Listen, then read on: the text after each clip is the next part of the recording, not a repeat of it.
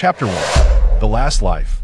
The zombie virus has arrived, and the smoke of the apocalypse fills the entire city of Cao Qianqian.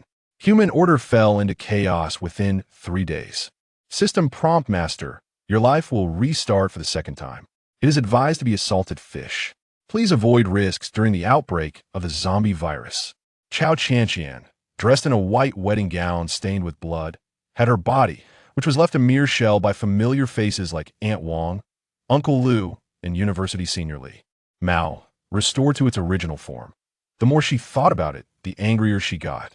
Cao Qianqian frantically picked up a fruit knife and searched for Chen Xiao and that woman at the wedding venue. System prompt master, do not lose your temper and lose your mind. There are many zombies lurking nearby that I don't care if they're zombies or not. I need to find Chen Xiao right now. System prompt master, Chen Xiao's location is still uncertain. Please be a salted fish during the apocalypse and do not act impulsively. The banquet hall of the 5-star hotel was large, with a total of 10 halls.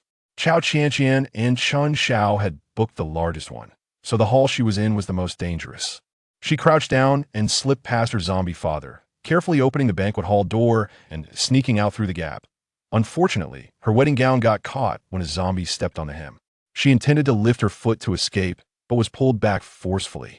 So she slashed the fruit knife at the skirt, took off her high heels, and ended up with a glamorous wedding gown adorned with jewels on her upper half and black safety shorts, exposing her pale thighs on the lower half. The look was touching, but in a crisis, she couldn't care less about her appearance. Just as she escaped the perfect banquet hall, she found herself in a hotel corridor covered with a red carpet, with a deep red stains mixed with the fabric's red color. She walked along the walls decorated with white and gold wallpaper, holding her breath for 10 minutes and gasping for tea that moment. A 7-year-old girl came running toward her, her clothes soaked in blood, followed by a horde of zombies. The girl hurriedly called out for help. Sister, save me. System prompt master, you can run to the corridor, it is temporarily safe.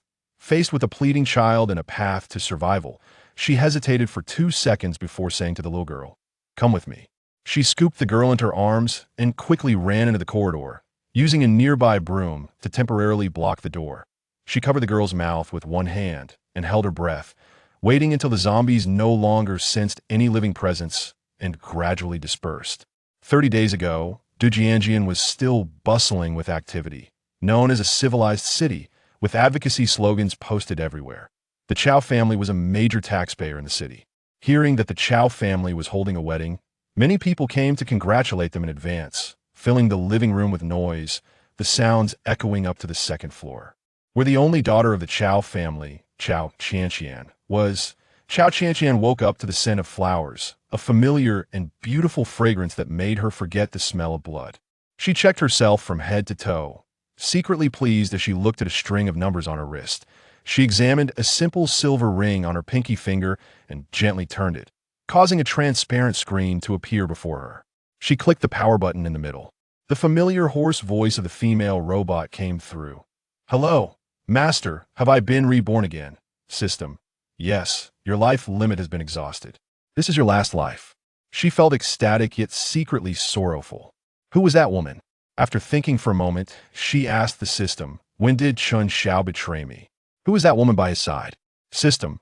That is his first love, whom he met in college at the age of 18, named Luo Susu. They have a 7-year-old daughter, the one you just saved. What do you mean? He has a woman and is dating me? He has a child and still wants to be our family's son-in-law? Cao Qianqian's mental state was on the verge of collapse. Being betrayed by the man she loved was one thing, but being indirectly harmed by him and wasting her second chance at life to save his daughter made her cry out. I must be the biggest fool in the world. Her heart-wrenching sobs echoed. The once lively living room fell silent due to the sudden outburst of roaring and crying. Everyone's expressions turned grim, and most made excuses to leave. Only the Cao couple and Chen Xiao remained, exchanging awkward smiles.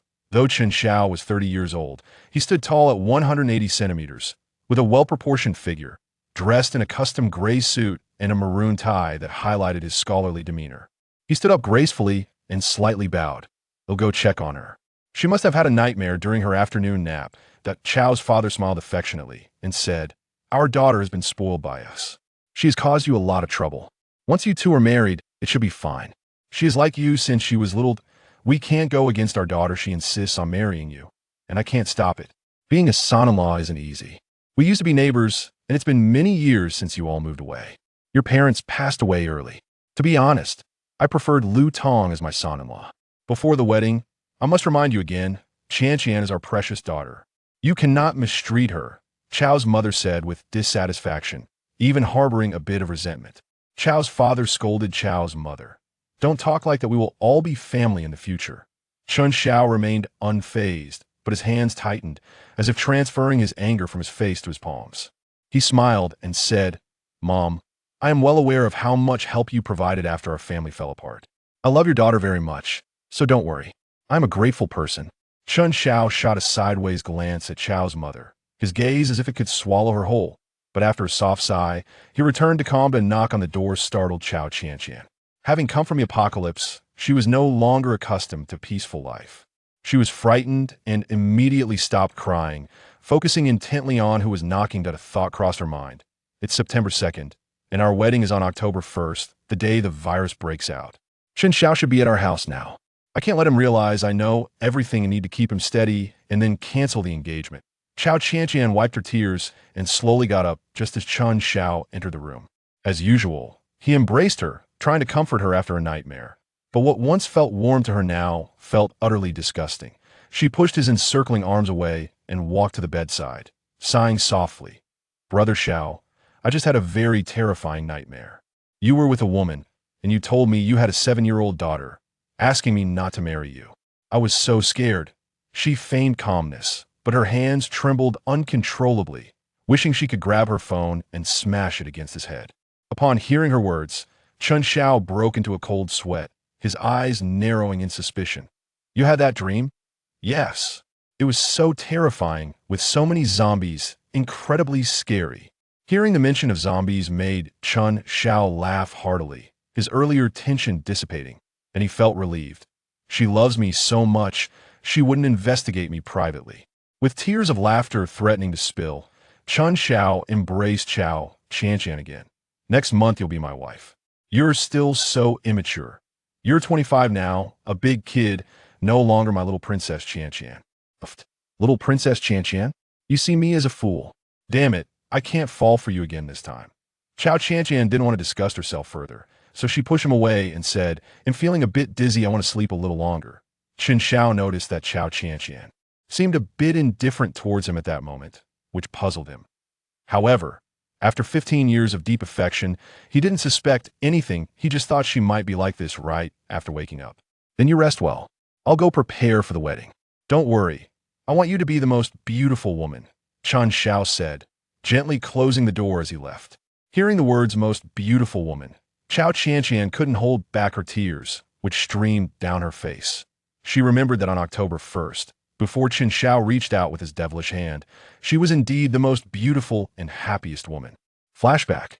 October 1st. The wedding of the Cao family arrived as promised.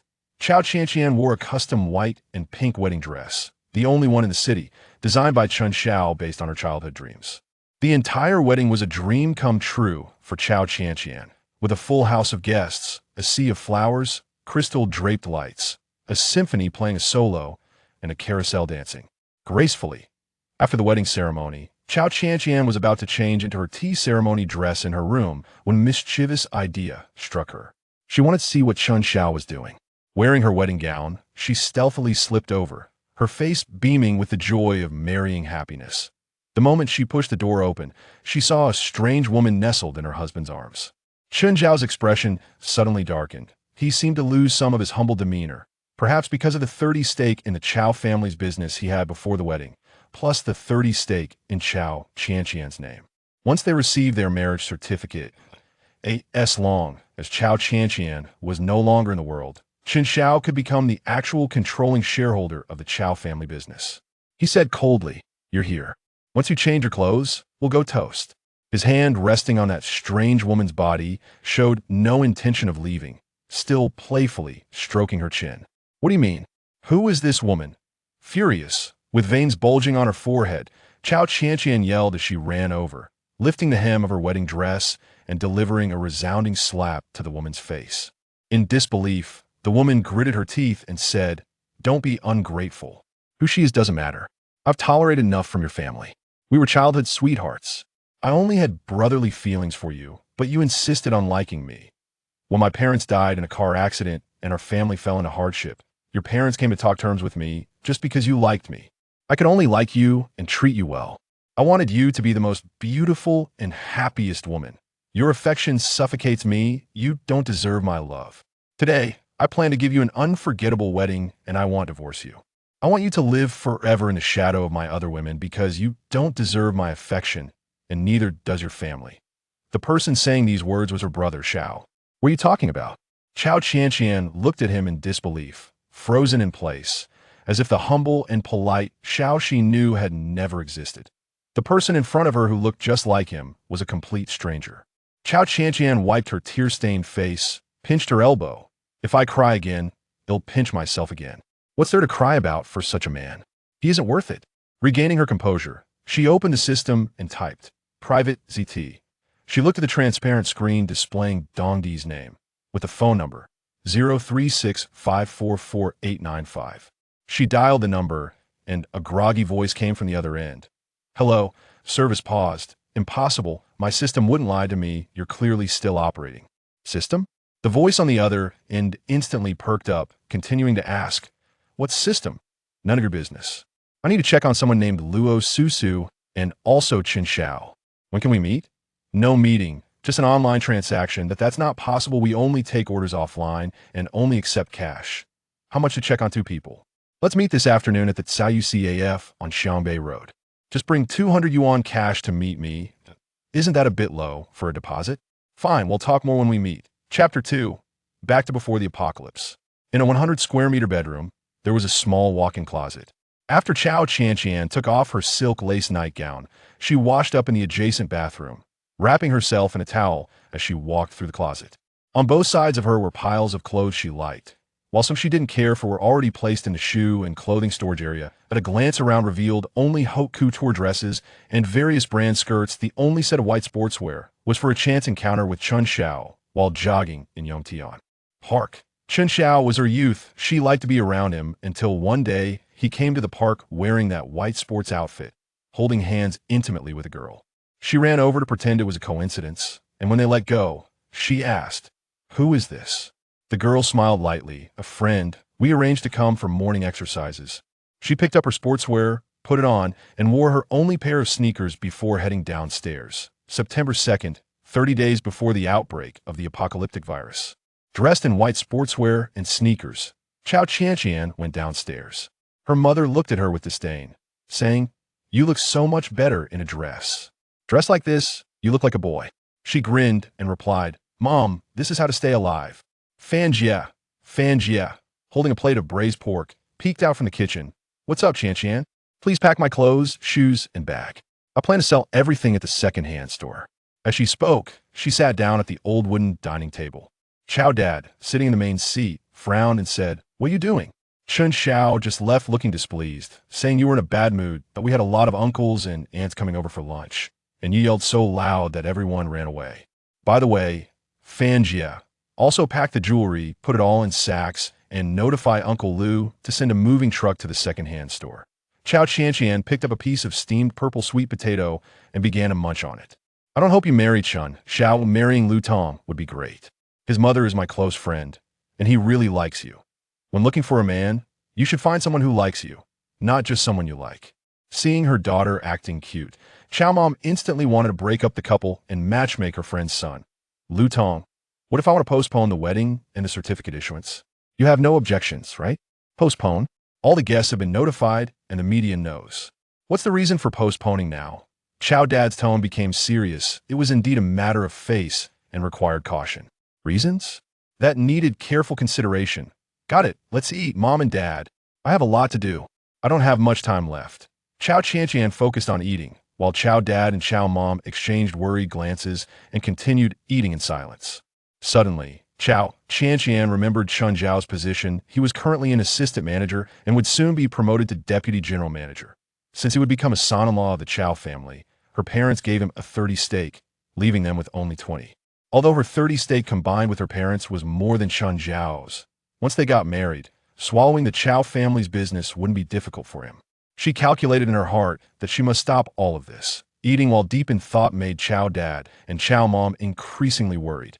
After Cao Qianqian left with her Li Ning sports bag, Cao dad called Chen Xiao. You should pay more attention to Qianqian. She seems to be in a bad mood. I feel the same way today. After work, I went to find her and took her to ride her favorite carousel. Chen Xiao said, feeling a bit resentful towards the troublesome young lady after comforting Cao dad. A gentle voice came from the other end of the phone. Did she give you a hard time again? It's nothing. Once I get my shares from the Cao family, everything will be fine. His eyes carried a hint of menace, as if he wanted to swallow someone whole. After soothing the gentle voice on the phone, he immediately deleted the call record. Cao mom also secretly called Lu Tong without Cao dad knowing. Xiao Tong.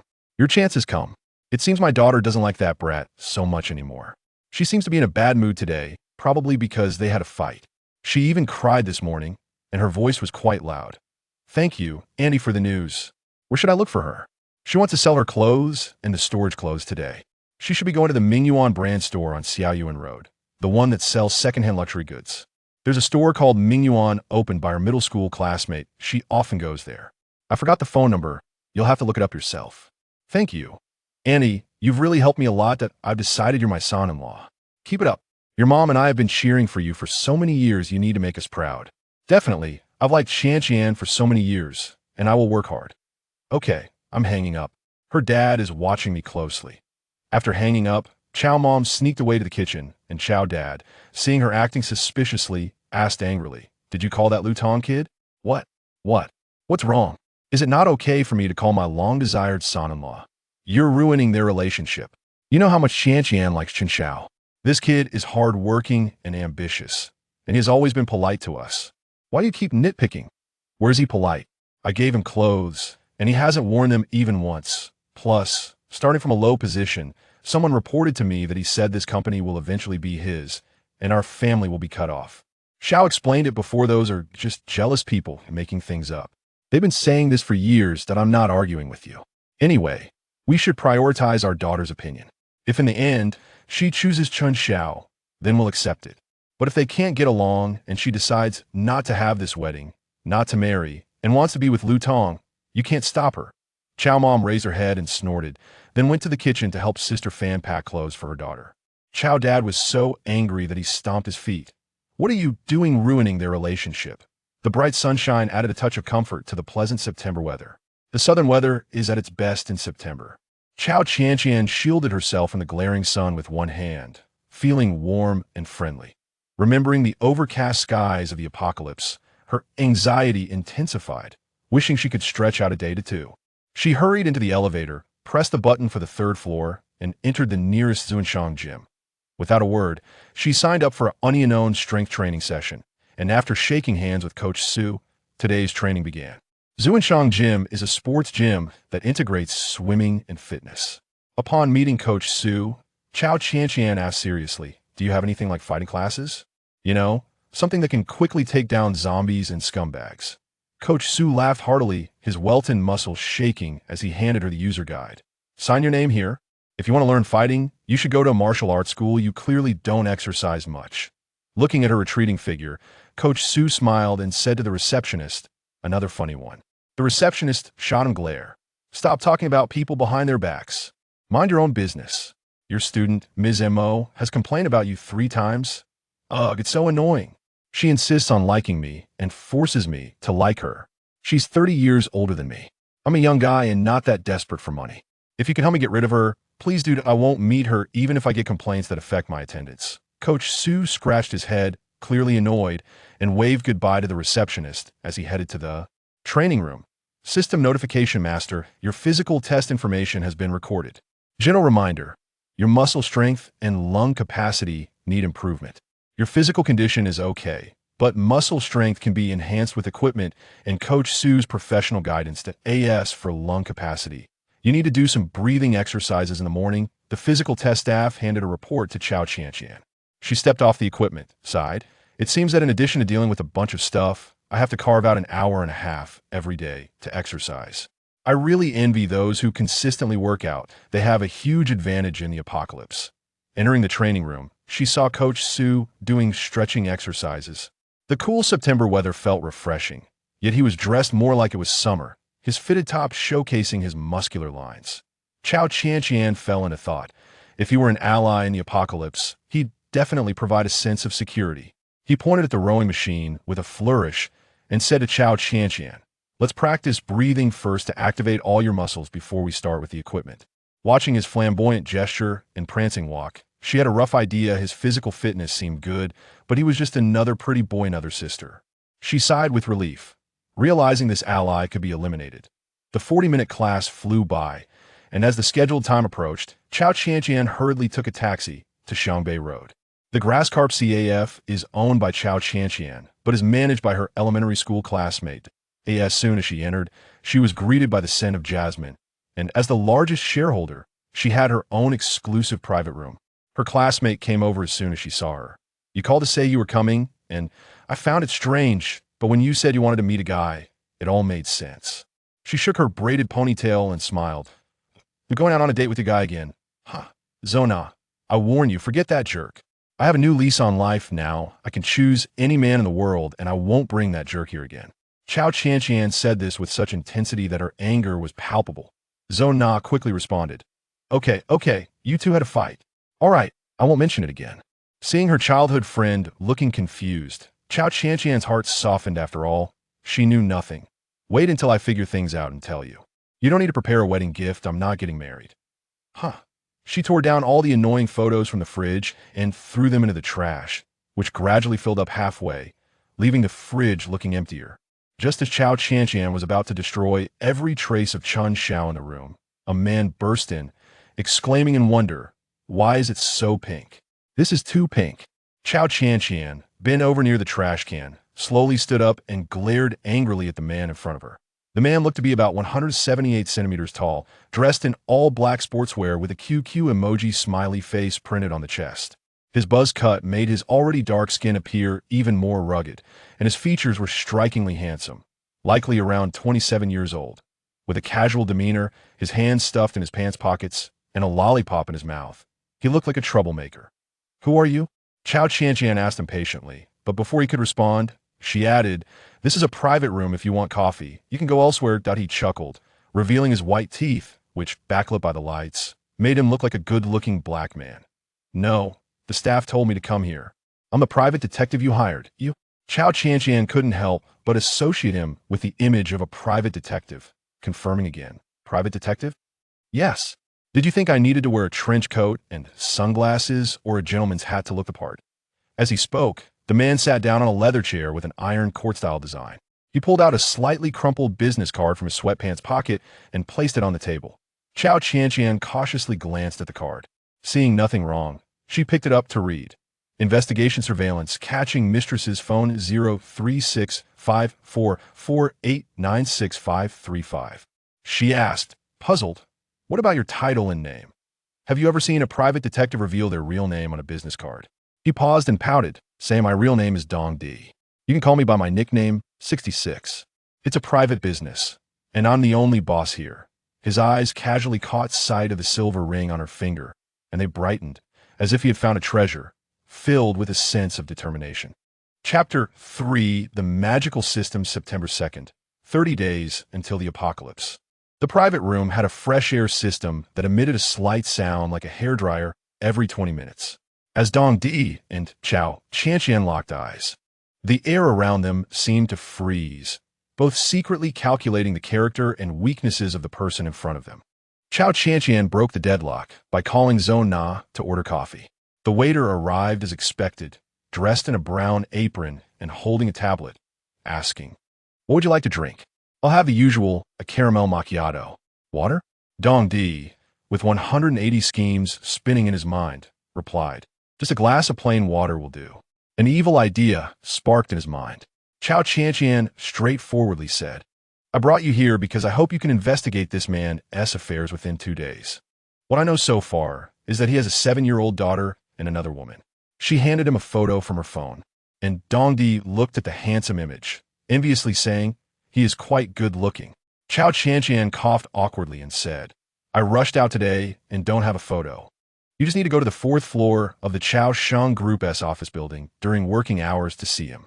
His name is Chen Xiao, and he is the deputy general manager of this group. I'll give you an employee card for easy access. What I mainly want are intimate photos of him and his mistress, as well as pictures of his daughter. It would be best if you could get information about his woman and daughter. As she spoke, Cao Qianqian took her company access card from her sports bag, which had an early photo of her with a youthful, silly smile that made Dong Di laugh out loud. All right, sounds good. Dong Di tucked the employee card in his pocket, then stood up, pretending to stumble, his hand inadvertently reaching toward the water cup, causing the water to spill toward Cao Qianqian's hand, startling her into a scream as she quickly stood up. Dong Di hurriedly grabbed some tissue from the table to help wipe it up, and while doing so, he held Cao Qianqian's hand through the tissue. The sudden warmth made Cao Qianqian furious, and she angrily shook off his hand, shouting, What kind of rogue are you? Shameless. In the chaos, Dong Di easily slipped a ring off his finger. With a smile, he explained, I was just helping you wipe up the water. Sorry, I lost my balance. Cao Qianqian stormed toward the restroom. Once she left, Dong Di immediately put the ring back on. System alert. You're not the owner. Please return it. The alarm sound reached Cao Qianqian's ears. Why am I not your owner? I am. Dong Di anxiously tried to confirm whether he could still use the system, repeatedly putting on and taking off the ring.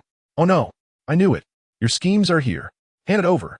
Cao Qianqian pushed the door open and entered, extended her hand toward Dong Di, seeing that the system could no longer be used for him. He had no choice but to obediently hand the ring over to her palm. Cao Qianqian looked at him suspiciously and asked, Why do you say you're the owner of this system? With a gossipy mood, she slowly put the ring on and took a seat. System notification, alarm lifted.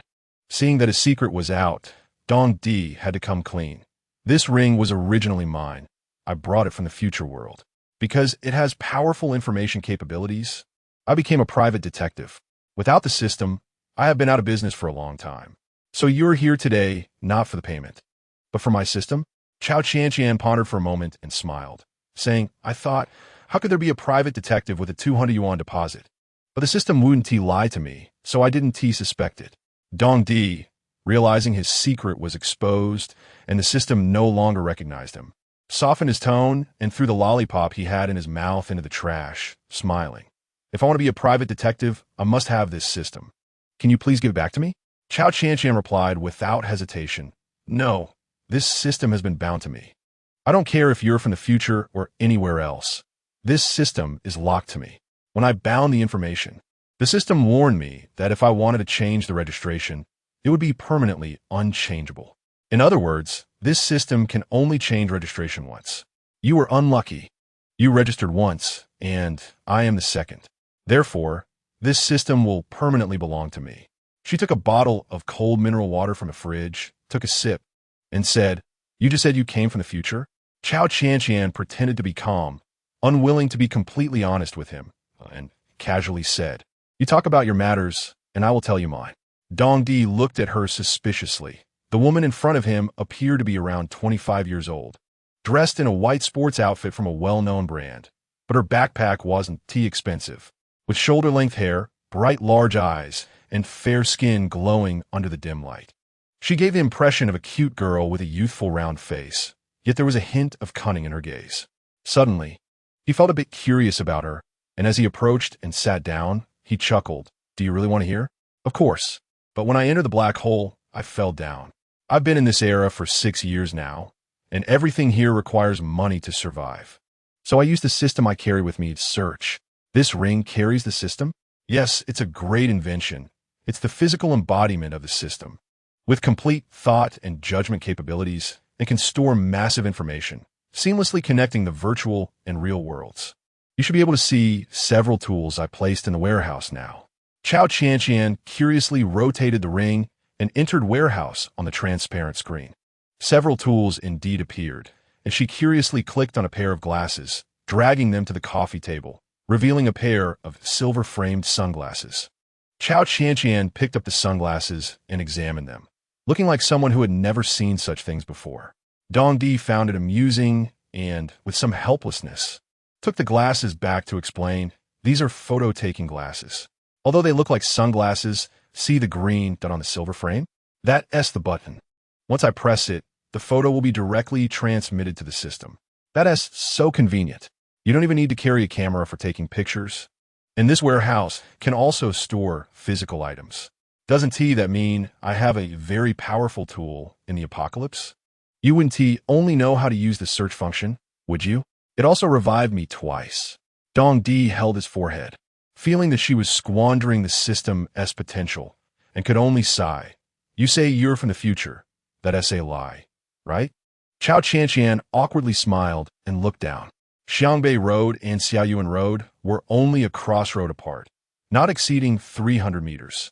As a second-hand luxury goods street, every store here was decorated in a grand and high-end manner. Ironically, the best-performing shop on the entire street was the most garishly decorated one, named Socialite. The store's interior was simply black and white, displaying branded clothing, jewelry, and shoes, covering an area of about 200 square meters. This store not only had a wide variety, but also offered the cheapest prices on the street. At this moment, a medium-sized Geely New Energy van parked in front of the store, and the driver and a burly worker got out, unloading boxes of clothes, shoes, bags, and jewelry from the vehicle and stacking them at the store entrance. A man, about 160 centimeters tall, dressed in a green irregular tank top and tight black stretchy pants, who was attending to customers inside, approached, looking at the mountain of second-hand luxury items, and urgently made a phone call. An awkward Cao Qianqian was interrupted by the sudden ringing of her phone, and she politely smiled. You first help me track that man. My phone number is on the back of the employee card. Contact me if you need anything. Please text me your bank card number. I have to leave now. With that, Cao Qianqian dashed away as if she had oil on her feet. Dong Di wanted to ask, how do you know how much I want? But could only watch her slip away. At first glance, it doesn't seem like the future, but how does she know about the apocalypse? Could she have come from the early days of the apocalypse? Does that mean the virus is about to spread? I should investigate thoroughly. After leaving the CAF, Dong Di hurried to Sun Ming Hospital. In his history textbook, he remembered that the beginning of the apocalypse started from Professor Sun Minghui's laboratory. So he rode his electric motorcycle straight to Sun Ming Hospital. Sun Ming Hospital is a private hospital, where Professor Sun Minghui is well respected in the industry for his research on genes and viruses. With support from the government, he opened this private hospital, which mainly treats viral and genetic issues and is well known in Dujianjian. Next to the hospital is a 5-star hotel, Sihui Hotel, which is also owned by a relative of Sun Minghui. The top floor of the hotel is connected to the hospital's high-end wards, standing under the two massive buildings. Dong Di felt an uniasi sensation. Cao Qianqian was on the phone as she walked. My dear rich lady, are you moving? Have you packed everything? I'm heading to your store right now. What do you mean you have a truckload of stuff? Don't tell me you're immigrating. I can't do without you. I don't care how much you charge. Even at half price, I can't afford it. You have too much stuff. Then sell your bags at 50 off. Clothes at 30 off, shoes at 20 off, and if anyone wants the jewelry, just give it to them. For everything else, I'll give you 50 back on each item. Are you okay? Have you run into some trouble? Cao Qianqian was too lazy to explain, and since she couldn't clarify things in a moment, she hung up to talk face-to-face. After hanging up, she quickened her pace and happened to see Dong Di speeding away on his motorcycle without a helmet, heading towards Nanjing Road. The direction he was going was exactly where my wedding venue was. Does he know something? Upon arriving at the store, she saw a tall, slender man in a light blue suit holding 100 roses standing at the door of the socialite shop. Cao Qianqian recognized him as the enthusiastic Lu Tong.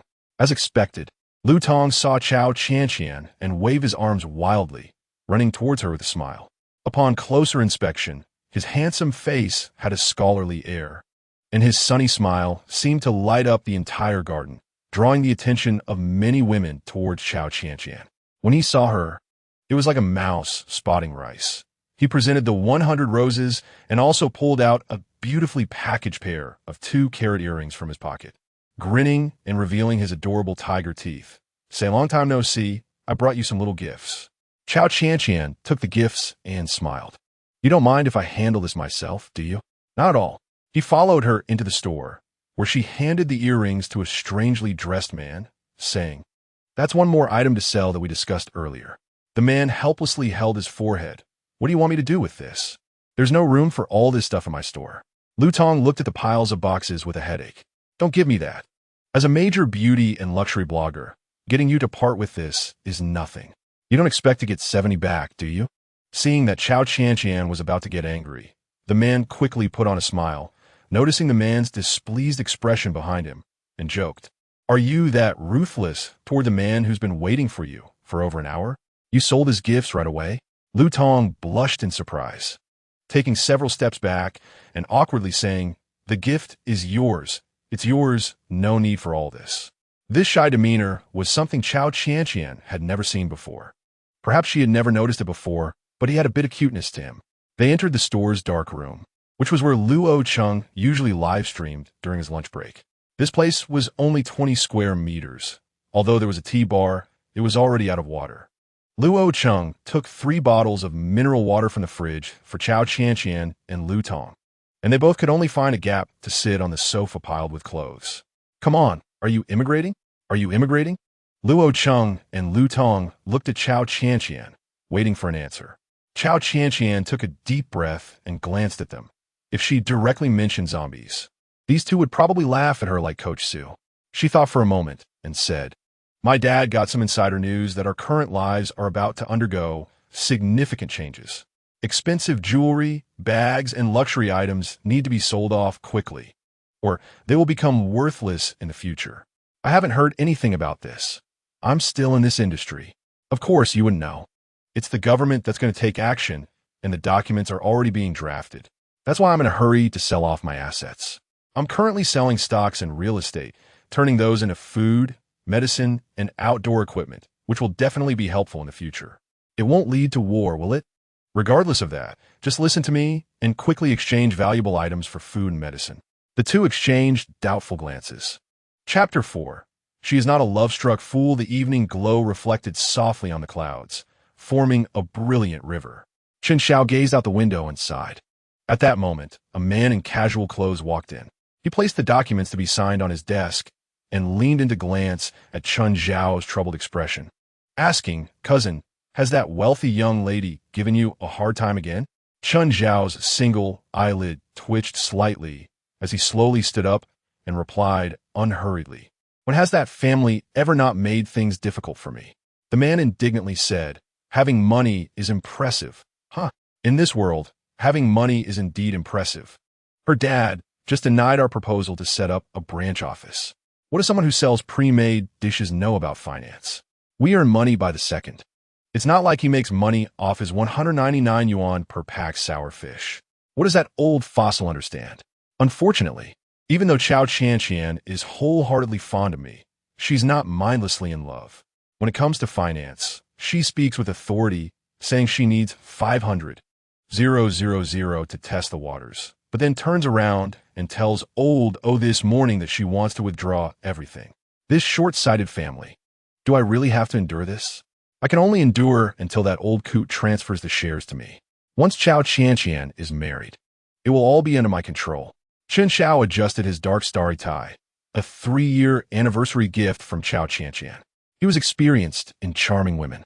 He raised an eyebrow, signaling to his cousin Song Qing, who smiled and said, "I've been prepared for a long time. Everything is what Miss Qiao likes." Cao Qianqian spent the entire afternoon convincing Luo Cheng and Lu Tong, and although they were skeptical, they promised to sell all valuable items and exchange them for gold, food, or medicine. Although Cao Qianqian knew that at least 50 of their promises would be false, she still wanted to do her best to remind them. The three were happily chatting, just about to head to the newly opened barbecue restaurant next door for dinner when Cao Qianqian's phone rang. She looked at the screen, displaying husband, and felt a wave of nausea. After gulping down a few sips of water, she answered the call. The sound was her way of showing respect, while she silently thought about how to change the contact name to something that suited her disgust for him. If she had heard this before, Cao Qianqian would have been thrilled, spinning in circles. After all, she used to deliver heart-shaped bento boxes, and he would take his time coming downstairs, often saying something that seemed gentle. "Although I really like the bento, I feel bad that you're so tired." Sometimes he would even ask her to leave it at the front desk without showing up at all. Love had made her let go. Perhaps he really was busy. And looking back, it was probably that dinner had already been arranged. Can't come today. Lu Tong invited me to dinner. By the way, Oldo said if I want to withdraw the money I invested in your investment company, I need to ask you, why the sudden need for money? Well, Lu Tong said his live streaming room needs to expand, and he wants me to support him a bit. Lu Tong, not wanting to take the blame, was about to explain, but Cao Qianqian covered his mouth. You're quite nice to him. You don't have to worry about money. I'll talk to Lao O. Chen Xiao was used to waiting for Cao Qianqian to comfort him after being put down, but this time, with a snap, the call was disconnected.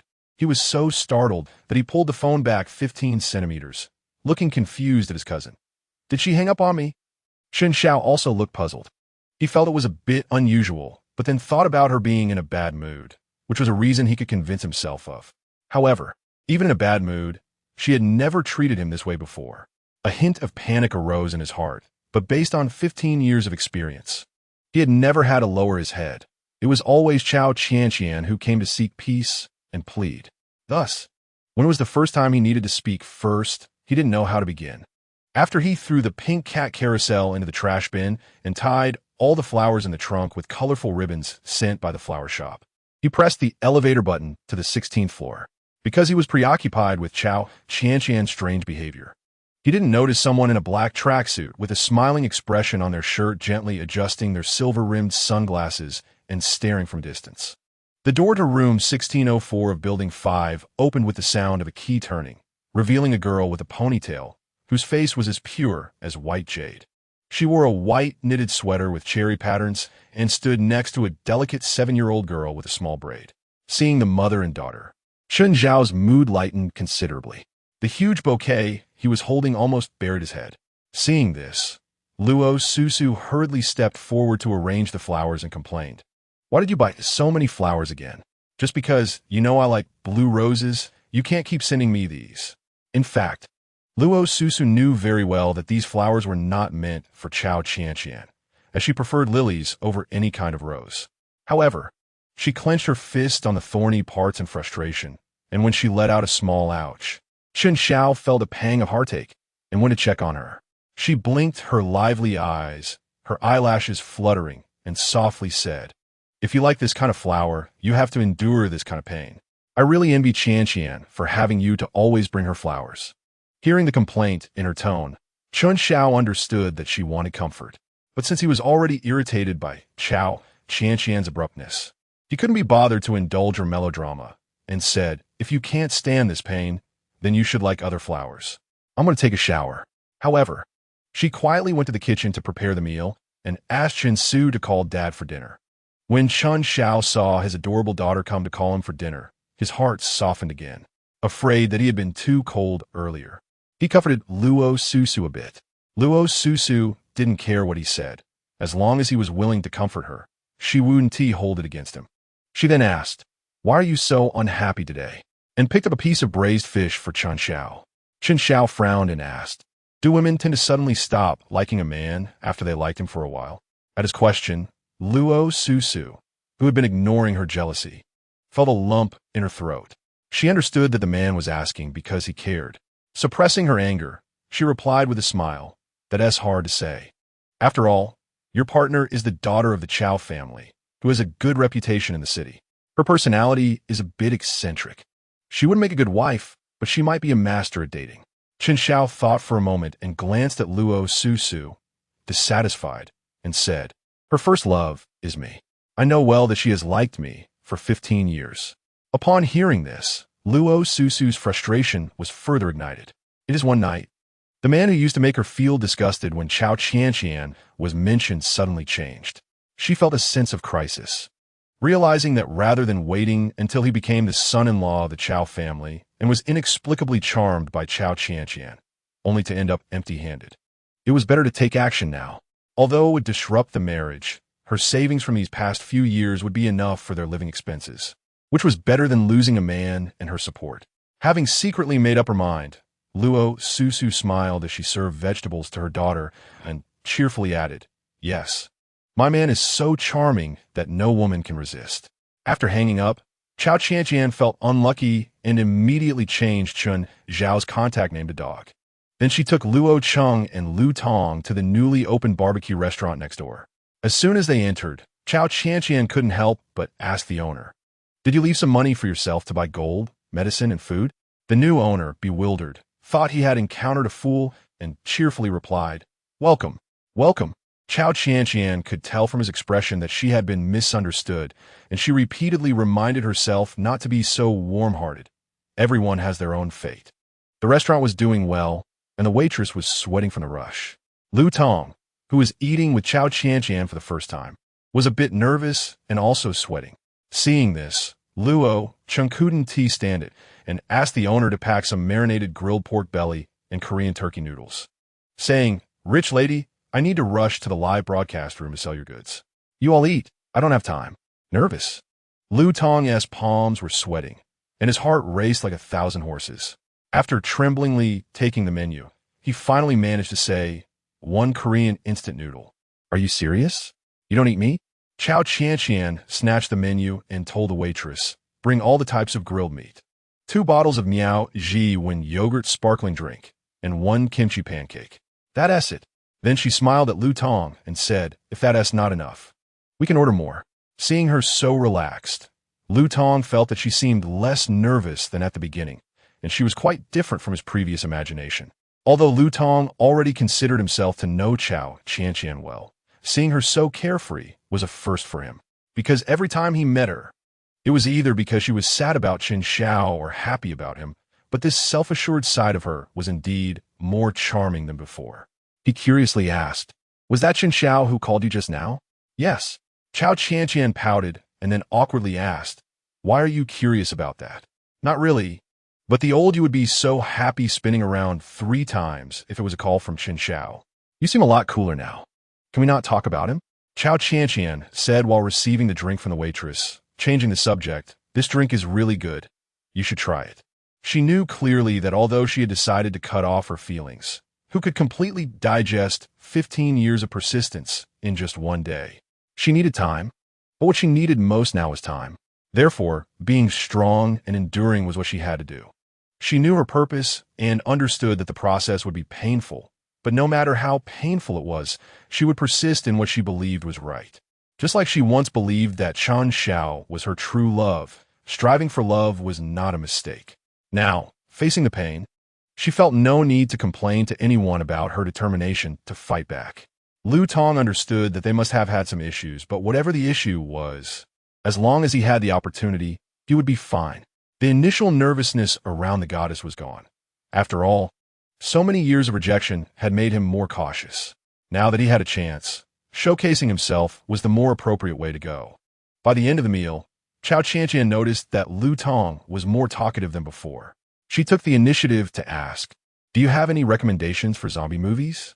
I remember you studied animation. I'm now the game art director at the company." He paused and added, "Although the salary isn't high, I really enjoy this job. As for zombie movies, I'll send you the resources to your email later." Seeing his shy yet eager demeanor, Cao Qianqian couldn't help but smile. "How come I never noticed you were so talented before? You're already a director. Why haven't you ever drawn a portrait of me?" Lu Tong was the son of Mei Yi, who had always followed Qianqian. "I've always seen you as a successor. Your work has always reassured me. But regarding matters of love, I still respect my daughter's wishes. So if anything changes, don't blame me or your aunt." After saying this, Chao's father regretfully hung up the phone, but on the other end, Chen Xiao felt as if struck by lightning, receiving news that could potentially ruin everything. Chen Xiao was furious while cutting paper with his daughter for a homework assignment assigned by the teacher. He tore the already cut paper into shreds, gritting his teeth and cursing. "Shameless Cao Qianqian, really shameless, talking about love with me while flirting with other men." Seeing her father suddenly become frightening, Chun Su's loud crying attracted Luo Susu's entrance. She comforted her daughter. "Daddy is just upset about work. Be good. You go out first." After helping her daughter out the door, she came back in and sat next to Chen Xiao, seizing the opportunity to say, "Why not just let it go?" A loud slap directly hit Luo Susu's face. Luo Susu was momentarily taken aback, only seeing Chen Xiao's furious face as he gritted his teeth and said, Let it go. Do you know what 30 of the shares of the Cao Sheng Group means? Have you calculated how much profit that is? Only by becoming Cao Qianqian's husband do I qualify for those shares. Were you suddenly telling me to let it go? All my years of enduring and swallowing my anger have only earned me the position of deputy general manager. The general manager is still his nephew. I'm still one step lower. The more he thought, the angrier he got. He tugged at his tie, closed his eyes, and tilted his head back, hoping his anger would smooth out a bit. With his hands on his hips, he no longer cared whether he had just slapped Luo Susu, his own white moonlight. Luo Susu was frightened by the slap and continued to cry. When he calmed down, he noticed the pitiful Luo Susu curled up. He hugged her tightly. If I lose everything, will you still love me? Luo Susu looked up at Chen Xiao with tear-filled eyes. We met when you had nothing. Chen Xiao recalled bits and pieces from university and began to coax Luo Susu again. Suddenly, Luo Susu had a strange illusion that instead of letting him suffer in his desires, it would be better to uproot him entirely. She could no longer tell if she loved this person or that inviolable possessiveness. She secretly decided that Cao Qianqian must know of her existence and see if she loves him as much as I do. Chapter 5. The scumbag who plays both sides. When she heard her mother say these words, she always rebutted loudly with examples of Chen Xiao's various merits, saying, "It's my life. The person I choose won't be wrong." She had silenced Xiao's mother for a long time. Tonight, however, Cao Qianqian seemed like a mute, just nodding. Chao's mother unconsciously tightened her grip on Cao Qianqian's hand and gently asked, "You won't think I'm being meddlesome, will you, when I talk about the person you like? You know our whole family treats you as a treasure. Whatever thoughts or decisions you have, we support you. I'm just expressing my opinion for your reference. Don't feel too much pressure." Chao's mother, tightly embraced by her daughter, couldn't help but sigh. "To be honest, I don't want you to get married. But our family business isn't small or big. If you don't have a man to protect you, I fear that after we pass away, you might be harmed by someone with ulterior motives without even realizing it." Chao's mother gently patted Cao Qianqian's back, soothing her just like when she was a child. The mother and daughter talked until midnight, and, as fatigue set in, Cao Qianqian simply squeezed in between her parents to sleep, prompting Chao's couple to exclaim, "A child that never grows up." 29 days until the outbreak of the apocalypse virus on September 3rd. On a drizzly morning, with occasional clouds passing by that were somewhat damp but not shedding any raindrops, Chen Xiao, dressed in a suit, stood at the entrance of the Cao family villa, looking particularly spirited as he gently pressed the doorbell. He was holding breakfast for the whole family, having specifically gone to Deji at 6 a.m. to buy the seafood porridge and soup buns that Cao Qianqian loved. Sister Fan, wearing a vertically striped apron and twisting her slightly plump body, opened the door with a smiling face that showcased her double chin. "I didn't expect you to bring breakfast. I was a bit surprised when you called me. This seems to be the first time you've brought breakfast in the 5 years you've been dating Qianqian, right?" Sister Fan actually sided with Chao's mother, feeling that Chen Xiao was not worthy of Qianqian. It wasn't about family background. As someone who came from a poor rural background, she naturally felt she was better off than him. It was just that she had gotten used to seeing how much Chao's father adored Chao's mother, and she could clearly see what lack of love looked like. "Sister Fan, you're teasing me again. I'm usually busy with work, and now that our production line has stabilized, I've finally found some time." Chen Xiao was thoroughly annoyed with this nosy housekeeper, but seeing the situation was not right. He had to lower his stance to avoid offending anyone for a better chance. Sister Fan was quite surprised today. She didn't expect the poor rich kid, who usually treated her so rudely, could actually explain a thing or two. This made her feel somewhat embarrassed, and she smiled. "Then I'll go make some soy milk to go with Deji's breakfast." Chen Xiao unapologetically walked into the house directly towards the dining table, placing the breakfast for himself and the entire Cao family on it. He then sat down on the sofa in the living room. Hearing movement downstairs, Chao's mother and father gradually got up, wearing pajamas as they walked down while asking, "Sister Fan, who is here?" Chen Xiao saw that Sister Fan was also starting to be rude to him, and he felt a surge of anger inside. He thought about how the people in the company would view him if he really canceled the engagement. With this thought, he worked harder to please them. As Chao's parents came downstairs, he poured warm water for the two elders and smiled. asking, "Where's Qianqian?" The elders, who had never experienced such treatment from him, were somewhat shocked, and after a brief pause of 2 seconds, they became more polite. "Qianqian is still sleeping. You have to go to work later, so you can get busy first." Chao's mother also started to greet him with a smile. After all, if they really broke the engagement, it would be unreasonable to let him down. Seeing that this family was trying to find ways to get him to leave, Chen Xiao's dignity was crushed to the bone. His pride told him this was his last visit to the Cao family. He begged, and he could no longer come. He smiled foolishly with suppressed anger, pretended to check his watch, and politely said, "I really have to go. When Qianqian gets up, remember to tell her I brought her breakfast." He originally thought that after receiving his message, Cao Qianqian would come to the door to greet him, but he didn't see anyone, and it was inconvenient to take his breakfast back. His eyes grew colder, and he brushed off the raindrops on him before getting into the car and leaving. Following him was a white van, and a man in a black tracksuit got out. He looked up at the 4-story villa with the door plate, reading Cao Family Room 006, and suddenly smiled brightly. System prompt: photos loaded 001, 002, 003, 004, 005, 006, 007, 008026. A total of 26 photos have been added to the photo library. Cao Qianqian only fell asleep after 2 a.m. last night. She was disturbed by the notification sound of the photos being uploaded in the morning, tossing and turning. She squinted at the still, gloomy sky outside, feeling annoyed, and covered her head with the quilt, only to suddenly remember that she had many things to do today and could not indulge in sleep. She sprang up from her parents' big bed like a spring, and the first thing she did after getting up was to check the system for the uploaded photos. Before she could open the first photo, her phone rang with a strange private number. "You received the photos, right? I am Stadovin. I just tracked your man to your doorstep. He drove away, and I saw him carrying Daiji's breakfast. Can I come over for a meal? Aren't you tracking anymore? You want to work. He won't see that woman. Besides, you can easily find that woman's information using the system." Okay, so it turns out it's a big household with a housekeeper. Ugh. Sister Fan has worked at my house for decades. She's practically family. Be polite to her. Cao Qianqian hung up the phone and noted the strange number as speechless black brother. She got up and started washing up. She found a bottle of perfume that hadn't been used in a long time in the car and sprayed some on herself. After smelling it for a moment and feeling it had no scent, she knocked on the Cao family's door. Seeing there was no response, she shouted, "Hello."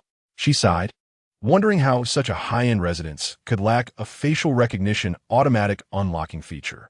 Sister Fan, a bit impatient, opened the door for the second time and asked, "Who are you again?" Dong Di politely bowed and smiled. "I'm a guest invited by Cao Qianqian." Before he could finish, Cao Qianqian appeared at the door in her pajamas, wrapped in a bathrobe. Seeing her, Dong Di hurried over to open the door. While Cao Dad and Cao Mom were curious about who this person was that made her so eager to greet. The last time they saw her so anxious was when Chen Xiao came over. "I guess you're some kind of weirdo," someone joked from upstairs. "I heard everything from up there." With the entire family's gaze fixed on Dong Di, he awkwardly said, "Just a friend, an ordinary friend." Dong Di, being quite sociable, cheerfully greeted them. "I just stopped by for breakfast. You all go ahead. I'm very easygoing." As he spoke, he followed Cao Qianqian closely. Cao Dad and Cao Mom noticed he was dressed in black sportswear, looking clean and fresh, and he had a strong physique, although his skin was a bit dark. It didn't detract from his handsome appearance. Cao Mom was satisfied to see a handsome guy, but she still favored Lu Tong in her heart, while Cao Dad was puzzled, wondering why he suddenly seemed willing to interact with other men when he had always liked Chen Xiao's daughter. At the dining table, Cao Mom kept staring at Dong Di, while Cao Dad asked questions. "Where are you from?" "I have no family. I'm an orphan." "That is quite sad," Cao Mom sighed. "What do you do for work?" Cao Dad continued asking. "I used to be a technician. Now I'm just running errands for your daughter." Hearing her parents' endless questions, Cao Qianqian quickly defended. "He is here to eat, not to be interrogated. If you have questions, just ask me. Don't keep staring at him. It makes him uncomfortable." "Not at all. I've been raised as a high-quality human without parents, and I've always liked the structure of family relationships. I really like uncle and aunt," Dong Di said, confidently helping himself to food while politely asking if they wanted any, acting like the host. Although Cao Dad and Cao Mom couldn't quite understand his way of speaking and found it a bit strange, they could tell he was an open-minded kid, and they didn't dislike him, though they were somewhat worried. Cao Dad asked, "What are your future plans?"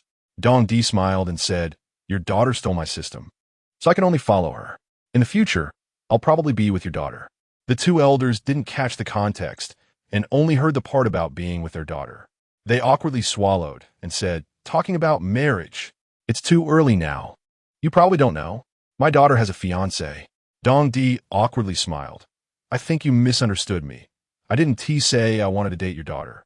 I want to cooperate with her and be a good partner."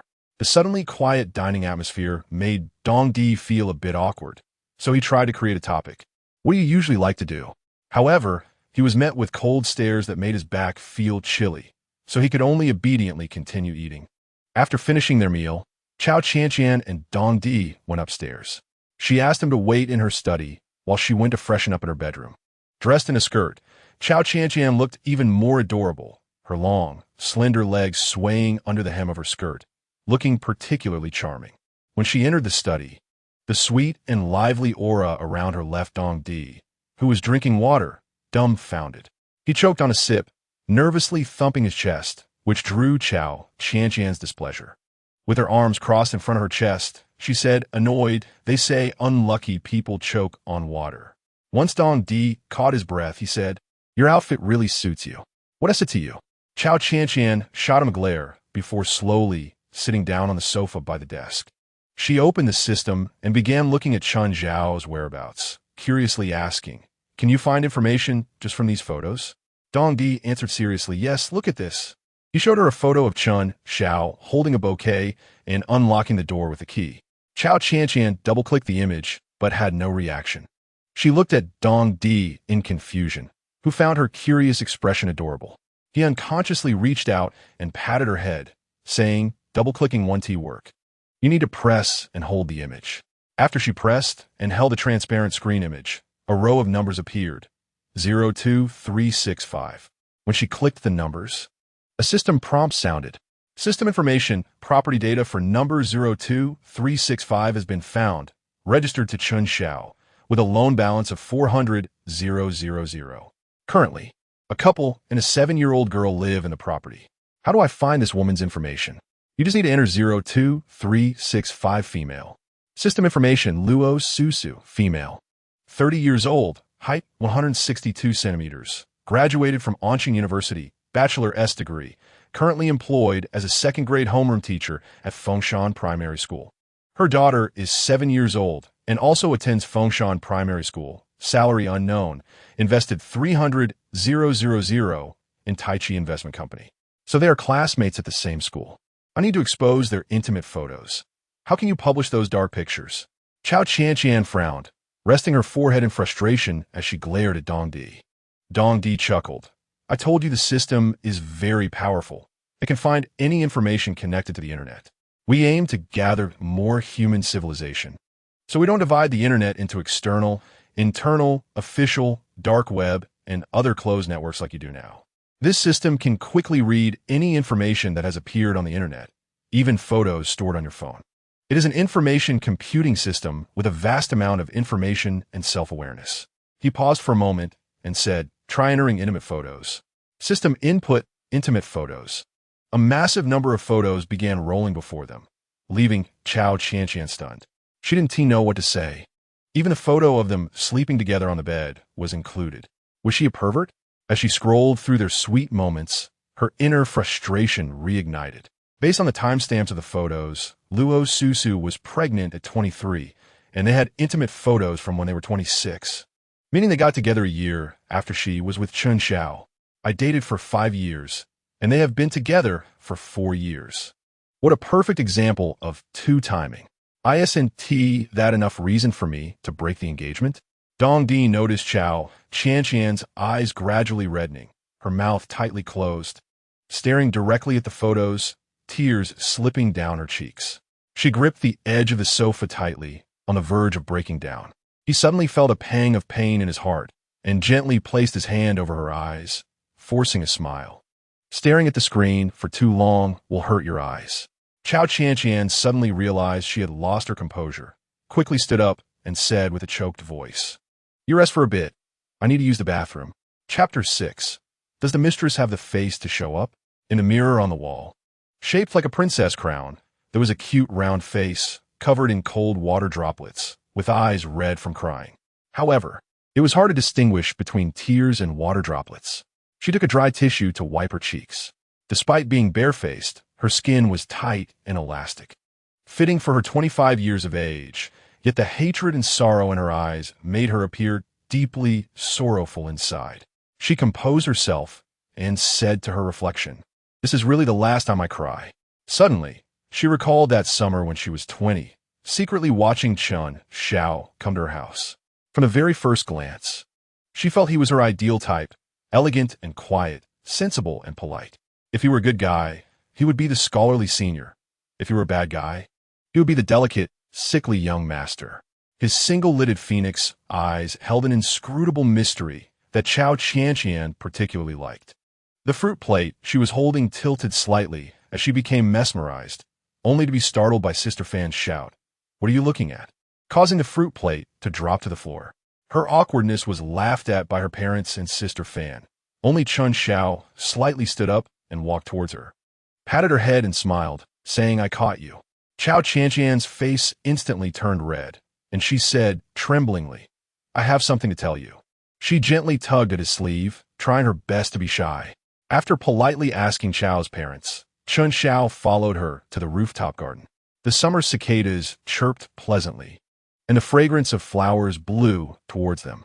Standing under the sunshade, she lowered her head and blushed, saying, "I like you. Now that I've grown up and entered university, you said we could date when I got to university, so can we now?"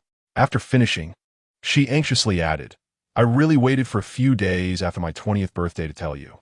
Chen Xiao, a bit at a loss from her sincere and simple confession, found her cute and interesting at this moment, and he said, whether sincerely or not, "I hope you always smile like this next to me. Don't cry.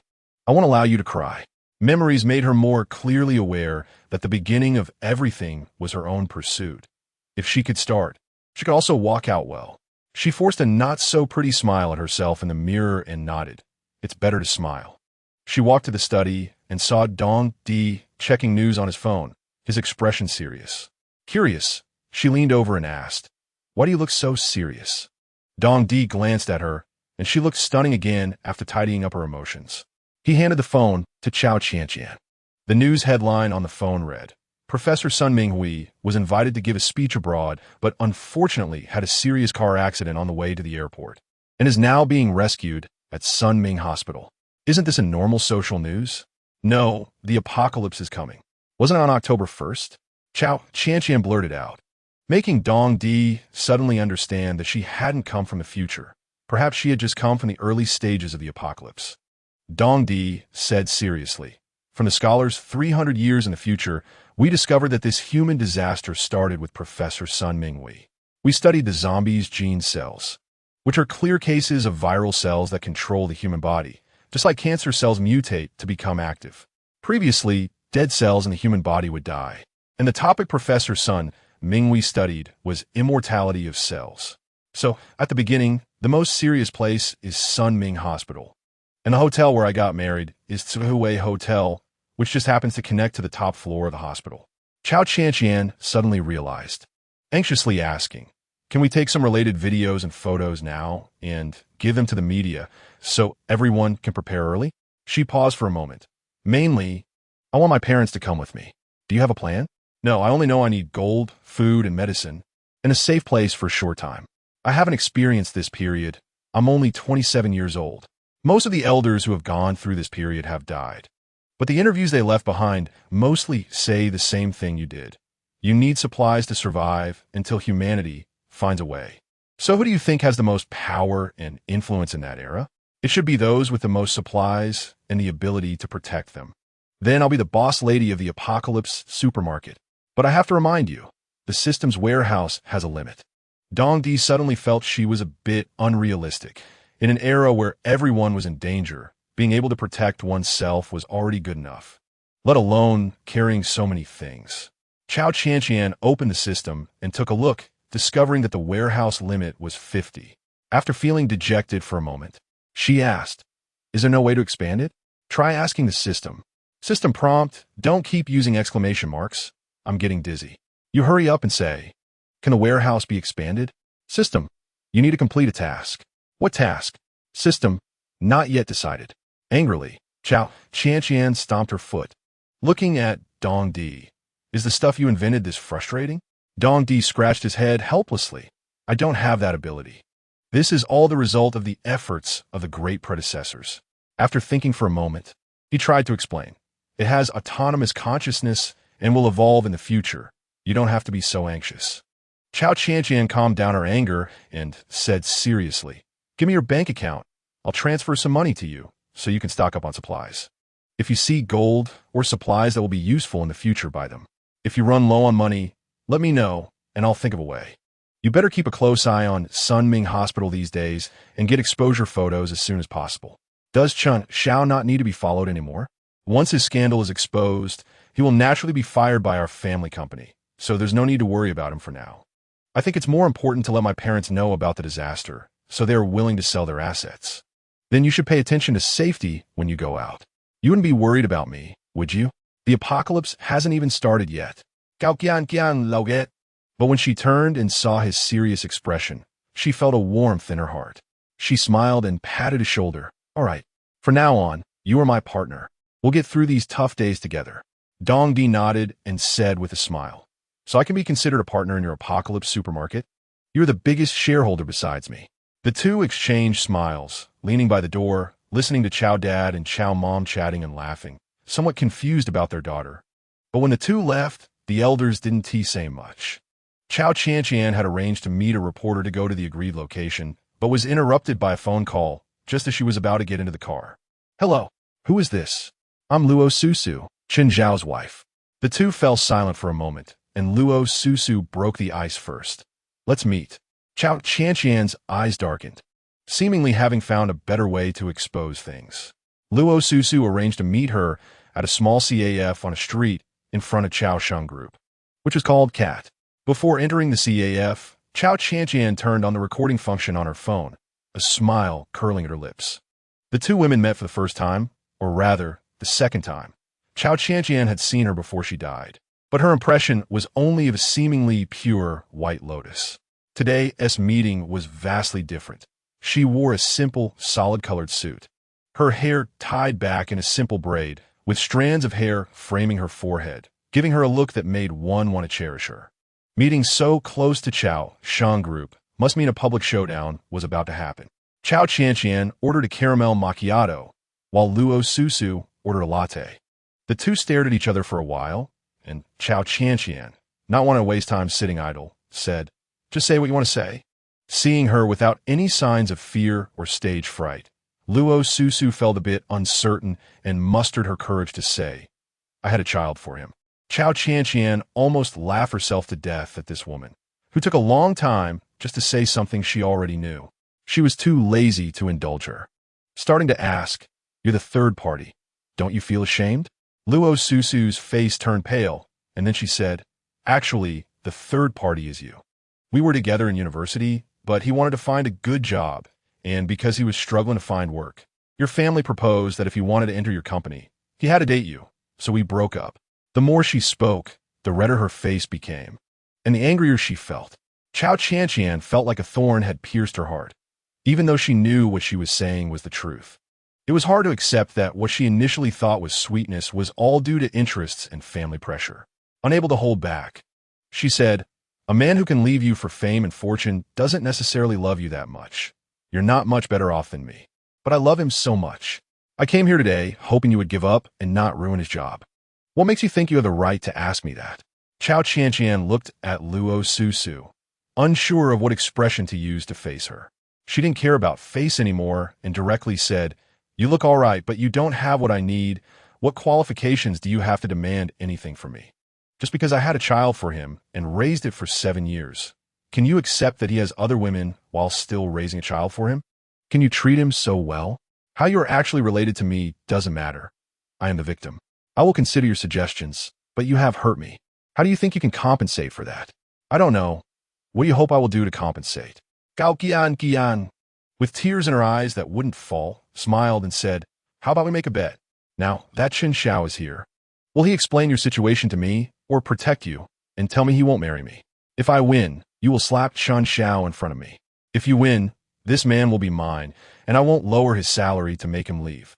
After a moment of consideration, Luo Susu finally agreed to her proposal. Luo Susu called Chen Xiao, and when he answered, she put on speaker. I'm feeling unwell. I'm at the coffee shop across from you. Can you come over? Why did you come today? I missed you. Then wait for me to get off work. Luo Susu felt a bit disappointed that she couldn't get him to come out. Cao Qianqian immediately called Chen Xiao, who found it strange that both women were calling him at the same time. When he answered, his tone softened a lot. Are you missing me? Hearing such a cheesy conversation, Luo Susu's heart couldn't take it, and she proactively hung up the phone. Chen Xiao, who was hung up on, immediately called back and asked, what happened, Qianqian? After hanging up, she wore a victorious smile. Seeing Luo Susu's dejected face made her feel good. After all, she had obtained the material she needed and didn't need to entangle herself with Luo Susu any longer. She stood up, tossed out if you can't play, don't play, and turned to leave.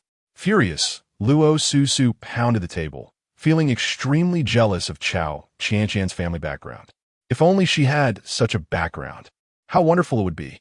As a new media reporter, she received news in the morning and published it as a headline in the afternoon, mainly because the sponsor had paid a lot, which expedited the process. The atmosphere of the Cao family fell into a low mood. Cao Qianqian showed her parents the photos from the brown paper bag, tearfully saying, it must have been sent by that mistress. Cao Dad's breathing began to quicken with anger, and he could only clutch his chest and slump on the sofa. You have a 7-year-old daughter, yet you're still pretending to be a devoted son-in-law. How shameless. I told you he wasn't a good person. You didn't believe me, now look. Behind our daughter's back, he has a child with such a woman. It's disgraceful. Although Cao Mom didn't like Chen Xiao, she was also furious because her daughter had suffered a great loss. The uncles, aunts, and relatives had all gathered, filling the Cao family's living room. The wedding must be canceled. Fortunately, she didn't marry such a man, or she would have suffered greatly. An aunt loudly expressed her dissatisfaction. But Cao Qianqian knew they were all just there to watch the spectacle. The Cao family was livelier than ever today. At this time, Dong Di had just changed into casual clothes, no longer dressed in all black, but rather in a normal baseball jacket and loose sweatpants, pretending to hold his stomach as he faked needing to see a doctor at Sun Ming Hospital. Chapter 7. The Spy at Sun Ming Hospital, September 3rd. 29 days before the apocalypse virus outbreak. Sun Ming Hospital is considered a good hospital in the industry, where patients can register through online channels and offline automatic machines. He looked up at the hospital's upper floors, then entered the hospital lobby and found a restroom to change into a white lab coat. He even had a name tag with the Sun Ming Hospital logo hanging on his chest, with the name Hu Yong written on it. Wearing a mask made it hard to distinguish his authenticity. The map he held was tucked into his pants pocket as he entered through the side of the hospital's first-floor lobby. The side entrance was for employees. He felt confident in his disguise, but upon seeing the staff's name tags, he realized his shortcomings. The name tag was made too hastily. Cao Qianqian had randomly downloaded the information and photo of a practicing doctor from a system and had it made at a local printing shop. Anyone with a discerning eye could tell the name tag was fake. The color was wrong, the formatting was off, the font size was incorrect, and the printing quality was different. The name tag was magnetic and could be used as an access card. Watching the comings and goings of people. He initially planned to blend in, but missed the elevator due to being overweight. After that group passed, there were no more people around, and since his name tag was fake, he couldn't operate the elevator. He had to hide nearby and watch for anyone passing by the elevator.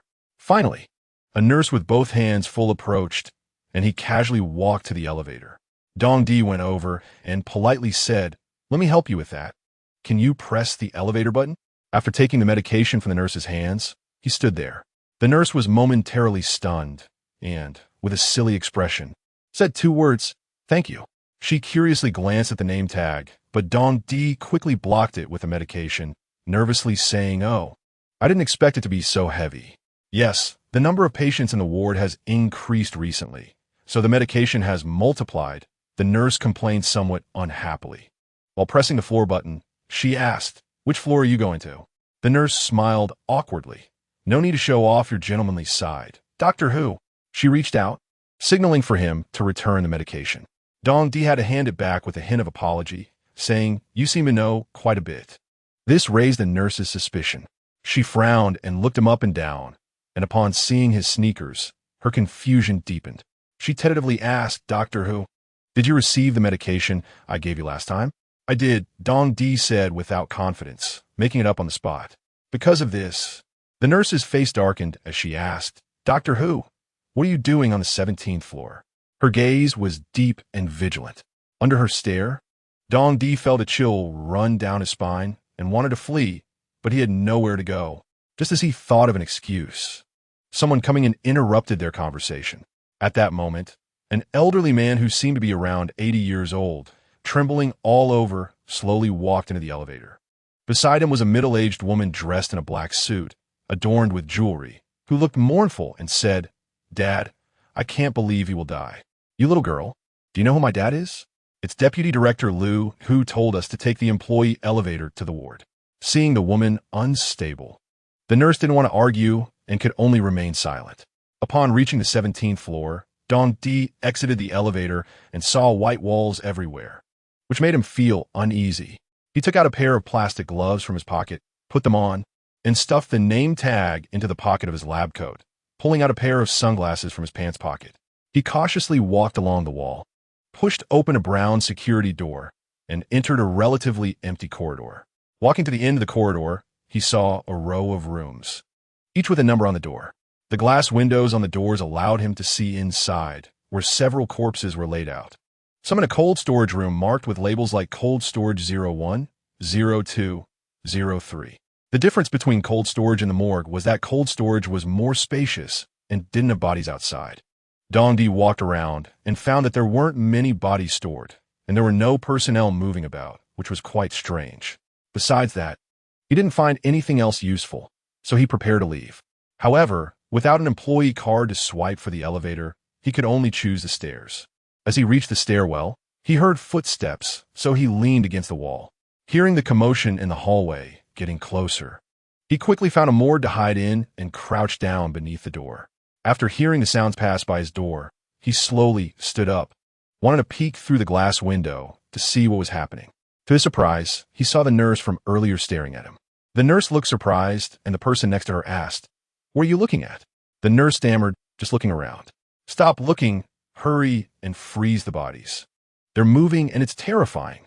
After the two parties fell to the ground, the male doctor across from them asked irritably, "Which department are you from, running around everywhere?" Just then, a nurse who had settled the body rushed over and stopped the doctor, smiling as she said, "I know which department he is from. I asked him to come here." The male doctor slowly got up, complaining, "It can't be your boyfriend, right? Liu Xiaoning, don't just focus on dating. Getting your work done is more important." The doctor glanced over and noticed that the doctor he collided with didn't have an ID badge. So he asked, "Aren't you going to bring your ID badge? Are you planning to skip work?" "Director Ouyang, let him go. It's normal for a new doctor to forget it. I called him to wait here for me."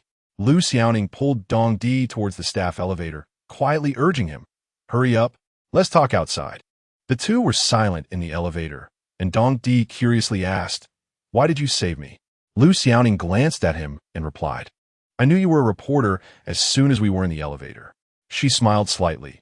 "Doctor Who is the attending physician and is in surgery.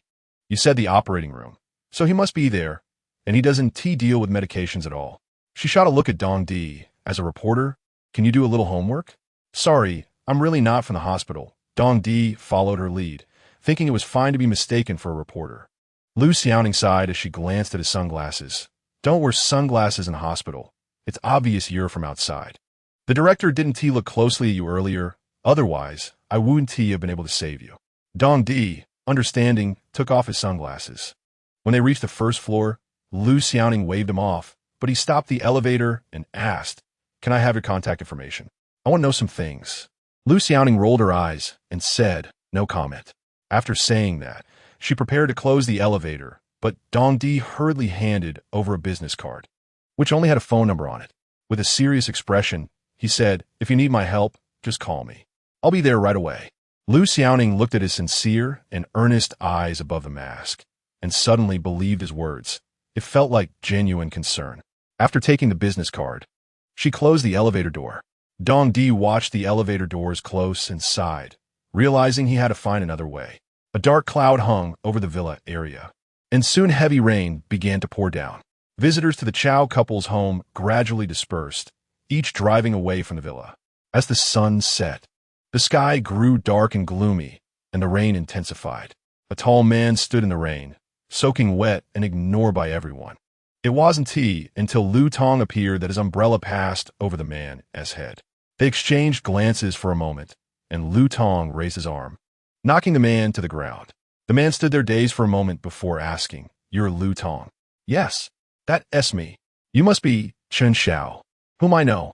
Chen Xiao prepared to get up and fight back, but his punch was interrupted by a 50-year-old woman rushing out from inside. "How dare you hit my son? You're truly shameless."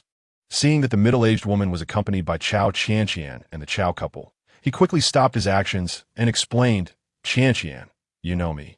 Give me a chance to explain." "No need for explanations. Your girlfriend has made it very clear. Let me give up on you and not lower your salary or fire you." Cao Qianqian looked at him with eyes that held no lingering affection. She paused for a moment and said, "I told her I would consider it." After that, she turned to Lu Tong. "Don't stand in the rain. You'll catch a cold." She pulled Lu Tong inside, and everyone else retreated from the doorway, leaving Chen Xiao standing alone at the entrance, staring blankly for 10 minutes. The caring words he used to have were now directed at someone else, and the jealousy in his heart was tearing him apart. He bit his lip, drawing a bit of blood, and drove as fast as he could to the Katie's Garden residential area. He rushed upstairs and opened the door. Upon entering, he saw Luo Susu kneeling in the living room with her child. Shin Su cried out, "Daddy," while Luo Susu coldly said, "I can't face you. I was naive. I didn't expect her to record our conversation." Chen Xiao, who was initially furious, looked around the warm home, and his anger subsided significantly. He gently touched Chen Su's crying face and said, "Go wait in the room for Dad." Chen Su was coaxed into the room, leaving the living room unusually quiet. Unable to hold back, Chen Xiao questioned, "Are you satisfied now?" "I'm sorry. I really didn't know it would turn out like this," Luo Susu continued. "I didn't give her those intimate photos. I just want to tell her of my existence. Really." Chen Xiao slapped Luo Susu across the face, not wanting to hear any more of her explanations. After hitting her, he coldly said, "You should be very satisfied. It seems my marriage with her can only be cancelled. You are my entire youth. Why does she, with a better family background than me, deserve to live a happy life?" Eva checked. Her family used to run a small restaurant, just like us ordinary people. If it weren't for the demolition that made them rich, how would she have the chance to become the current Cao Qianqian? Her eyes widened in a way that seemed ready to devour him. Their family is just a nouveau riche. Now you have an investment company and can earn a high salary every month. We will also become rich, and our daughter will be a rich second generation. You really don't need to bow down and beg anymore. The sight of her acting like a shrew frightened Chen Xiao, and he took a few steps back, asking, "Are you still the Luo Susu I knew?" "I am. How could I not be? All these years, I've been virtuous, understanding, quiet, and elegant. This is what you want. So I can only be like this, with not a shred of emotion allowed. Now you know, right? I also have feelings. I can be jealous and sad." Speaking emotionally, Luo Susu suddenly hugged Chen Xiao. Chen Xiao pushed her hands away and said, "You look like a lunatic now." He turned and left the place he once thought was warm. The Cao family's dinner was unusually quiet, with no one saying much. At that moment, someone rang the doorbell. Sister Fan opened the door and saw the guy who had come for a free meal that morning. He grinned and said, "I brought some fruit. Came back for more free food." Sister Fan impatiently replied, "You're coming at a bad time. You should leave." Cao Qianqian looked up and called out loudly, "Sister Fan, don't chase him away. I invited him." She ran to the door to take the fruit, smiling as she said, "You finally made it." Dong Di walked in without any reservations, saying as he walked, "You don't know how thrilling my day has been. Thanks for your hard work. Change your shoes first." After Dong Di changed in his slippers, he went straight to the dining table, slightly bowing. "Hello, uncle and aunt. How are you?" A middle-aged woman next to him tugged at Chao's mother's hand, asking, "Who is he?" Lu Tong's eyes widened in surprise. "Who is this person?" Chapter 8. The Pursuer's Thoughts on Lu Tong's September 3rd, 29 days until the outbreak of the apocalyptic virus. Sister Fan made Lu Tong's favorite shrimp today and also prepared the mandarin fish that Aunt Huang liked. The table was filled with seafood and meat, showing that Sister Fan had put her heart into this meal.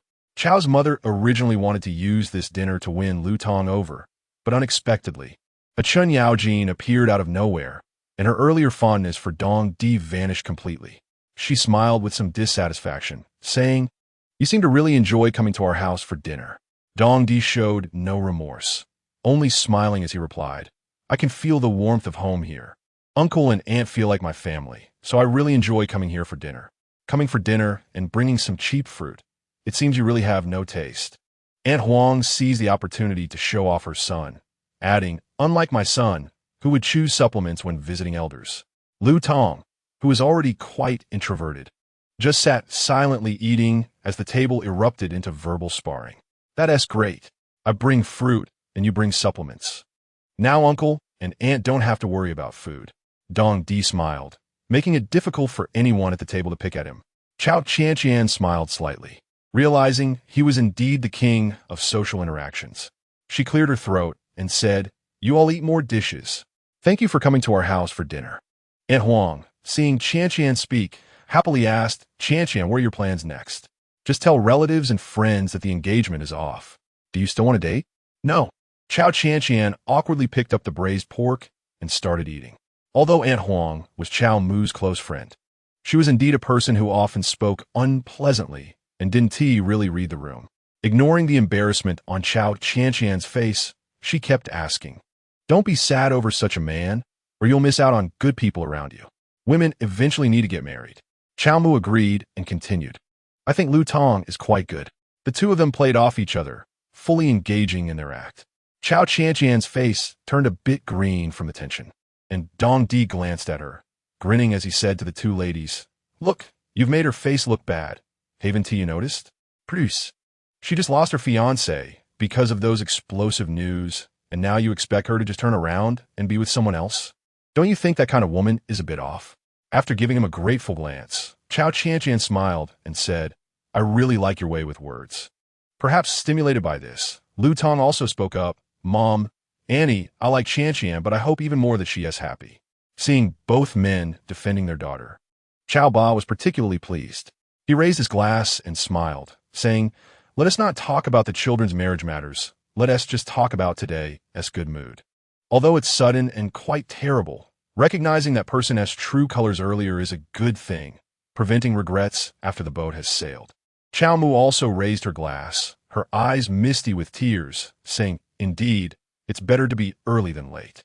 Everyone raised their glasses together, and, at that moment, Cao Qianqian looked towards Dong Di, just as he looked back at her, and they exchanged smiles. After all, they were both in the same news. Lu Tong, raising his glass, felt a bit uncomfortable seeing the two of them exchanging glances. It seemed like they shared some secret. After dinner, the elders chatted in the living room, while Cao Qianqian wanted to talk privately with Dong Di, but Lu Tong was like a sticky plaster that couldn't be shaken off. They first went to the top balcony, and Lu Tong brought up 3 cups of water. Then when they went to the study, Lu Tong appeared again with some fruit. In Cao Qianqian's study, the 3 of them exchanged glances for a moment. Finally, Cao Qianqian surrendered with a sigh. "Why do you always follow us?" Lu Tong blinked and laughed. "I'm afraid you want to eat something." She could only facepalm and let him sit down. Lu Tong placed the fruit on the rosewood coffee table and sat on the fabric-covered sofa. The entire study exuded a rough aesthetic with expensive materials piled together. After glancing around, Lu Tong smiled and said, "Next time, I'll give you a painting. It would look great on that empty white wall." However, Lu Tong, who was listening, disagreed. "Look at the bookshelf filled with literary books. You can tell Qianqian loves being here reading. She just isn't skilled in design and aesthetics. I can help her with that." Cao Qianqian glanced at the serious Lu Tong and laughed. She didn't expect him to look particularly cute when serious. She interrupted him.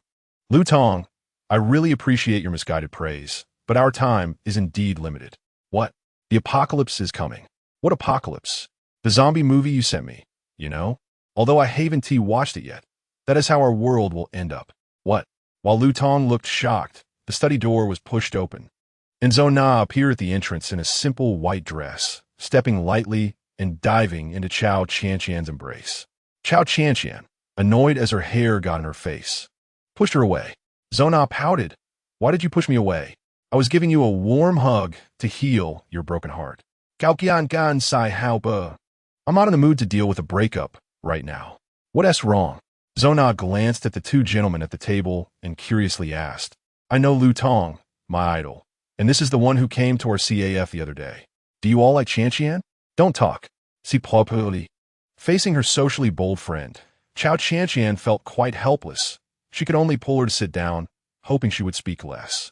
Liu Dong awkwardly glunged at Dong Di, who naturally said, I don't like her, but I don't dislike her either. Who asked you to like her? Stop being so smug. In the face of disaster. What are you talking about, love affairs? Seeing him rebut hard, Cao Qianqian felt a bit angry.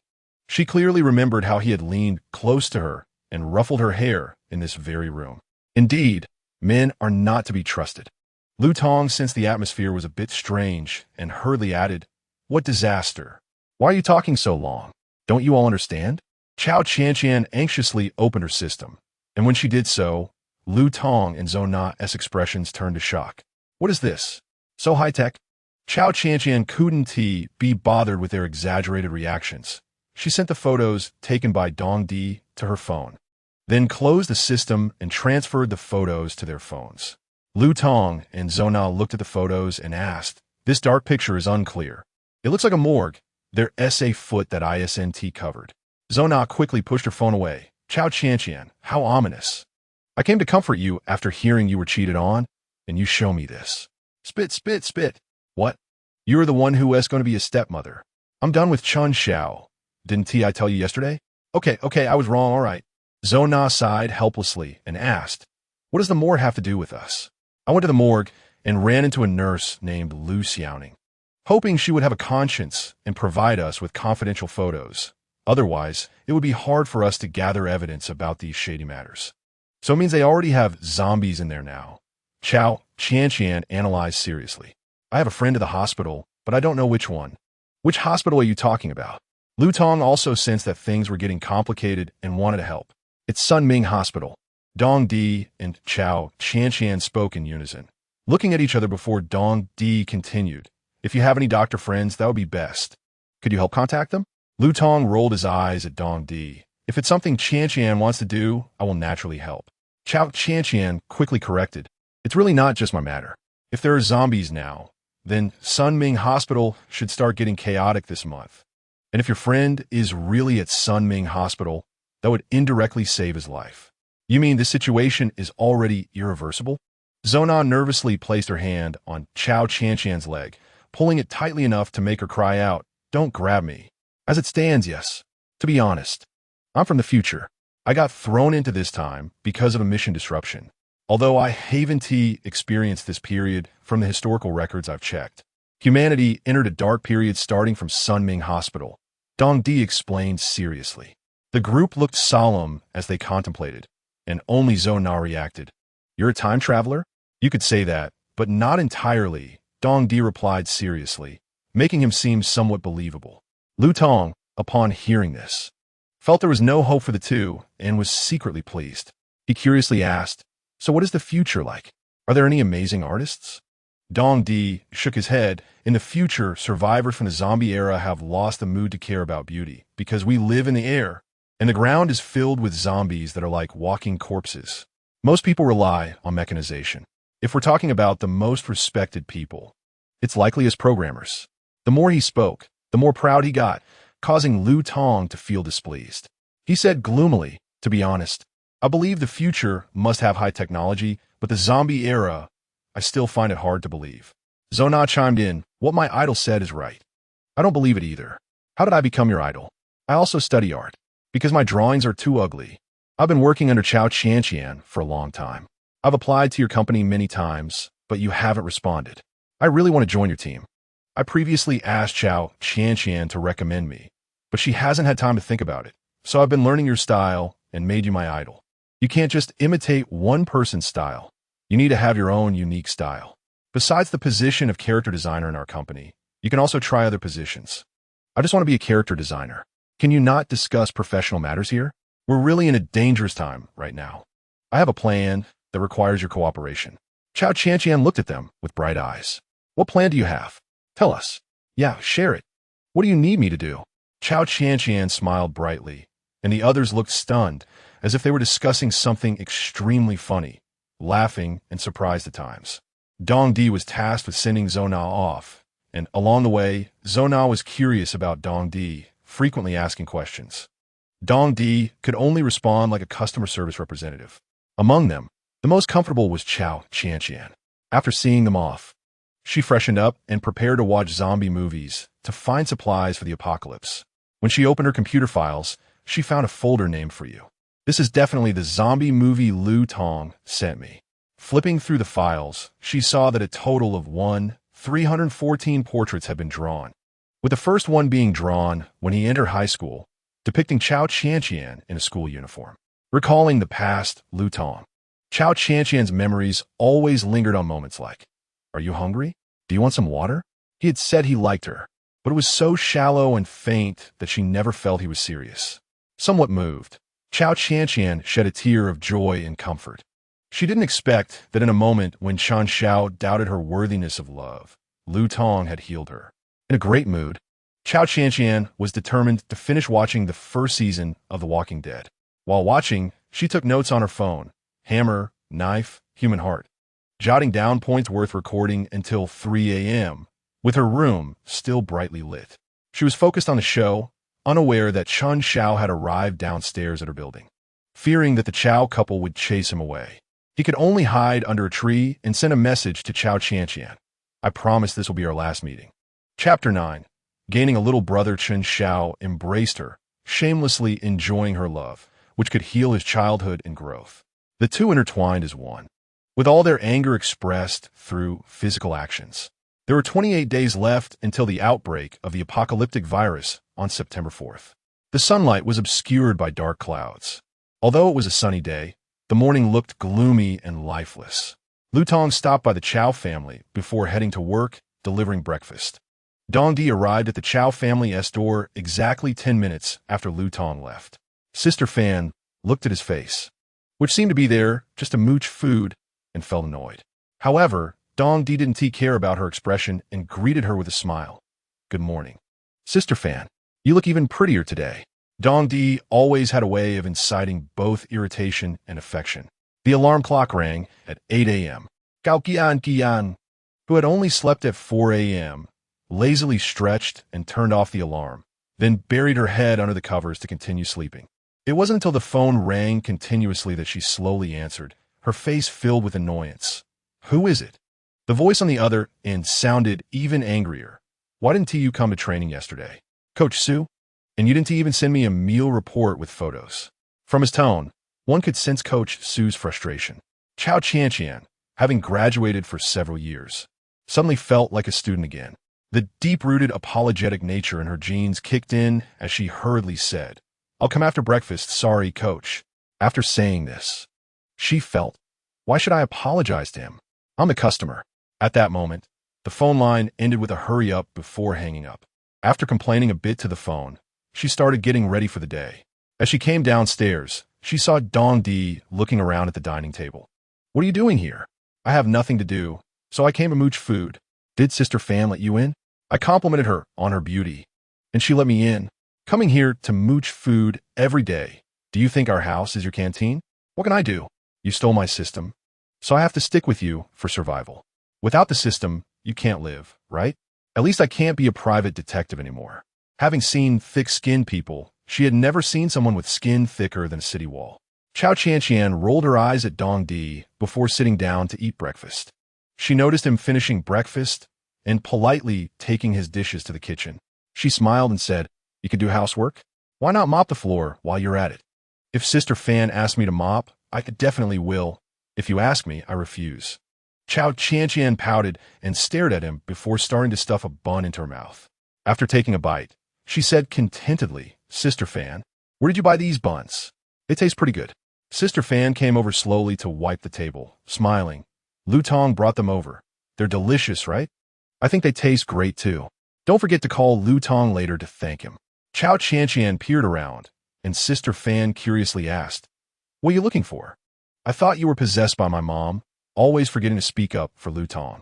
"You child, if you want to find your parents, it's too late. They went to the company. What are they doing? What do you think?"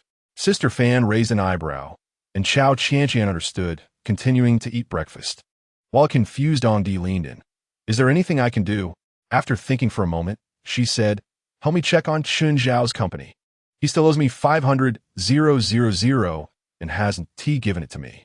See if he can come up with that money and how much they have on the books. If I need to check something with the system, send it to me, and I'll look it up and send it back to you." Dongdi nodded, curiously asking, "Where are you going?" "To the gym. My personal trainer called me and scolded me this morning, so I should be the one throwing a tantrum. He disturbed my sleep." Dongdi proudly flexed his arm, showing off his biceps, smiling. "The key to future human victory is a toned body. Look at my muscles. Aren't they great?" Cao Qianqian tapped his biceps with her chopsticks, annoyed. "Stop showing off. Get to work. I transferred 20,000 to your account as a reward. You can spend this money yourself, but the previous 100,000 I transferred to you. You need to keep accounts and invoices for it as a work fund. If it's less, you'll need to take less, but you have to reconcile the accounts." Dongdi shot her a glance and asked somewhat displeased, "You're so calculative. Is it really necessary? You don't look like a rich person at all." "I'm not a rich person. I'm just poor, so please be thrifty." "Understood, my esteemed client." He dashed off, fearing that Cao Qianqian would catch him calculating expenses. Watching him run off hurriedly, stumbling as if he were a circus performer, made Cao Qianqian laugh while finishing her breakfast. After eating, Cao Qianqian spent some time on the sofa looking at the stock market and news before packing her workout gear and heading to the Zunshang gym. On the way to the gym, she saw many people rushing to see the excitement, murmuring, "The rich lady with the last name M.O. is here. Hurry. There's a good show to watch. Let us go quick." Cao Qianqian peeked in to see a crowd gathered at the gym's front desk. She could only push through the crowd to swipe her card.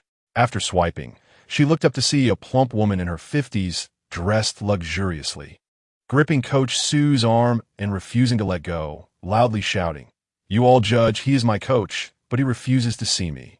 Is this reasonable?" Seeing that no one echoed her, she continued in a serious tone, "I've paid the membership fee for a total of 3 years, and he won't even agree to have a meal with me.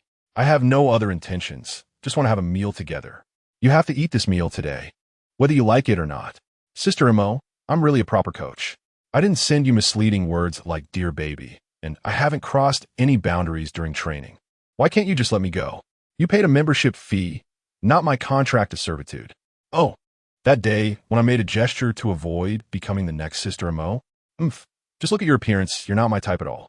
Cao Qianqian was about to leave the gossip scene when Coach Su called out to her, "Ms. Cao, you're here.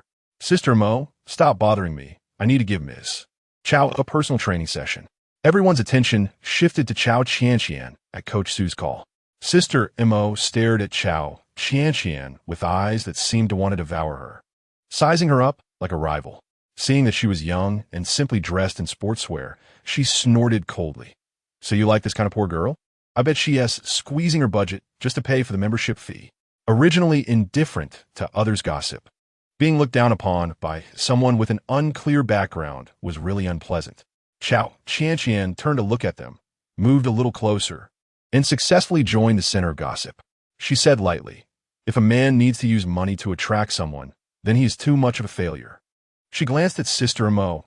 "You're wearing the cheapest gold necklace. Although it's thick, rich people play with jewelry because gems are priceless. To buy priceless things, one needs a barrier. Those who understand can be filtered out. Generally, wearing jewelry at events is to find someone on the same wavelength, and relationships are the same. If you want to find a fitness coach as a companion, then you need to find one who loves money. Coach Su is not that kind of person. So your so-called advantages and charm are not worth mentioning." Coach Su thought she made a good point and said in a northern accent, "Sister, that's powerful. You need to be clear. Do you really not like me?" Sister Mo began to face this question seriously. Coach Su then took a deep breath. "Yes, I don't like you. You're over 50. How could I possibly like you? I like young people, you know. I can earn my own money. I really don't need to retire early. I love my job. The main point is, I think you're fat. I like slender and beautiful. If I had your money, I would definitely find a freshly graduated girl. This is why I'm single at 30, aiming too high without ability or money." For the first time, Sister Mo was told she was fat and old. Unable to bear the blow, she slapped Coach Su's face, crying and cursing for an explanation, shouting that she had been deceived in love and mood. The core sales manager beside them quickly tried to calm Sister Mo down, taking her to the conversation room. In the end, the matter concluded with Sister Mo requesting a refund of her membership fee. Coach Su accompanied Sister Mo to handle the refund procedures, continuously apologizing. Sister Mo took a deep breath and said unhappily, "I like you. It's my own delusion. But just like that girl said earlier, you really have never rejected me outright. You always decline in a very polite manner. I thought there was hope, which is why I fell deeper. I am a wealthy widow, but I am also a woman with feelings. If you really don't like me, as you said earlier, and I am not in your range of choices, you could have just said it plainly. Yes, it's my fault. I shouldn't have been afraid of offending customers for this job and always reject it in a polite manner instead of saying it in a hurtful way. I apologize. I deeply know my problem. Mainly, I want to keep the number of members because it relates to my year-end assessment." Coach Su seemed to have opened the door to a new world, speaking candidly, which caused Sister Mo to endure 2 hurts. Enraged, Sister Mo vented her anger with a slap. "You bastard." Watching Sister Mo leave, Coach Su let out a breath, finally sending this plague away.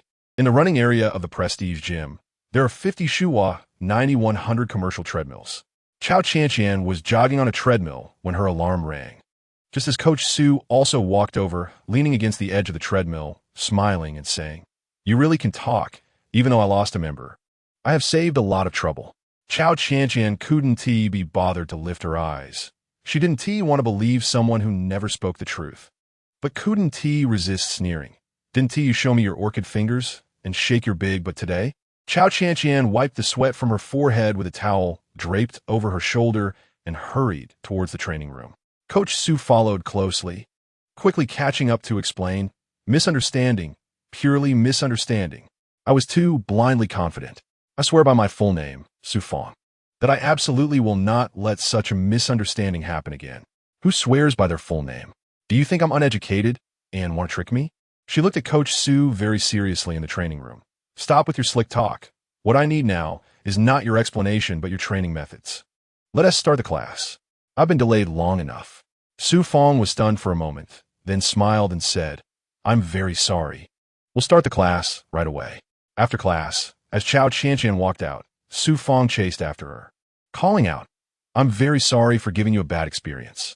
This is a voucher for 3 classes from a fighting gym my friend runs, as a thank you for helping me solve a problem." Cao Qianqian glanced at the coupon and rolled her eyes, displeased. "I can pay for any class. I just need you to teach well. Take it.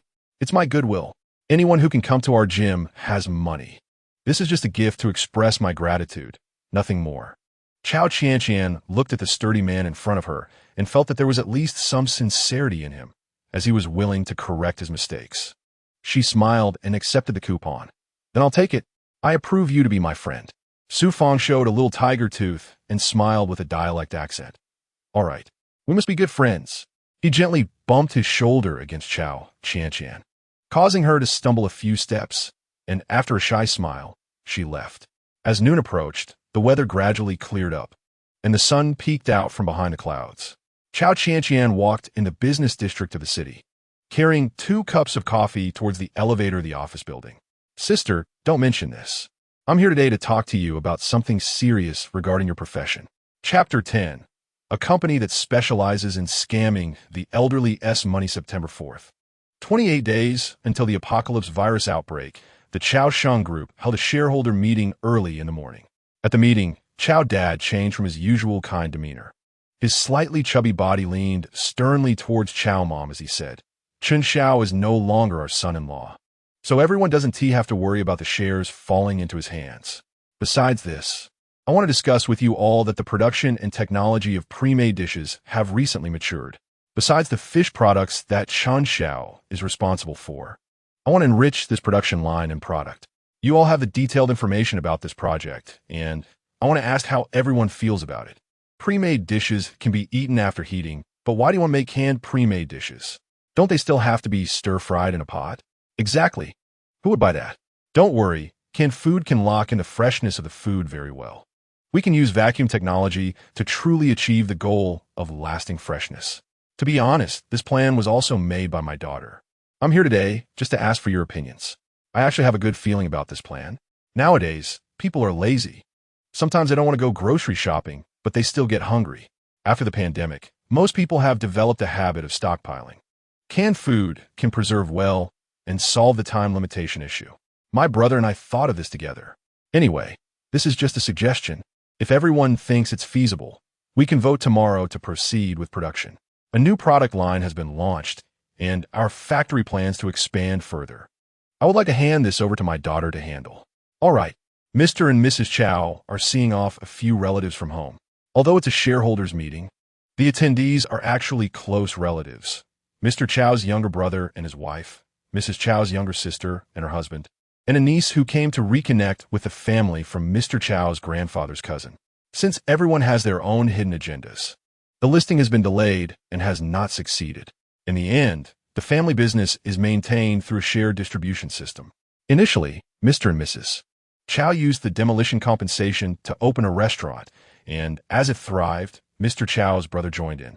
With the addition of Mrs. Chao's younger sister, the company grew from a single restaurant to a chain, eventually becoming a sauce manufacturer that seized the opportunity in the prepared food market, successfully ranking among the top enterprises. At this moment, a niece from several layers of relatives stepped forward, requesting some equity in exchange for prepared food technology. In terms of shared distribution, Mr. and Mrs. Cao hold 50, Cao Qianqian holds 30, Mr. Chao's brother and his wife hold 10, Mrs. Chao's younger sister and her husband hold 5, and a distant relative niece holds 5. Chen Xiao had been waiting at the conference room door for Mr. and Mrs. Cao, but did not expect to see those relatives. The once amiable elders now looked at him with disdain. His aunt, being meddlesome, insisted on approaching Chen Xiao with a smile, saying, "I didn't expect you to be so suave. It's quite disappointing. It's a pity you didn't attend the shareholders meeting." She pretended to pat his shoulder in consolation. The former kind aunt was not like this. She used to call him by name warmly, and Chen Xiao once thought she was the kindest among the Cao family elders. Now, seeing her with a smile that seemed to revel in his misfortune, he felt a deep hatred. He clenched his fists in dissatisfaction, but could only smile and bow slightly as a farewell. As soon as he saw the Cao couple, he closely followed them. Mr. Cao didn't even glance at him, and Mrs. Cao scolded him while walking. "How dare you come here? It's already good that you weren't fired. How can you be so thick-skinned? I'm sorry, Cao Qianqian, but I haven't done anything wrong to this job, Uncle Cao. You know how hard I've worked." Mr. Cao, seeing him persist, stopped and looked at him firmly. Qianqian said she wouldn't let you resign, so don't worry. Also, stop bothering her. She has already been very kind to you. After pausing for a moment, he continued, "Our family has also been very kind to you. We supported you through college, and you've worked here since graduation. It's impossible not to have feelings for you, but remember, Chen Xiao, the label you'll carry for life will be ungrateful." After speaking, Mr. Cao left with Mrs. Cao. If given another chance, he might choose differently. With a heavy heart, Chen Xiao sighed and looked around at his colleagues, only to find them sneaking glances, gossiping. He coldly smiled. Their once enthusiastic faces were now icy and reveling in his misfortune. The office building has 50 floors, towering into the clouds. In Lawyer He Qian's office on the 26th floor of a well-known law firm in the city, Cao Qianqian took a sip of coffee and looked at He Qian. "Sister, I want to sell all the shares I hold in Chaosheng Group. I need you to draft a contract for me." He Qian glanced at her curiously and smiled. "Short on money?" "Not really. I want to exchange it, of course. But I also want to sell some for cash." "Won't your parents be furious when they find out?" "They'll definitely be angry now, but the future is uncertain. Who do you want to split the shares with?" I figured out how to distribute them to showcase human malice more thoroughly. You don't mean to start corporate warfare, do you? That's the intention. After taking another sip of coffee, Cao Qianqian grimaced and said, "Bitter coffee is just awful. I prefer sweet things. But life has to have bitterness to have sweetness. So, when do you need the contract? This afternoon. Are you okay? It's almost noon. I came to invite you to lunch while keeping an eye on your work." Qian, feeling overwhelmed, shook her head and had to concede. She rambled on about how much work she had left, and Cao Qianqian used her charm to make the strong woman comply, saying, "I'll treat you," which lessened Qian's resentment. In the business district, besides the high-end office buildings symbolizing corporate image, there's a popular Huanyu office building diagonally opposite as their SA mall and supermarket downstairs, making it a preferred spot for companies facing the public. Dongdi, dressed in an expensive suit, with polished shoes and wearing a pair of framed glasses, looked like a wealthy fool with dark skin, standing in the lobby of the Huanyu office building. He was approached by several people handing out flyers for foot massages and relaxation services. He politely inquired, "Excuse me, where is Lingfeng Investment Company?" "The elevator over there goes to the 3rd floor. You might have to wait in line. Their door is almost being trampled by the elderly. You might as well come to our place for a massage while you wait. You can also wash your feet while you wait. Give me your flyers. If I get bored later, I might drop by." The three handing out flyers happily gave him one for each shop before heading towards the mall entrance. Dongdi folded the flyers and stuffed them into his pants pocket, making him look even more foolish. As soon as he reached the 3rd floor, he was blocked by a crowd at the elevator. He stood on tiptoe and saw the heads of the elderly, following the crowd. He spotted the nameplate of Lingfeng Investment Company. He queued behind an elderly lady who looked anxious, as if she was afraid of missing out on hot buns. Curious, he asked, "What product are you waiting for? You're in line behind me and don't even know what you're buying?" The elderly lady gave him a disdainful glance, but kindly introduced they have a popular product called Jinjin Finance. "My neighbor invested 5,000 yuan here and earned 5 yuan every day. Now she has put in 100,000 yuan, waking up to 100 yuan daily. It's so easy to make money. We old folks have spare cash, and I want to earn some for groceries." The live fish she was holding flopped a couple of times, and the vegetables she was carrying brushed against Dongdi's hand. Dongdi, who knew nothing about money, found this intriguing. After all, in 300 years, everything would be a shared economy, with no expenses for food, housing, or transportation, all centrally distributed. This piqued Dongdi's interest, and he quickly called Cao Qianqian. "I didn't expect this company to be doing something good. Why are you so happy?" "There's a product called Jinjin Finance. It's very reliable. Invest 5,000 and earn 5 yuan, and the more you invest, the more you earn. I told you to gather information, not to buy products. And don't buy. This is definitely illegal financing." "Why?" "The interest rate is too high. What kind of investment can earn money like this? Stocks on a market fluctuate, and stable funds that show daily returns are only a few cents. How do they support this interest? I'm pulling my money out, so don't get involved. Remember, your goal is to observe their business operations." "Understood." Dongdi suddenly felt that if this were a scam, these elderly people would be in a terrible situation. But fortunately, in 28 days, money would have no value. Thinking of this, he smiled with relief. The office of lawyer Qian was filled with fruits, cream cakes, and snacks, all bought by Cao Qianqian as a heartwarming afternoon tea for Qian. Qian was originally focused on writing a contract on her computer, but when she saw the incoming call, she turned to Cao Qianqian with a puzzled expression and asked, "Which guy is this again?" "A human from 300 years later." "Don't tease me. It feels like your romantic fortune is approaching again." Yes. I can only trust half of what you say." The two exchanged smiles. At that moment, Dongdi called again. Qian leaned over to take a look at the caller ID, Dongdi. She smiled and said, "I don't know this person. Did you just meet him? We've only known each other for 3 days." 3 days? Qian was surprised for a moment, but just smiled and shook her head, continuing to revise the contract. Cao Qianqian answered the phone and asked, "How's it going?" "I think you can ask him for a hefty sum. Their starting deposit is 1 yuan, and then they give rebates. These old folks usually deposit hundreds of thousands. It not only covers our city, but most areas as well. All you have to do is download it." Isn't this an investment scam? Aren't they just going to run off with these people's money? No wonder he's in such a hurry to get our family's equity. He probably wants to cash out for rebates and then run away with some principal. I don't know, but I feel like you can get a lot of money from him. Okay, I got it. Cao Qianqian thought for a moment, and before she could speak, a bank notification text message indicated that 500,000 yuan had been received. She smiled joyfully. Looks like we're really not short on money. She patted He Qian's arm and said with a smile, the equity distribution needs to be redrafted. Let's increase Chen Xiao's share a bit. 10. Cao Qianqian suddenly said with a hint of amusement, just when Uncle doesn't like Chen Xiao, thinking he's blocking his own son's path.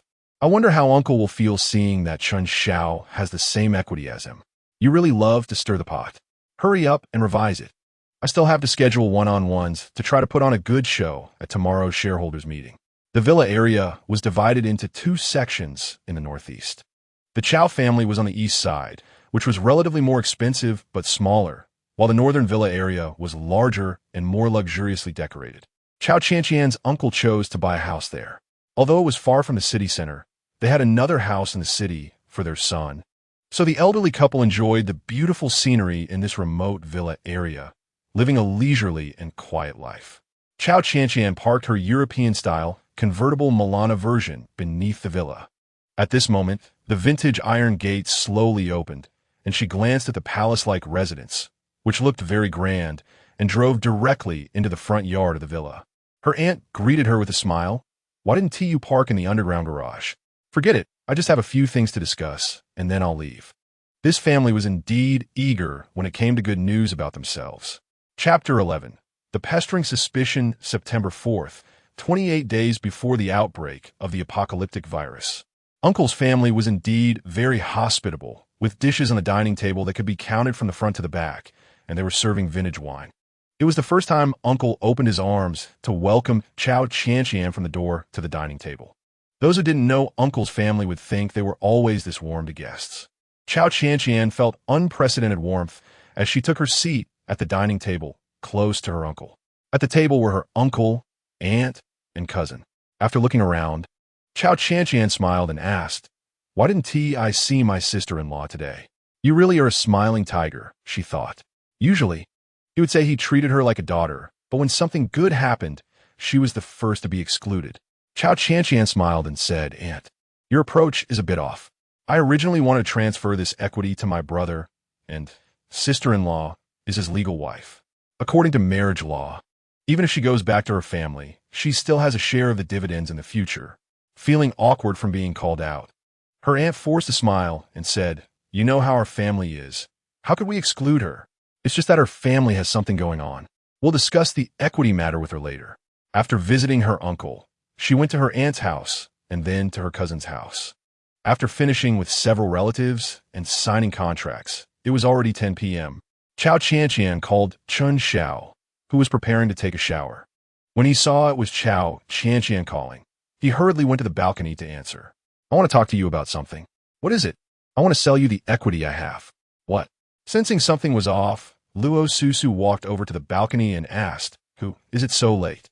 Chen Xiao quickly said, "Song Qing is looking for me." "Is it about the investment company?" "Yes." "Then you should hurry." On the other end of the line, Cao Qianqian listened to Chen Xiao lie, but did not speak up. After hanging up, she sent a message to Luo Susu. "It was me who called just now. Didn't he expect that, right? We have a meeting scheduled. Are you coming?"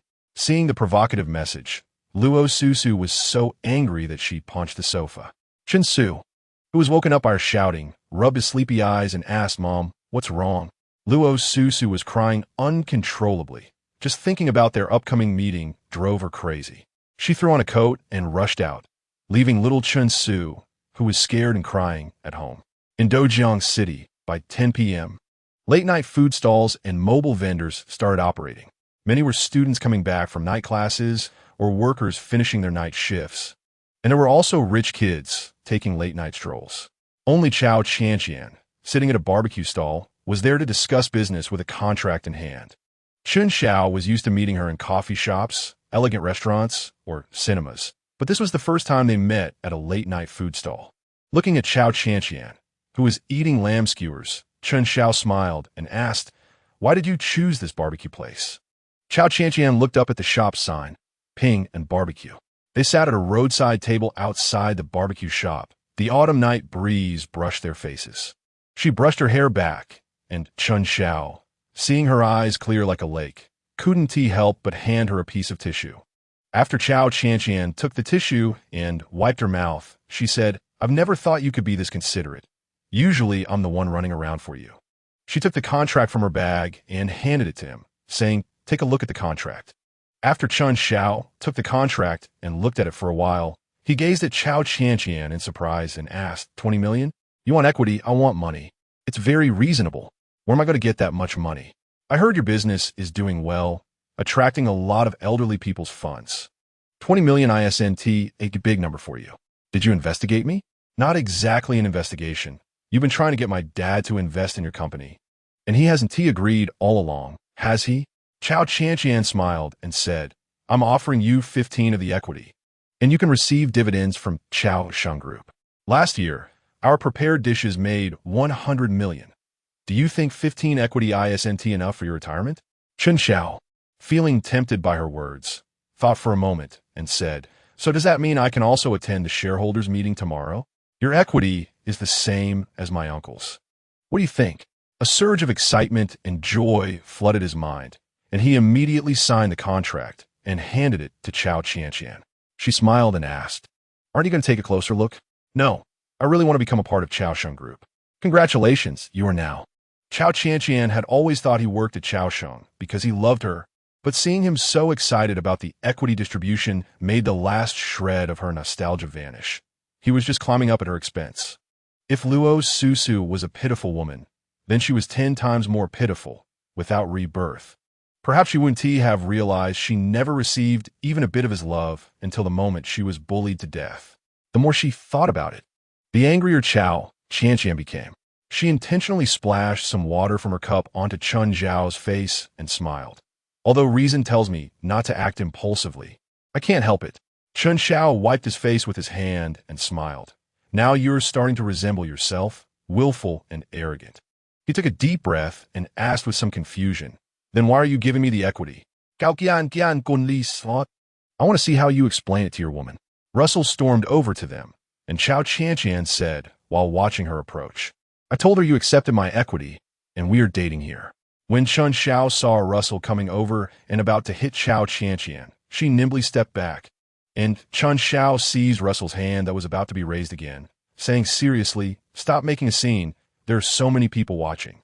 An irrational and somewhat crazy Russell questioned, "Now you know it's embarrassing? Why didn't you feel embarrassed when you came to see her?" "Did I? I just told her a principle about judging people and blaming others." "You guys chat. I'm leaving first." Seeing Russell cursing, Cao Qianqian quickly retreated. After all, a crazy woman in love is very scary. Although she couldn't let go of her feelings, at least watching them argue felt satisfying. Cao Qianqian sai sop di. Realizing not only was her judgment poor, but Russell's was not great either. Chen Xiao had explained everything to Russell repeatedly along the way, but she kept asking, "If it doesn't matter, why did she give you equity out of nowhere? Such an important thing she gave to you, after you hurt her and betrayed her, and she still gives you equity. Do you think that's reasonable?" Chen Xiao suddenly felt that Cao Qianqian must have done it on purpose. Besides still having some love for him, there was also a hint of mischief. At this moment, he was indeed exhausted by Russell's unreasonable behavior. The two argued from the car to the room, and even Chen Su, who was sleeping on the sofa, was awakened by their noise, but no one paid attention, leaving the poor Chen Su knocking on the door repeatedly, asking Mom and Dad, "Why are you fighting? Please stop fighting, I will be good." The two argued until midnight, finally ending with separate rooms. Seeing their hard-working daughter like this, Cao Dad and Cao Mom felt a pang of heartache and brought milk and warm corn kernels before she went to sleep. They only expressed concern after watching her eat, saying, "We have no objection to you developing new products, but don't wear yourself out like this."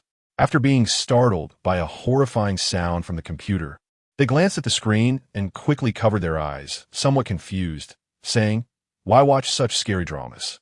Watching her parents get scared just from watching the show ignited a hint of worry for the future in her heart.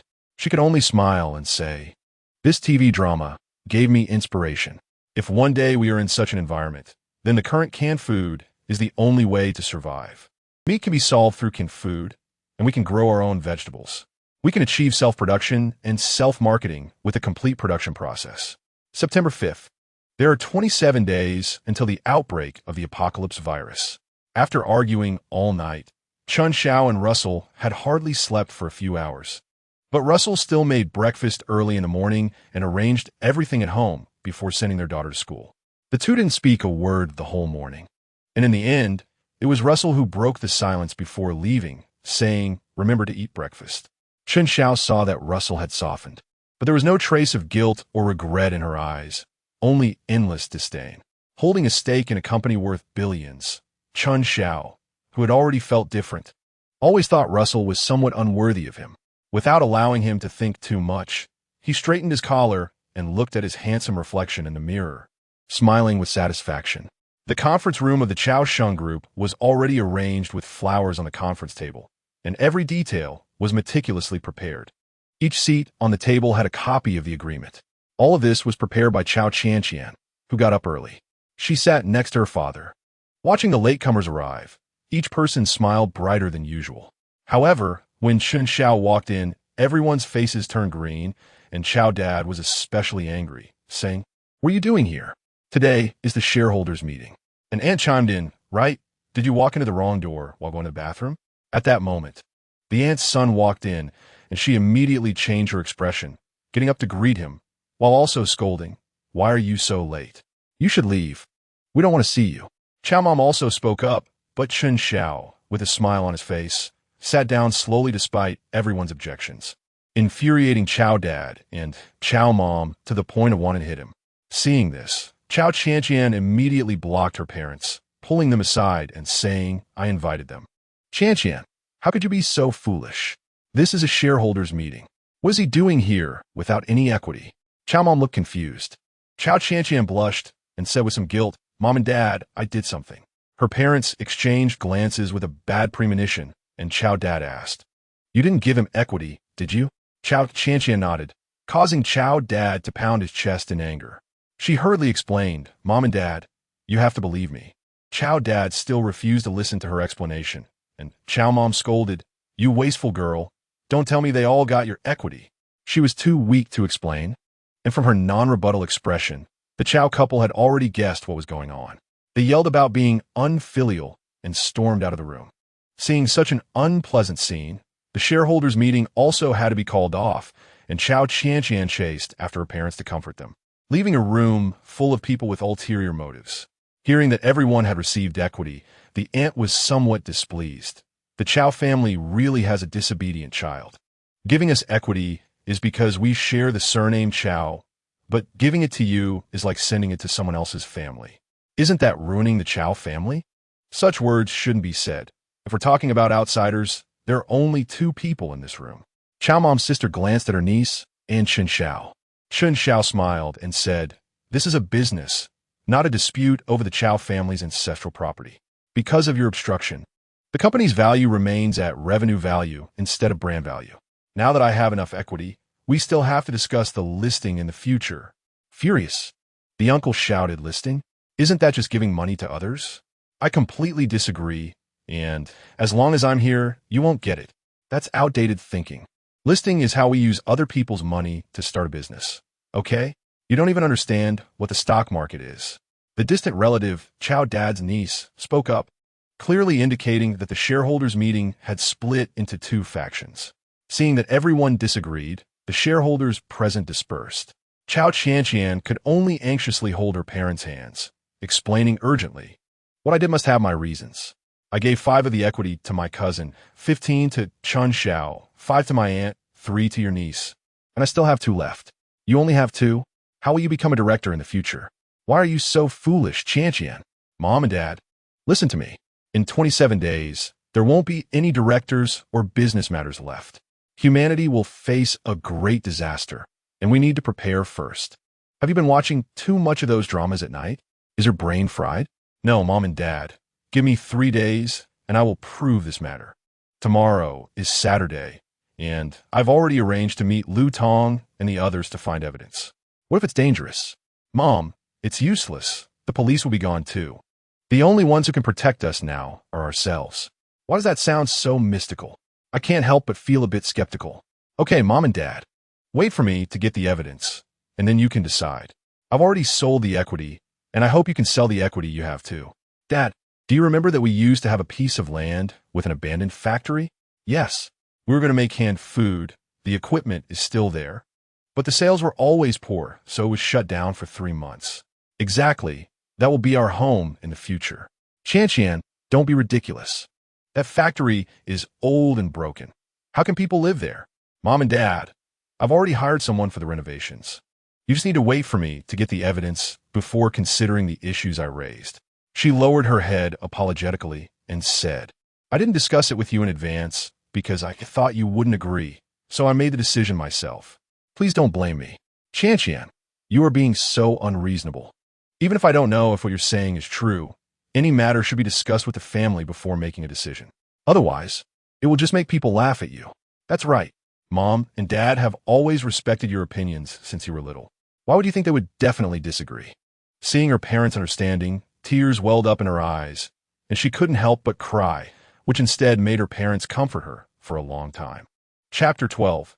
The single mother quitting her job September 5th, 27 days until the outbreak of the apocalyptic virus from afar. You could see Sister Fan tidying up the flower bed outside the Cao family's villa. One of the main reasons she did this was to avoid disturbing the Cao couple and Qianqian while they talked in the living room. At that moment, the doorbell rang, and she went to open the door, finding Dong Di there. Seeing his face was not surprising, as he had been coming over for meals every few days and was already familiar. She said somewhat impatiently, There's no food today. Their family is in a bad mood. Dong Di laughed heartily. Not here for a meal today, just came to find Qianqian. Saying this, he squeezed through the gap of the door that Sister Fan had opened. Sister Fan sighed as she watched his unceremonious back. It's really like he-s at home. Dong Di Xiao.After Qianqian. This broke the originally harmonious family scene, and the Cao couple instinctively withdrew their hands that were stroking Qianqian's forehead by a few centimeters. By the time Dong Di had changed his shoes and entered, the entire Cao family slowly walked towards him. He smiled in surprise. I thought you didn't hear me. Chao's mother said with a look of dissatisfaction. How can we not hear you when you shout so loudly? You're not here to mooch off us today, right? We're getting ready to go out to eat. Chao's dad also joked with Dong Di, but Dong Di was completely oblivious to their emotions and just smiled at himself. Are you guys going out to eat? Qianqian, are you going too? Of course. Didn't I say I have a friend who's a doctor? I found out that even though he is not a doctor at Sunming Hospital, he has a friend who is. So I invited him to dinner today and want to take you with me. Huh? Dong Di looked at Lu Tong with some displeasure. Do you understand the order of who comes first? I came first, so I should have priority to invite someone. Inviting someone shouldn't depend on who came first. It should depend on who Qianqian wants to go with. Seeing that the two were about to argue, Chao's mother hurriedly played peacemaker. Dong Di, look at Lu Tong. He-s introverted, so just let him be. Since an elder spoke, Dong Di couldn't say much, but he felt a bit aggrieved and kept giving Qianqian meaningful looks. Qianqian booked a well-known Hunan restaurant in Dujianjian because the owner was familiar with Chao's dad. When he heard they were coming for dinner, he opened a private room. But later, hearing that they needed 3 private rooms, and since the owner was busy, Qianqian had to book another restaurant and wouldn't eat with her parents. After making several calls, she finally reserved 2 small private rooms at Fubao Restaurant.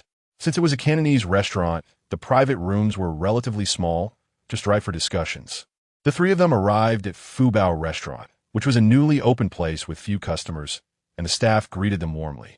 Qianqian smiled and said, I've reserved 2 private rooms. The waiter, smiling, led the 3 to the private rooms and asked with a service smile, which one of you will sit in the Qing Shui room, and which one in the Bai Shui pavilion? These 2 rooms are adjacent. Dong Di laughed as he walked toward the Qing Shui room, waving his hand to signal Qianqian to come over. Qianqian looked at Lu Tong. This room is smaller. If you want to sit in the Qing Shui room, I can call him out. Lu Tong was a quiet person, and Qianqian was afraid he would feel wronged. At this moment, seeing her concern, Lu Tong felt a warmth in his heart and smiled. It's okay. Smaller is fine. After they all sat down, Qianqian wanted to order, but Dong Di had already taken the initiative. She asked in confusion, "Why are you ordering for them when you're not even eating at the next table?" Dong Di scratched his head with a silly smile. Who knows? Maybe I know them and can meet them together. Seeing his social butterfly demeanor, Qianqian sighed helplessly. Have you always been this good at socializing since you were little? Sort of. They call me the lively little sprite. Uft. Qianqian laughed out loud. Just as the two were happily chatting, a knock on the door broke the scene. In the ward of Sun Ming Hospital, the highest-level medical facility in Dujianjian. Each bed had an independent room. Professor Sun Minghui's ward was at the end of the corridor, and the hospital, which was originally white-walled, now seemed a bit eerie. Every healthcare worker was dressed in protective clothing and wore oxygen masks. In Professor Sun Minghui's ward stood two people in protective clothing with oxygen masks, looking at him. The professor's face had turned green, his gaze was vacant, covered with a layer of white film, and his nose was sniffing around like a dog's. But there was no food to eat, until a nurse in protective clothing entered, carrying a plate with a live white mouse. Professor Sun Minghui howled like a wolf, searching for the mouse. Although his hands and feet were weak, he wanted to use all his strength to eat the mouse. But his hands and feet were restrained by bandages. A woman standing beside him choked up and asked, "What happened to my husband? He is clearly still alive. From the ECG and respiration, your husband is already dead, but he has a clear appetite for living things, which is perplexing. It should be related to the bottle of genetically mutated virus he was researching that was broken during the car accident. That bottle was proof of the development of cell viability, hoping to tackle the issue of human longevity." The attending physician, named Chen Feng, was Professor Sun Minghui's most prized student. He paused for a moment, tears welling up in his eyes. If the transmission area is huge, this will be an unprecedented disaster for humanity. Is there really no way to treat it? Not yet, but I've already uploaded the data to the international network. Seeking help from medical peers. What we need most now is time. But what we lack the most right now is time. The woman cried inconsolably, and Chen Feng patted her back to comfort her. "Madam, you should evacuate to Fuyuan City. I've already informed the mayor there about our situation, and they will make corresponding preparations. I've reported the situation to our mayor multiple times, but he doesn't take it seriously. The mayor of Fuyuan City is a cousin of my senior brother, who has been exposed to new things since childhood. He can accept the current situation better. So it's most important for you to leave Dujianjian. Xiaofeng, what about you? What will happen to the people here?" Chen Feng fell into a deep silence. Fubao restaurant had few customers, so the service was quite attentive. A cheerful girl wearing a satin shirt, a coarse-knit sweater vest, and jeans appeared in the restaurant. She asked, "How do I get to the private rooms?" The waiter approached her warmly, asking, "Are you going to the Qing Shui room or the Bai Shui pavilion?" She smiled and said, "Qing Shui room." The waiter led her to the door of the private room, knocked 3 times, and then pushed the door open. Seeing other people in the room, she looked a bit displeased and was about to leave when Dong Di quickly stepped forward. "Where are you going?" "It's here." He didn't notice her displeasure and just introduced enthusiastically, "This is Cao Qianqian, my boss, and this is Nurse Lu Xiaoning." Lu Xiaoning glared at Dong Di and said, "You didn't mention there would be another person when you invited me." Cao Qianqian noticed her displeasure and felt quite displeased herself, saying with an unhappy face, "Does discussing matters require counting heads? If I didn't know better, I'd think you were on a date." Angered, Lu Xiaoning was about to leave, and Dong Di hurriedly explained, "She is really a very reliable person. Otherwise, I wouldn't have invited her. Every word you say will definitely not leak out." Lu Xiaoning looked at Dong Di's sincere eyes, and her anger subsided a bit as she sarcastically said to Cao Qianqian, "Your words are really sharp and willful. If I didn't know better, I'd think you were jealous." "Jealous of what? You're the one who cares about my presence here. I don't mind you being here at all. On the contrary, I actually welcome it. I couldn't ask for more." Lu Xiaoning initially had some reservations about her, but seeing her straightforward personality, she relaxed her guard and smiled. "You're so eager to see me?" "Exactly." After Cao Qianqian rolled her eyes at her, she reluctantly stood up and extended her hand, saying, "Nice to meet you." Lu Xiaoning also rolled her eyes and reluctantly shook her hand, seeing the atmosphere improve. Dong Di quickly sat down happily. No need to be polite. Today, Boss Cao is treating. Cao Qianqian shot him a glance, sighed helplessly, and turned to Lu Xiaoning. Are you a nurse at Sun Ming Hospital? Well, sort of. After I finish the resignation procedures tomorrow, I won't be anymore. You're resigning? Dong Di and Cao Qianqian exclaimed in surprise at the same time. It's not that I want to resign, but that I was forced to. I went to work in the ward before and saw that everyone inside was very strange. They had to wear protective clothing and oxygen masks, and they couldn't bring their phones in. A few days ago, I secretly brought my phone in to take photos, but I got caught. So they fired you? Lu Xiaoning nodded and said they compensated me 1 yuan, and they took my phone, wanted to buy it back at double the price. I didn't agree, and I deleted the photos in front of them before they let it go. So your photos are gone? Gone. What a pity. It would have been great if you had the photos. But even if you had the photos, it wouldn't help. The pictures I took were very blurry, almost unrecognizable. So it actually doesn't matter. Lu Xiaoning paused. I always feel that something big is going to happen in Dojiang City. The first time I saw someone without a heartbeat, without breathing, still able to move, aside from being interested in living things and wanting to tear them apart, I really didn't think of that as human. They're not human to begin with. Cao Qianqian's face darkened, and terrifying images resurfaced in her mind. Dong Di, who had also looked down at the ground and seen humans moving like corpses, said with lingering fear, Indeed, they are not. Your expressions seem to suggest you know something. We know that what you saw is not human, but zombies. We want to release this information to the public in advance so that everyone can be prepared. It's useless. Their management is very strict. Instead of trying to find a breakthrough in the hospital, it's better to look for family members. Family members? After a pause, she said, but his son has already turned into something unrecognizable. There are more than a dozen patients like his son, all because they were bitten by Professor Sun Minghui and his team at the beginning. Many medical staff have also become this way, which is why I was transferred to the ward from other departments. No wonder you're so familiar with Dr. Hu Yong. Dong Di suddenly realized and smiled. Yes, although you are wearing a mask, your voice doesn't sound like his. Dr. Hu Yong and I are not in the same department, but we used to be on the same floor.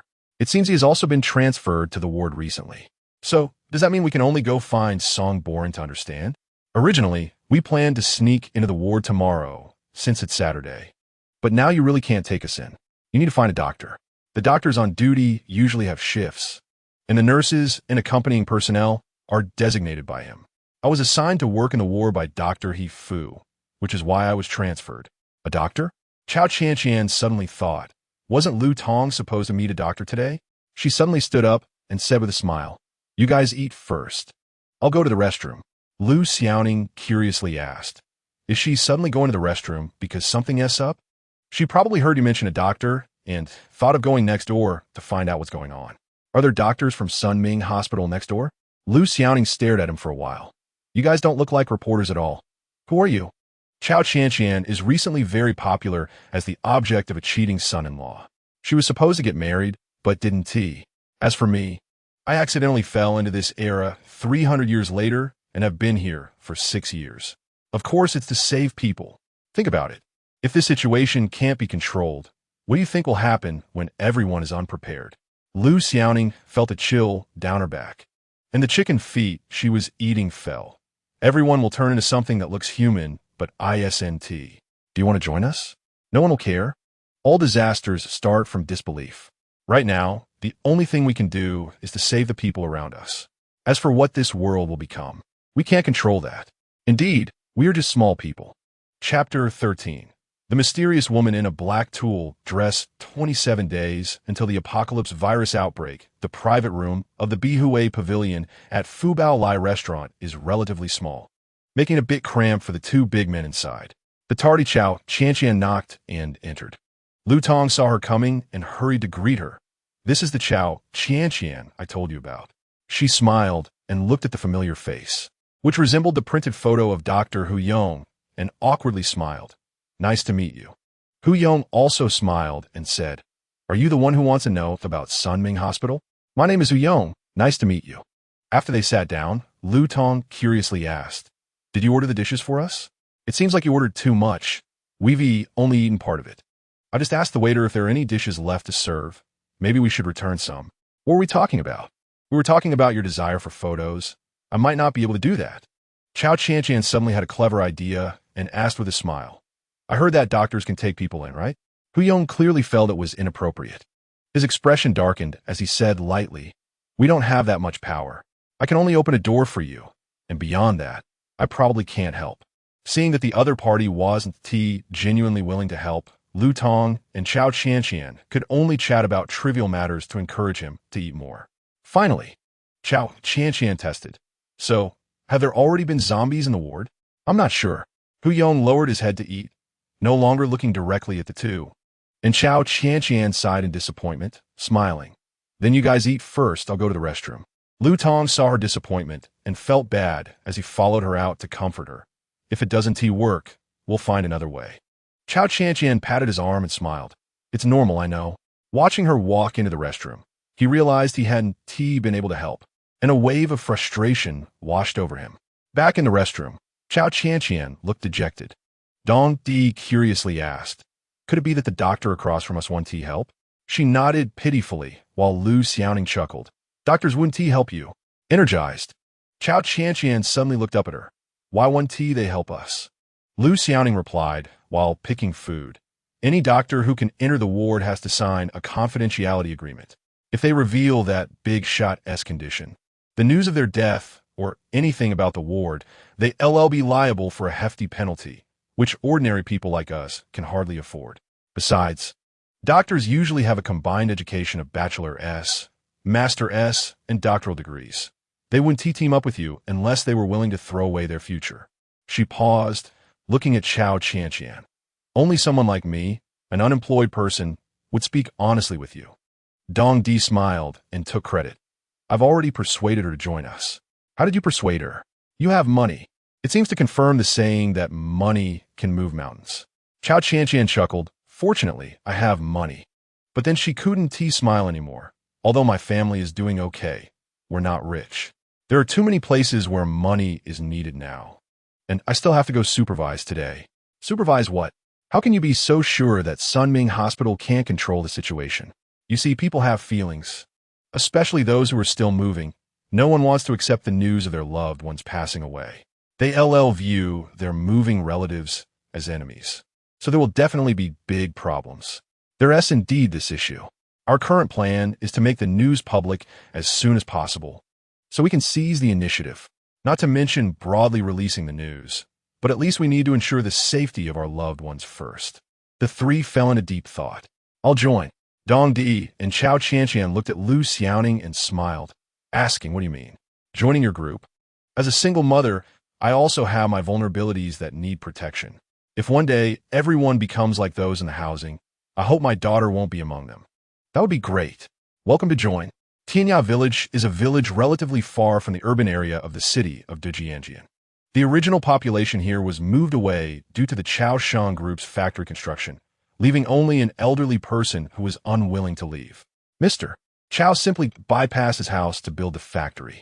For the first 3 years, due to his old age, he was taken away by his son, and this village became the canning production site of the Chao Shang Group.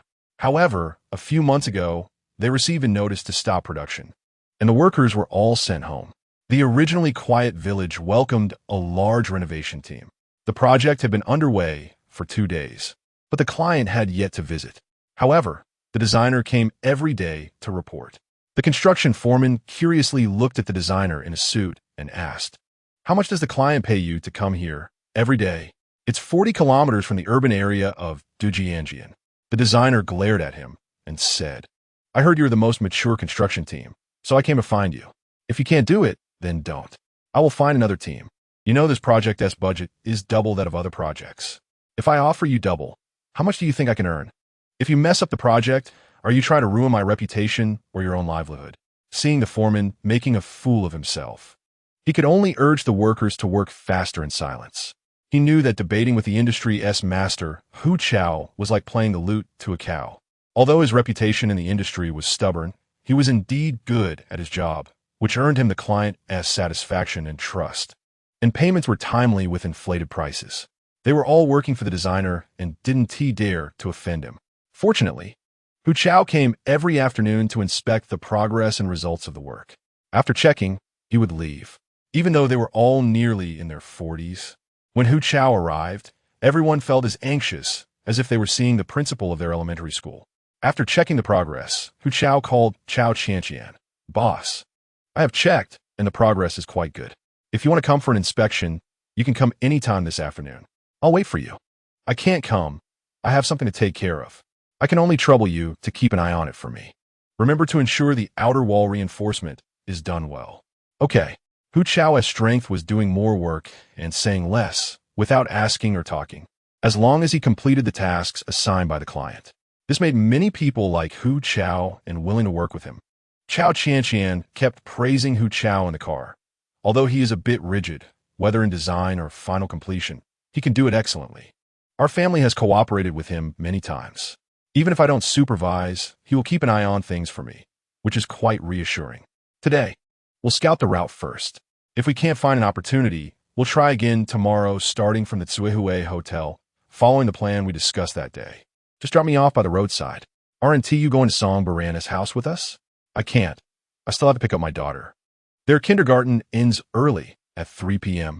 It really is too late. Cao Qianqian parked the car by the roadside where there was a bus stop. After Lu Xiaoning, Cao Qianqian and Dong Di waved goodbye. They left. Dong Di watched Lu Xiaoning get out of the car and then naturally sat in the passenger seat. Cao Qianqian glanced at him. Why do you insist on sitting next to me? Dong Di smiled. Isn't this helping you watch the road? After pausing for a moment, he asked with a grin, what kind of relationship do you have with Lu Tong? Not much, just childhood buddies. He asked the son of my mom, as close friend. It's a pity he has to work today and can't go with us. What a pity. Let us wait for another day when he can go with us. Dong Di's face instantly fell as he looked out the window. Cao Qianqian, driving, caught a glimpse of his gloomy face and jokingly asked, You're not into guys. Are you? Do you like Lu Tong? Too late. He likes me. Dong Di rolled his eyes, sulking and staring out of the window. System prompt. The home of Song Baran has been located at 321 Fuhai Road, Boku Garden. That is a place with only one household, indeed a wealthy person. Cao Qianqian sighed, wanting to pull up the navigation, but couldn't free her hands. She elbowed the sulking Dong Di. What are you thinking? Give me the navigation. Dong Di muttered. He likes you so much. Why don't you get together with him? You've been silent all the way thinking about this, right? Are you joking? My personal matters are none of your business. Get to work. Oomph. Dong Di huffed and glared, then used his phone to navigate, falling silent. For the first time, Cao Qianqian thought the quiet Dong Di looked quite good, so she stole a few more glances at him. His previously gloomy mood brightened a little, and he chattered. Let us be a bit cautious. This family might be a bit strange. I don't know. Anyway, I found their phone number in the system, and I prepared a fruit basket as a gift. They wouldn't just leave me outside, right? Mainly, our visit is a bit awkward since we don't know each other, and it's a bit embarrassing to call them. Thinking of this, Cao Qianqian felt a deep worry. She fell silent for a moment, looking ahead. Dong Di noticed her furrowed brow and frowning face. He smiled and leaned close to her shoulder, cheerfully saying, in a world 300 years later, if a man and woman are alone together more than 3 times, they must make a marriage pact. Look, we've been alone in the CAF once, then in your study once, and now we're alone in this closed car again. We've already been alone more than 3 times. But now it's 300 years ago. We can cancel the marriage contract. I was just trying to make you laugh. All right, I appreciate it. Worrying is useless. If something really happens, you have to save me since you took my money. Okay. They exchanged smiles. You should park the car somewhere. Let us take a taxi. Why? In my experience, if we need to run, driving makes it easy to be tracked down. License plates are like people. If we take a taxi, the driver has too many passengers and might not remember us. You have a good sense of counter-surveillance. All right, I'll listen to you. After all, you are a private detective. If something happens there, being identified isn't a good thing. We really don't have time to cooperate with an investigation. 321 Fuhai Road, named Boka Garden, is Song Baran's home. He bought this land many years ago, with mountains behind and a lake in front, creating an ancient-style residence resembling a Suzhou garden. As soon as they entered, Cao Qianqian was shocked by the grand decoration, exclaiming, This is true wealth, so different from the villa area where we live. It really is beautiful. The butler leading the way glanced at their shabby appearance and thought to himself where these country bumpkins came from. Walking along the long corridor, they reached the main hall. The butler smiled at the woman sitting in the hall and said, "The guests have arrived." A slightly plump middle-aged woman in a black gauze dress held tea and looked at Cao Qianqian and Dong Di, politely saying, "I heard you were coming to visit, so I made some fine Longjing tea. Please have a seat." The elegant calligraphy on the walls added a scholarly atmosphere to the room. Seeing the host welcoming them, Cao Qianqian and Dong Di also politely sat down, presenting a small gift and smiling, saying, "We apologize for the sudden visit today. Please forgive us. Where's Grandpa Song? My dad is sleeping." After a pause, she thought for a moment and asked, "Why don't you go see him?" "Sure." Cao Qianqian and Dong Di didn't notice anything unusual and followed the slightly plump woman. The further they walked, the more something felt off, as sounds resembling an elderly man and a middle-aged person echoed in the direction they were heading. The slightly plump woman led Dong Di and Cao Qianqian into an empty room and said with a smile, "I'll go call my dad and my husband out." Dong Di whispered in Cao Qianqian's ear, "Didn't your husband die? I met them in the elevator when going to collect Sun Ming's body." "Yeah. Don't you think this woman's expression is strange?" The two of them were whispering when a middle-aged woman noticed them, squinting her eyes and smiling slightly, secretly saying, "Maybe eating people will help with recovery faster." Soon after, the door was locked, and by the time they realized it, the person had already left. Cao Qianqian felt uneasy. What does this mean? There must be zombies. Are they going to let us out to eat us? Who knows? Do you remember the story I told you? Those who have witnessed the death of loved ones, especially those who have become living dead, often struggle to understand things with normal logic. Yes. Chapter 14. Handsome Explosiveness. There are 27 days left until the outbreak of the apocalyptic virus on September 5th. The Bo Chui garden, reflecting the evening glow, looked like a fairyland from a distance. The sun slowly set, and the lights of Bo Chui garden gradually lit up. At this moment, a woman's sharp voice came from the side hall, and a slightly plump middle-aged woman, leisurely drinking tea in the main hall, said to the person next to her, "If it gets quiet, you can go in and take a look." The person responded with a smile. There were two doors in the side hall's private room. One door connected to the corridor and was locked with iron chains. When they wanted to catch their breath, they could only run, as those on the other side of the door, like living dead, would charge at them. Cao Qianqian activated the system. Taking a deep breath, "Which one is your weapon?" As soon as she finished speaking, a middle-aged man in pajamas rushed over.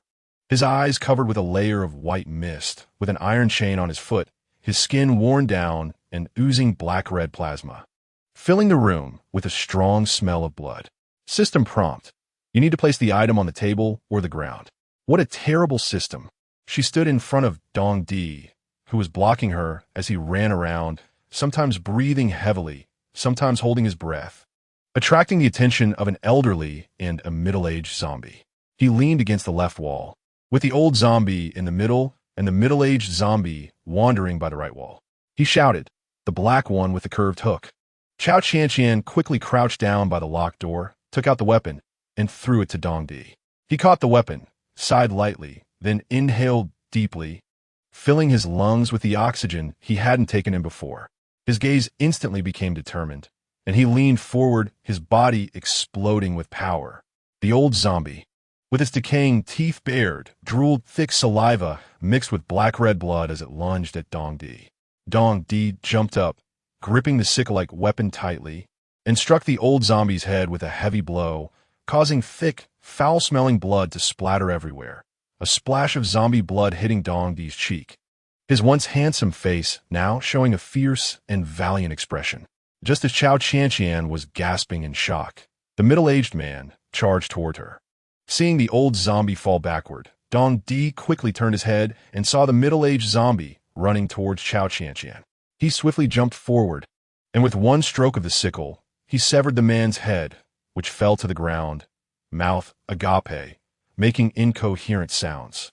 His expression remained cold as he stabbed straight through the head, the two lifeless corpses now finally at rest. Startled, Cao Qianqian looked terrified, and Dong Di lowered his weapon, approached her, and looked in her eyes, gently placing his hands on her shoulders, softly saying, "It's okay. Don't be afraid." Dong Di grinned and patted her head. "They're not human. What are you afraid of? Once dead, they should rest, not roam around making noise wanting to eat people. We did a good deed, just a bit messy." Cao Qianqian glanced at the still body, remembering Song Boren, who had suffered even in old age. Feeling pity, she walked over and closed the old man's wide-open eyes with her hand. Dong Di mimicked her and gently covered the middle-aged man's eyes, bowing slightly. "Rest in peace." The two exchanged a glance, feeling a bond of shared hardship. Dong Di asked with concern, "You're the calmest girl I've ever seen." She smiled and replied, "You're not bad either. Your movements are smooth and decisive." After sharing a smile, Cao Qianqian asked, "What is your weapon?" Dong Di picked up the weapon from the ground and said, "It's just a sickle, but I've modified it a bit." He pressed the handle switch, and the blade retracted, revealing it to look like an ordinary wooden stick. He pressed a button at the bottom, and a light like a flashlight illuminated from the side. She smiled in delight. "This weapon is great. Doesn't it need to be charged?" "Zhongzi Zhuge, it's Shola. After saying this, Dong Di pointed the weapon's light forward, and Cao Qianqian followed behind, feeling somewhat dependent on him as she tugged at the hem of his clothes. Dong Di grinned foolishly. "You're not very brave, are you? I'm here to protect you. In case there are more zombies, I can pull you along." "All right. Thank you for your concern, boss. I suspect that the stinky woman is the one who wants us to feed her husband and father. Who knows? Anyway, the invisible camera we carry has already recorded everything. So you won't have to worry about not being able to explain to your parents later." "That's true. Getting out is the priority." The two looked around the room, and besides the locked door, there were no other exits. Dong Di, a bit troubled, said, "My sickle can handle zombies, but it's likely not great for chains." Cao Qianqian looked at the wooden window and smiled. "The window isn't locked, just closed from the outside. If we cut off the outer latch, we can get out." Dong Di, unsure what the outer latch was, tilted his head in confusion. Cao Qianqian swiftly grabbed the sickle and pressed the button, instantly transforming the stick-like object into its sickle form. She repeatedly cut at the window, sending wooden shavings flying with each powerful strike. The horizontal latch outside, violently dismantled, became utterly ruined.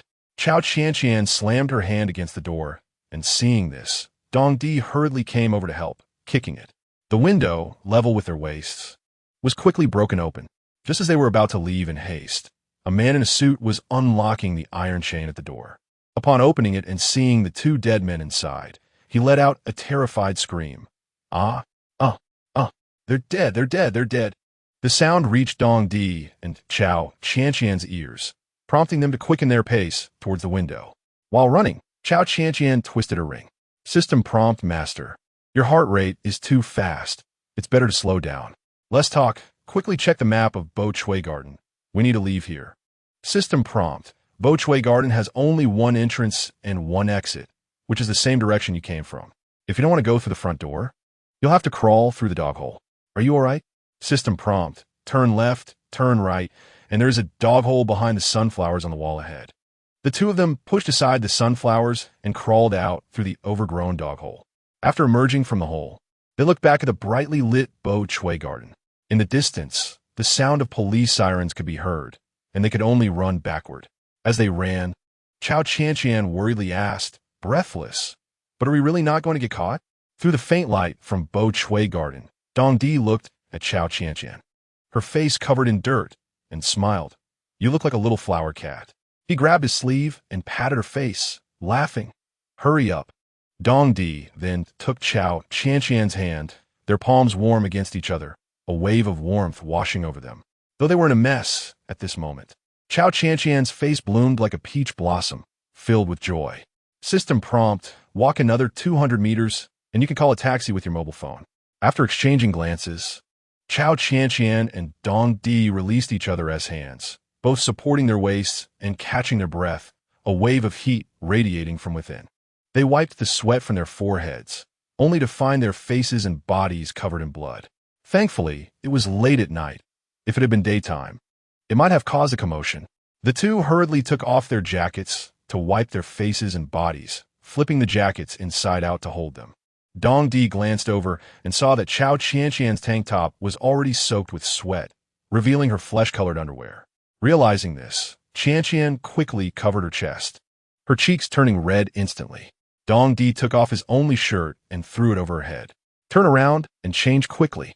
Looking at Dong Di in front of her, with evenly toned muscles and a body exuding the smell of sweat, for some reason, Cao Qianqian felt fond of him. She shyly put on the shirt and said, not very confidently, "Let's go." She paused for a moment, swallowing her saliva. "You have a good figure, but is it really okay to go around with your shirt off? What's wrong with that?" Dong Di, seeing her dressed, said with a smile, "It's more important that you don't feel cold, so no one can say I'm taking advantage of you." He walked ahead quickly, and Cao Qianqian looked at his back and smiled, saying, "Your clothes smell so bad from sweat.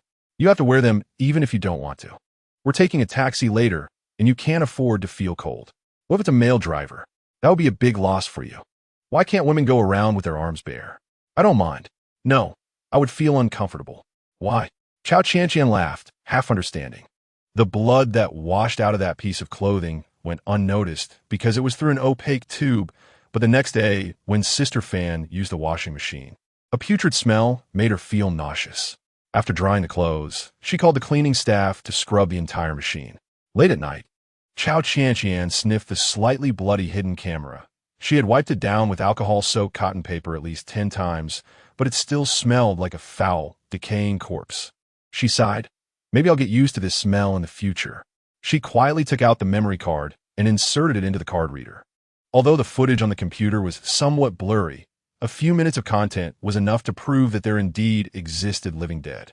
Watching the image of a living person with a mouth wide open, blood spraying, and the expression of dying with eyes wide open made Cao Qianqian unable to close her eyes all night. Dong Di called her at midnight, and Cao Qianqian hurriedly answered like she had found a savior. "I can't sleep. I figured you probably couldn't sleep, so I just wanted to call and let it ring twice. If you answer, we can talk. If not, I'll go to sleep." "What do you mean by calling me at midnight? It's a new day." She laughed. "In our place, midnight is usually when ghosts come knocking at the door. I remember when I used to watch horror movies, I was most afraid of midnight. After 3 o'clock, it's easier to fall asleep. But in our place, there is no such saying. Everyone is used to zombies and isn't afraid of ghosts. Every minute after midnight means living another day, longer than those who died yesterday. How long do the longest living people in your place live? What dangerous tasks do you undertake? Searching for other planets. Earth is facing global warming, and many water sources have been eroded by underlying viruses. Usable water sources are particularly scarce, so we need to regularly take spaceships to look for new habitable planets. I ended up here after being sucked into a black hole during one of those missions. That sounds like humanity isn't doing well 300 years from now. Without a suitable living environment, it's naturally hard to live, but I've been very happy since I was young. Although my parents left me when I was little for missions, those are memories I don't recall. Since I can remember, I've lived with people from an elite training camp. We were all around the same age, had teachers and classrooms. So I didn't have much of a concept of family. Coming here, I felt that the concept of family is very strong. Many who come to hire me as a detective are spying on family members. The most memorable for me was a couple who wanted to understand their son's life, needing me to follow him and send them pictures. It just felt like the parents were too controlling. Thinking of my parents makes me headache. How do I bring it up tomorrow? I can't just say, "You killed 2 non-humans, right?" But in their eyes, that is human. Don't think about tomorrow's things. If you can't maintain good sleep, your body will worsen, and living will be even harder in the future. You must be saying this because you want to sleep. Indeed, I need a good sleep. Good night. Although she still couldn't fall asleep, her mood had improved a lot compared to the beginning. Cao Qianqian turned over and stretched. "Quickly sleep. I need good sleep to strengthen my body." As a result, she remained in a half-sleep state all night. But in her dreams, she vaguely saw Dong Di taking off his shirt, facing away from her. On a dimly lit path, he walked ahead as a guide. She couldn't help but wrap her arms around his back muscles and felt her way down to his abs. That solid body made her fall into a daze. Suddenly waking up, her face flushed, she buried her head in the blanket and shouted, "What the hell? Why this kind of dream? Terrifying." September 6th. 26 days until the outbreak of the apocalypse virus. Chapter 15. The case of Songborn's dismemberment on September 5th, when Songborn's body was carried away from Boca Garden. His daughter-in-law cried bitterly, while his grandchildren, who were far away, rushed home on the earliest flights. Officer Pei Yuan looked at the scene of the slaughter and felt nauseous. Inside, the heads and bodies of an old man and a middle-aged man were in a state of ruin. One head was split in half, and the other head was also cut in half. However, the perpetrator had kindly closed their eyes. Yet the smell of the bodies did not seem like they had just died. Following the feet of the bodies, one could see they were chained. The evidence at the scene showed that the two men usually fed on rats, and the rat skins left in the corner made the entire room extremely disgusting. Even spraying the most expensive deodorant, anyone staying in the room for 15 minutes would feel like vomiting. Since Songborn was a major real estate developer, when the media received the news of his death, reporters arrived just a step behind the police. When the body was lifted onto the police car, a crowd of reporters surrounded it to take pictures.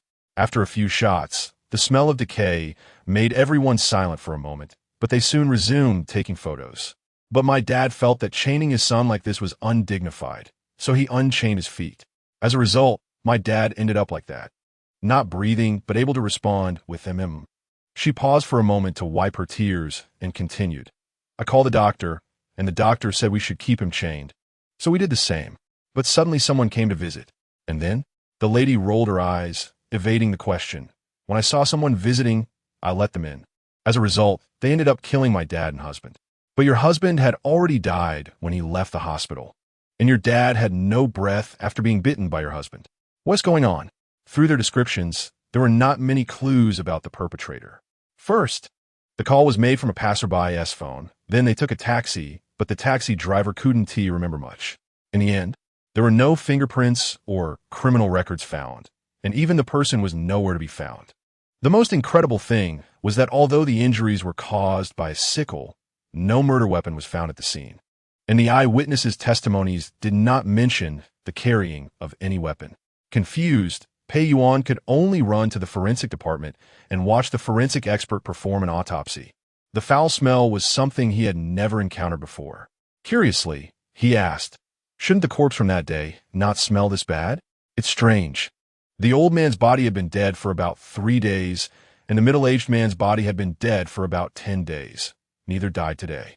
Moreover, based on their physical characteristics, their brain deaths occurred about 3 days and 10 days ago, but their bodies could still move, all due to the activity of brain cell tissues.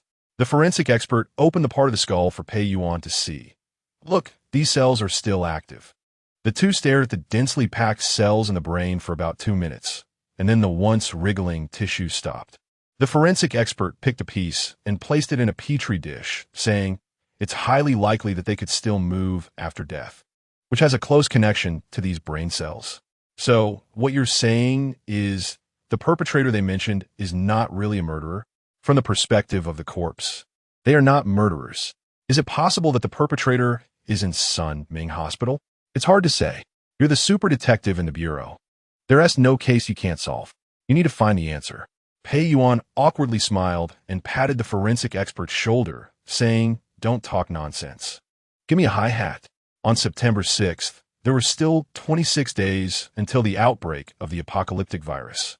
Cao Qianqian got out of bed wearing sportswear and went downstairs. Seeing her dressed in sportswear again, Chao's mother felt a bit frustrated and asked, why do you wear sport clothes every day? Chao's father chuckled. It seems our daughter plans to become an athlete. The couple teased her back and forth, and she smiled as she walked to the dining table, grabbed a meat bun, and stuffed it into her mouth. After swallowing the bun, she said, I used to like wearing skirts, but now I prefer sportswear. It's easier to run and sweat. What do you need to run around for? Chao's mother wondered while eating breakfast. At that moment, the TV broadcast the latest news. Real estate mogul Songborn has been confirmed dead, but strangely, the characteristics of a murderer are currently undetermined. Who is so malicious as to kill without leaving a complete corpse? In this day and age, with great economic pressure, many people have twisted minds. I'll go talk to the property management later and have them strengthen security in the villa area. What's the use? The property management seems polite, but they don't do anything serious. Cao Qianqian watched her parents discuss earnestly and, putting down her chopsticks, said seriously, "I was at the crime scene yesterday." "What?" the couple exclaimed in shock. The three of them sat on the living room sofa, with a computer on the coffee table playing horrifying footage. Chao's parents looked terrified at everything displayed in the video, and Chao's mother worriedly checked Cao Qianqian all over, asking, "Did you get hurt last night?" "Mom, I'm fine." Chao's father couldn't help but cry. "Qianqian, what are we going to do? You killed someone." Cao Qianqian hurriedly explained the whole situation, and after a glance at each other, her parents asked in confusion, "Are you saying that in 26 days, most of us will turn into this?" "Yes, this virus only spreads to humans. Originally, it was Song-born's son who turned into this, but because he bit his father also became like this. In fact, they were already dead when we entered the room. Then we should inform our relatives. But if you say that, everyone will know our daughter was at the scene that day. Mom and Dad, don't panic. The police are investigating this case, and it will definitely be made public soon. After all, this matter can't be hidden from people. Our priority now is to handle the shares and assets we have. Is there really no other way?" "Qianqian, I understand what you mean, but it's not that I don't want to keep the house and assets. It's just that living in such a remote village as Qinya Village, I'm really worried about daily life. Besides, do you remember? We once had difficulty recruiting workers there because it was too remote." "Mom, you don't have to worry about that. Let me show you." Cao Qianqian unfolded the design drawings on the computer for her parents to see, explaining in detail. "I plan to continue using the existing factory to produce canned goods, and the employee dormitories will be converted into individual rooms. Each roof will have solar panels for power, and there will be a water reservoir for collecting water with an underground water extraction feature. There will be a master switch here to turn off the electricity and water at set times. For food, there will be 4 warehouses for storage. These empty spaces will be turned into vegetable gardens.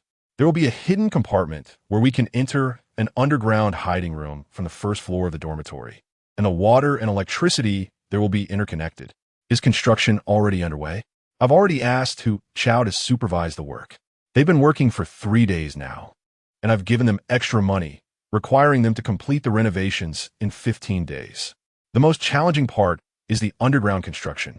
But Cao has promised me that he will complete the task and will keep an eye on it. Cao is a reliable person, but I'm a bit anxious. When others ask about suddenly buying shares, it seems strange. Dad, you don't have to handle it directly.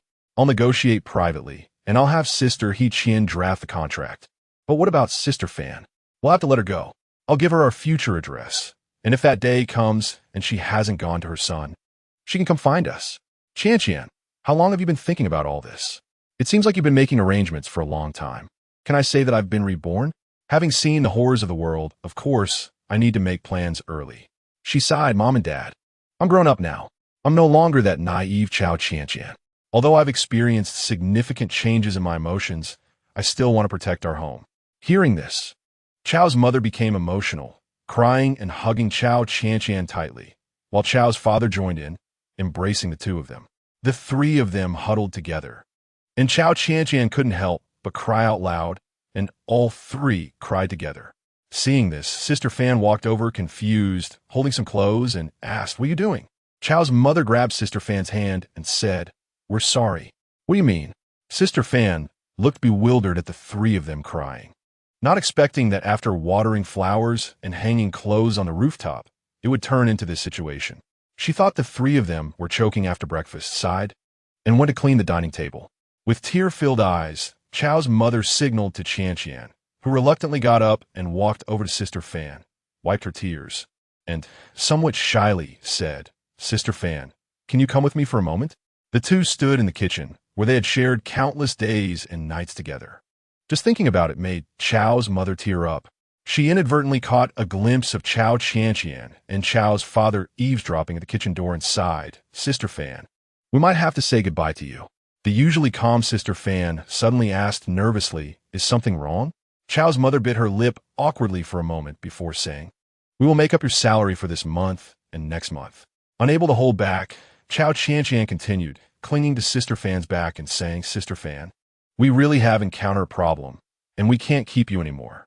Sister Fan went from surprise to sadness. Her slightly plump face streaked with tears as she trembled and said, "No matter what happened before, you always took me with you. Why aren't you taking me this time?" After pausing, she continued, "I've worked in your home for so long, watching Qianqian grow up. What is there that I can't know?"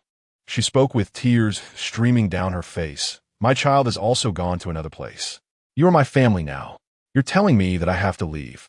Where can I go?" Sister Fan, gradually getting agitated, turned to leave, and Cao Qianqian, feeling reluctant, pulled her hand and led her to the computer, leaving Sister Fan confused. To follow. Take a look at this. After Sister Fan finished reading, she looked astonished, her expression mirroring that of Chao's parents at that time. Cao Qianqian explained the situation again, and Sister Fan asked in confusion, "You are dismissing me because you want me to go to my son?" "Yes, Sister Fan. It's not safe for you here. None of us are safe." Sister Fan hesitated a bit. She had been to her son's place before, but she really couldn't get used to the living environment there. After hesitating several times, she said, I. She panicked, and Chao's mother held her hand, saying, "Sister Fan, please don't tell anyone about this. If our Qianqian gets caught by the police, it will be very difficult for her to get out. If the virus spreads again." She couldn't continue, and Sister Fan immediately swore, "I've been with your family for so many years. You know what kind of person I am. I definitely won't say anything. But going to my son's place might be hard to explain. It's okay, I'll talk to your son and tell him that our family is immigrating, and you can only go to him. If this virus really exists, can't you escape to another country? It's useless to escape abroad. We don't have foreign residency. Staying here for a lifetime, suddenly wanting to immigrate, isn't something that can be done in 20 days. That's true. Then, I can only go to my son." Sister Fan couldn't help but cry, and the four of them embraced, crying together. Chapter 16. Criminal Police Urgent Inquiry, 26 days until the apocalypse virus outbreak on September 6th. The Cao family appeared particularly desolate that morning. Although the sun was shining brightly outside and the autumn breeze was refreshing, the Cao family was shrouded in a winter chill. Sister Fan was packing clothes in her room while tearfully gazing around. Her room was in the corner of the first floor, less than 40 square meters, but it had an independent bathroom and wardrobe. She had lived there since moving in 10 years ago. Cao Ma kept reminding her, while occasionally coming down from the second floor, to send some valuable jewelry to Sister Fan. The two looked reluctant to part, resembling a pair of sisters about to say goodbye. Outside, Cao Qianqian and Cao Dad were also feeling sentimental when a clear ringing sound came from outside the door. "Mom and Dad, my friends are here. We have things to discuss today, so please send Sister Fan off for me." Cao Qianqian looked at Sister Fan and said, "Sister Fan, take care. We'll keep in touch by phone, and if I can't reach you, then we'll just have to meet again when fate allows. You all take care too. I'm in Fuyuan City. After the virus dissipates, remember to come find me." "Okay, Sister Fan, I'll go open the door for them." "Good child, go ahead. Don't worry, I've told my son. He will come to pick me up. Everyone should learn a bit. That should be something they haven't learned yet." Dong Di pouted in silence, and Lu Tong, seeing his defeated expression, felt a surge of happiness. Compensating for the disappointment of not being able to help Cao Qianqian that day at the Fubao restaurant. "I'll show you a video." Cao Qianqian reached for the computer on the coffee table and clicked on the edited video. The video showed Cao Qianqian and Dong Di facing zombies, with Dong Di heroically slashing at them, and the two escaping outside. Zona's previously playful expression froze, and Lu Tong also looked serious as he watched the seemingly human but not human zombies in the video. A wave of nausea hit them, and they both felt uncomfortable. Zona asked curiously, "Didn't you find it scary or disgusting at the scene?" "Can I say I'm from the future and have already seen this scene?" Dong Di had grown up in this kind of environment. Cao Qianqian, after a moment of internal commentary, said calmly, "It is disgusting, but you get used to it."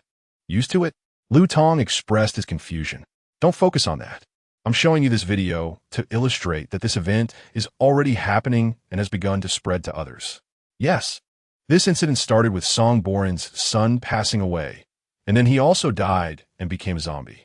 Now, Sunming Hospital has already let the families take out 20 zombies." "How do you know this?" Cao Qianqian rolled her eyes at Zona and said, "Last time you were sitting here watching me open the system.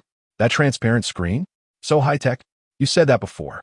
The focus now is that if we don't speed up the disclosure, the number of zombies will surely increase exponentially. What about my parents? Zona began to panic. And Lutong also started to worry. How will we survive in the future? Cao Qianqian could only helplessly repeat what she had said about the base, and they exclaimed, "This is great, but is there enough time? Regardless of whether there is time or not, you must quickly liquidate your existing assets. We should choose a day for a big purchase. Then should we head to Cuihui Hotel and Sunming Hospital now? Not in a hurry. Let us eat lunch first. It's almost mealtime. Then let us wait for Sister Fan to finish cooking before we go down." Zona smiled, took out her phone, and prepared to wait for lunch. Cao Qianqian glanced at her and sadly said, "Sister Fan will be leaving by car in the morning. I've told her about this. I hope she finds a safe place now, so we can only go out to eat." Seeing this, Zona comfortingly patted her shoulder and smiled. "You must be reluctant. We will be with you." Cao Qianqian took her hand and smiled. "I know, I'm just a bit down. Let us have a big meal for lunch. It's on me." Lu Tong and Dong Di exchanged glances and smiled, saying, "I can treat too." Seeing them speak in unison, Cao Qianqian cheerfully waved her hand. "I still have some money for this. Don't argue." At the entrance of the criminal police team, a plain-looking aunt walked to the security guard and placed a bag of eggs at the guard's side. She smiled through the window, saying, "I'm here to deliver eggs to Officer Pei." The aunt placed her hands on the window and smiled. "I just want to thank Officer Pei for finding the criminal for my son, allowing him to rest in peace. Please convey my gratitude." The security guard awkwardly smiled. "You've come several times. We refuse to accept. Your kindness is appreciated, but we really can't accept the items." As the two debated, Pei Yuan led a small team member to the door, just about to get into the police car, when he noticed a familiar figure at the gate. He hurried over to take a look at the aunt and smiled. "Aunt Du, you look much more energetic today." Seeing Officer Pei arrive, Aunt Du quickly picked up the eggs placed at the security guard's desk and handed them to Pei Yuan, smiling brightly. "These aren't worth much. Just a token of appreciation. We common folks who sell eggs have no power or influence, relying entirely on your help. My son's case could find the truth, and my anxious heart can finally settle." After speaking, Pei Yuan randomly picked an egg from the bag, placed the bag on the ground, and smashed the egg against the sharp edge of the wall. He cracked the shell and stuffed the entire raw egg into his mouth. The soft, slimy texture almost made him vomit, but he still forced himself to swallow it down, resisting the nausea with sheer willpower. Seeing this, Aunt Du felt comforted, but also pained to see him eat the raw egg with a grimace. She gently patted his back and said, "Officer Pei, you're such a good person. I won't insist you take the eggs anymore. I just wanted to say thank you." Aunt Du smiled and nodded. Watching Pei Yuan run towards the police car, feeling relieved and shedding tears from the corners of her eyes, "Son, you can rest now. Mom can finally be at ease." In the ward of Sunming Hospital, a decaying smell filled the air, making anyone who inhaled even a breath faint for 2 seconds. Fortunately, the doctors and nurses on this floor had oxygen supplies. Chun Feng hurried to the ward, and upon arriving, he picked up the intercom and said, "Evacuate quickly. The police are coming." Hu Yong, the on-duty doctor today, looked confused and asked, "Evacuate? With so many zombies? Think of a way to hide. We can only put them in the corpse freezer." A nearby nurse anxiously said, "But the freezer isn't enough. Besides the other normal deceased bodies, the zombies have used up all the freezer space. There are still 10 special individuals here. Where can we hide?" Chun Feng stamped his feet anxiously, thinking for a moment before coming up with an idea. In the police car, with 4 people inside, Pei Yuan was sitting in the passenger seat, reviewing Sunming Hospital's documents and the autopsy report of the bodies. He was puzzled about the time of death, and, just as he was deep in thought, the car slowly pulled into the hospital parking lot. The public avoided the police car, but their curiosity got the better of them, and they couldn't help but sneak a few glances at the plainclothes officers heading into the hospital. Upon reaching the first floor, they directly took the elevator to the 5th floor, arriving at the director's office. After Professor Sun Minghui's incident, his colleague Professor Fu had been acting as the director. He belonged to the same laboratory as Professor Sun Minghui and was well aware of the research results, having always been Professor Sun's right-hand man in the medical field. Pei Yuan pushed open the door to the white director's office and saw Professor Fu sitting there with a friendly expression, standing up to greet him. "I've been waiting here since I got the news that you were coming." Pei Yuan's expression darkened as he curiously observed this medical giant. "That's strange. We didn't come today with a search warrant. We're just here to inquire. You seem to know a lot, indicating your network runs quite deep." "Overthinking. I only found out you were here after the guard reported it. So that's how it is. Can I ask a few questions?" Pei Yuan knew he was lying. After all, it took them less than 20 minutes from entering the hospital to sitting in the director's office. Everyone knows that a doctor's time is precious, and being able to sit here waiting means they were either well prepared or had a very free day. Sure.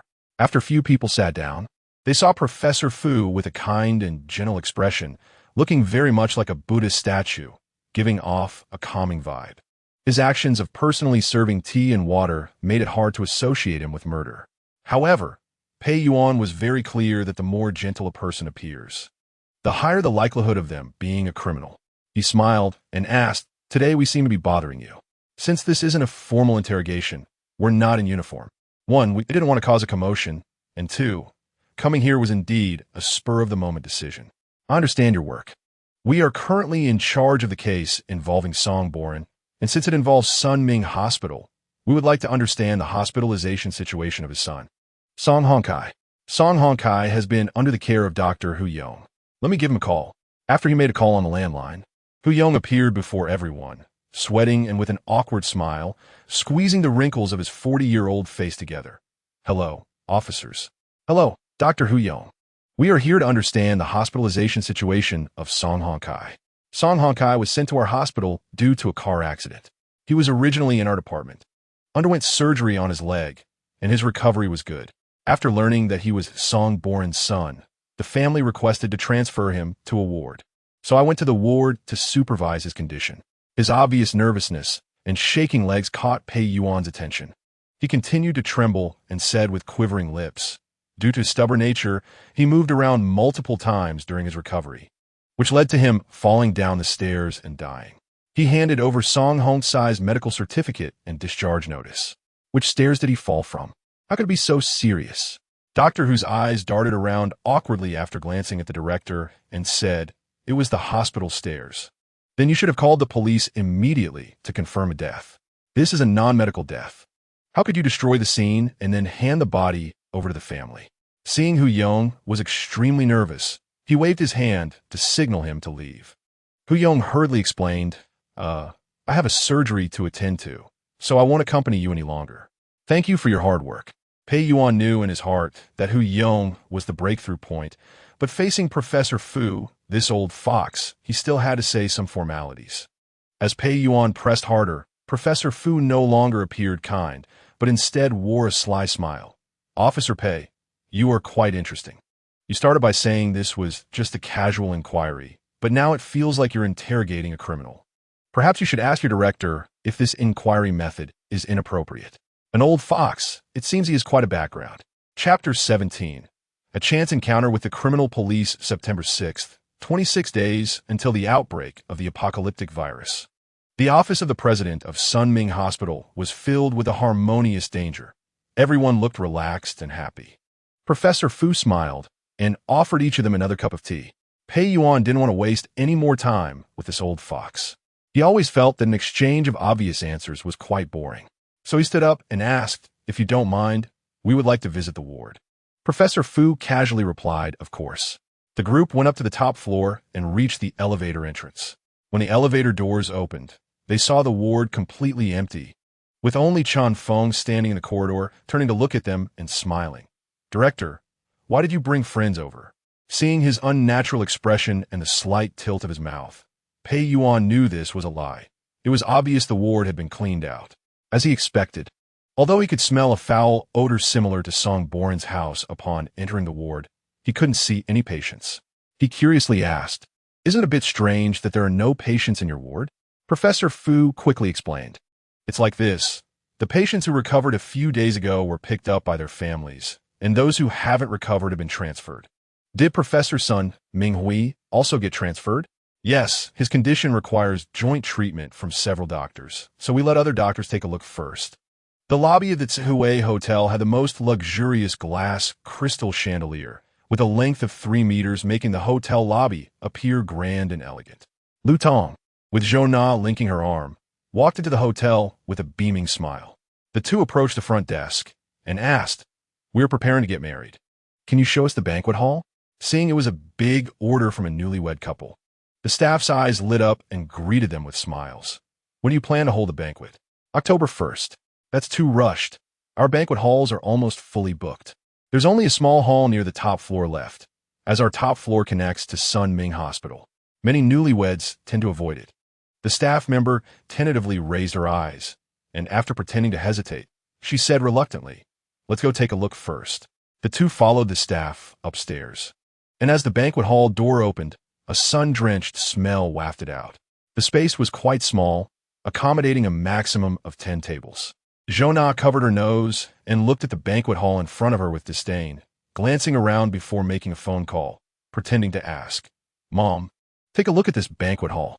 It's the only one near our home." The staff apologized and explained the National Day holiday in October is a peak season. "Our hotel service is excellent. Don't mind the current disarray of this banquet hall. Although it faces west and gets a lot of sun, if you book this banquet hall, we will clean it up in a timely manner, and we will set up blackout curtains a week in advance to ensure your wedding is comfortable and grand." After Zhou Na frowned and took a few photos, she said, "Let's wait here for a bit. Honey, can you go buy some water for me?" The staff continued to explain enthusiastically, "Yes, you can send photos to your elders to discuss later. Although this banquet hall isn't the best, there are too many people getting married during the National Day, so it's quite sought after.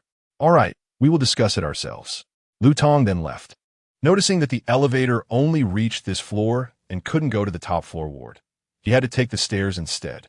For fire safety reasons, generally, stairs should lead to the top floor. Climbing the stairs made him sweat, so he sent a message to Zhou Na. "Hold on." He continued climbing, and after 2 flights, he realized there was an empty floor between Hui Hotel and Sun Ming Hospital. Finally reaching the top floor and pushing the door open, he found the ward empty. From afar, he heard a voice. Did Professor Sun Minghui also get transferred? He had to hide behind the stair door and look through the crack as footsteps passed right in front of him. He heard, "Officer Pei, this way please." He realized that Sun Ming Hospital had taken the lead, so he instinctively ran downstairs, panting. He first sent a text to Cao Qianqian. "The ward is empty. It seems the police are visiting." Then he sent a message to Zhou Na. "Go." Upon seeing the message, Zhou Na looked dissatisfied at the staff. "My mom said to take another look." The staff looked disappointed, handing her a business card. "Of course.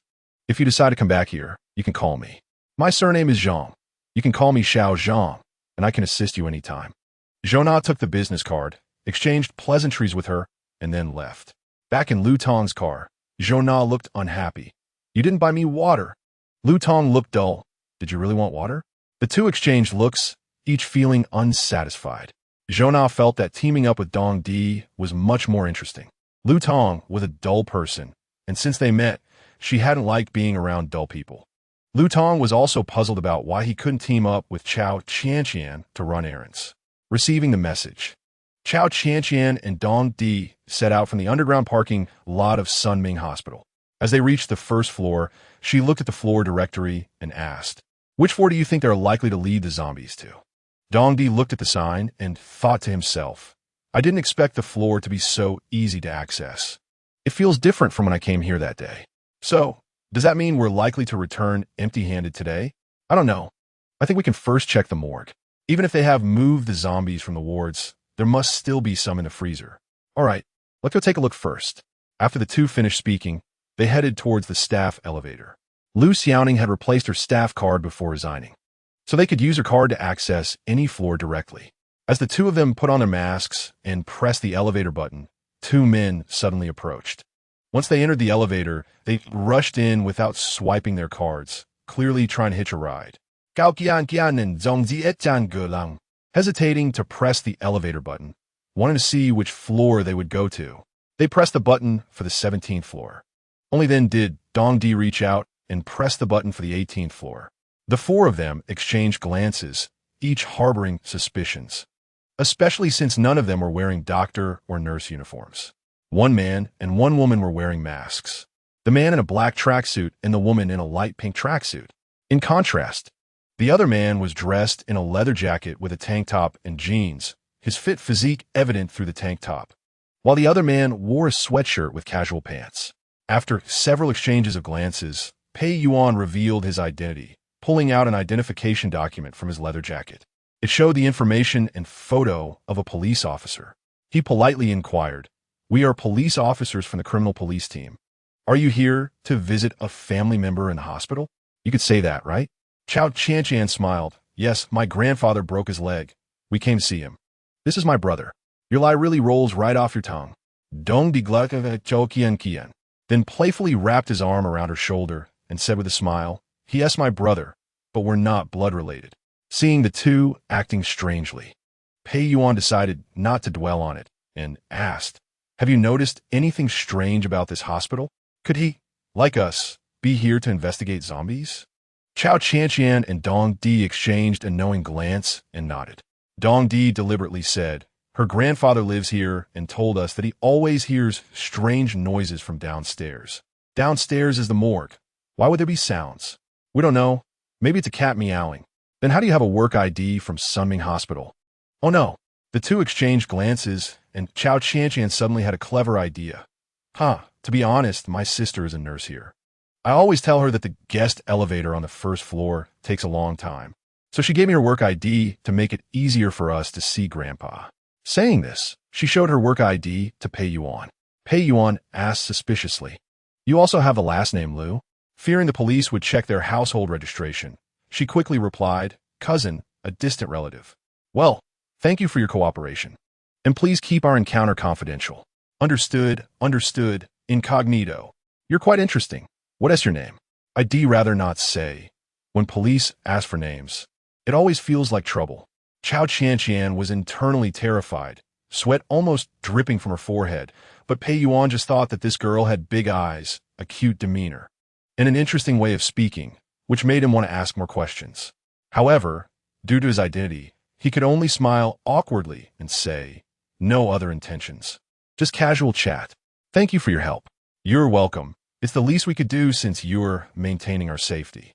The little girl is quite talkative. Mayu also chuckled. Seeing them praise her, Dong Di smiled and said, "She's quite clever." Then, Cao Qianqian elbowed him in the stomach in silence. And when they reached the 17th floor, the two police officers got off. She shot Dong Di a glare and said, "What did you mean by putting your arm around me just now? Don't touch women, understood? You're too cold-blooded. I saved your life in Bakui Garden, and you treat your lifesaver like this? I'm about to throw up." After rolling her eyes, Cao Qianqian decided to ignore him, letting him keep talking. "Who told you to say I'm your brother? What is wrong with being my brother?" "Not really. I don't want to be your relative." "What is wrong with being my relative?" Before Dong Di could respond, they had already reached the 18th floor. The two exchanged disappointed glances as they reached the floor. Dong Di felt something strange in his heart, unable to pinpoint why he felt this way. He didn't want to, so he followed Cao Qianqian back to the 17th floor. As they walked, Cao Qianqian said, "We can't take the elevator. They just came from the elevator. Let us wait in the stairwell until they leave before we go to the 17th floor." Since the two police officers didn't have staff cards, they would have to take the stairs down. The two hid in the stairwell, peering down through the gaps in the railing. The quiet and dim environment made the atmosphere a bit subtle. The lights in the stairwell flickered slightly, casting a faint glow on their faces. They fell into silence. And after a moment, Cao Qianqian asked, "What is wrong with being my relative?" "You didn't finish your sentence earlier." Her voice was softer, sounding much gentler than in the elevator. Dong Di couldn't figure it out either, so he smiled foolishly. "I just don't want to. It's not like there's anything wrong with that. I just feel it's great to be friends with you. I thought you disliked me. You don't even want to be my brother. It's not that I don't want to. I'm just not much older than you. So why should I be your brother? How old are you?" 27. "I'm 25, so you can be my brother." Fine, fine, fine. I'll be your brother." "Nonsense. You don't look like a brother. I don't acknowledge you." Suddenly, Cao Qianqian thought of Chen Xiao. She had been used to calling Chen Xiao brother since childhood, and mentioning brother easily reminded her of him. She shook her head, trying to clear her mind, when suddenly they heard a roar from the 17th floor. They rushed into the 17th floor. Cao Qianqian turned on the recording and cautiously moved forward, only to see two people standing at the closed door of the cold storage. She asked with concern, "What are your names?" Pei Yuan glanced over. "You again?" He was panting. "We looked at the body in the freezer, and it started moving." We got a bit startled. He curiously asked, "Aren't you here to see your grandfather? Why are you also here?" "I'm just playing around. Came to test our courage, checking out the morgue." "What a coincidence. It's a bit dangerous here. You should leave quickly."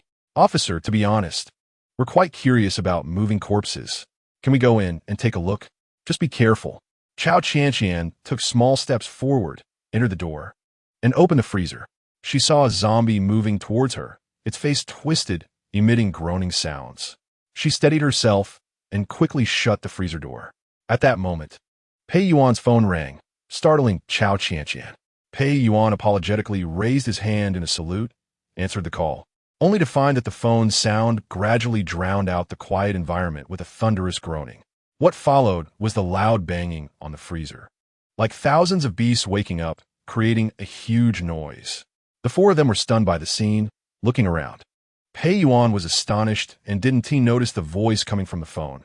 "Brother, another murder case has occurred." "Hello, brother." Coming back to his senses, Pei Yuan remembered the call and nervously asked, "What is going on?" "Another murder case has occurred at Fukang Community. Director Lu's mother died before she could even cry. She started moving around and biting people. Now his parents are locked in the room, too scared to make a sound. We're all outside now. Wait for me. I'll be right there. Are you sure it's a dead person? Who's alive?" Upon hearing Pei Yuan mention this, Cao Qianqian immediately said, "Is it another case of the living dead?" Seeing her enthusiasm, Pei Yuan reassured her, "Don't worry, you two leave here first.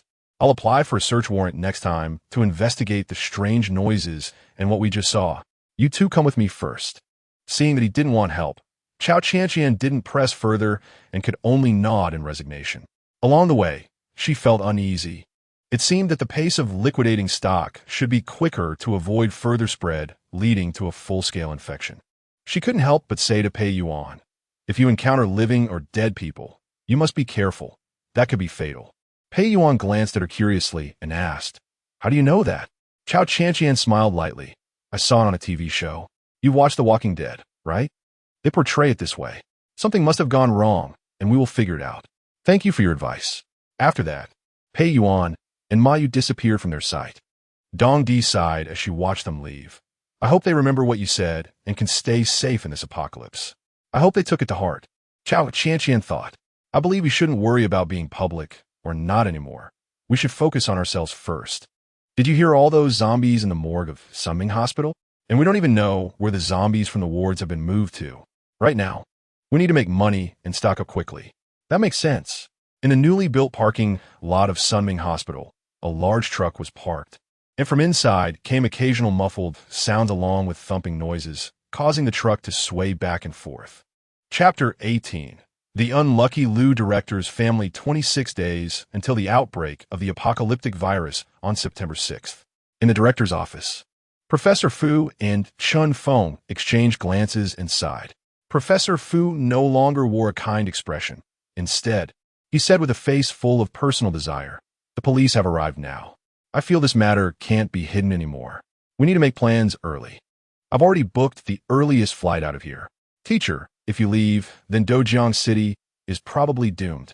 I've reported this matter multiple times to the city leaders and senior officials. They all think it's enough to just lock up those zombies." Professor Fu sighed deeply. "They even arrogantly issued a death order to me, insisting that they must be cured." He looked out at the tranquil prosperity. "We all know that such calm and safe days are about to become a thing of the past. I've already given up." He turned to Chun Feng. "You're the most favored disciple of Old Sun. I don't want anything to happen to you.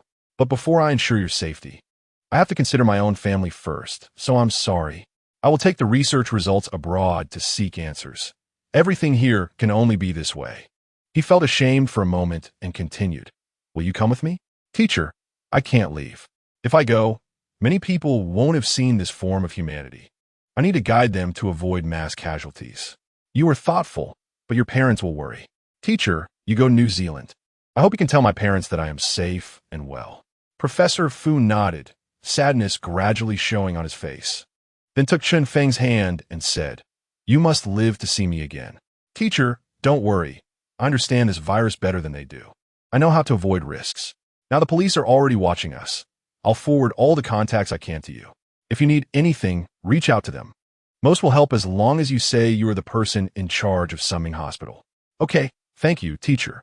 Fukang Community is an old residential area within the school district. Although the houses are small and it's a walk-up building, the location and educational opportunities are excellent. As long as you have the property deed here, you can attend the top elementary and middle schools in the city. However, most of the houses here are welfare housing for faculty, and the nearby residents are all teachers. Hearing that something happened to Director Lu's family, many familiar teacher friends came to visit, so there was a crowd blocking the entrance to Lu's home. When Pei Yuan arrived, he quickly dispersed the crowd and followed Director Lu into the house. He looked around in surprise and asked, "Which room did you lock them in?" Director Lu trembled and said, "It's the bedroom where my parents usually sleep. I can't go in. You go take a look." Pei Yuan and Ma Yu exchanged glances, slowed their steps, and gently moved forward, but the sound of banging on the door grew louder, followed by muffled groans. Ma Yu slowed his steps and took a step back, while Pei Yuan moved forward, forming a parallel formation with Ma Yu. After exchanging glances, he kicked open the door. Inside, two elderly people with mutilated bodies tried to rush forward, and the foul odor that hit them was reminiscent of Songbaran and Sunming Hospital. Seeing Lu's mother open her mouth wide like a predator and raise her hands to pounce on Ma Yu, Pei Yuan immediately kicked the old woman away. However, he didn't notice that Director Lu's father was stumbling towards him. Seeing this, Director Lu wailed, "Mom, Dad, what happened to you? Don't bite people." Pei Yuan hurriedly said, "Don't come near." But it was too late. Director Lu rushed towards his parents, embracing them. However, the warm scene was no more, as Director Lu's parents began to bite at their son's ears and head. After being bitten, Director Lu backed away in pain. His balding head bore deep marks from his father's teeth, and he looked confused and pained. His wife rushed up to protect him, crying uncontrollably. "They must have developed dementia. They don't even recognize you." At that moment, the elderly couple still showed no emotion, making groaning sounds as they charged at the crowd. Seeing this, Pei Yuan immediately kicked the elderly couple away, but they were like cockroaches that wouldn't die, continuing to crawl. Helpless, Ma could only tear off the bedsheet to cover the two of them and shouted into the walkie-talkie, requesting backup. Soon, 3 or 4 police officers arrived with handcuffs. Pei Yuan quickly said, "No, they bite. We need to seal their mouths." The officers looked around, found a bedsheet, and tied Director Lu's parents tightly. However, the fabric that touched their skin was stained with a thick, viscous substance, as if their skin had already begun to corrode. Everyone felt extremely nauseated, and some were already gagging. Pei Yuan scolded, "Haven't you done smell training in a long time? Can you not handle this little bit of stench?" The others all replied strongly, "This is way stinkier than the snail noodles you eat." They playfully carried away Director Lu's parents. At this point, Pei Yuan walked over to Director Lu, glanced at his injuries, and asked, "You should go to the hospital to get bandaged." Director Lu lay in his wife's arms and started to babble. "My last name is Lu, and I'm the director, but I'm not a good person. I've done a lot of bad things, haha." He laughed, leaving everyone looking at him in confusion. Pei Yuan reached out to check his nostrils. There was still a faint breath. He hurriedly said, "Call an ambulance." Soon, Director Lu began to foam at the mouth and convulse. From his struggling movements, it was evident that he was in pain, like thousands of insects were eating away at him. After struggling for 5 minutes, when Pei Yuan checked for breath again, he could no longer feel any. He shook his head at Director Lu's wife, who quickly cradled him, crying heartbreakingly. What happened? How'd he stop breathing after just one bite? Just as she was still immersed in her grief, Director Lu suddenly opened his misty eyes and reached out to bite his wife's chin, biting down harder and harder, even shoving flesh into his mouth, shocking everyone with the horrifying scene. This should not be normal. Pei Yuan and Ma Yu worked together to pull out the bedsheet from the house. And while Director Lu was eating happily, they wrapped him up completely.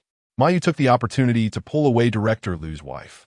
Ma Yu immediately called for backup, and Pei Yuan, holding back his nausea, locked eyes with Director Lu, who was only 2 centimeters away.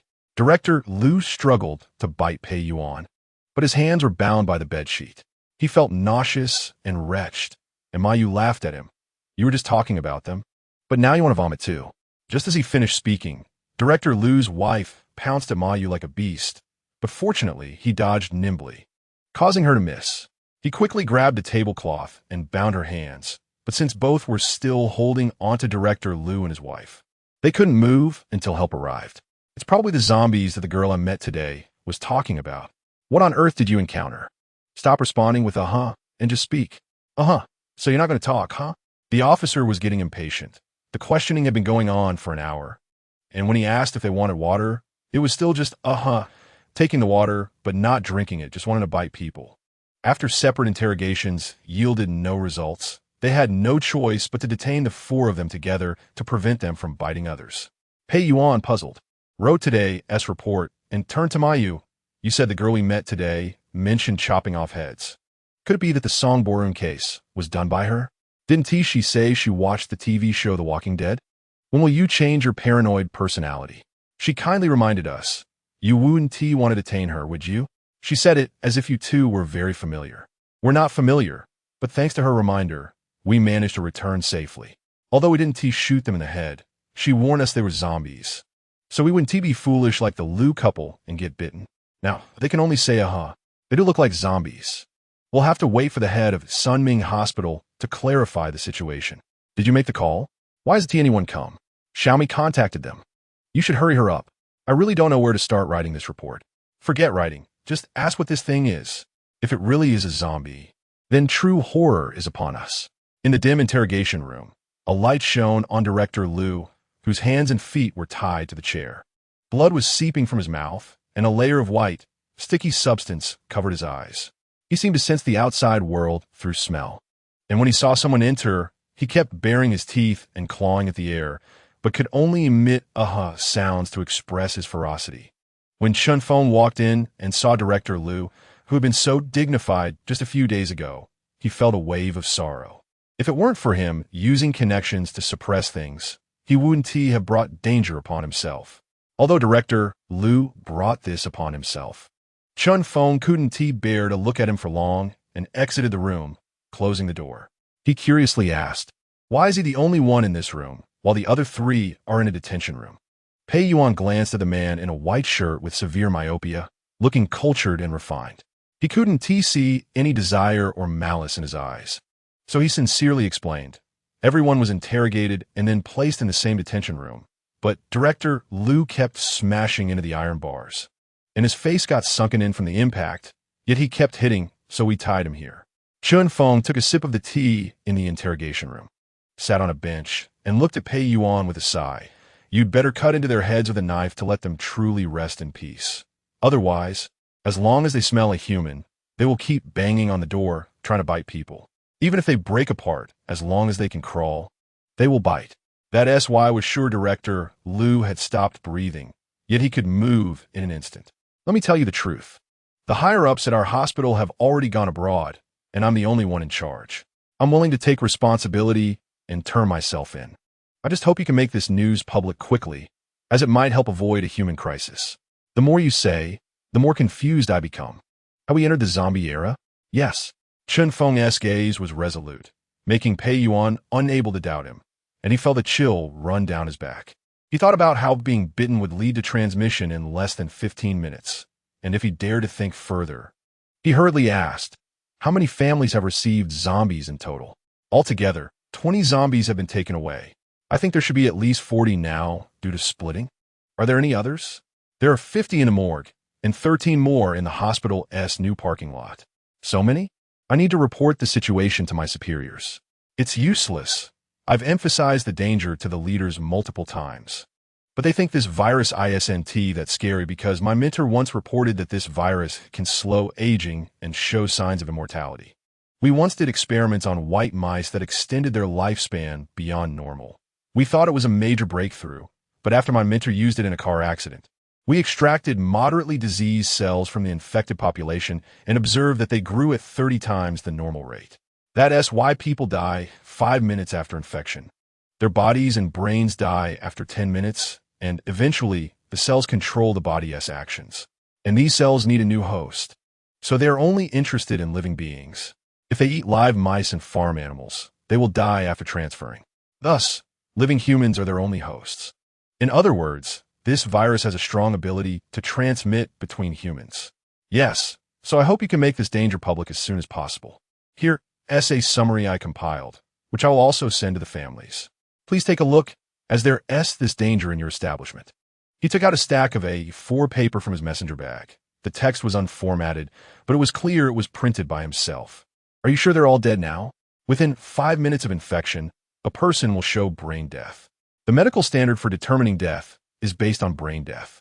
Please provide the relevant proof. I need to urgently report to my superiors. Thank you. If the police can remind the public, I believe citizens will be more mentally prepared and better able to avoid a disaster. Chapter 19.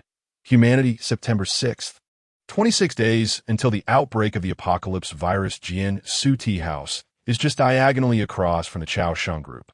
This tea house claims to use spring water to brew tea, with a pot costing up to 1,200 yuan. It caused quite a stir upon opening. However, due to its extravagance, it's South the perfect place for hosting. Many senior executives from the Cao Qianqian group like to entertain guests here. In a private room, a man and a woman were smiling while drinking a pot of Westlake Longjing tea valued at 3,200 yuan. Chen Xiao looked at Jiang Yun with a smile on his face. After acquiring shares, he had only just noticed this distant niece of Cao Wang. With her delicate features, she exuded the air of a refined lady, befitting a Master graduate from a prestigious school, knowledgeable about tea and life. He raised the corners of his mouth. At the shareholders' meeting 2 days ago, I didn't expect you to speak up for me. I invited you to dinner, but you declined. This is the 5th invitation before I finally got you here. Jiang Yun smiled faintly, brushing her hair back with her hand. Although she was 5 years older than Chen Xiao, her appearance did not reveal her true age. She smiled gently. Mainly, I thought about it. In the Cao Qianqian group, you have the most potential, and all along, their family has been a united front while I've been isolated. I do need someone with similar interests to help me. You have quite the ambition. Are you trying to become a director? Don't joke. I only have 7 of the shares, so how could I sit on the board? Right now, if the Cao family doesn't relinquish their shares, the Cao Qianqian group will still be a family business. Her gaze sharpened. Unless we both start managing the company's finances and business positions. You think like I do. I've long been dissatisfied with the position of deputy manager. Indeed, you're currently only responsible for the product line of sauerkraut fish, which is truly a waste of talent. I'm also in charge of promotion. As far as I know, the financial supervisor is Cao Wang as confidant, and the business supervisor is Cao Mu as confidant. Both of them started with their restaurant. How can we take them down all at once? Jiang Yun took out a newspaper from her bag, which reported on the tragic death of Songboren. She slightly raised the corners of her mouth. I have a cousin named Hu Yong, who is a relative on my mother's side. We had a family gathering yesterday. He told us that there might be danger and warned us to be cautious of people who look dead but can still move. I chased after him and asked, and he told me that there are many such cases in Sun Ming's hospital. As long as they are infected with the virus, they can die within 5 minutes. If you chop off their head after 10 minutes, medically you cannot be judged as a murderer because they had already suffered brain death 5 minutes prior. Seemingly gentle women are often the most venomous. Chen Xiao was a bit excited to see her calmly discussing this matter without changing her expression or heartbeat. He didn't expect to find someone in the world who shared similar sordid thoughts and was so unembellished about it. He laughed heartily, saying, I find you more interesting than any woman. Jiang Yun lit a cigarette and said slowly, I don't need you to find me interesting. I need you to get the position of business manager while I become the finance manager. How can you be sure we can secure these 2 positions? I'm not sure, so I hope you can use your charm to seduce the only daughter of the Cao family to get this done.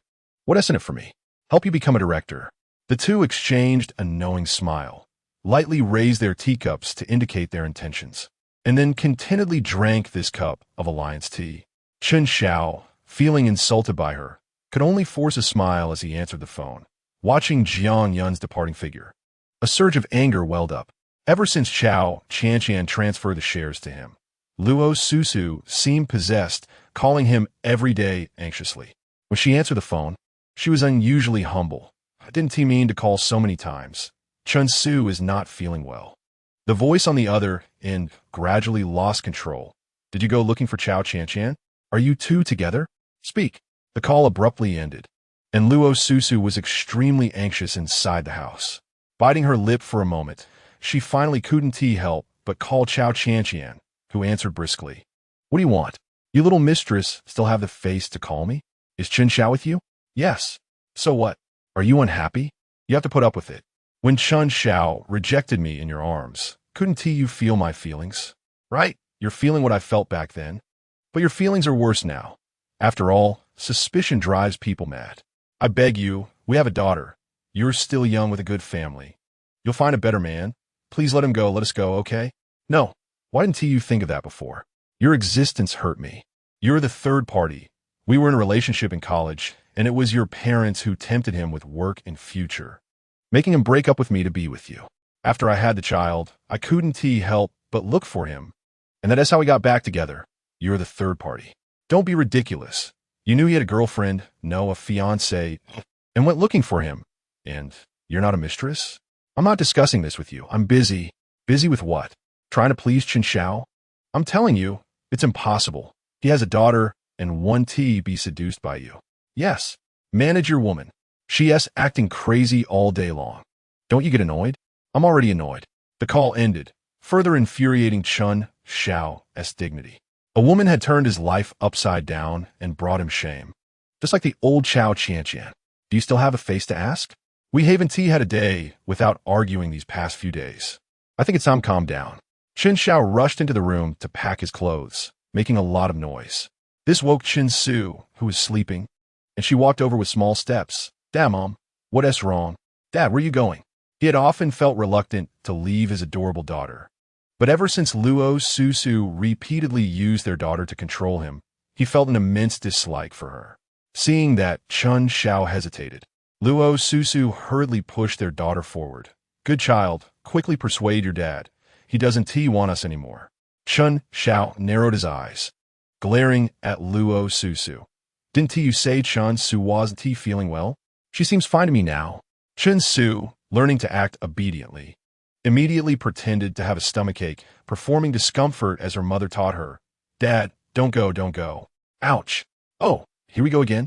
How many times have you had a stomachache? Do you even remember? Don't go. Luo Susu could only watch as Chen Xiao packed his clothes and left the house.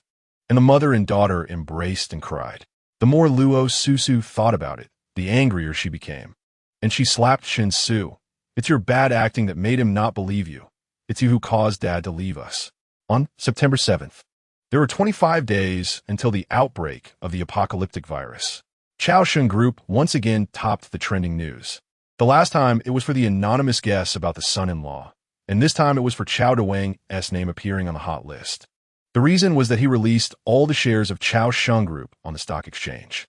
As one of the country's top stock trading networks, shares from private and family-run businesses like theirs were extremely rare. The moment they were released, it sparked heated public debate, along with relatives from the Cao family. The Cao family was once again as lively as during the last family scandal. But this time more relatives who had not been seen for a long time came to reconnect. And there were also relatives coming to confront them, turning the Cao family into a chaotic mess. Without Sister Fan's help, the family of three could only be surrounded by a crowd talking. Cao Wang, looking displeased, said, "We have autonomy over our own shares." His aunt, changing from her usual gentle demeanor, raised her voice. "If you want to transfer the shares, how can you not consider your own brother?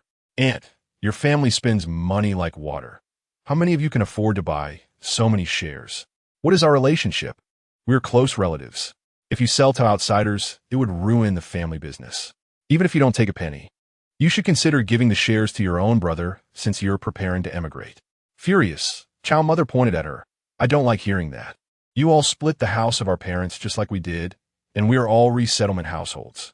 We used our resettlement money to start a restaurant, which took us 10 years to become a leading player in the catering industry, and 5 years to enter the fast food sector. You squeezed into demand shares when our business was thriving. What did you say back then?" Remembering past grievances made her angry. "We're all brothers. You've all lost your jobs, and your son has just graduated from university. Blood is worth gold. We don't have a son in our family, so we adopted your son as our own. Those sweet words really made our hearts bloom. But look, you quickly established Pan Fun Food Company Limited, copying our operational model. What a ridiculous name, Pan Fun. Do you wish for us to share with you? You. Why didn't my son come to you for adoption? Isn't he working as your deputy manager now? You've always lacked a general manager position prepared for your daughter. The people running such a big company are all those without blood ties. When did you ever regard my son? Moreover, Pan Fun Company was agreed upon by the eldest brother. We're the downstream of Cao Sheng Group. You. Cao mother was rendered speechless with anger. Cao Qianqian stood up. And discussing these past grievances with us is meaningless. First, your son has not been adopted into our family. Whether in terms of household registration or verbally, I can't feel I have a biological brother. Second, Pan Fun Company is our downstream, which my dad agreed to. But you stole our technology to produce your products. If we were to sue you, you would be in the wrong. Third, we're now planning to sell the shares.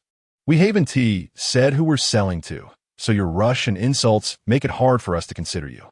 Seeing this, Uncle switched his tone. He had initially looked indignant, but his wife was merely a pawn, and he was the instigator. So he scolded, "You woman, why say all this? Will my biological brother ever treat me unfairly? If you want us to adopt a son, it's a matter of minutes. Come, Chao Fu, call me Dad." Gao Fu, being clever, quickly stepped forward and said, "Mom and Dad, Qianqian, I watched you grow up. You know our family situation. We have some money, but not much. We're counting on having some retirement funds. Qianqian, you're a girl. You don't need to work so hard. It's better for you to help your brother. Look at your aunt. She's straightforward, and some of the things she says are a bit harsh.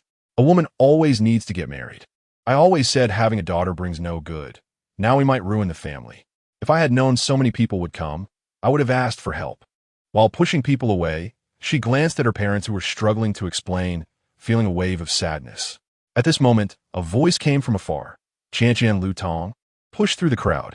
Then Dong Di squeezed in, and the two exchanged glances. "What are you doing here? Hurry up. Help push them out. These are elders." "How can we?" "What elders? Look at them rushing to argue with Qianqian. Do they look like elders?" Dong Di shouted angrily while pushing hard. "I've called the police.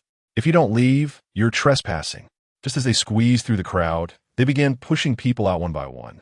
Seeing them working hard to help, Cao Qianqian thought, indeed, physical work should be done by men. At that moment, Pei Yuan arrived. Seeing the chaotic scene, he showed his police badge. "No one here is leaving if they don't go now." Ma Yu also displayed his badge. "If the homeowner pursues this, then you are trespassing, and we will hand you over to the local police for detention." It turns out the police are effective. Those disrespectful relatives left one by one. Grumbling, "You can run away from the monk, but you can't run away from the temple." Cao Qianqian watched as the crowd dwindled and breathed a sigh of relief. She had expected annoying relatives, but didn't anticipate a whole group of them. Chapter 20. Confession. There are 25 days until the outbreak of the apocalyptic virus on September 7th. He was sulking with jealousy. Chao's mother and father exchanged worried glances, each lost in their thoughts. Seeing everyone silent, Pei Yuan smiled and said, "You don't need to be too nervous. I'm mainly here to ask Cao Qianqian a few questions." "Right, you all sitting so stiffly, we don't even know what to say," Ma Yu chimed in. Chao's mother, looking worried, asked, "What's the matter?" "It's like this. We ran into her at the hospital last time, and she reminded us about the zombies. So we want to check on Sun Ming Hospital. A doctor named Hu Yong told me you had visited him. So I wanted to ask about your relationship with Sun Ming Hospital." "Oh, I see." Chao's mother felt relieved, and Chao's father sighed too. Seeing that Cao Qianqian's stomach was growling, they said they would go out to buy some food and then left the house. Inside the house were only Dong Di, Lu Tong, Cao Qianqian, Pei Yuan, and Ma Ning. After exchanging glances, Pei Yuan looked at Cao Qianqian and asked, "Can you share more about this?" Cao Qianqian was still organizing her thoughts when Dong Di blurted out, "We saw the news about Song Baran and suspected it was Sun Ming Hospital that was behind it. So we wanted to investigate them." Yes, my friend knows Hu Yong, so we just invited him out for a meal. It's that simple." "I see. Thank you for your cooperation," Pei Yuan said, looking suspiciously at the three in front of him. Although he was unsure of the truth, he couldn't ask more. And rather than prolonging the situation, they decided to leave Chao's house. After getting into the car, Pei Yuan said to Ma Ning, I think they're a bit odd. Why are they interested in Song Baran's case? Could the man and woman the previous lady mentioned be them? Maybe we should sketch their portraits for identification. All right. Seeing the two officers leave, Cao Qianqian sighed with relief and slumped onto the sofa. At that moment, Zona came over, looking puzzled. I just saw a police car leave. Were they here to find you? Yes. How did the coffee shop sales go? Just put it up. It won't sell that quickly. All right. Today we're going for a big shopping spree. I have 5 million in cash, including money from selling cars and luxury goods. How much do you have? I'm working for you, so I don't have much. Maybe 400,000. I spent all my savings on figurines, and now I only have 200,000 left. Don't look at me. It's obvious I don't have any. The group sighed in disappointment. It was still too little money. Cao Qianqian thought about the funds for transferring equity and felt a headache coming on. She sighed. The renovation base also requires money. I can't use it all up at once. Let us save some of my family's warehouse for now. But it seems we can't fit too many things in there. Dong Di glanced at Cao Qianqian, deep in thought, and said, Why don't you put the things we store in the system first?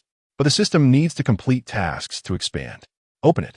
Cao Qianqian rotated her ring and successfully verified it. System, what's the matter, master? Dong Di typed 23 into the search box. System, stacking warehouse opened successfully. As long as everyone buys the same items, they can be placed into your system. This is an infinite stacking feature. Although you only have 50 warehouse slots, and I've used 6, you still have 44 slots that can be divided into categories like medicine, food, daily necessities, consumables, and seeds. Try to choose the same items. Our initial stored items should fit into the system. After we go to the base, we can organize and keep the necessary ones with us. Wow! Lu Tong and Zona exclaimed in amazement. Cao Qianqian was pleasantly surprised. Thanks to you. Or, I wouldn't have known how to use it. Dong Di smiled and patted her head. Now can I touch your head? No, you'll mess up my hairstyle. Cao Qianqian swatted his hand away, shyly lowering her head and laughing. Lu Tong, seeing this, felt a bit disappointed. He stood up, his voice trembling. Qianqian, I have something to say. What? The others looked at him curiously. He blushed and pulled Cao Qianqian aside, whispering in her ear, Do you like him? Who? That muscular guy. Following his gaze, she looked at the man beside them who was silently staring at them, his face flushed. It wasn't that she liked him, as he said. It was just hard to speak of the dreams she had at night. While she was lost in thought, she heard in her ear, I like you. Is it really impossible for us? Cao Qianqian suddenly turned her head to look into his sincere eyes, surprised that he was confessing. She remembered how he often followed her around like a shadow, but she had never liked someone who was so quiet. He was like a cat, quietly doing many things, and although it was touching, it lacked communication. She knew this was love. It was more of a partner-like feeling. After lowering her head and remaining silent for a moment, she said, I know you like me. I've known since childhood. Can I ask what you like about me? I like that you're lively and full of ideas. You're always happy and brave in love and hate. I think you're my ideal partner. Cao Qianqian felt moved, but also confused. Partner? They hadn't really become close. Ever since she pulled him out of the swimming pool when they were kids, he had been pestering her like a shadow. She had never paid attention to his feelings, let alone understood his deep emotions. After thinking for a moment, she ultimately found no answer in her memories. At this moment, Dong Di, who wanted to come over, was pulled back by Zona. Can't you see they're whispering? She tugged hard. Don't disturb them. Don't pull me. I know they're whispering, and that is why I'm unhappy. Why are you unhappy? Do you like my Qianqian? Zona raised her eyebrows, looking at him suspiciously. Dong Di fell silent, uncertain about what liking someone meant, and could only change the subject. You saved 400,000. How did you save it? If you don't want to say, forget it. It's none of your business how I saved it. Cao Qianqian then pursed her lips and smiled. Let's be friends. We can't be lovers because my feelings for you aren't that kind of liking. It's the liking of friends, and I hope you do well. Lu Tong felt relieved too. He nodded and smiled. I know, just not willing to give up in the end. I still feel there is a chance. In the past, there was Chen Xiao, but now that he's gone, you still can't see me. His voice is getting quieter, murmuring in a way that makes it hard to understand. And then he shoots a resentful glance at Dongdi. Yes, in the past, Cao Qianqian's eyes were full of Chen Xiao, and even without him, it seems there's no place for me in her eyes. You are great. It's just that we are not fated. No need to say more, I understand. You can go. I'll get ready and join you later. Lu Tong turned his back, feeling a sadness stuck in his chest. He had long been prepared for rejection, but it was still so painful. He took a deep breath and walked over, only to hear Dongdi ask, "What are you two talking about?" "Just discussing what to buy later." His expression was indifferent, yet there was some disdain. "What are you staring at?" Dongdi looked at the disdainful expression. Lu Tong shot his way, scratching the back of his head in feigned ignorance. Cao Qianqian was pulled aside by Zhou Na. Did he just say the 3 words he has been unable to express for so many years? Yes, and I rejected him. How heartless. You reject a man who is devoted to you and insist on liking Chen Xiao. Stop it. I don't like him anymore. There's nothing but hatred left. That is for the best. The two of them tangled together, and Lu Tong came over, feeling a bit embarrassed as he glanced at them before waiting at the door. Dongdi strode over and asked, "Are we waiting for your parents to finish breakfast before we head out, or are we leaving now?" "Let us eat breakfast. It will ease my parents' minds. It's not a big deal. After all, we still need to discuss the equity issue." "All right." Dongdi looked curiously at Liu Tong, who was hiding in the distance. "Why are you standing so far away? Come over and have some tea and snacks. Are you stupid? Can't you see he is in a bad mood?" Zona rolled her eyes at Dongdi. Dongdi smirket. "I'm calling him over because I can see he is in a bad mood." He tilted his head, happily munching on snacks, feeling inexplicably good. "Of course. Can't you tell? Do you have someone else who likes you?" "Plenty. How about I introduce you next time?" "No need, forget I asked." "You rejected that kid's confession?" "Yeah. Good rejection. Excellent rejection. I give you a thumbs up. He is too timid. In the apocalypse that is bound to bring misfortune. You're too excited about this, looking like you're relishing the misfortune of others." He drove the second-hand pickup truck to a spot near Chongfu Street in Dujianjian City, parked it at the alley entrance, and headed straight to the end of the alley. At the end of the alley, there was a circular fog of black starlight that confused the eyes of passers-by. Ordinary people would only see a red-tiled white wall. He walked into the mist, which then dissipated. Inside the mist, he saw a group of people in winged armor waiting. Lord Shunbei. He changed his usual playful demeanor, sitting upright as he slowly took his seat in a resplendent golden chair. The clarity in his eyes gradually turned into mist, resembling the eyes of a zombie, but more like those with golden and silver wings gazing at everyone. "I have confirmed that the virus has begun to spread, and we can start to take action." A muscular man with ear-length hair stepped forward and asked, "We traveled 300 years back in time to gain an advantage in the initial zombie war, to acquire the most land and resources, thus changing the situation where the Earth is doomed and we must move to another planet. The Beast-Ear tribe reports that they still haven't found a suitable planet for survival. I believe that apart from our tribe, the Fuhuan tribe must think the same way and have sent teams to participate in this resource scramble from 300 years ago. I implore Lord Chunbei to send me to search for their whereabouts." "You fool! Lord Chunbei has already sent Duo to gather intelligence. There is no need for a reckless idiot like you." "Exactly. Every time you speak so grandly, you must have read too many books." Dongdi glanced at them, impatiently saying, "Stop the noise. How much have you all earned here?" The 4 of them lowered their heads, sighing in defeat. "It's too hard to make money now." "Exactly. I can't even sell houses anymore. I can't even swindle women anymore. Everyone is too clever and runs away when they see a man living off a woman." "Lord Chunbei, you've been spending lavishly lately. You must have found a good way to make money." Dongdi sighed lightly. "Although I've latched onto a rich second generation, he is very cautious. Every time I spend, he wants to check the accounts with me. I can only fake a few thousand at a time. I really can't take advantage of him." The sighing of the group annoyed Dongdi, and after pondering for a moment, he said, "No rush. The rich second generation I'm with not only has money, but also a base. When the time comes, you can all disguise yourselves and blend in. As long as we help her secure the land and resources, They will be powerless, and then we can easily take advantage of them. Exactly. We have blood with mutated viruses, which is different from theirs. When the time comes, we can eliminate them, and the land and resources will be ours. That makes sense.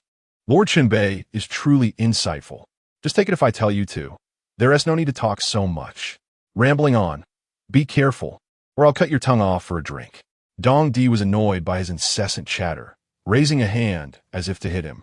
The others quickly backed away, and Dong Di huffed as he left the secret realm, heading straight to his small 40-square-meter room, which cost 2,500 in rent. Though the place is shabby, the facilities inside are complete and relatively new. The secret realm returned to its original state, becoming an inconspicuous white wall. Chapter 21. Moving 25 days until the apocalypse virus outbreak on September 7th, the sight of the two sighing made her heart ache. No matter how much she played around, her parents were always indulgent. Many relatives and friends often spoke ill of the couple, but they usually didn't take it to heart. Now, due to the equity issue, they had incurred the displeasure of the elders in the family, and the scolding was relentless. She snatched the phone her mother was looking at. It was full of her grandfather's insults directed at her mother. Chao's mother was already not favored, and her grandfather's grievances were also for his younger daughter. She played the recording. If you don't give the equity to your sister, I won't recognize you as my daughter. Angered, she tightened her grip on the phone and looked at her mother. Mom and Dad, we should move away from here. I posted the news on the equity website, which was actually to lure wolves, but too many wolves have been drawn out. Human nature is something we cannot control. Even I'll take down the online information this afternoon. Too many people know now, and there will definitely be people coming to harass us every day. Qianqian, since we're selling the equity, it wouldn't be a problem to give it to our relatives. But that way, we want to maximize our benefits. This relative will bargain. That relative will bargain. Even though we falsely claim we want to immigrate, we all know that what we need now is cash. Not only for the base construction, but stockpiling also requires money. At worst, we could tell our relatives about our shelter later and bring them over. Sigh, it can only be this way. Qianqian, can you handle selling off these assets alone? I can handle it. I'm your support. You should rest early. Mom and Dad, we need to move out tomorrow morning. The Cao couple, feeling dejected, washed up and went to bed. Cao Qianqian still had to settle today's accounts. She opened the system and recorded the inventory of each stockpile in the notebook. After organizing everything, she looked at the time and found it was already 1 a.m.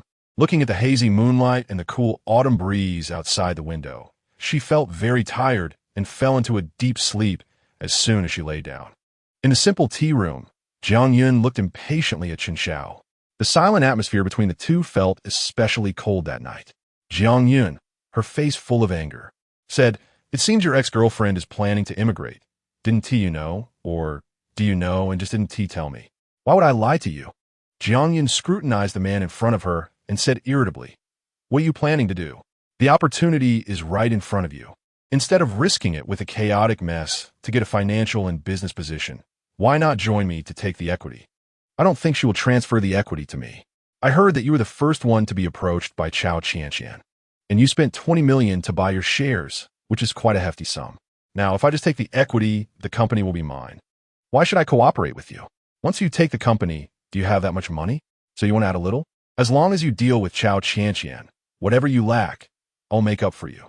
The two exchanged smiles, raised their teacups with a slight nod, and both drank from the cup. This level of tacit understanding surprisingly moved Chen Xiao, and he curiously asked, "Why have you been single all these years?" "Don't. You're not my type. Don't have any crooked thoughts about me. Think about how to please your Qianqian." She glanced at his phone and laughed. "Looks like you're not being managed anymore, and you're starting to have ideas everywhere." This made him recall the crazily persistent Russell Sue, who called him every day to harass him. He simply blacklisted all her contact information, but she wouldn't stop coming to bother him after work. He looked up at Jiang Yun and said, "You tell me, if you can get your hands on something that bites, won't you be judged for murder?" "What? Want to kill Cao Qianqian? That won't work. I won't help you kill her before you get the equity. After it's done, will you help me? I have some annoying matters to deal with." Jiang Yun, who felt a chill from Chen Xiao.'s gaze, suddenly thought that cooperating with him might not be a good idea.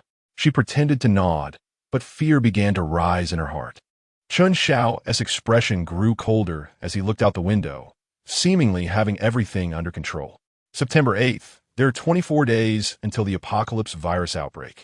The morning sun shone on Cao Qianqian's face as she moved her luggage to the car, reminding her parents to be safe on the road. She looked at Zhou Na beside her and said, "Call me once you drop my parents off at the Weiyuan community in the south of the city." Zhou Na waved her hand impatiently. "You let your dad and mom live in the apartment you bought 2 years ago. Where are you going to live? All right.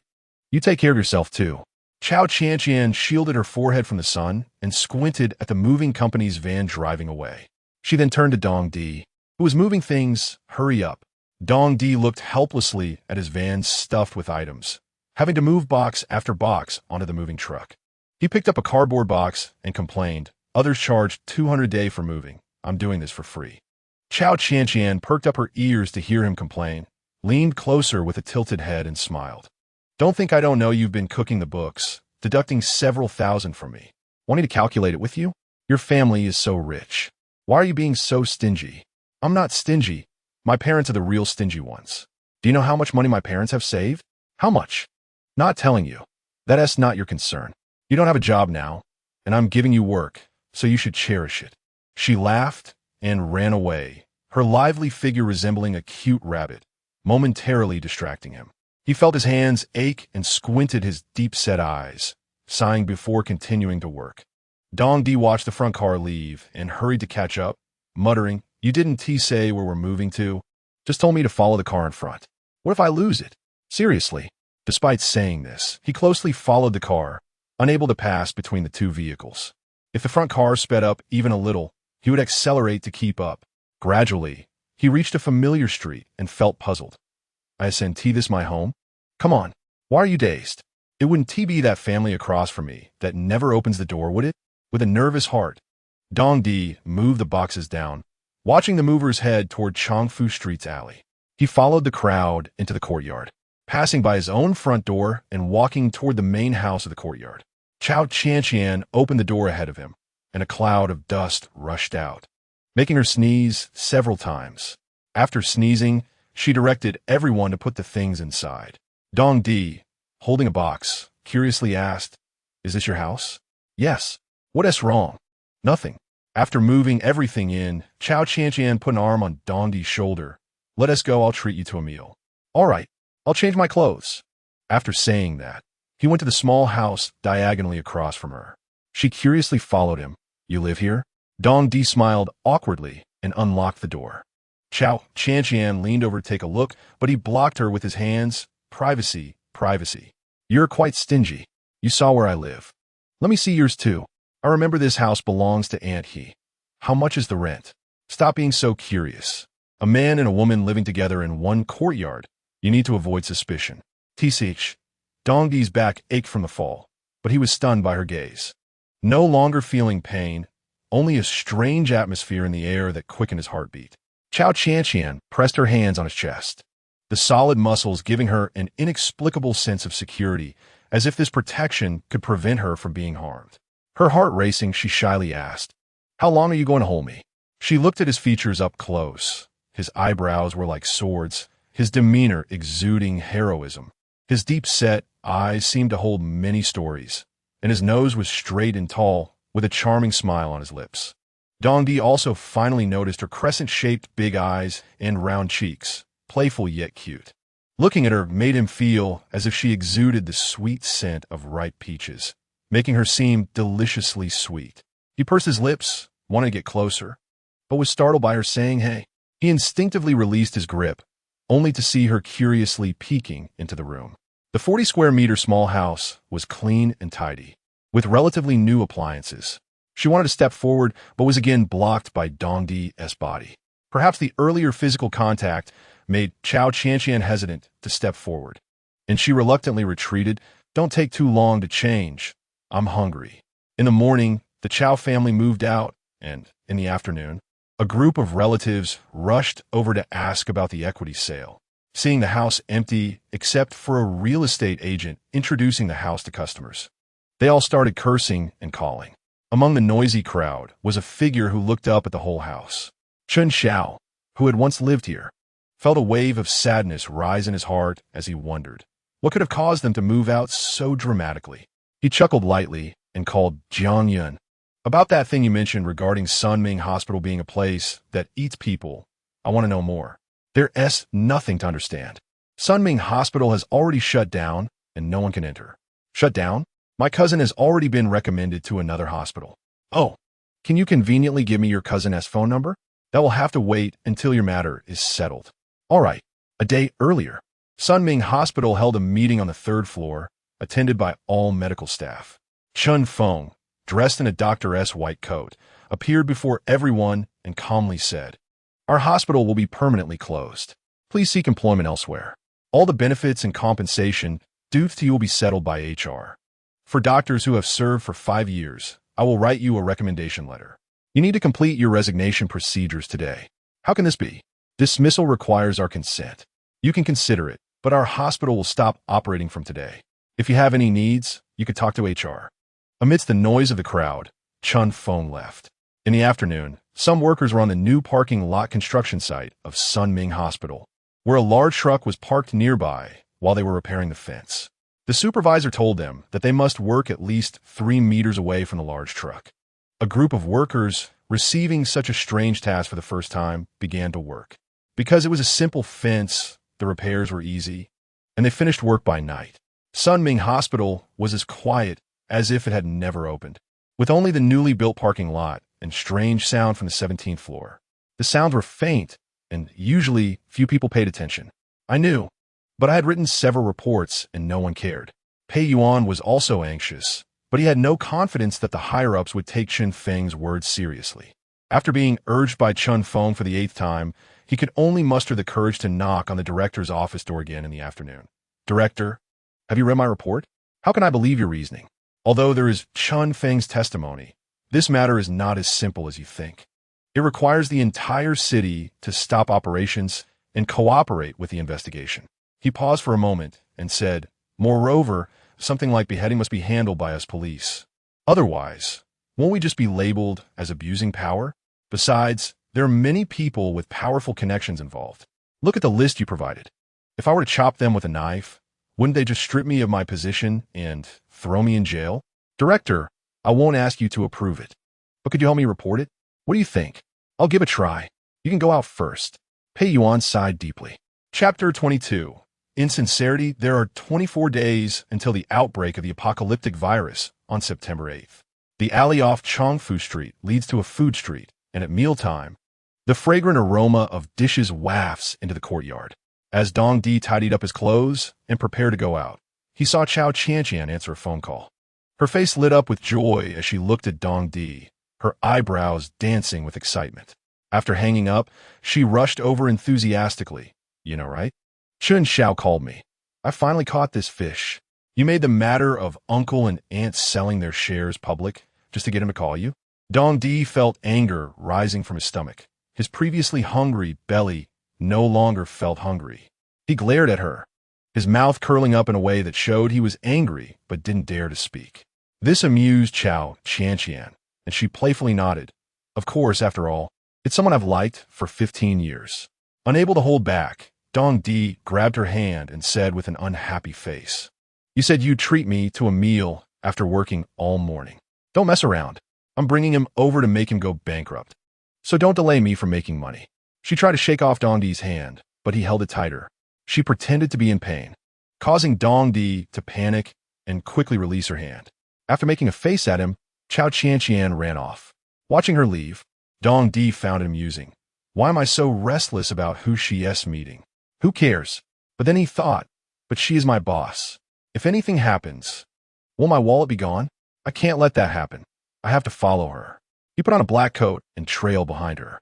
Cao Qianqian didn't dress up meticulously. She wore her usual casual clothes to the restaurant where she had arranged to meet Chen Xiao. She looked up at the restaurant sign, Peng Lai Restaurant. She walked confidently to the familiar 2nd floor, the private room they often visited, and guessed it was the place based on their phone conversation. The moment she pushed the door open, the room was filled with pink roses. And Chen Xiao approached with a large cat plush toy in his arms, smiling. "I've been waiting for you for a long time." She walked through the sea of flowers to the table and sat down. Glancing at the toy in his hands, she smiled faintly. What are you preparing this for? To apologize to you. Apologize? I concealed from you that I had a woman and a child, but I've already broken up with her. Really? She loved you so much, and you could let her go? Chen Xiao raised the corners of his mouth. His fair skin and phoenix eyes made him look like a painting. Even if he seemed a bit bad, his looks could still evoke feelings. But Cao Qianqian had long seen through the dirty heart hidden beneath that beautiful exterior. He had personally pushed her into a horde of zombies while protecting Luo Susu. She knew the weight of her life in his heart, and any tenderness now seemed laughable. He leaned closer, gently brushing her hair, looking at her with his mysterious eyes that resembled a starry sea. The tenderness in his gaze could melt Cao Qianqian, and she once adored those eyes so much. The unreachable mystery made her heart race, but suddenly, Dongdi's eyes flashed in her mind. Dongdi's eyes were deep double-lidded, filled with a proud spirit that radiated clarity. Why am I suddenly thinking of him? As Cao Qianqian was lost in thought, Chen Xiao's face slowly approached her, softly whispering, "But I love you. How dare you say that? If I hadn't died twice, I might have seen sincerity in your eyes and fallen for your charm." He forced a calm smile, watching her gradually sit down, and asked seriously, "You said you were looking for me because of company matters, but looking at the current situation, it seems more like a personal matter." Unable to resist the temptation of shares, sincerity and money seemed trivial in Chen Xiao's eyes. She threw the food he had served her back into the bowl, saying, "I know you sought me out for one thing, and that's just for the shares, right? Do you have no feelings for me anymore? Even after seeing me set up such a romantic scene, you still treat me so coldly." Cao Qianqian followed his hand, gazing into his maze-like mysterious eyes, and smiled. "I'm just using the tone you usually have with me. After 15 years of endurance, you can't take it? Qianqian, perhaps my tone towards you isn't good enough, but my feelings for you are genuine. Then if you love me so much, why not express it through the shares? Right now, our family just wants to leave you, mainly because I want to leave this city that makes me sad. I just need money." She looked straight into his eyes. "If you want to buy all my parents' shares, then you need to show your worth." She paused and smiled. "Why should I choose you among so many people?" Chen Xiao, left speechless by Cao Qianqian's question, saw no trace of lingering affection in her eyes. He clenched his fists nervously, feeling panicked. He hated this self-doubt that threw him off balance. And he pinched his thigh hard to stay calm, while looking at Cao Qianqian. "I know I've hurt your feelings. It's not impossible. How about you take out 300 million to prove your sincerity and buy the shares from me? What do you think?" Cao Qianqian's mention of 300 million stunned Chen Xiao. His anger spread from his hands to the table, and he slapped the table lightly, drawing Cao Qianqian's displeasure. She tilted her head and smiled. "So your sincerity isn't worth 300 million? You took 20 million from me last time for shares, after taxes and other procedures. You should be getting that soon. Where am I supposed to get this money?" He wanted to be angry, but couldn't. Moreover, 300 million is the total income of Cao Sheng Group, not to mention the costs and other expenses. Even if you take your shares to the market, no one would pay 300 million to buy them. If you don't want to talk, fine. The opportunity isn't that I'm not giving it. It's that you don't want it. After saying this, Cao Qianqian intended to leave. As she stood up, Chen Xiao grabbed her wrist. The warmth of his palm transferred to her wrist, and he felt a sense of reluctance. She bit her lower lip and forcefully shook him off, leaving Chen Xiao empty-handed. He watched Cao Qianqian's departing figure, feeling a wave of frustration. He immediately dialed Jiang Yun's number, anxiously saying, "She completely doesn't buy my line anymore. I haven't pursued women much, so I don't know how to change her mind. She actually asked me for 300 million. Is she out of her mind thinking about money? Who would buy Cao Sheng Group shares for 300 million? Not to mention that the annual profit is lower than 300 million. Plus the restaurant and fast food require cost input. I expected her to ask for around 100 million, and we could think of a way, but 300 million. Where am I supposed to get that money? Can't you handle your ex-girlfriend? She just said that she wants to leave this city because she is sad about me. So she wants to sell her equity and immigrate with her family. I feel that she still has feelings for me. If I can prove my intentions to her, maybe this matter still has a chance of turning around. So what do you plan to do? You need to help me. How can I help?" Give me Hu Yan's phone number. The business at Penglai Pavilion is as bustling as ever. Their flaky pastries are considered a delicacy in the city, and many people need to make reservations in advance to get a taste. People come and go in the store, and as Dong Di walked into the shop, he was immediately drawn to the prosperity before him. Not only was the decoration extravagant and interesting, but it also had an ancient charm, creating an indoor ancient city. He curiously wandered around inside, suddenly remembering that he was with Cao Qianqian, but he had lost her as soon as he entered because the staff kept asking him questions. He searched floor by floor, and just as he came down from the 5th floor to the 1st floor, he saw her coming out of a private room on the 2nd floor. He shouted loudly, "Qianqian, Cao Qianqian." Startled, Cao Qianqian looked around, and when she saw Dong Di greeting her from the intricate wooden staircase, she hurried down to meet him. Cao Qianqian quickly pulled him downstairs. After exiting Penglai Pavilion, the two hurriedly walked and almost bumped into a staff member serving dishes. Once outside the shop, Cao Qianqian pulled him aside. Seeing her anxious and angry expression, Dong Di pouted and said, "Why are you running? You look like you've seen a ghost when you see me. Isn't it like seeing a ghost? Don't you know I'm in a meeting? Why are you causing trouble and following me?" "It's nothing. I'm just hungry and I'm out of money, so I can't find you to eat." "What happened to the money I gave you last time?" Dong Di pretended to think. "I left the money at home and forgot to bring it. When I remembered on the way, I could only follow you." Cao Qianqian looked at him skeptically from top to bottom. She could tell he was lying, but for some reason, her heart warmed. His unreasonable but caring expression made her feel at ease. She smiled and said, "What do you want to eat? I'll treat you. Didn't you eat just now?" "No." "Who wants to eat with Chen Xiao? Just looking at him makes me want to vomit. If it weren't for the equity, I think he would have been happily living with his Russell so long ago. You're quite good at letting go and picking up again." Dong Di smiled and pointed at a taxi. "Perfect, there's a car. I'll take you to eat something delicious. You have no money, obviously. I'm the one treating you to dinner, okay? Stop talking. No one thinks you're mute." Yes. You take me to eat, and I'll pay." Dong Di laughed. "Afraid you'll be abducted, huh? After all, you are my employer. If you disappear, wouldn't that be terrifying?" "Cao Qianqian, Sly." And the two laughed like spring flowers, surrounded by a tempting aroma. The attraction between them spread out, and just as they were finding each other more and more agreeable, suddenly a short girl in overalls and a striped shirt with a ponytail popped out and patted Dong Di on the shoulder. "Wang, what are you doing here?" "Wang? No, what she meant was, wow, what are you doing here?" Dong Di turned to look at the short girl and broke out in a cold sweat. Cao Qianqian looked at her, who appeared obedient, wearing an earpiece, with one red eye and one black eye. She found her appearance and behavior particularly strange, and curiously glanced at her a few more times. Dong Di quickly blocked her wandering gaze. "This is my sister, my sister." "Sister?" Duo, quickly call someone." "Hello, Wang Fei?" Duo looked confused and tentatively called out. "Wang Fei?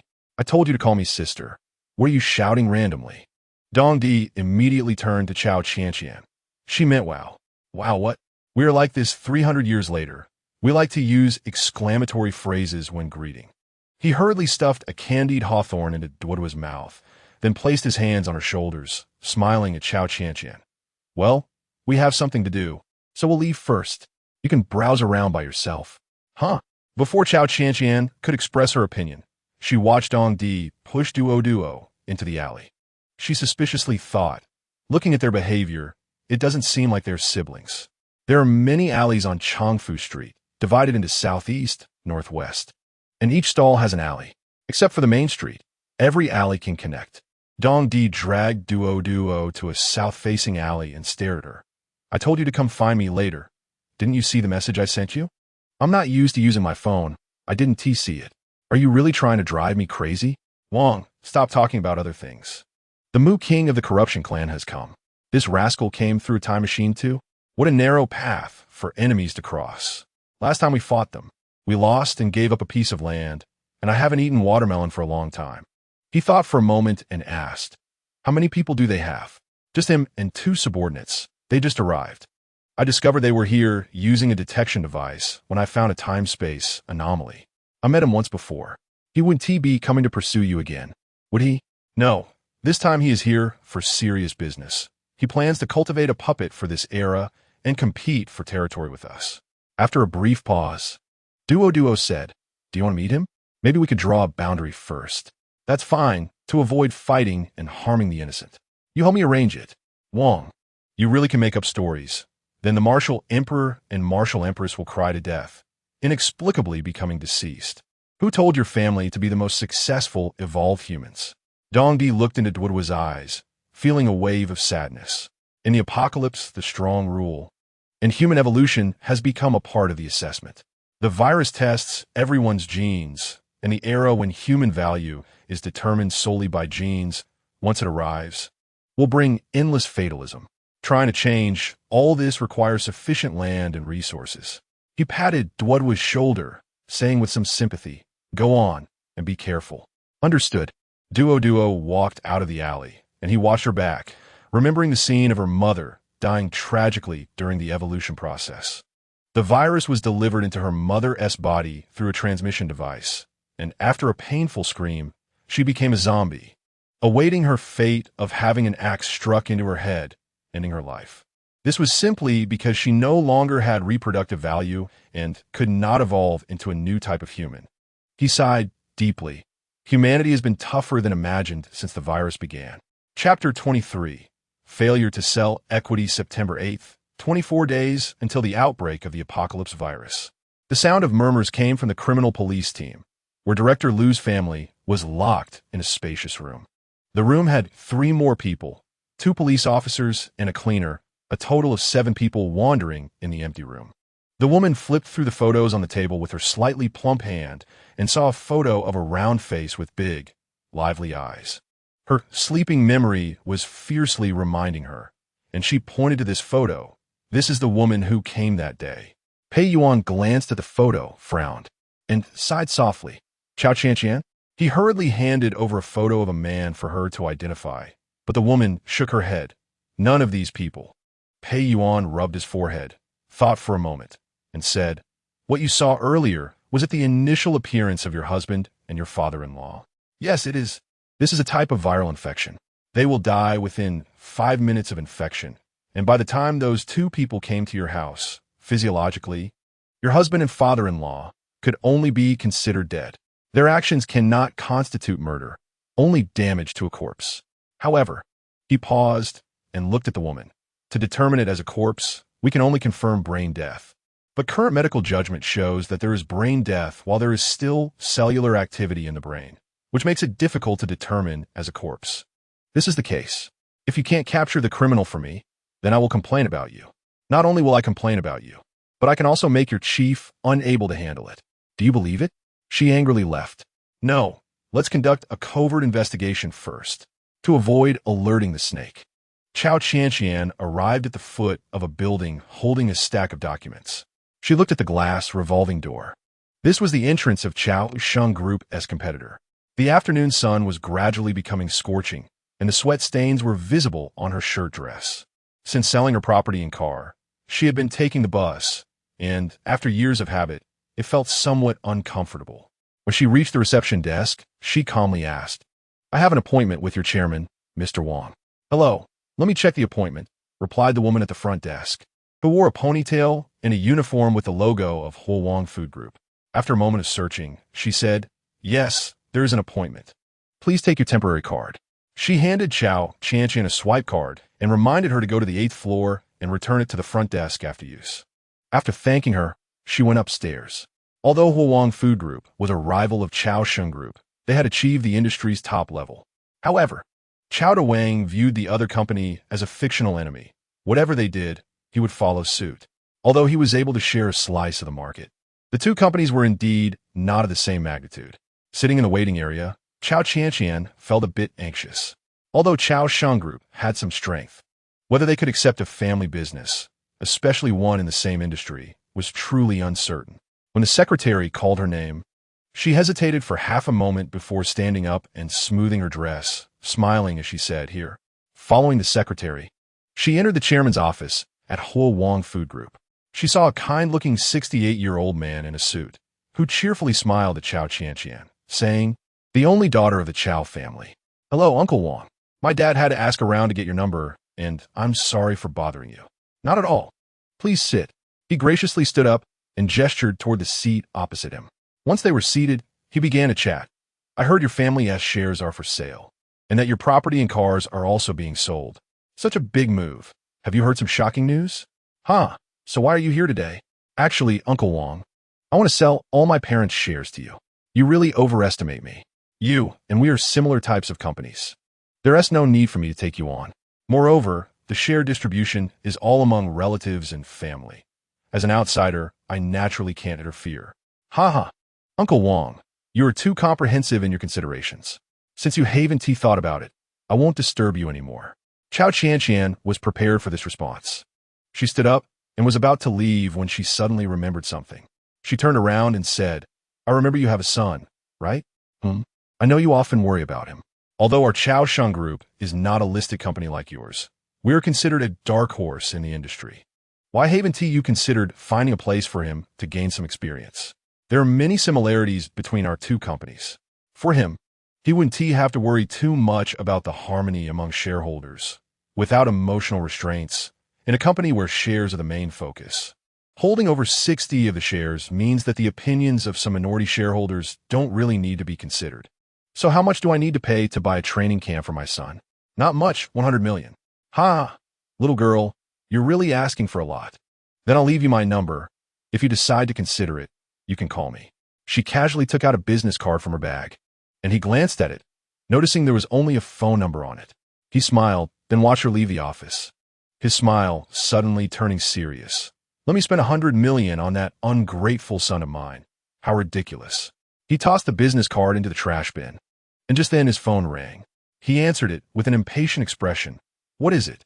Dad, I killed someone. What? After hanging up, he prepared to rush out of the room, then paused at the door, thought for a moment, ran back to pick up the business card from the trash, and hurried to the police station. When he arrived at the police station, he saw his disappointing son shouting, Dad. He came at me to bite me. I had to kill him. He looked over and saw old Lou from Lou S. Enterprises glaring at him angrily. He approached with a friendly demeanor to shake hands. But old Lou pushed him away. Your son killed my father. You tell me how to handle this. At that moment, the forensic expert handed the report to Pei Yuan. Pei Yuan looked at the two well-known entrepreneurs in the industry. His expression troubled as he asked, the forensic report shows Lu Fumin died 4 days ago. Did you also go to Sunming Hospital? My dad isn't dead. He can still eat and move. How would he have died 4 days ago? He died because he was hit on the head by him. Old Lu said excitedly, ready to throw a punch, but Pei Yuan pulled him back. Calm down. Officer, I just want to find his son to play. He said I should see his disgusting grandfather. I went to look, and his grandfather rushed over to bite me. I was scared and accidentally hit his head. Dad, really, I didn't mean to. Shut up. Chongfu Street was bustling with activity at night, with the sounds of vendors calling out and the aroma of delicious food wafting through the air. After getting off the bus, Cao Qianqian looked at the lively scene, feeling both happy and sad. In 24 days, this peaceful and prosperous life would come to an end, making her feel a bit reluctant. She strolled along the food street, buying a baked pancake, and was then attracted by the sour and spicy noodles nearby. Ever since moving to the villa area, with Sister Fan taking care of her meals, she hadn't eaten street food in a long time. I sold it and came to you. Did you call your parents? I just helped them move this morning. Why are they moving again? He said reluctantly, but his body was honest, finishing the baked pancake and carrying the box. Shanak chuckled. Stop complaining. I only decided to move this afternoon too. After all, the CAF has to be sold. I was quite bored there. How much did you sell the CAF for? What do you want to know that for? Hurry up and move. She ran over, linking her arm with Cao Qianqian's, looking at the room that needed cleaning. She sighed. Did you not find anyone to clean up? That's fine. The CAF transfer fee was 500,000, but they haven't transferred the money yet. Although the contract is signed, splurging for one night isn't too much, right? Should we call Yosi? I called him when I came. He said he has a date tonight and 1T come here. He must be afraid I'll urge him to sell things. Possibly. You have too much stuff, and it can't all be sold at once. Just sell as much as you can. Cao Qianqian glanced at Dong Di, who was working hard, and walked up to him, saying, Today, we're going to stay at a hotel. You can move your things in and then rest. Here, this is the key. She placed the key in his palm and then pulled Zhou Na away. He looked at their departing figures in confusion. Do you really trust me this much? Aren't you afraid I'll take your things? Really? The Sunming Hospital had not opened for several days, and all the staff had been settled. The entire hospital appeared particularly dim in the night sky. Deep within the building, odd noises could be heard, sending chills down one's spine. In the dead of night, 3 men dressed in black crossed the dangerous boundary line. One man in black used an employee car to pass through the side doors verification. Each of the 3 held a body bag and a hood, taking the staff elevator to stop on the 17th floor. They looked at the silent morgue, feeling a tremor of fear and slowing their pace. They walked to the cold storage, opened the cabinet door, and were startled to see an old man with wide eyes and bared teeth sitting on the ground in fright. One exclaimed, "Move faster." One person put a hood over the moving corpse's head, while another opened the body bag.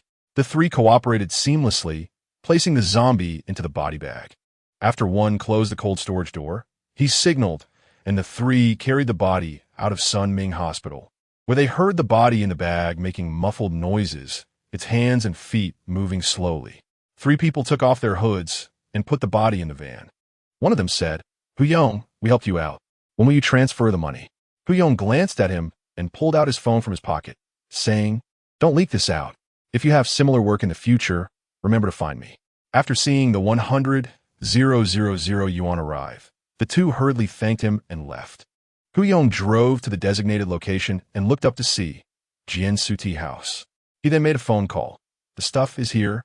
Come down and help me move it. I'll send you the precautions later, and make sure he doesn't bite you." At this moment, Chen Xiao hung up and went down to lift it. The store manager saw them carrying a strange object upstairs and asked, "What is that?" Chen Xiao replied, "It's nothing. A friend brought me a live sheep.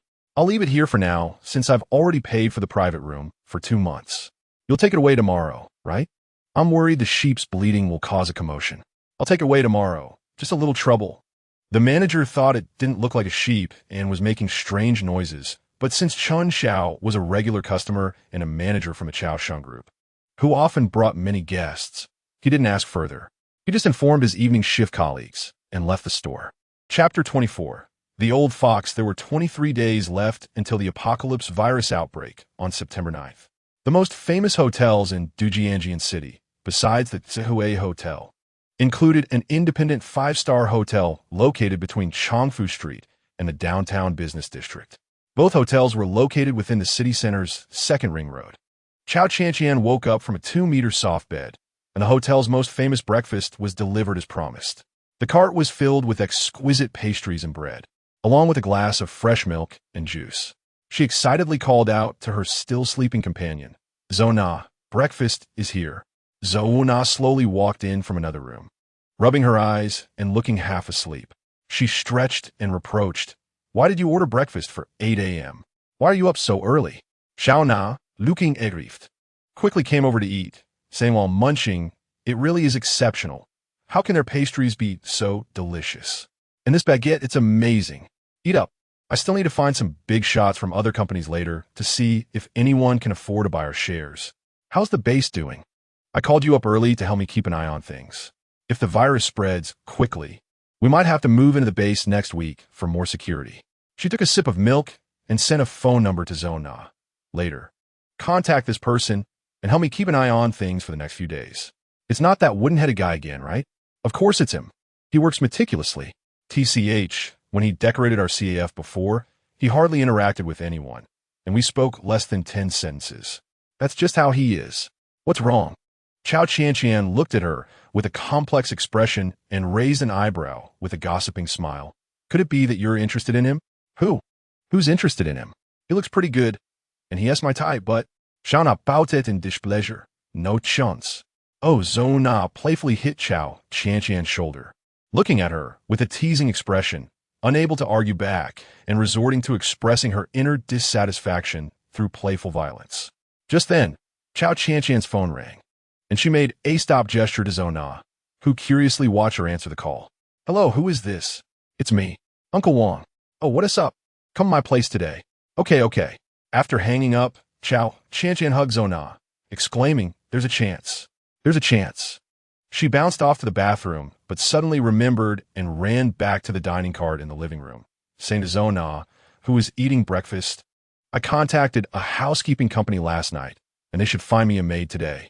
Please keep an eye on the base for me and help with the house cleaning." "What do you mean help you keep an eye? That's too formal. We live together." Zona pouted and blew a kiss from afar, and Cao Qianqian returned a flying kiss. The two laughed for a moment before getting back to their own business. The thing in the body bag was struggling hard. He changed his clothes and carefully opened the body bag. An old hand reached out, startling him so much that he fell to the ground. After he focused, he realized it was just an old man. He cautiously tied one of the old man's hands to the headboard with a prepared hemp rope, held his breath, and removed the zombie's hood, then glanced at the surveillance camera placed high up. The moment he closed the door behind him, the zombie heard the sound and moved a few steps restlessly, causing the bed to creak. He stepped out of the house and called Chun Su's homeroom teacher. "I'm taking her out today, so I'll have her mom pick her up early this afternoon." Then he laughed and left. The 8th floor of Huang Food Group is the office of the company's high-level executives. This time, Cao Qianqian didn't have to wait. She could go straight into the chairman's office, and many people inside the group were gossiping. Cao Qianqian sat in the same spot as last time, but her mindset was different. She looked at the kind-looking 68-year-old man in a suit and asked with a smile, "I wonder what Uncle Wang wants to see me about?" He leisurely handed her a cup of brewed Biluakun tea, smiling. "I like to drink tea while discussing matters. You're quite quick to get information." "Of course. When you call me here, I check your son's whereabouts in the system." Unsurprisingly, the police had uploaded his file, and I could access it directly. I figured he must have been stimulated somehow to change his mind. Cao Qianqian squinted and smiled. "That depends on how you see it. Your son is still young. If he uses the Cao Shan Group platform to hone his skills, he might achieve some success in the future." "How so?" Cao Qianqian took out a document from her bag and placed it on the table. "This is all the data of the Cao Shan Group. You can see that our annual income last year reached 300 million yuan, and the annual income from the prepared dishes alone was 100 million yuan. We are actually a very mature enterprise now. The core staff in the company were all cultivated by my parents. Even if my parents are no longer here, and I'm not around, the company can still operate normally. Of course, I'm not saying there are no pests in the company, but their positions have always been in places where they don't cause much harm. You can take a look at the main positions and equity ratios of the current shareholders. Did you prepare all this in the 2 hours since you arrived this morning?" "Of course.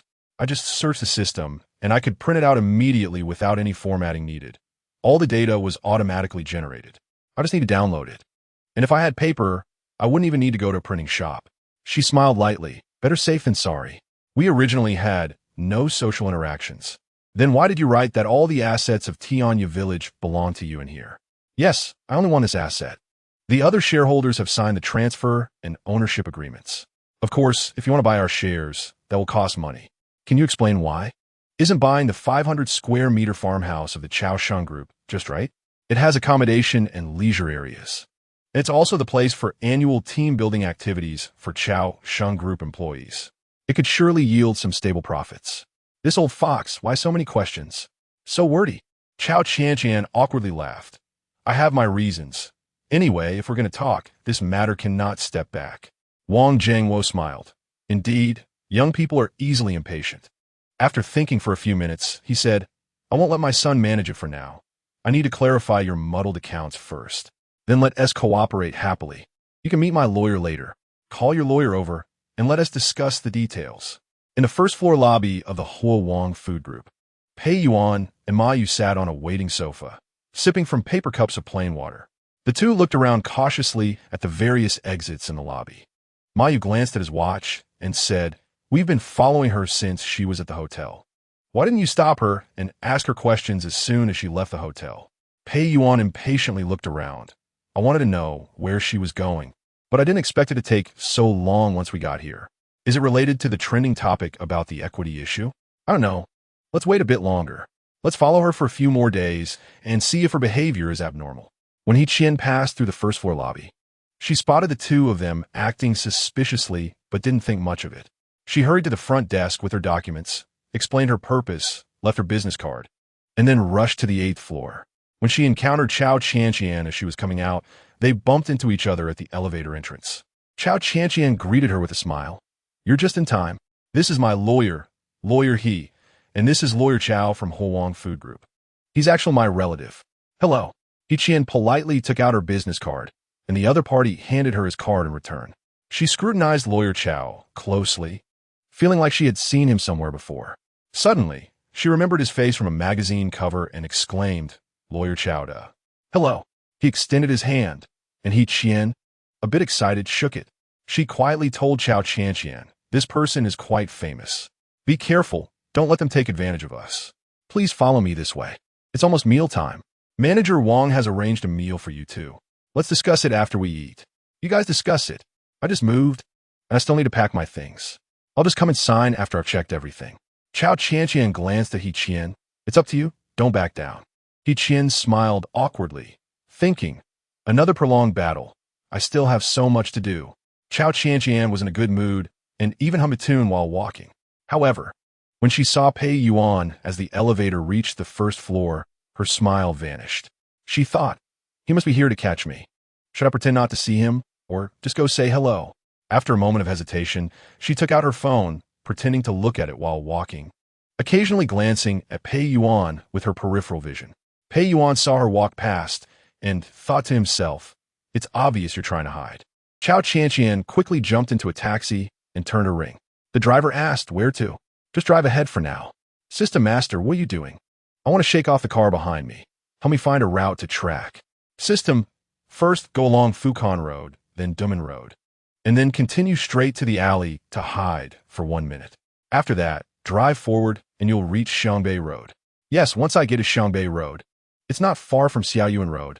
I can hide there for a bit. Ma Yu drove quickly, tailing the taxi that Cao Qianqian was in. Due to a few minutes' delay, when she reached Dumen Road, 5 cars had already separated them, and he could no longer see her taxi. He angrily slammed the steering wheel. That woman got away. Unexpectedly. She has counter-tracking abilities. Pei Yuan looked at her with a hint of admiration and a slight smile. You still have time to compliment her. What do we do now? As long as she uses her ID card, we have a chance to catch her, don't worry. Right now, tracking her isn't the most difficult thing. It's just that there are more and more zombies, with so many cases piled up, and the director hasn't given any clear guidance. I really don't know what to do. Pei Yuan wore a worried expression. Yeah, what do we do? There was a knock at the door of the director's office of the Provincial Public Security Department, and, upon being told to enter, a robust, middle-aged man walked in with a stack of documents. He saluted and, with a worried expression, said, this matter still requires the leadership to make a decision.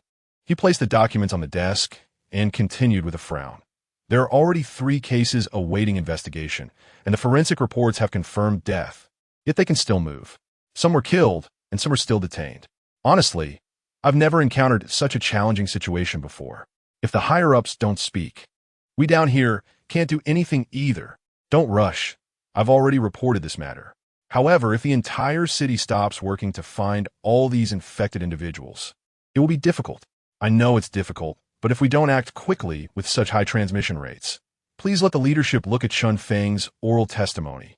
He comes to pester our captain Pei every few days and insists the Bureau give a statement. If we don't take action soon, he plans to go to the media. First, keep Chen Feng under control. If the media finds out, it will cause panic among the citizens. We need to consider this matter carefully. A meeting will be held tomorrow to focus on it. Director, please try to buy some more time. Do you know how widespread the virus is now? Based on the clues provided by Chen Feng, we have already sent people to monitor the households receiving zombies. We will take action as soon as there is any movement. The current situation is under control. As long as it's under control, aside from Sunming Hospital and those 20 households, there shouldn't be any more, right? We haven't received any other reports. Okay, you also try to buy some time. I will report to the higher-ups as soon as possible. Chapter 25. Do you want me to accompany you? September 9th. There are 23 days left until the apocalypse virus outbreak. After confirming that no one was following her, she patted her chest hard, walking while shouting, Liuzi, Liuzi. The store was empty, and at this moment, she made a phone call. Luo Cheng slowly emerged from the partition, yawning and looking unwilling as he said, Sister, why are you here so early? I came to have lunch with you. Hurry up and come with me. Luo Cheng. in his pajamas and sporting two heavy dark circles under his eyes, looked at Cao Qianqian. "Sister, I beg you, I just went to bed at 4 a.m. last night. I worked my butt off to sell goods. Let me sleep a bit longer." "All right." Cao Qianqian walked toward the partition, looking at the piled-up goods with dissatisfaction. "Haven't you finished buying? The economy is so bad right now. So annoying, I want to sleep." Luo Cheng dashed into the partition and collapsed onto the sofa, covering his eyes.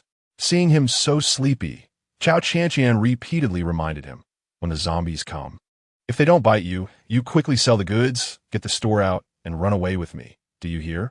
Where's the time to eat?" I woke up and started packing things. I have to hurry and finish packing and still go to Tinya village, which is so far away. Let's eat first. I am hungry. Cao Qianqian looked around. There were only 2 cleaning ladies helping out and no one else in the courtyard. She elbowed Xiao, who was sorting paper boxes. "Where are the others?" "Dongdi?" After Cao Qianqian nodded, Zhou Na continued, "I didn't see him when I came this morning. Where could he go? A person from 300 years in the future has no friends. You wouldn't believe it, but a woman came to find him the other day. She looked quite strange. Well, after staying here for 6 years, he must have a few friends. Could he be on a date?" "Cao Qianqian, are you being nosy? What does it have to do with you?" "Of course, it has nothing to do with me. Don't drag me into this. I just want to call everyone to eat together." Cao Qianqian's heart raced, feeling like the window paper was about to be pierced. She hugged Zona in a playful manner to change the subject. "How about we go eat Japanese cuisine later? I don't like Japanese food. Let us eat Hunan cuisine instead." "Okay." The Shishang Hunan restaurant is quite a well-known place on Chongfu Street, with both private rooms and a hall. Today, for people came to a private room, their eye colors varied, making the staff a bit apprehensive while serving dishes. A bowl of sauerkraut fish was placed on the table, and 2 muscular men with fierce faces and green eyes banged on the table unhappily. Another girl had 1 red eye and 1 black eye, while a strong man with a heroic demeanor and dark skin looked as if he had cataracts, with his eyes all misty. The trembling staff almost dropped the sauerkraut fish in fright and muttered to himself, "This is how young people are nowadays. They like to wear colored contact lenses." He quickly finished serving the dishes and fled the private room. The strong man with a heroic demeanor and dark skin said unhappily, "Mu Wang, you guys are really not being kind. What does it mean to come to this era?"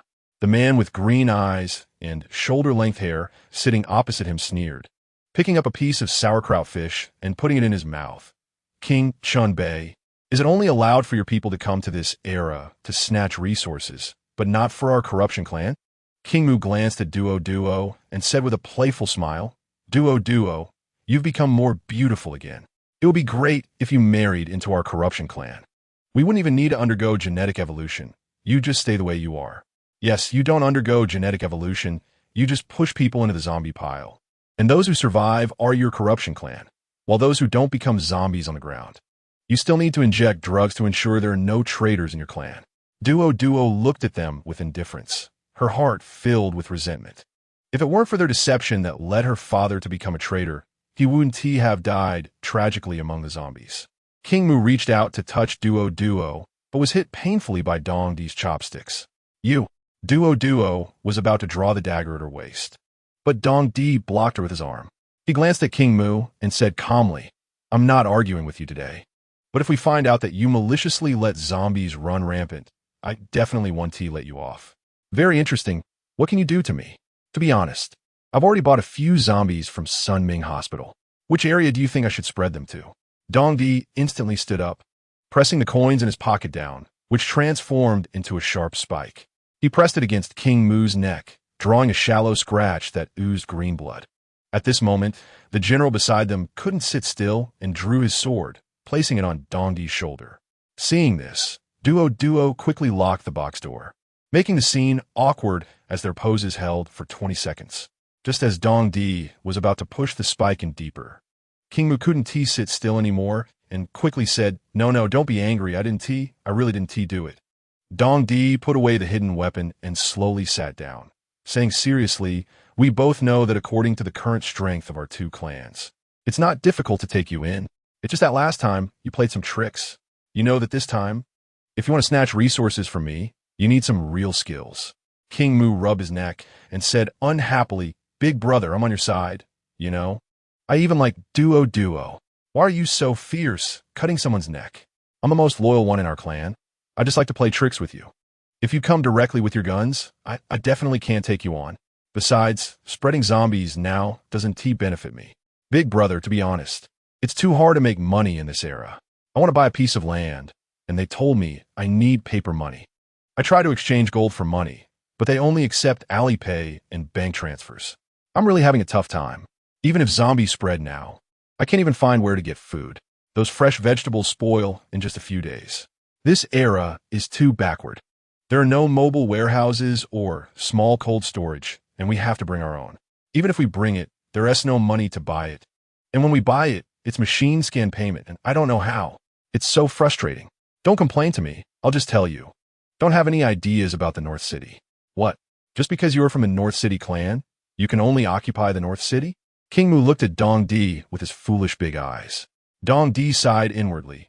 TSK, because Cao Qianqian's base is in the south, what a dumbass. Even the IQ of evolution is concerning. He coughed and said, "You don't need to worry about it.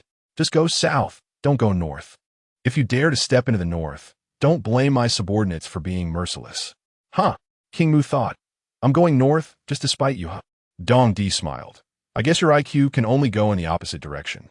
After their conversation, they went downstairs to settle the bill. At the counter, they pushed each other. King Mu had a ghostly smile. You invited us, shouldn't you treat us? You even scratched me. Consider it medical expenses. Dong Di handed the bill to him with a smile. You made me angry today, so you should treat us. Dong Di? Cao Qianqian happened to walk in, with her arm around Zhou Na's shoulder.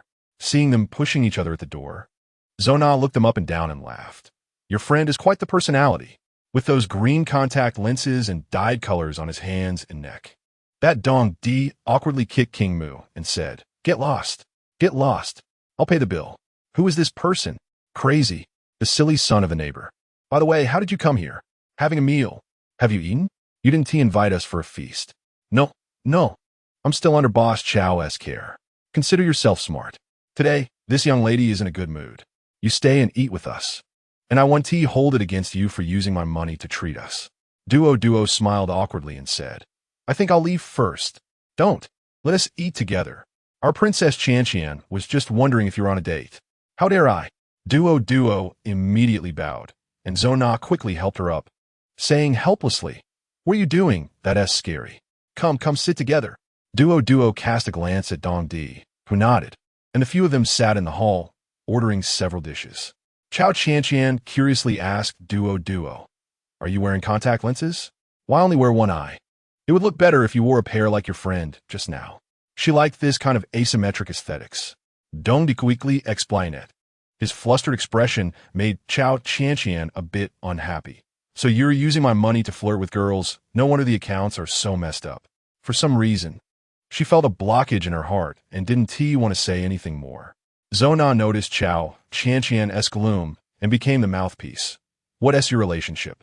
Although Cao Qianqian was unwrapping disposable chopsticks and washing dishes, her ears perked up, listening carefully. Before Duo could finish speaking, Dong Di interrupted again. She is my sister. Cousin. Haha. That is blood-related. Zhou Na pressed further, and Dong Di was already sweating profusely. He awkwardly continued, Yes. Seeing this, Duo hurriedly wanted to explain, but Dong Di covered her mouth with his hand, looking panicked as he said, Sister, don't talk nonsense. Zhou Na glanced at Xiao.Qian, smiled, and continued to ask, But you don't look like siblings. You don't look alike, and you don't feel alike. Dong Zizilit Duo smiled, saying anxiously, Distant relatives, ha. At this moment, the dishes were served like a lifesaver saving Dong Di. He laughed. Come eat. He deliberately picked up some food for Duo, winking at her, while Duo awkwardly picked it up to eat. But in Cao Qianqian's eyes, it looked like a lover worried about her hunger, making her a bit unhappy as she picked up food and ate heartily. Dong Di noticed and curiously asked, Aren't you full? Did you have breakfast? Of course I did, but someone suddenly has a big appetite. Eat. Zhou Na placed a piece of meat in Cao Qianqian's bowl. Dong Di looked confused, and Duo didn't dare to breathe. If it weren't for the equity issue, we wouldn't have much to say. This gift is from Luo Susu. Don't you want it? Seeing her about to leave, Dong Di hurriedly caught up a few steps. Is there danger? Do you want me to accompany you? You accompany your sister, no distant cousin. I'm going to see my ex-fiancé. No matter how much of a scumbag he is, I still have value to him, so he won't harm me. After forcing a polite smile, she took a taxi and left. Zona walked beside Dong Di, smiling. Go accompany your sister. As the two of them walked away in a strange atmosphere, Dong Di looked at Duo in confusion, and she also took a detour to leave. He had no idea what the three women were doing. What does this mean? Chen Xiao sat in the office looking at the 26 missed calls on his phone, taking a deep breath and thinking, Luo Susu, if you want to blame someone, blame yourself for blocking my way. After calming down, he dialed the missed calls. Russell Sue felt confused after class, as if she had lost her soul during this time, unable to find peace for even a moment. She blamed herself for expressing her true feelings and for handling things this way. If only she had another chance. Even when the phone rang, she didn't pay much attention. Too many days of anticipation had left her on alert. Perhaps it was his call. It was until the third call came that she impatiently answered, No, thank you. Huh? What are you saying? The familiar voice on the phone made her spirit soar, like she had been injected with adrenaline.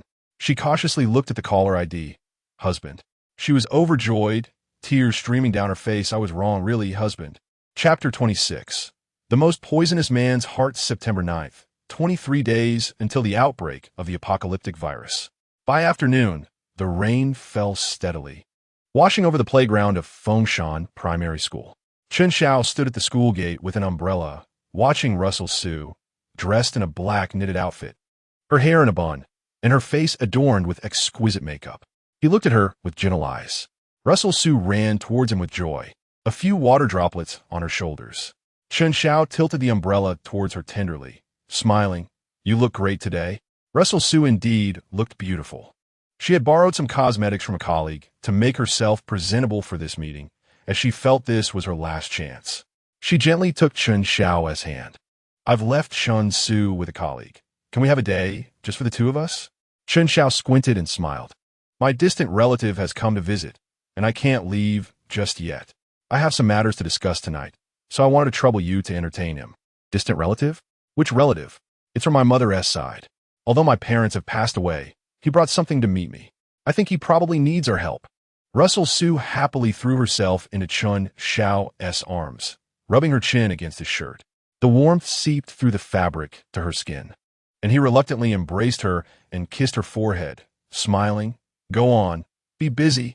Watching her silhouette fade away, he smiled, and once she entered the school gate, he called Cao Qianqian. Where are you now? I'll come pick you up. No need, I'll just meet you directly. Tell me the address. After hanging up, he stared at his phone for a long time, looking back at the school gate with reluctance. You treat me well, but I need the shares. Susu, you've been gloomy these days. Today, looking so radiant means you've reconciled with your husband? A colleague placed a fruit candy on Russell Sue's desk, smiling. Aren't there no overnight grudges between couples? He just came to see me. Seeing her so happy, the colleague teased. Then you should leave work early. The boss is here. We'll keep an eye on things for you. Thank you so much. I'll treat you to dinner next time. Russell Sue stuffed the scattered assignments on her desk into her bag. Luckily, her bag was big enough. Even when stuffed, it showed no signs of damage. Her hand holding the bag started to show some veins, so she slung it over her shoulder and hurriedly pulled Chen Xiao out the door to the market. She carefully picked out fish, shrimp, and tender pork shoulder, thinking that adding abalone for the guests would be perfect. Yay! Mom and Dad are finally back together. Russell Sue patted her head, smiling. You little clever girl, get some fish for Mommy. After dinner, you need to do your homework, understood? Mommy still has work to finish. Okay. Chen Xiao's voice was loud and cheerful. Inside room 1604 of Building 5, KD's garden, muffled sounds could be heard. As Russell Sue stepped off the elevator and reached her door, she heard a dull, somewhat wooden sound. She thought, perhaps Chen Xiao's relative was inside, making a call. She turned to Chen Xiao. When we go in, remember to say hello to Grandpa. Okay? We are polite little princesses. Okay. Chen Xiao asked cautiously, shivering, but Mommy, why do I smell something stinky? Russell Xiao picked up the pork and sniffed it. Maybe this meat, isn't fresh. We'll talk to him next time. Remember to be polite. Okay? Okay. After opening the door, the living room was quiet with no one in sight. She noticed the master bedroom door was closed, which struck her as odd, but she didn't think much of it. After closing the door, she placed the groceries in the kitchen, directing Chen Xiao to her room to do homework, and then headed straight for the master bedroom. Upon opening the door, a foul stench hit her, making Russell Xiao feel nauseous, but she thought it would be impolite to react. She saw the elderly man tied to the headboard, his hand rubbing against the white bed cushion, leaving thick red stains. She suddenly worried that if Chen Xiao saw this at night, he would surely be angry.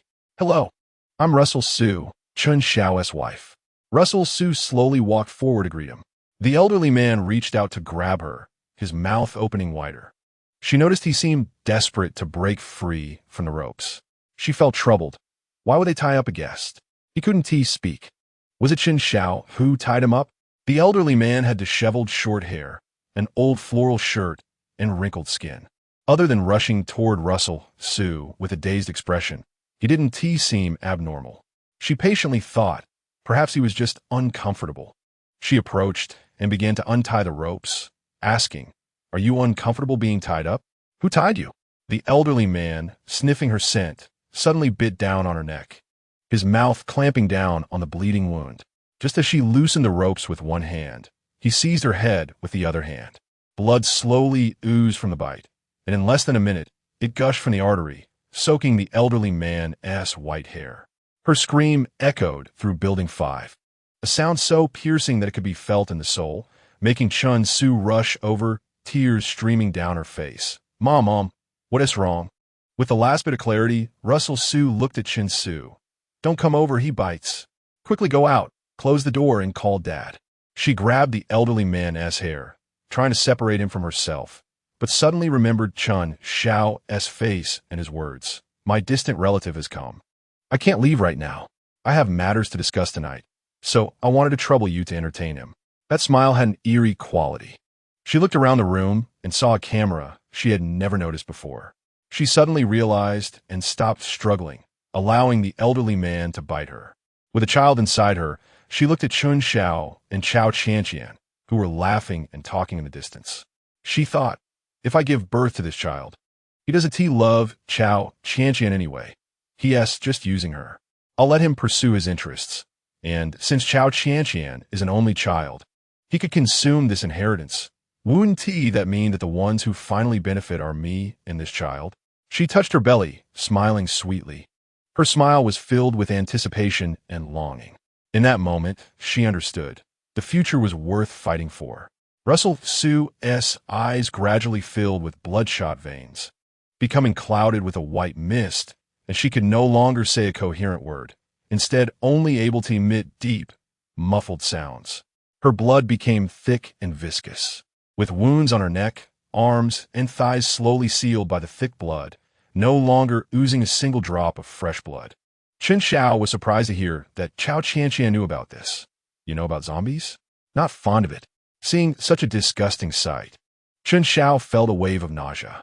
He took out a cigarette, lit it, took a puff, and exhaled. Didn't you hate it when I had women and children? Now I don't have any, so do you still love me? He had thought Chen Xiao was cold-blooded, but didn't he expect him to be this way with everyone? Cao Qianqian feigned calm. Taking a deep breath, she turned to look at him. Since you're so sincere, then fine. Prepare 50 million to transfer to my account, and I'll sign the share transfer intention letter for you today. Why a share transfer intention letter? Did you forget? We were talking about 300 million. Now I only need 100 million from you. First, pay me a deposit of 50 million, and then I will sign a formal contract with you. You bring your lawyer, and I will bring mine. Isn't that safer? Forget it. No need to dwell on his character. Making money is more important. Cao Qianqian felt a tremor in her heart, but couldn't show weakness. A life, can it really be worth just 50 million less? Beast. Luo Susu and I were really blind. This man couldn't possibly have any love in his heart. Cao Qianqian suppressed her anger and forced out an ugly smile. Since you know there's zombies, Why are you so intent on buying the shares I have? Haha. You're not afraid of such things, are you? I know a doctor from Sunming Hospital named Hu Yong. He told me they're just single-celled animals with no brains. If you hold your breath, they can't find you. You just need to decapitate them to kill their movement, and then cremation will do. They can't handle it now, mainly because there are powerful people among the zombies, and their relatives still can't understand this phenomenon of death. So there's nothing to fear. Chen Xiao explained all this with a smile. Cao Qianqian felt as if she was facing a great enemy, since he can use zombies to kill. Who has to say he won't kill me once he knows the truth? She maintained her surface smile and said, "Of course. What is there to care about dead things? I didn't expect you to be such a bad woman too." Chen Xiao suddenly felt he had found a kindred spirit. It seemed that the courteous facade could be torn away in front of her. He looked down at her, his gaze so clear yet containing some unknown, and leaned down to wrap an arm around Cao Qianqian's shoulders, planting a deep kiss on her lips. Cao Qianqian instinctively recoiled, but didn't want to reveal her discomfort. She could only tightly shut her eyes and silently chant, "Bear it, bear it, bear it, bear it." That kiss, which should have felt sweet, was instead incredibly nauseating. The favor she begged from the heavens in her previous life was now obtained purely for profit. At this moment, she wanted to punch him in the eye, but tearing the mask off could very likely provoke him and bring unnecessary losses. She missed Dongdi a bit. At least when he was around, her sense of security increased significantly. After all, he was agile. She forced back her discomfort and smiled slightly. "Come on, let us cooperate happily." She pulled out the intention letter for the transfer of shares from her bag. After signing the agreement, when Chen Xiao wanted to kiss her again, Cao Qianqian sprang up like a spring, awkwardly smiling. "We have plenty of time. Remember to prepare the remittance quickly. When we sign the formal agreement, I'll only charge you 2 million as a wedding preparation fund. How about that? I never realized you were so money-minded before. Weren't you the one who loved me the most?" Chen Xiao watched her run away in a flash, a sweet smile curling at the corners of his mouth. Still so innocent, still shy. He glanced at the shared transfer intention letter and immediately called Song Qing. "Let us withdraw all the money on our books. The shares are in hand. Sign the contract." "It's just an intention letter. She wants us to transfer 50 million first, and then she'll sign a formal contract with us." "Bro, are we getting scammed? An intention letter has no legal effect, right? Don't worry, she wouldn't dare." Chen Xiao's inherent pride wouldn't allow him to believe that a woman who had witnessed another woman being killed would still have the mood to play tricks with him. Unless she was not afraid of death. Although Chen Xiao was happy, seeing Luo Susu's tragic death on the computer, drifting like a ghost, made him feel a twinge of sadness. Tears welled up in his eyes, but wouldn't fall. He touched the screen, where Luo Susu's eyes were vacant, her body wounded and drifting everywhere, and he sighed. "I'm sorry, I loved you, but only when you were gone can she forgive me." At that moment, his phone rang. "Hello, we are from the criminal police team. Can you come in for a statement regarding your family's situation?" "Sure, I'll be right there." As soon as he arrived at the police station, Chun Su was crying like a flower in the rain. Beside her was an older aunt. The aunt quickly said as she saw him arrive, "Your daughter called me for help. I didn't dare to open the door. She said the murderer was inside. So I called the police directly. The police caught the person, but your wife chased after them and bit them. It was too scary. Thank you for taking care of my daughter." Chen Xiao hugged Chen Su tightly to comfort her. "It's okay. Mom is still alive, and the police will give an explanation." In the inquiry room, the light was dim, and he looked sad, his expression as if all of this had nothing to do with him.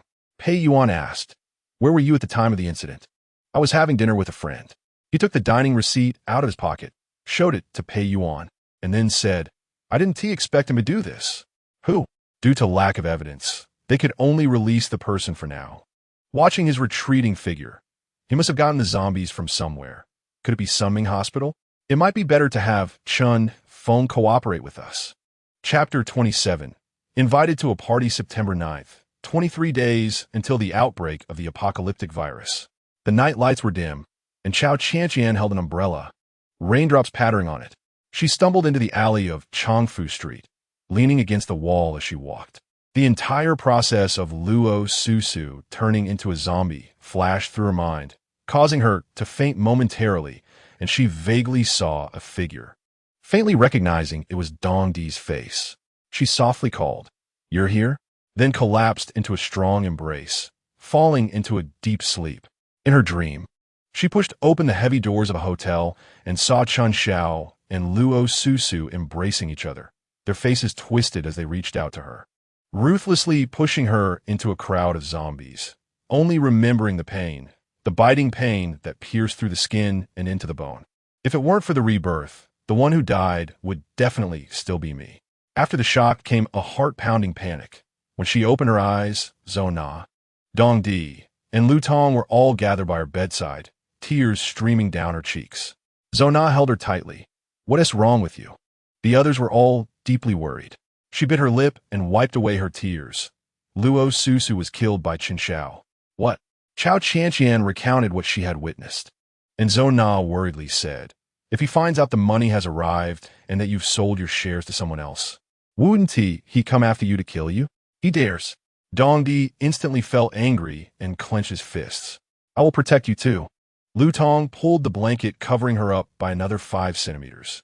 Dongdi stole a glance at his affectionate gesture and, slightly displeased, whispered in his ear, "Come with me."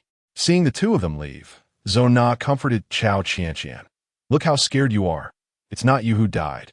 What is there to be afraid of?" After a bitter smile, Cao Qianqian pressed her lips together, remembering that she had barely eaten anything with Chen Xiao tonight, her stomach rumbling. She looked up at Zona and said, "I'm hungry. Let us go. Let us get a late-night snack." In the courtyard, the cool wind was bone-chilling. The September heat was no longer. Lu Tong curled up, looking annoyed. "What do you want with me? Hurry up and say it. The wind is strong. Look at your little frame, so thin like a monkey. How are you going to protect Qianqian?" "I thought it was something serious. Jealous?" He laughed heartily, patting Dongdi on the shoulder. "Don't think too much. She has already rejected me."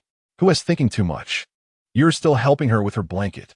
At this moment, Cao Qianqian and Zona were holding hands, watching the two big men acting as door gods at the entrance, playfully asking, "What?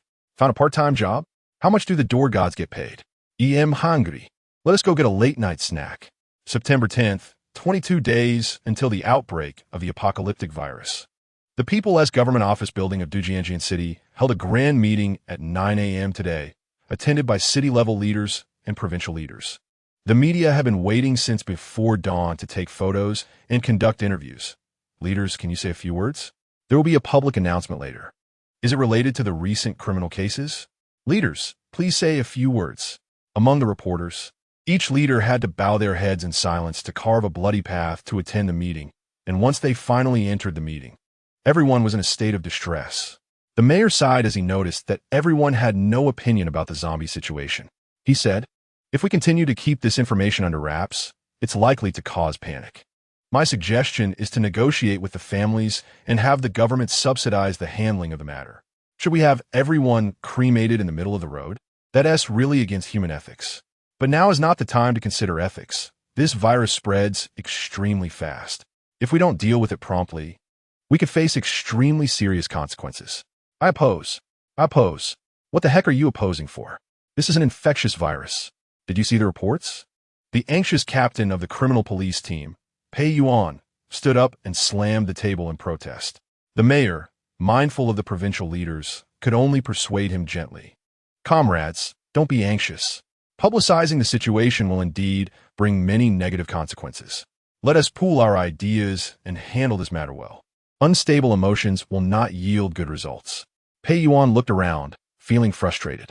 They had been brainstorming for the whole morning, but the final outcome was merely to wait for discussions.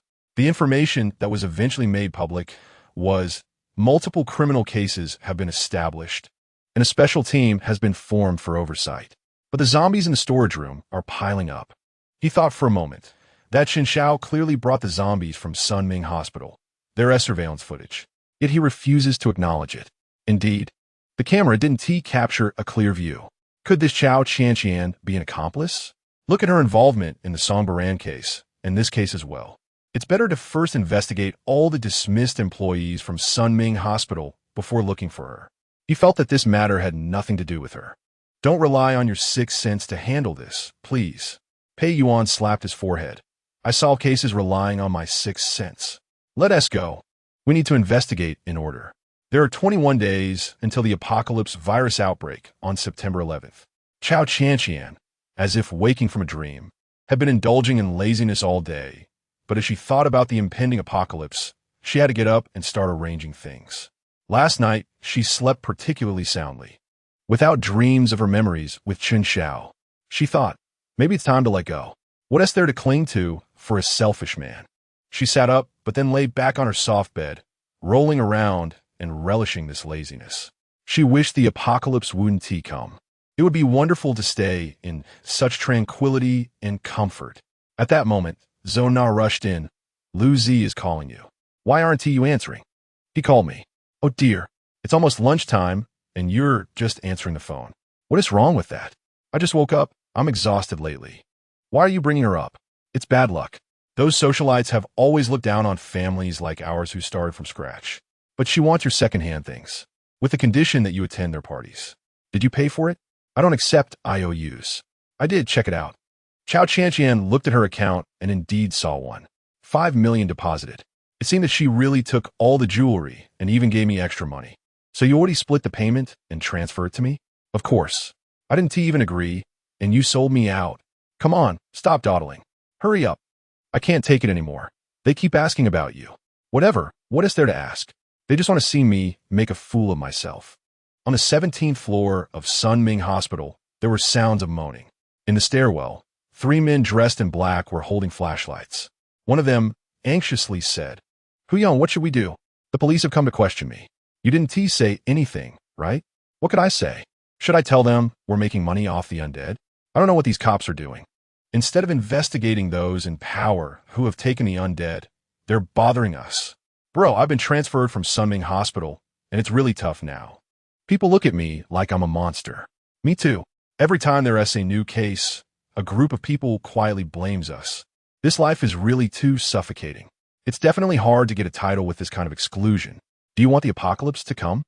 Huyong smiled and said, this is easy to manage. As long as we control their actions, it's easy to eliminate them. Just decapitate them. For those of us who know the inside story, it's harmless. ISNT, there are a lot of people wanting revenge.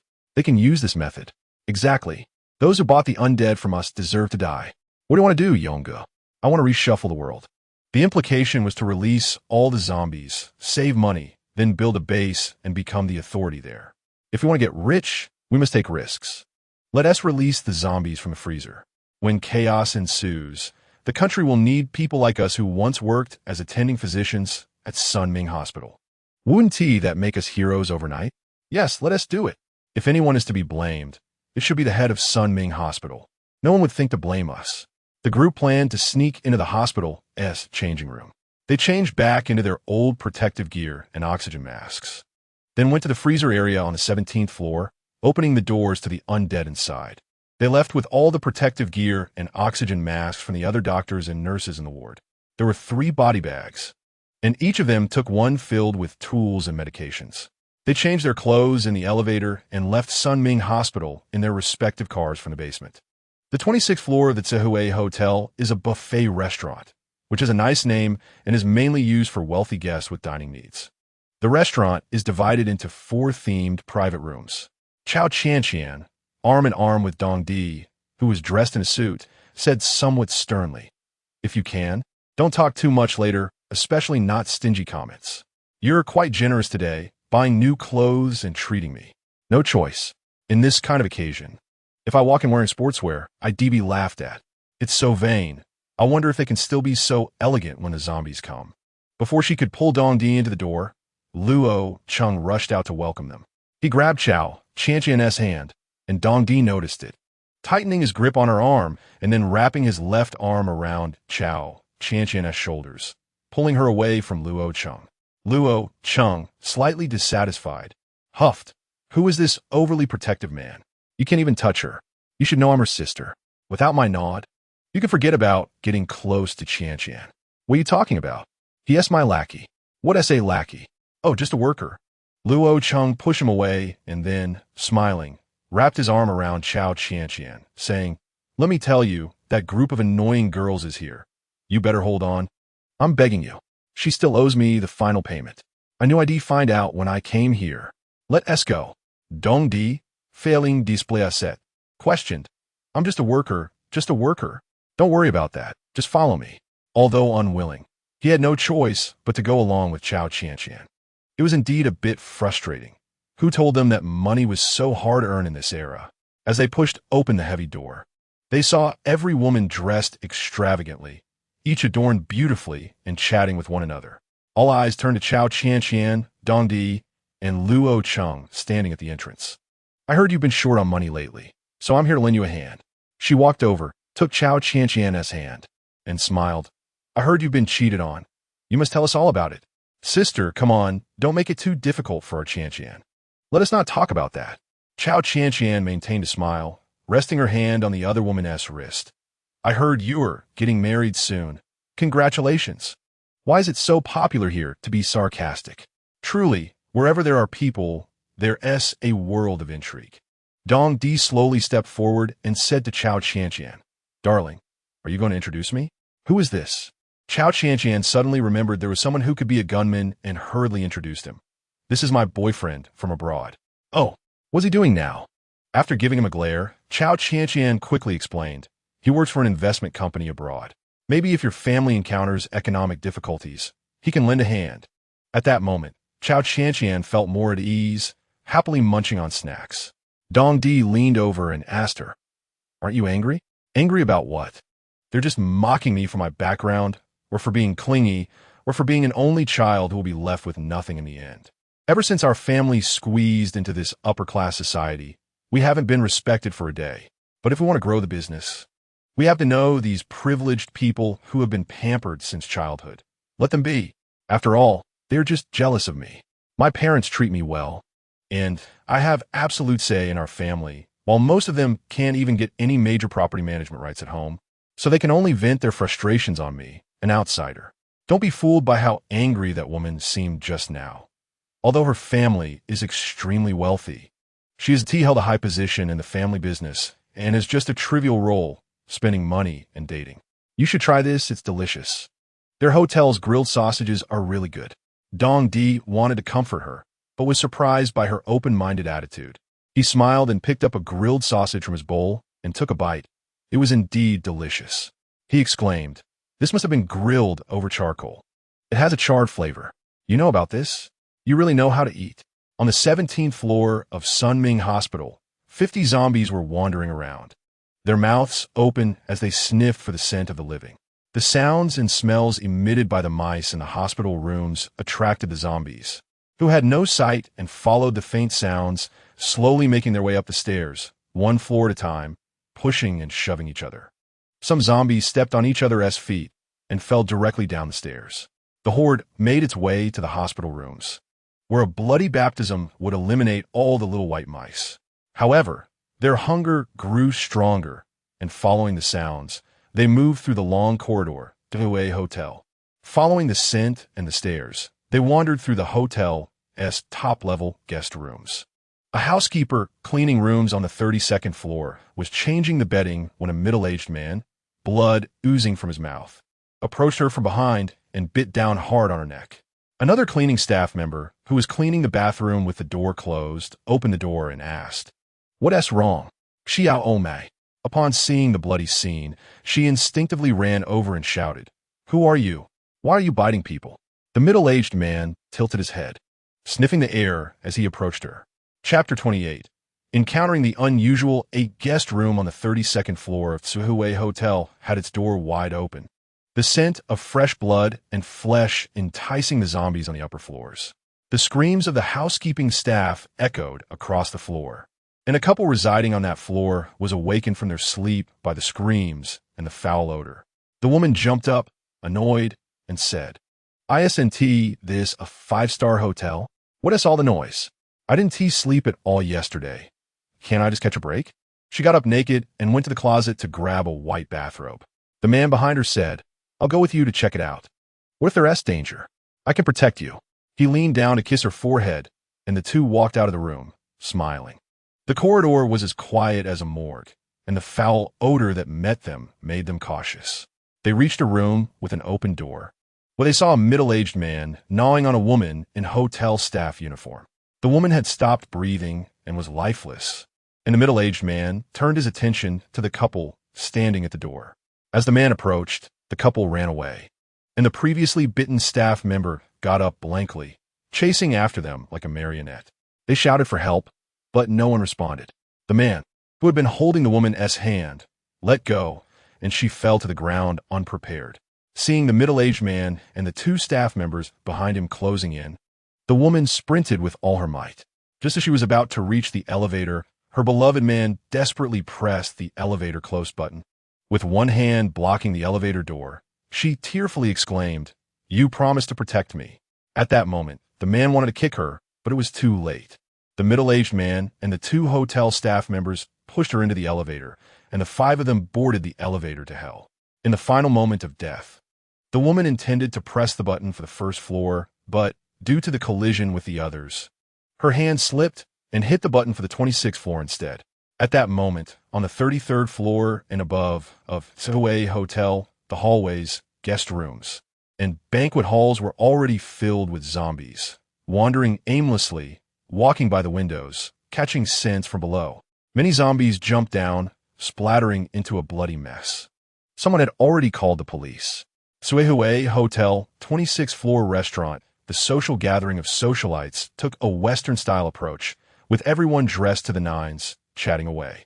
However, Cao Qianqian was neglected in the corner. In previous years, they would often invite her to sit on the sidelines. In the first year, she tried to engage, but they talked about music, art, or life abroad, experiences she lacked, and in the end, she remained invisible. Finally, she found a way to reconcile. Eating. Try this. Chocolate cake. You're eating so much. Are you still having dinner tonight? Big sister, don't eat anymore. They're all laughing at you. Luo Cheng, Dong Di, and Cao Qianqian huddled around the food tray, munching away, while many socialites cast strange glances their way. Although they didn't say anything hurtful, their snobbish demeanor clearly showed their disdain. It seems they don't really like you. Why did they invite you? Don't you have any friends who are nice to you? At that moment, the door to the private room was repeatedly slammed against, each impact opening a small gap, but remained stuck between opening and closing due to its heavy weight. Outside, there were sounds of accompanied by a horrific stench that many began to notice. At that moment, a woman impatiently pulled the door open and shouted, "Who's there?" A middle-aged man and woman, along with two housekeeping staff members, rushed in like wolves seeing meat. Although they moved slowly, the pampered girls in high heels couldn't run fast enough. They quickly grabbed one girl each and began a bite. Blood spilled everywhere, and all the girls scattered in chaos, the scene turning into pandemonium. Dong Di hurriedly pulled a wooden stick from his pocket, converting it into a scythe. Luo Cheng, terrified, shouted and tried to stop him. "What are you doing? Are you going to kill someone?" Cao Qianqian smashed a wine bottle and joined Dong Di. "We have to kill them. Otherwise, it will be trouble when the news spreads." Luo Cheng held back Cao Qianqian with one hand. "Are you crazy? Running is the best strategy. You can't escape. It's a virus. Once bitten, it spreads tenfold. You need to get up and come with us." Cao Qianqian turned and grabbed Luo Cheng, but Dong Di stopped her. "You wait here." He looked at Luo Cheng. "Stop shouting. Take Qianqian outside first. We don't know how many zombies there are. Damn it, stop showing off. You're going to turn into a zombie if you get bitten." Cao Qianqian shook off their hands and rushed out, pushing her former friend Xiao towards Dong Di. Dong Di pushed her towards Luo Cheng and caught up with Cao Qianqian. After exchanging a glance, he held his breath and aimed for the zombie's head. At this moment, she could make a decision. Regardless of the 5 girls who had been bitten, they would soon become zombies, and everyone else would perish with them. But she still chose to tell the truth. They are no longer human. Soon, those 5 will also turn into zombies. Right? We need to call an ambulance. They must be sick, killing people in broad daylight. "Sister, help me. It hurts so much." They each spoke a sentence, while the other girls looked at the 5 girls who had been bitten without any strange reaction, and the blood began to coagulate. Everyone stepped forward to accuse Cao Qianqian and Dong Di. "They bit people, you just needed to pull them apart, but you chopped their heads to bits. Aren't you the real monsters? The scene was exceptionally noisy with everyone speaking over each other. Dong Di took Cao Qianqian's hand, wiped away the tears from the corner of her eye, and smiled. Not worth saving, let it go. Don't regret it later. Liu Xiao, Huang Ying, let's go. Cao Qianqian said with a sob. Luo Cheng pulled Xiao Suiyu to leave, but Xiao Suiyu shook her head. Furious. Luo Cheng scolded. How can you still be friends with Qianqian? Damn. He angrily shook off her hand that was gripping his pants leg and quickly ran to Cao Qianqian's side. The three of them stood at the door, looking at the room full of people staring at them with strange eyes. Those eyes were like they were seeing a different species. Cao Qianqian recalled the first time she met them.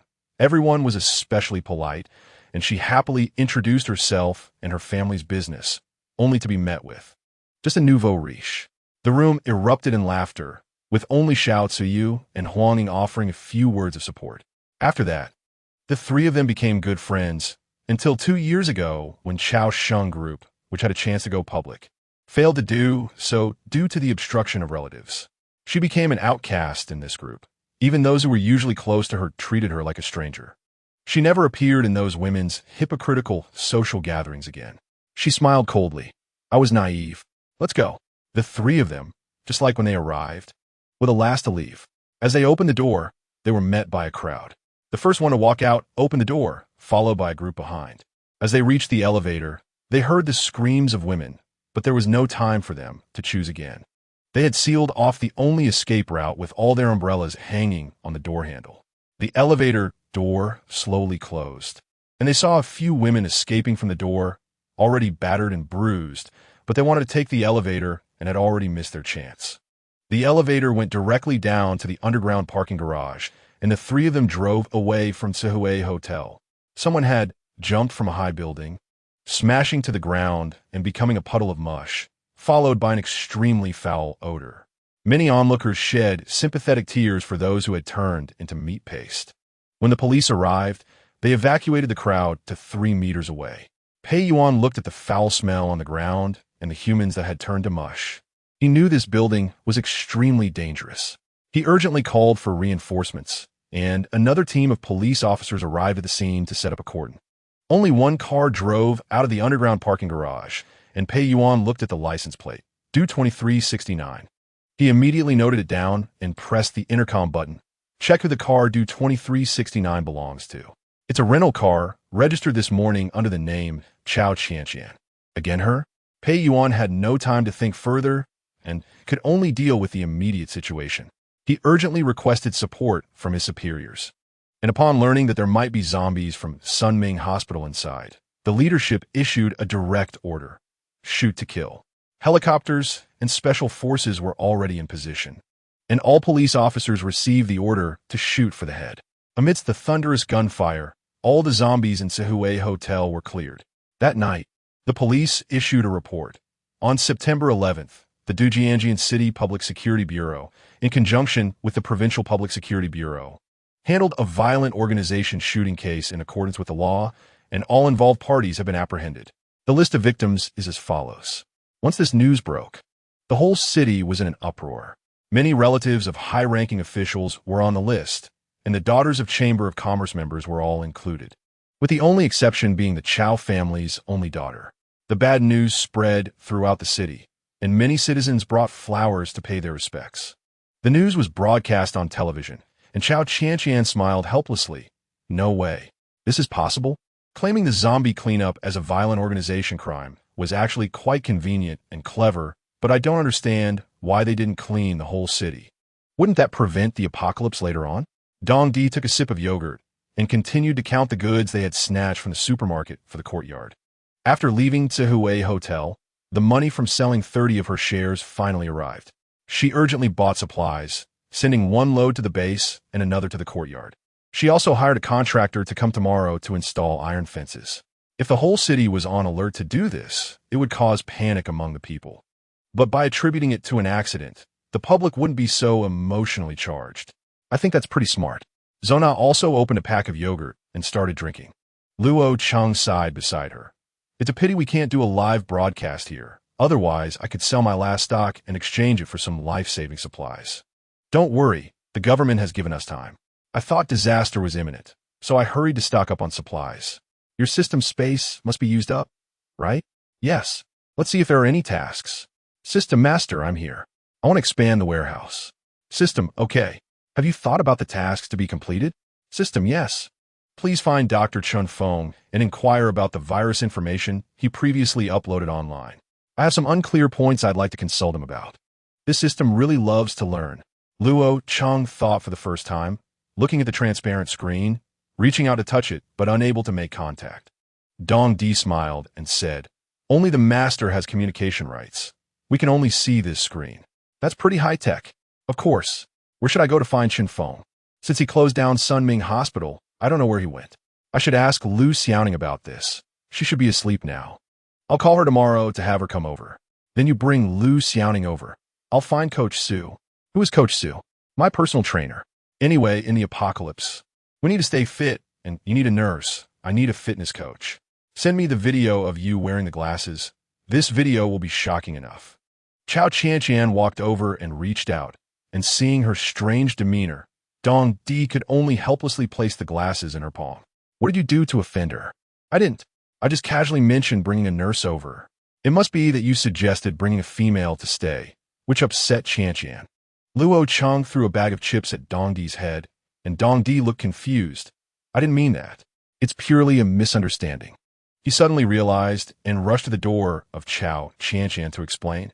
I suggested Lu Xiaoning stay purely because she has a child to take care of, and it's inconvenient. If we need her help, we should provide convenience, right? This is what allies should think. Bang, the door opened, and Cao Qianqian glared at him and said, are you implying that I lack awareness? No.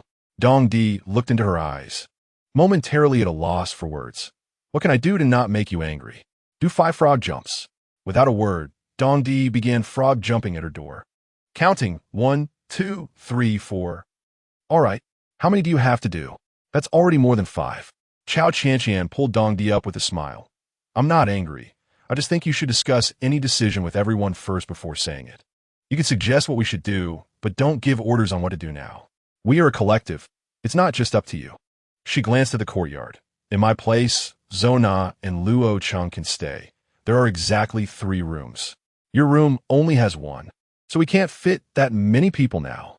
Tomorrow, I'll call Aunt He and Uncle Hu to see if they can rent us their house first, settle the space, and then talk to them. All right. He was sweating on his forehead, and a few of them exchanged smiles. Chapter 29 Dreams shattered 20 days until the outbreak of the apocalyptic virus on September 12th early in the morning. Cao Qianqian called Aunt He and Uncle Hu to rent the entire courtyard. She asked Zona to bring her parents over to live together. Aunt He's 3 rooms, and Uncle Hu's 2 rooms were allocated accordingly. Lu Xiaoning and Coach Su lived in Aunt He's 2 rooms, with 1 room designated as a storage area for supplies. The Chao couple and Lu Tong and her daughter lived in Uncle Hu's 2 rooms. The entire courtyard began to buzz with activity, with renovation workers arriving one after another, erecting a 5-meter-high iron fence at the entrance. The workers repeatedly told Cao Qianqian, this is an illegal construction. If you need to tear it down, you can find us. They then got to work, and the fence had a locked gate, making the courtyard resemble a prison. Many nearby neighbors complained, saying this really affects the aesthetics. However, it didn't actually bother them, so they only grumbled verbally and didn't report it to the neighborhood committee. After a busy morning, everyone was exhausted and lay down on the ground. A few cleaning ladies exclaimed, it's too hard to clean a house that hasn't been lived in for so long. Cao Qianqian gave the cleaning ladies several red envelopes, and they finally happily went off to lunch. When Xiao's mother entered the kitchen, she looked troubled and said, how do we cook with nothing here? Aunt Huang chimed in, let us eat out for lunch today. Mom, Aunt, don't fuss. The takeout Qianqian order has arrived. Lu Tong ran into the kitchen and handed each of them a cup of water. As they walked out of the kitchen, they saw Dong Di and Su Feng setting up a table, while Zona and Lu Xiaoning played with Lu Shu. Chao's father pulled Cao Qianqian aside to ask about recent developments, while Luo Cheng was in his room organizing his clothes and setting up equipment for a live stream. Dad, don't worry. I've thought it through. We'll settle here for now, and once the renovations in Tinya Village are done, we'll move there immediately.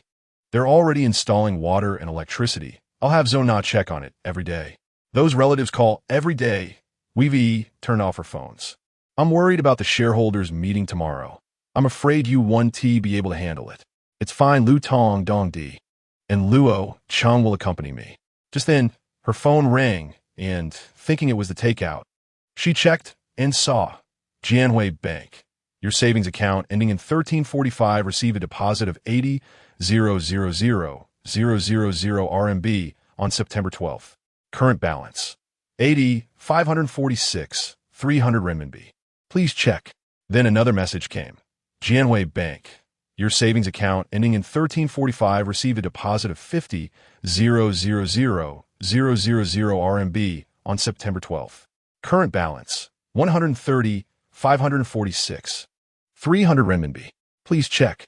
Just after receiving the transfer, Jianhui Bank called. Hello, you are our VIP customer. When would you like to learn about wealth management? I am your dedicated financial advisor. No need, thank you. Cao Qianqian hung up the phone and excitedly ran to the center of the courtyard, smiling. The money from a stock transfer has arrived. After lunch, let us split into 3 groups and go by supermarkets. Buying supermarkets? How extravagant. Su fan tuka. Everyone laughed, enjoying their lunch together. They then set off in 3 directions, east, west, and north. Since the base was located to the south, once they decided to head south, they would go directly to the base without needing to make emergency stops at empty supermarkets. The real estate agents were enthusiastic as they saw the customers willing to pay in full and sign contracts, running to 3 or 4 places. The supermarkets they bought all needed to cease operations starting September 14th, with employee salaries continuing to be paid, but no new customers allowed. Regardless of the size of the supermarket, any that were for sale were acquired by Cao Qianqian and her group. By the end of the afternoon, they had secured 13 supermarkets, including 3 large ones. However, unfortunately, they couldn't buy a large supermarket in the north, but they had scheduled renovation workers to install iron fences at the smaller supermarkets. Cao Qianqian gathered everyone together, drew a map of the supermarkets they owned, and gave each person a set of keys. If any special situation arose, this would serve as a temporary refuge. They also purchased numerous oxygen tanks, masks, high-quality protective clothing, and walkie-talkies, along with other seemingly essential items that they couldn't initially think of. By the time everything was finished, it was already late at night. Everyone was exhausted, and after receiving their tasks for the next day, they prepared to go to sleep. In the afternoon, Chen Xiao received the stock transfer contract and a message from Cao Qianqian. Dear, take a look and see if there are any problems. If not, please sign and send it back to me. You will be the chairman of Chao Sheng Group at tomorrow's shareholders meeting. Chen Xiao smiled at the message. Sure enough, this company is still mine in the end. Beside him, Chen Su obediently did her homework. Chen Xiao, in a great mood, patted her head. Good girl. September 13th. 19 days until the outbreak of the apocalyptic virus, the shareholders meeting of Chao Sheng Group was set to take place, and early in the morning, all shareholders received notice to attend the meeting. This news was sent by Chen Xiao, as Cao Qianqian had told him the night before that he was the new chairman and should organize this shareholders meeting to assert control. Upon receiving the news, everyone was puzzled, waiting for Cao Qianqian to explain. Chen Xiao had already decided that Jiang Yun would be the next financial director, dreaming of being in power. On that day, he got up early to groom himself, making sure his hair shined. Since his wife's death, he had arranged for his daughter to attend a boarding school. But it hadn't been finalized, so she was temporarily living in his apartment. The house stained with blood was now empty, and he claimed to others that he was too heartbroken to revisit it. Chen Su was quietly drawing, and Chen Xiao smiled as he touched her head. Aunt will come and take care of you later. I'm heading to work now. She silently watched him leave. Ever since witnessing her mother's tragic death, the child had stopped speaking. The first to arrive at the meeting were Chen Xiao and Jiang Yun, believing it was their home ground. However, when the clock struck 9 o'clock, they realized the agreed-upon 8:30 had passed. Jiang Yun anxiously asked, "What do they mean by this? They look down on us. What else could it mean?" Anger surged within him as he plotted how to bury those relatives of the Chao family. Just then, Jiang Yun's little sidekick burst into the conference room. "Sister, you've been tricked. What do you mean? The Chao family, sold the shares to Wang Bin. Wang Zhonggu is son? Yes. They're having a meeting in conference room 8 right now. Fuming, Chen Xiao furrowed his brows and angrily rushed to conference room 8, with Jiang Yun following closely behind, scolding him. Upon arriving at conference room 8, they saw Wang Zhongwu and Wang Bin seated at the main table, with the shareholders present remaining silent. Chen Xiao sneered and glared at Cao Qianqian, who was dressed in sportswear, no longer looking as cute as before. He pointed to Cao Qianqian and shouted, "You tricked me? But the contract you were supposed to sign is right here." Chen Xiao angrily slammed the contract he was holding onto the table. "Cao Qianqian ziplit defianti. I was just joking with you. I only own 2 of Cao Qianqian Group S shares. I specifically left the shareholding quota blank in the contract. How much you fill in, I don't know. I clearly stated in the stock transfer intention letter that the transfer of all shares under my name was what you all assumed, thinking my father transferred all shares to me. In reality, the share transaction was still conducted by my father. You're all a bunch of liars, using tricks against your own family to sell to outsiders. First pretending to transfer the shares to Cao Qianqian, then throwing out the information to sell, making us fight among ourselves and suspect one another. In the end, your plan was always to sell to outsiders, using your own shares as a guise to make us believe you wouldn't consider outsiders. The consideration should be among us few. We underestimated you, I admit it." Jiang Yun was so angry that her teeth itched. She glared at Chen Xiao, as if to say, "Useless man can't even handle one woman." After she finished speaking, she left the scene, believing that the decision had already been made. She could not possibly become the financial supervisor for the next term, nor would she have any more say in the matter. No one could get anything from that old fox, Wang Zhongwu. Chen Xiao, as a small shareholder, also recognized the current situation, but he still suppressed his anger and found a seat to sit down. He glared darkly at Cao Qianqian and the 3 men behind her. "Humph." The ant, with a muffled grunt, threw the received stock transfer notice on the table, with the date on the notice being July 12th. Since no one paid attention to the office mail, naturally, no one would be concerned about the exact date the letter was delivered. At this moment, Chen Xiao still wanted to struggle for a moment.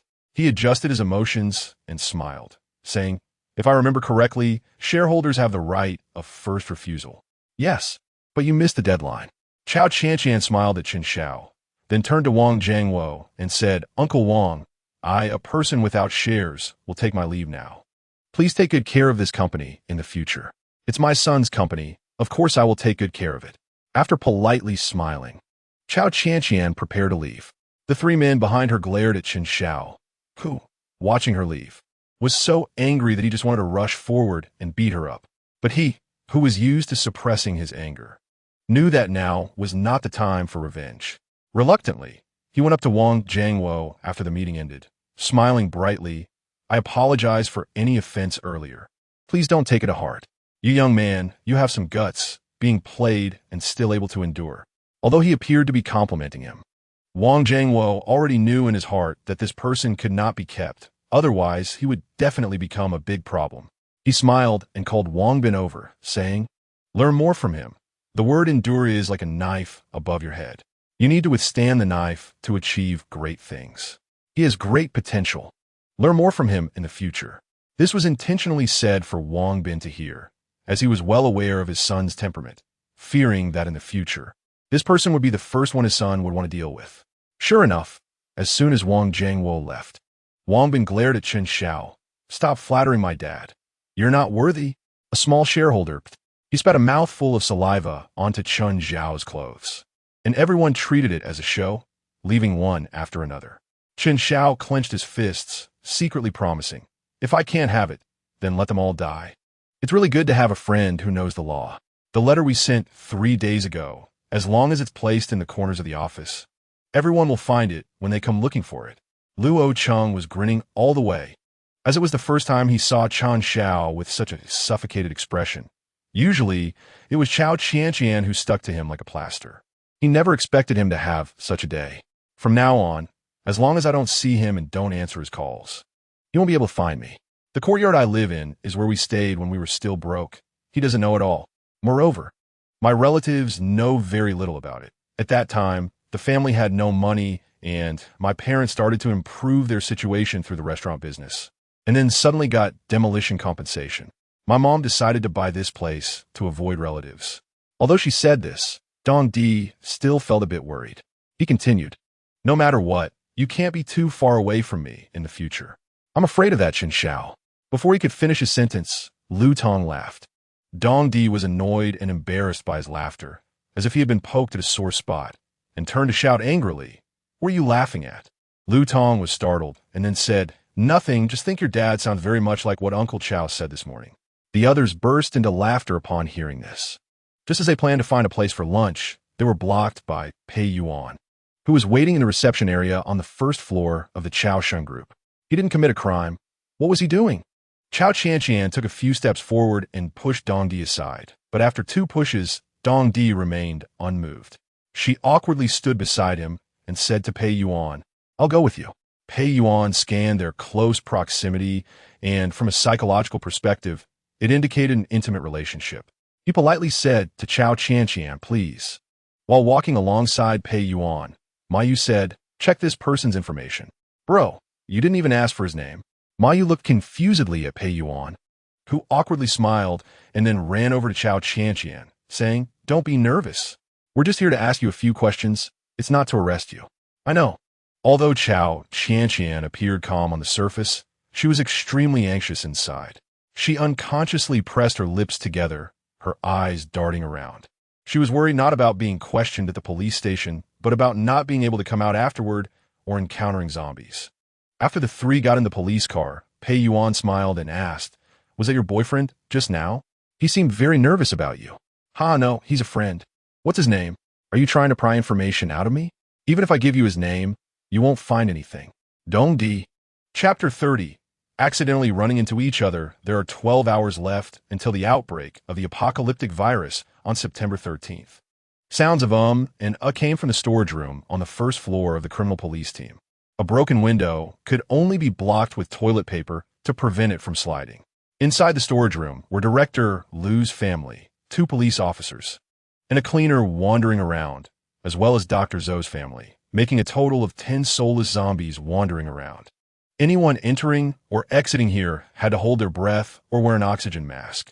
This corridor had become a restricted area of the police station. A burly man sat drunk at the entrance of the criminal police team. Seeing Cao Qianqian get out of the police car, he strode over, scaring Cao Qianqian into retreating repeatedly and falling into Mayu's arms.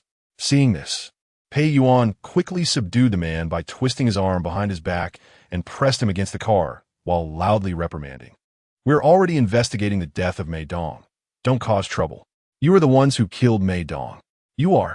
The big man spat as he protested. Pei Yuan had seen many irrational family members. After scolding him a bit, he pushed him aside and led Cao Qianqian forward, while Mayu drove to other crime scenes. Recently, there had been a series of murders, and the criminal police team was almost overwhelmed. His name is Li Dong. He received information that his wife was kidnapped. We dispatched police forces from our second team, but due to the violent organization incident at the Zhihui Hotel that day, we didn't have enough manpower. By the time his wife was found, she was already dead, and we Haven T tracked down the murderer.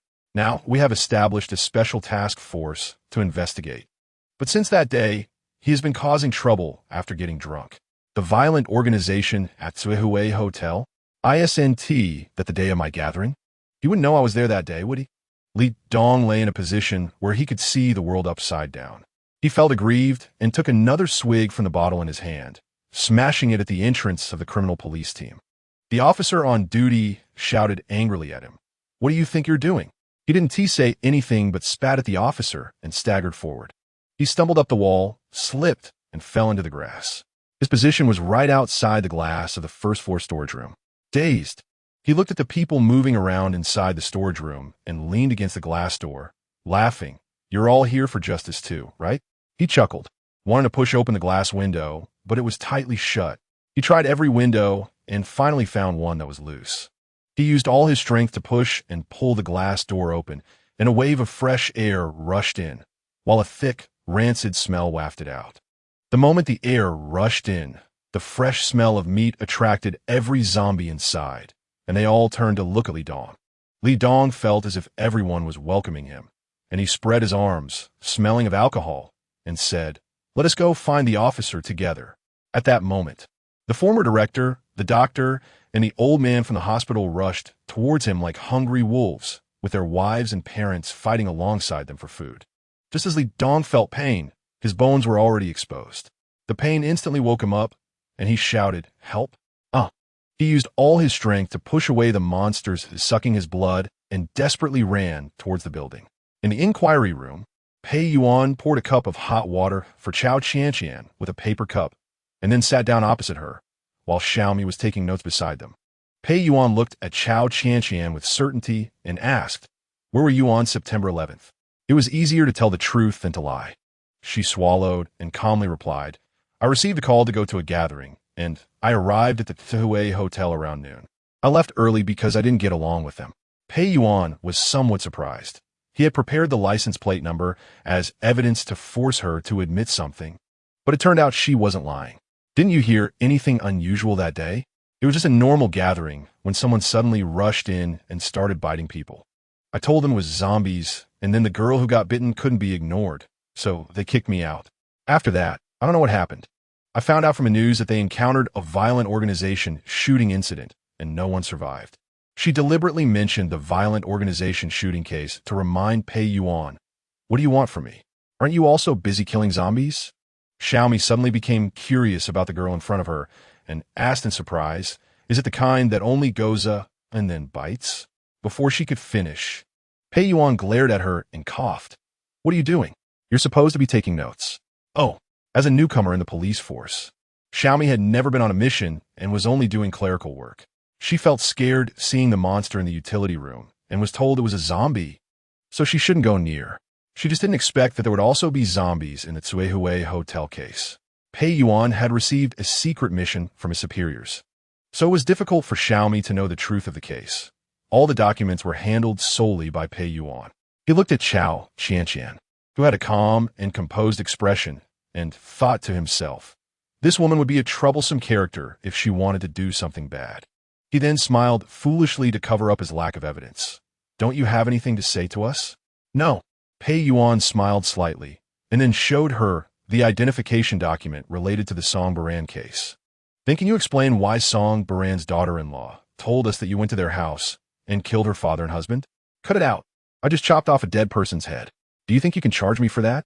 Let me ask you, if someone comes that you wanted to eat you, would you go easy on them?" "What do you mean? If you had solid evidence, you wouldn't be asking me questions." First of all, she identified that we went to her house, but there are no surveillance cameras or substantial evidence proving I was there. Just her testimony alone is not enough for a judge to convict me. You need physical evidence along with verification. Did you find any of my traces on the body? The two locked eyes, a current of competition flowing between them. Pei Yuan took a deep breath, realizing this woman was quite troublesome, and smiled slightly. "Then can we ask you to cooperate with us for some samples?" "Of course. Xiaomi, go find a forensic doctor." "Oh." After Xiaomi opened the door and walked downstairs, she saw people in police uniforms in the utility room, looking shocked and moving slowly, their eyes covered with a layer of white mist. As soon as Xiaomi reached the first floor, she attracted the attention of several zombies. She hurriedly covered her mouth and ran frantically back to the inquiry room on the second floor. The moment the door closed behind her, the zombies on the first floor began to wander upstairs. Meanwhile, the second floor gradually fell silent amidst the screams and gunfire. Now, the entire building was filled with zombies in police uniforms, and many officers who had not yet turned into zombies after being bitten hastily called 112, while some, in fear, directly rushed out of the criminal police team's office. Of the 300 members of the criminal police team, 240 had already turned into zombies. People usually show respect with a smile when they see police officers, but today the police on the street were particularly strange, with eyes like cataracts, torn and bitten clothes. Staggering down the road, an elderly woman, noticing this, hurriedly approached and asked, "Officer, you seem to be in bad shape." "Yes, can you help me?" Before he could finish, a wave of dizziness hit, and he found that the elderly woman's neck looked so sweet. His consciousness gradually blurred, and he collapsed to the ground. At this time, many citizens gathered around, whispering, while the officer awakened like a hungry wolf, viciously biting the neck of the kind elderly woman and refusing to let go. Those who tried to intervene were also bitten. Many young people took out their phones to record the scene and posted it online. In an instant, the video trended. Throughout the day, multiple videos of officers biting people topped the news headlines, and the phone lines of the criminal police team were overwhelmed, but no one answered. Each ring would attract the zombies, moving like ghosts. Chen Xiao, watching the news, seemed to have found a purpose in life, laughing heartily. The humiliation he felt earlier in the morning was now released as he called Hu Yong. Why don't we open a new world? It might be more interesting. In the courtyard, they gathered to watch today's trending news. Dong Di enlarged the police uniform image, exclaiming in shock, "It's the criminal police team. Oh no, Qianqian is in danger. Oh no, Zhao went to Tianya village. I'll go save Qianqian." Lu Tong also became nervous, while the Cao couple paced anxiously. Chao's mother suddenly said, "Child, I just remembered. Your mom is still at the mall. Do you want to come with me to check?" "Which mall?" "It has to be done this way." "What should I do?" Luo Cheng looked helpless. Dong Di looked at him, locked the door tightly. "Our code is to knock on the iron door 121. No one is allowed in, no matter if they are begging or whatever, except for our own people." Luo Cheng nodded and took Chao's father's hand.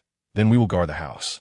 Chao's father shook off Luo Cheng's hand, holding on to his wife. "If you're going, then I'll go with you." "Seriously? You want to show off your love at a time like this?" Luo Cheng couldn't help but roll his eyes. Chao's mother, with tearful eyes as if saying goodbye forever, made Lu Tong feel uncomfortable. He walked over and said, "Uncle, Aunt, I'll go. You stay here and guard the house." "Child, can you manage?" "Don't worry. Then I'll go with you to find your mom." "No need. You stay and take care of Uncle and Aunt. I'm afraid at this time. Someone might be watching us." We stocked up and built iron fences. If the neighbors haven't turned into zombies, they might want to come here to hide. If they want to come, let them come. Chao's father appeared generous, which made Dong Di anxious as he quickly said, "Uncle, that won't work. Our system isn't set up. If an infected person sneaks in, we will all be in danger. Once we have a good screening mechanism, we can protect others better." "Yes, Uncle. Right now, we can only protect ourselves. Then I feel anxious just staying here. I should do something. I'll post something to inform everyone about what this is and how to respond." "That's fine." Dong Di patted Luo Cheng on the shoulder, and the group dispersed. Xiaomi rushed into the inquiry room like her feet were on fire, startling Pei Yuan, who looked at her in confusion. But her terrified expression made Cao Qianqian lose her calmness and become extremely frightened. Xiaomi gasped for breath and whispered, "There's zombies outside." "What?" Cao Qianqian and Pei Yuan said in unison. After exchanging glances, Pei Yuan opened the door to take a look. There was no one at the door, and after closing it, he felt that Xiaomi didn't seem like someone who would panic. Just as he was preparing to figure out what to do, he saw Cao Qianqian twist her ring, and a screen appeared in front of her. She dragged 3 sets of protective suits, breathing masks, and 3 kitchen knives onto the table, muttering, "What a Murphy's Law, whatever, I think it comes true." Luckily, I was prepared. Otherwise, I'd be in big trouble. She handed the clothes to Pei Yuan and said, "It seems the apocalypse is approaching, so I won't pretend anymore. Song-born's son died, and he's become a zombie out of grief. At first, we just wanted to find evidence and take some videos. But his daughter-in-law treated us like feed to give to him and his son, so we acted in self-defense. That shouldn't be illegal, right?" As she spoke, she handed another set of clothes to Xiaomi. "And what you guys are doing with the illegal violent organization shooting case is just killing zombies. We're pretty much the same. Half a dozen of one, 6 of the other. I was there at the time. Those women were bitten, and they didn't believe me and blocked the door, leaving them with no way out." After handing the clothes to them, she started putting on her own outfit and adjusting her mask. Seeing the two still dazed, she pulled her mask aside and picked up a kitchen knife from the table. "Stop staring. Hurry up and put on your clothes. Do you have a place to stash a gun? If we take a little for self-defense, it will be better. If a zombie outbreak occurs, we might need firearms." Watching her move with familiarity, Xiaomi, who had seen terrifying scenes before, quickly complied, changing into her clothes and picking up the knife. Noticing Pei Yuan still skeptical, she immediately urged, "Captain, really, it's all out there. We should rescue Professor Chen Feng first." He has reminded us multiple times. But before she could finish, Cao Qianqian excitedly interrupted. Chen Feng is here? I can't miss that. Seeing Cao Qianqian's excited expression, Pei Yuan asked in confusion, do you know her? Clearly, he had given up on analyzing the situation and started putting on his clothes and mask. Cao Qianqian shot him an annoyed glance and said, weren't you always suspicious of me? Why would I tell you the truth? She's much better. At that moment, countless phones rang. Cao Qianqian saw she had connected the call. And on the other end, Dong Di anxiously asked, are you okay? I'm fine. I'll be out shortly. A video of an officer turning into a zombie has gone viral. So I guess something happened to you. I'm coming over with Su Fong. Don't come over. The criminal police team has already fallen, and I don't know how many people are still alive. Stop talking nonsense. You're in danger. How could I not come? Wait for me. Click the call ended. Although Qianqian felt warm and safe inside, she couldn't help but retort, what a pointless move. I can handle alone. Pei Yuan, having finished putting on his clothes, looked at Cao Qianqian and said, I told you he looks like your boyfriend. Officer, you're being too nosy. After rolling her eyes at Pei Yuan, she turned to Xiaomi. Beauty, let us steal some guns. No way. I can't let you take the police station's guns. Guns are a lifeline for every officer. Why are you so rigid? That's just how he is. Don't mind it. Cao Qianqian rolled her eyes at Pei Yuan again, feeling a bit annoyed. So how do we find Chen Feng? Chapter 31. Life and death on the line. The church bells rang, and songs echoed as people prayed for divine protection. But the sudden invasion of zombies disrupted the rhythm, causing people to flee in panic. Most living people, aside from the zombies, hid in corners like wildcats, afraid of being caught. Videos of zombies biting madly began to flood the internet, and rumors spread like wildfire, with some saying they came from a mental hospital, others claiming they were poisoned, leading to heated arguments online. A social media account named Aiming for Quality posted a dynamic update with images explaining how to deal with zombies and what zombies are. They later posted another update urging everyone to avoid being bitten, warning that if bitten, they should not meet friends or family, as they might turn and kill their loved ones in just 5 minutes. This post drew a lot of backlash, quickly making Aiming for Quality a trending topic for its outrageous claims. The city government urgently called for a meeting, but no one showed up at the scheduled time of 3 p.m. Mayor Fong was still holed up at home, afraid to go out, while his wife hurriedly booked a flight to Thailand at 4 p.m. to escape without a visa. As she packed, she complained, I told you to discuss more with my dad. Now that this outbreak has happened, they're definitely going to hold you responsible. Rather than lose your position and face thorough investigations, it's better to escape quickly. Luckily, our son is in the U.S. Once we get the visa sorted, we can go from Thailand to the U.S. Then let us hurry. Don't dawdle. I'm really anxious. The streets are crawling with zombies, and I don't know if we'll make it to the airport alive. I told you to leave when the Tsuhui Hotel incident happened, but you kept dragging it out. Now look what happened. You can't even protect yourself. She pulled him along as they left the villa, behaving sneakily. Once in the car, they drove at top speed towards the airport. At this time, everyone was still immersed in the news of crazed people biting others, completely unaware that danger was already upon them. Meanwhile, the wealthy elites who received the news had already booked the earliest flights out of the country. The chairman of Huang Food Group ordered all production lines to be shut down as soon as he saw the trending topic, telling employees and workers to stay home and wait for the resumption notice. On his way home, Wang Zhengwo was furious, cursing all the way. That Cao Qianqian took $1 billion from me, and just as the money arrived, this happened. It's probably not a coincidence. I must have been set up. Damn Cao Qianqian. She looks young, but is so ruthless. He angrily pounded the steering wheel. What are you talking about? Didn't you see the trending videos? Cops are biting people. Do you think they're insane? I recognize that uniform. It's from the criminal police team. If it's not a deadly poison or disease, do you think officers would be out biting people? The more he thought about it, the angrier he became. Grinding his teeth. She must have known from the start. How else could she have convinced her parents to sell all their shares? He sped along the road, no longer caring if he hit someone, rushing home to grab his son and wife and pack for the airport. The airport was already overcrowded, and the highway entrance had long lines. Sensing the danger, the wealthy decided to leave first and plan later. But they had no idea that Professor Sun Minghui's immortality serum was part of an international project coordinated with global biomedical efforts, meaning this batch of serum was available worldwide. The temptation of immortality was eroding everyone's moral bottom line. The criminal police team's office building was on Yongkang Street, which was surrounded by 5 residential areas. In just 2 hours, this area had already been overrun by zombies, wandering in a daze in places with fresh air. The living people were hiding in their homes, too afraid to come out, while the hordes of zombies moved towards the city center.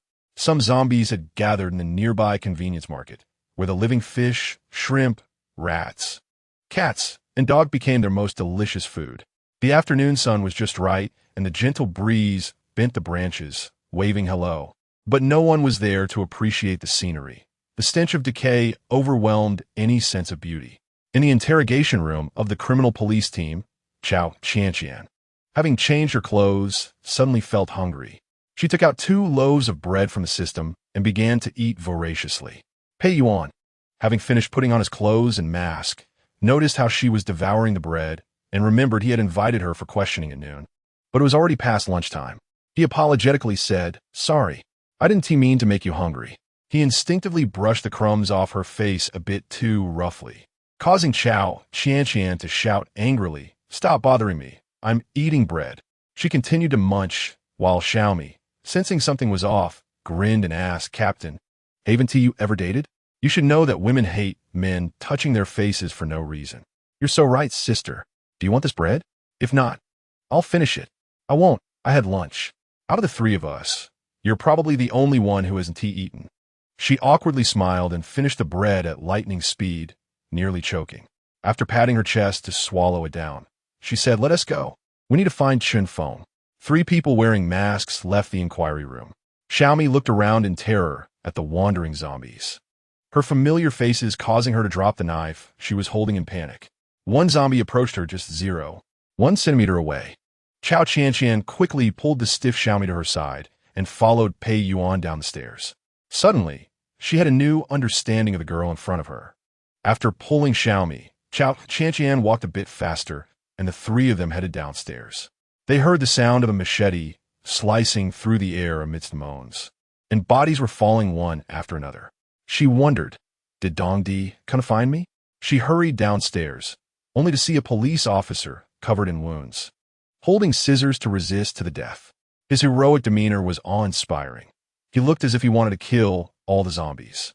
When Xiaomi saw him struggling among a group of zombies, tears welled up in her eyes as she softly called out, "Senior brother." The officer turned to look at them, who were wearing protective suits, and smiled at Xiaomi as he fell.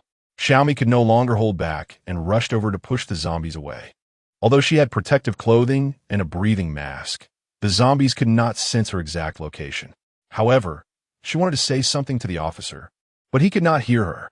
Without thinking, she took off her mask. Cao Qianqian and Pei Yuan exclaimed in unison, "Don't." But it was too late. Ignoring the approaching zombies, Xiaomi wanted to say, "Senior brother, I like you. Wake up."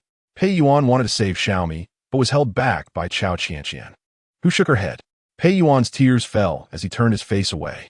She patted his shoulder and gestured, "Let's go down." Pei Yuan took one last look at Xiaomi, who was surrounded by a crowd of zombies, all dark and menacing around her and the officer.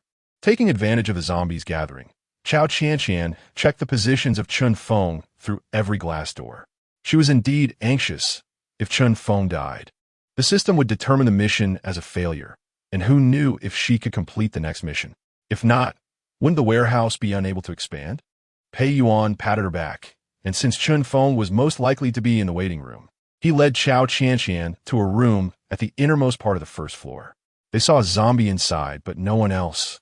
This zombie was a middle-aged man, who must have also been waiting for a friend, which is why he was there. He cautiously opened the door, and Cao Qianqian quickly and accurately swung a kitchen knife at the zombie's head. Blood splattered everywhere, staining her white protective suit with sticky blood. She signaled Pei Yuan to hurry and close the door. He hesitated for a second, but quickly shut the door. At that moment, Cao Qianqian exchanged glances with him, shrugging to indicate, "No one here. There should be." Pei Yuan scratched his head in thought. Just then, a cabinet opened slightly, And Cao Qianqian glanced at the tightly shut window, knowing it couldn't be the wind. She prepared to pull the door open, but was stopped by Pei Yuan, who signaled her to look at herself. Oh, right. I don't want to scare anyone. Cao Qianqian, stipet bak. Pei Yuan opened the cabinet door and saw Chen Feng, trembling and holding his breath. Only when he saw them both in protective suits did he dare to breathe. He cautiously checked their suits for any damage or signs of bites. After confirming they were fine, he slowly moved his body out of the cabinet. Seeing Chen Feng about to come out, Cao Qianqian locked the door tightly and checked the windows again to ensure there were no possible leaks before removing her mask and saying, Dr. Chen, we're here to rescue you. Chen Feng cautiously checked his entire body and nervously said, I wasn't bitten. I heard noises and smelled the stench. So I hid in the cabinet. He glanced at the zombie on the ground, its head cut in half, and swallowed hard. He must have been bitten before hiding here. I wasn't bitten. Pei Yuan also carefully examined Chen Feng's body and, finding no damage, felt relieved to remove his mask. Dr. Chen, I am sure you weren't bitten. Now we need to escape from here, or else without food and water, we are also doomed. This is Yongkong Street. We didn't buy anything at the supermarket here, but the closest one is at Full Street, about 3 kilometers away. While Cao Qianqian thought about the escape route, she considered which supermarket could temporarily hide them to survive the night. The sky gradually darkened, and the night was approaching, the most terrifying time. I want to check if there are any colleagues still alive. Then I'll take Dr. Chen and go first. After exchanging a glance with Pei Yuan, Cao Qianqian reminded him, don't end up like Xiaomi, come find us alive. We'll be at the supermarket next to Puling Bank on Full Street. Pei Yuan's eyes were wet, his sorrow evident on his brow. He pressed his lips together and gave a salute, stepping out with a resolve to face death. Cao Qianqian twisted her ring and took out a set of protective gear and a breathing mask from the system's warehouse, handing them to Chen Feng. When Chen Feng curiously touched the transparent screen, she smiled and said, This is the system. Doctor, put it on quickly. We need to go out. Can you give me a weapon? I'm worried about you being a girl. Chen Feng hesitated to say, fearing it might come off as belittling her.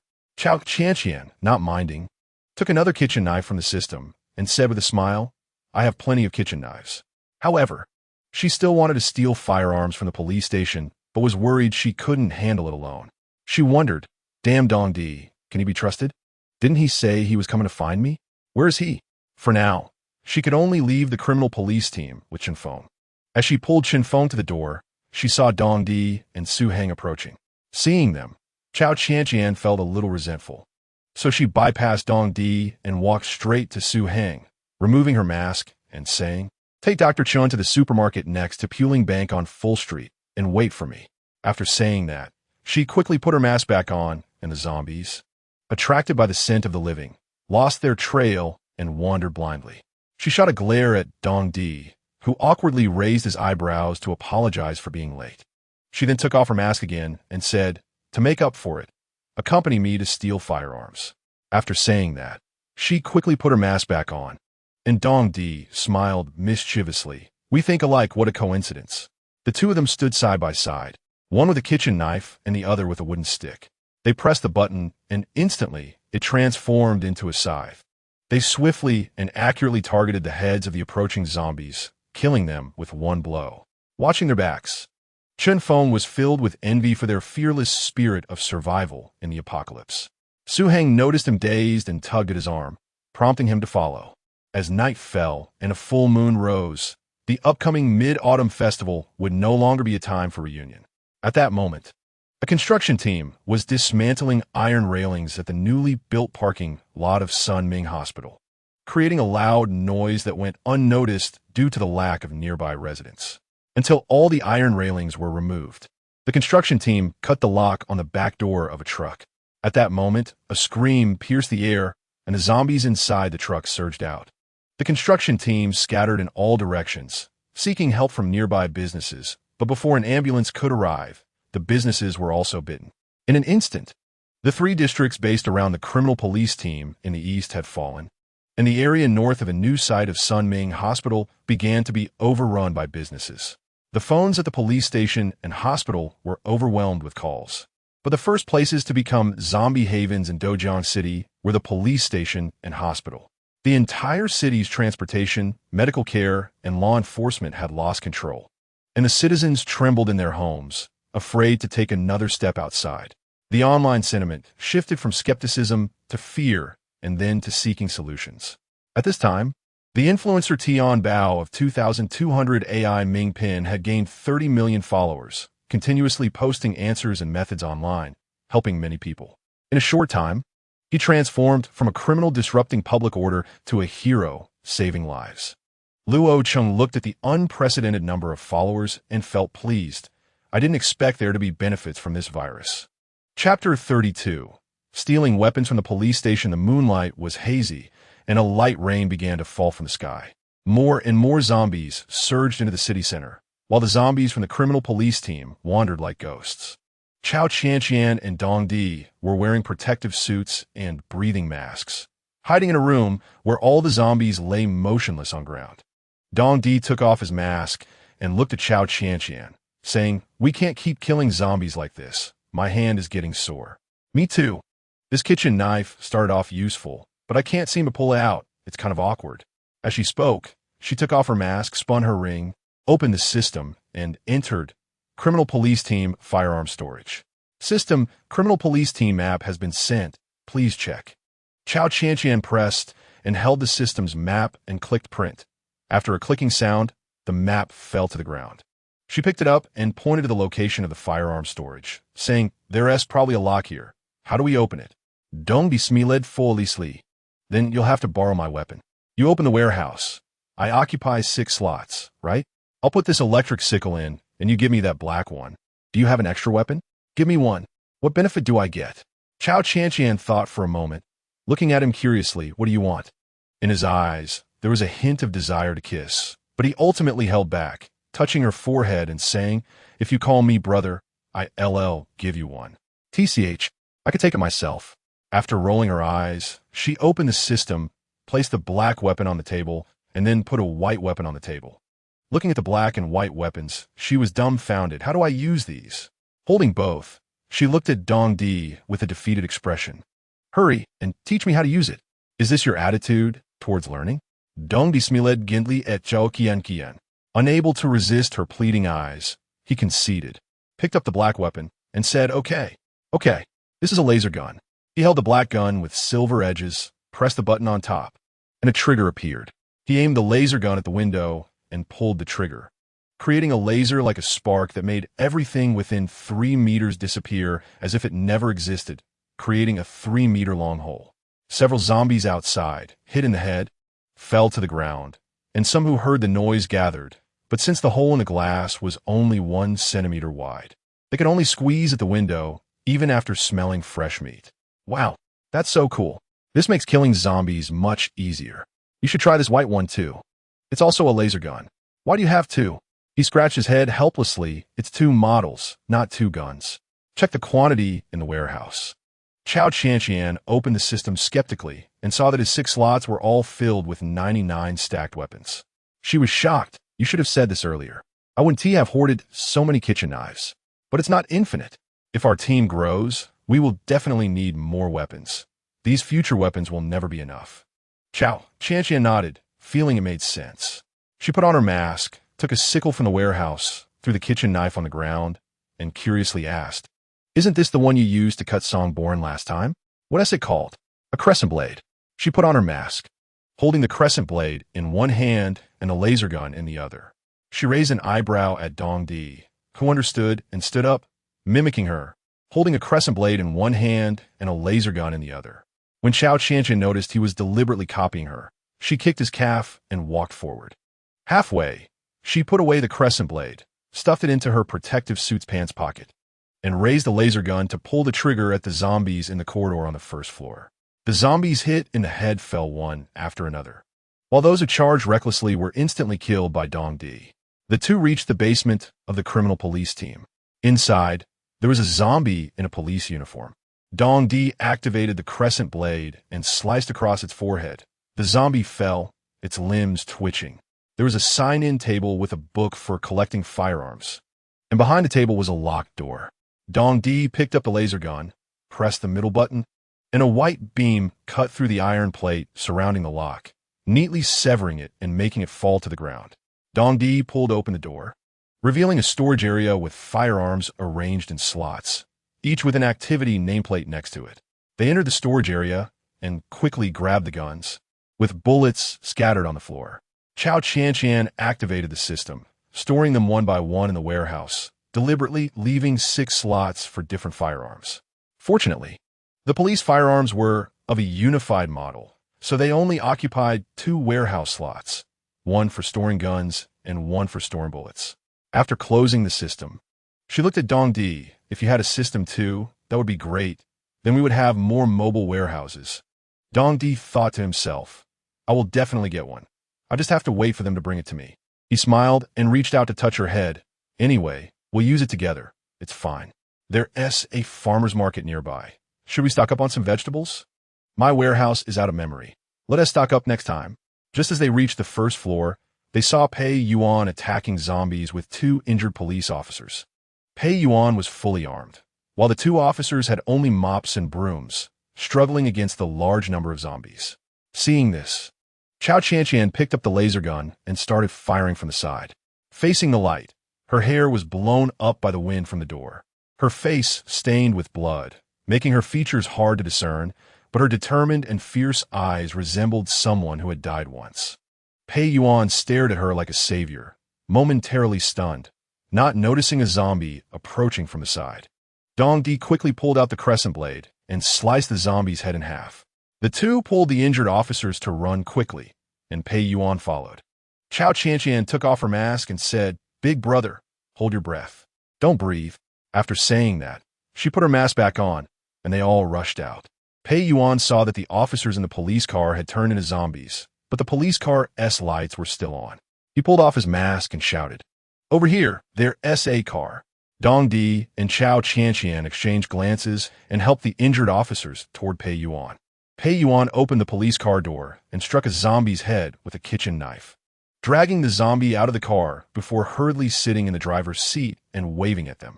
Cao Qianqian was about to sit in the back seat with the officers, but Dongdi pulled her back and pushed her to the front passenger seat while he sat in the back with the 2 officers. As soon as he got in the car, he took off his mask and asked, How did you 2 get injured? Were you bitten? Pei Yuan immediately explained for them. No, they weren't bitten. One fell and scraped their skin, and the other twisted their ankle. I checked them. He looked at Cao Qianqian apologetically. The principles and countermeasures against zombies were explained clearly by Professor Chen Feng. We've always known these things existed, but due to various pressures, we didn't handle it in time. Look, Cao Qianqian finally had time to open her phone, and upon seeing the overwhelming zombie videos, she felt embarrassed. Pei Yuan, driving, started to panic. He glanced at the trending topics and dared not look at the videos Cao Qianqian was showing. A Huawei P50 phone screen was lit up on the table, occasionally vibrating. At that moment, a small hand tapped the incoming call reminder in the middle, and when the call connected, a barrage of curses came from the other end. Boss, no matter how much money you give, you shouldn't harm people. We encountered zombies at the new site of Sunming Hospital's parking lot. The contractor keeps trying to reason with me. Hurry up and tell me what to do now. Chen Xiao came out wrapped in a towel, saying to the confused Chun Su beside him, Don't mess with Dad's phone, got it? He picked up the phone and said, What's the rush? Someone's dead. What should we do? It's all zombies outside. What can we do? Self-preservation. Give the phone to the contractor. Have you heard of heroes emerging in troubled times? So why the rush? He smiled with a chuckle at the corner of his mouth, saying, I deliberately released the monsters from the truck. If you want to live, take your family and follow me. I will establish a base to keep you safe. If you don't want to live, you can walk on the street, and you'll become the next zombie in no time. The foreman, frightened by Chen Xiao's cheerful tone, quickly said, I haven't even waited for him to speak yet. Give the phone to the nearby De Yong. De Yong, you're Song Qing's classmate. You should know what kind of person I am. I have always been responsible to friends and family. Gather these people at my house. I also invited Jiang Yun and Song Qing and Old O. After hanging up the phone and changing his clothes, he walked into the living room and smiled at Hu Yong and his 2 doctor friends, saying, Let's have a short meeting here later. From now on, this will be our first base. This was the villa he rented using Russell's accidental death insurance as collateral on September 10th. The first floor of the villa was piled high with food and daily necessities sent by the supermarket on September 13th. He had intended to use this villa as a reward for victory, planning to buy it as the chairman of the Cao Qianqian group a year later, as a self-reward for his years of service to the Cao family. It was this disaster that allowed him to seize the elderly's 70 million. Although it all went into Cao Qianqian's pocket, he no longer had to worry about one day being caught and having to bear the blame for malicious fundraising and running away. But when he thought of the detestable Cao Qianqian, he ground his teeth in hatred. The current shares were nothing but a pile of worthless paper. He spent 70 million to buy a bunch of air, and the more he thought about it, the angrier he became, unable to even drink water. He had hated her before, but that hatred was suffocating, while the current hatred yearned for her approval. He didn't know why, but ever since he was deceived by her, she occupied his heart and dreams. Many elderly people who were deceived voluntarily went out on the street, turning into zombies. Only in this way could they pretend it was an accident, that they were not at fault. As he drove past a traffic light on Furl Street, turning right at the intersection was the way to go. However, the roads around here had become exceptionally difficult to navigate. The initial spread of zombies began with the criminal police team, and as the number of zombies on the road increased, many civilians hid in their homes. Drivers on the road could only be chased or blocked, leading to serious traffic accidents. Pei Yuan parked the car at the intersection, watching as vehicles collided in a chain at the intersection, blocking their path. Inside the car, there were many zombies reaching out with grim faces, including children. Seeing such a tragic scene, they could only bury their sadness deep inside, putting on masks and walking towards Furl Street. Because Cao Qianqian and the two police officers did not wear respiratory masks, many zombies caught the scent and came this way.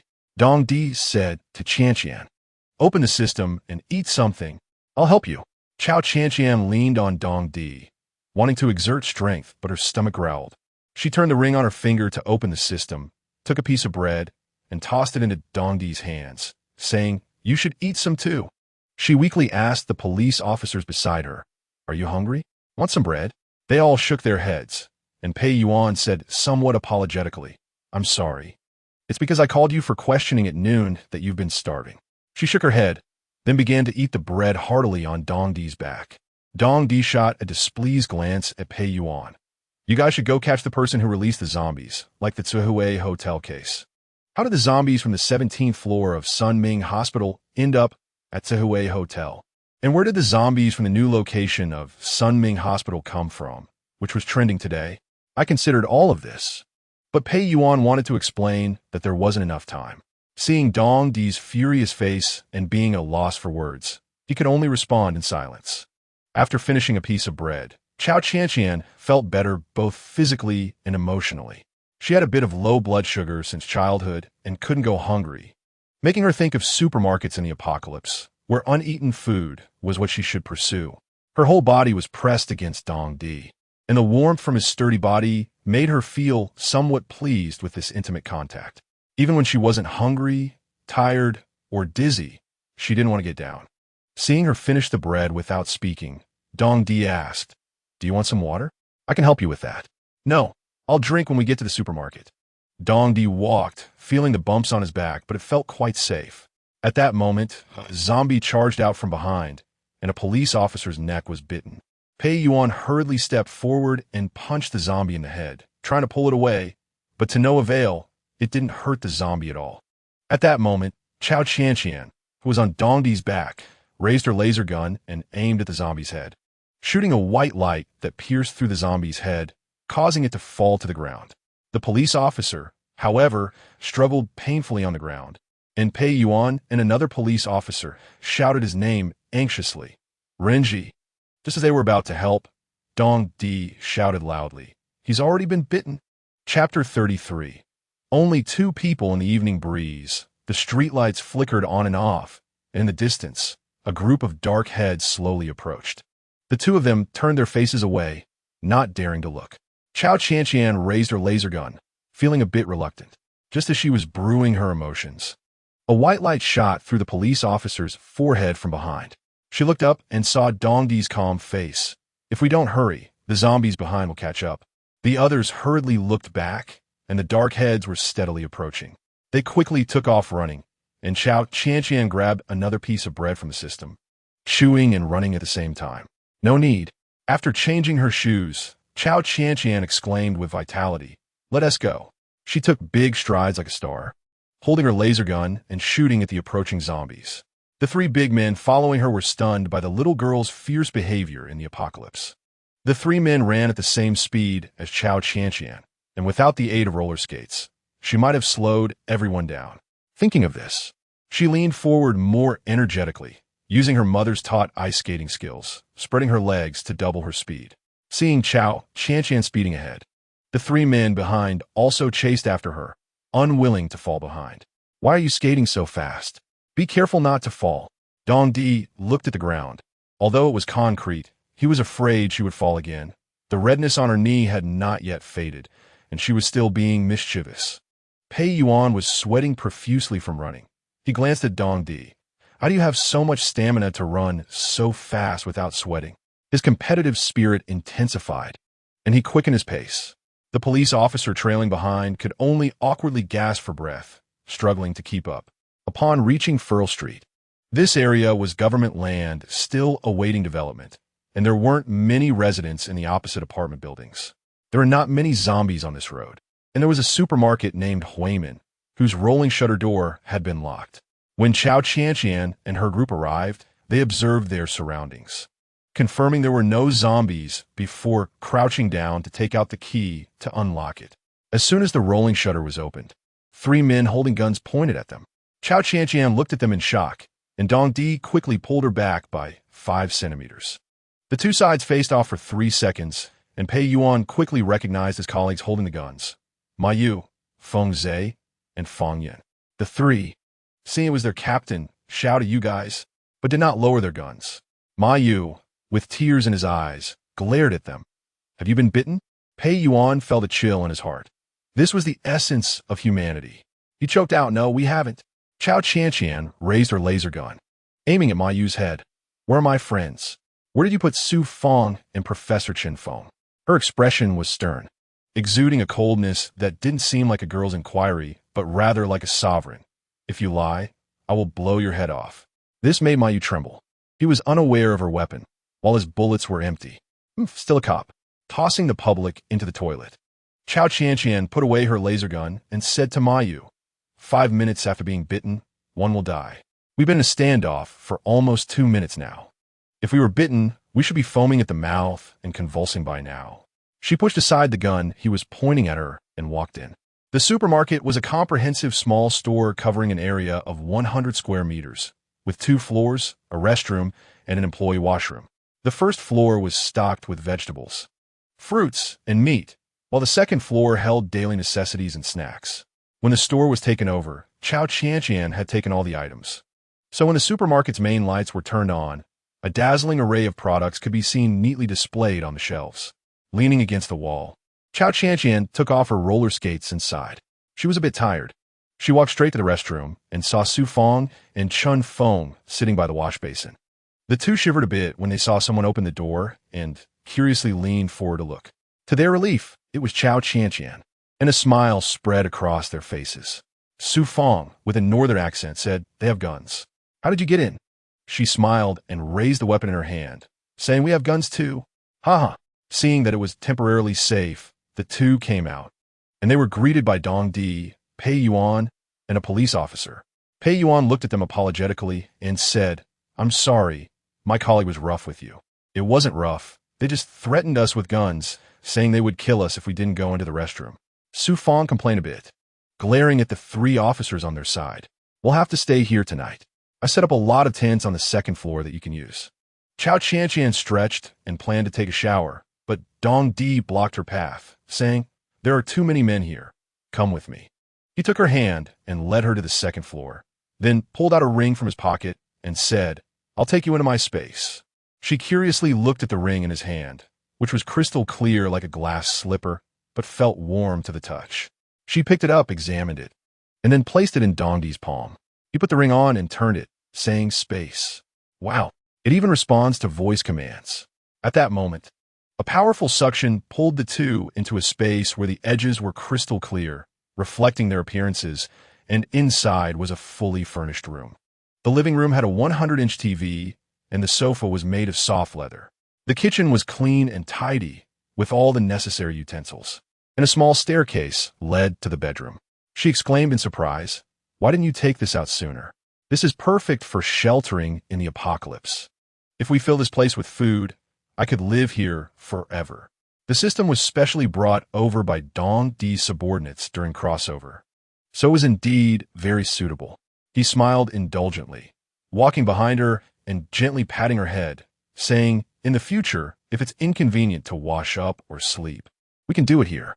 What kind of system is this? This system, unlike functional systems, is more about space. So if your system warehouse is insufficient, I can provide you with a space for storage.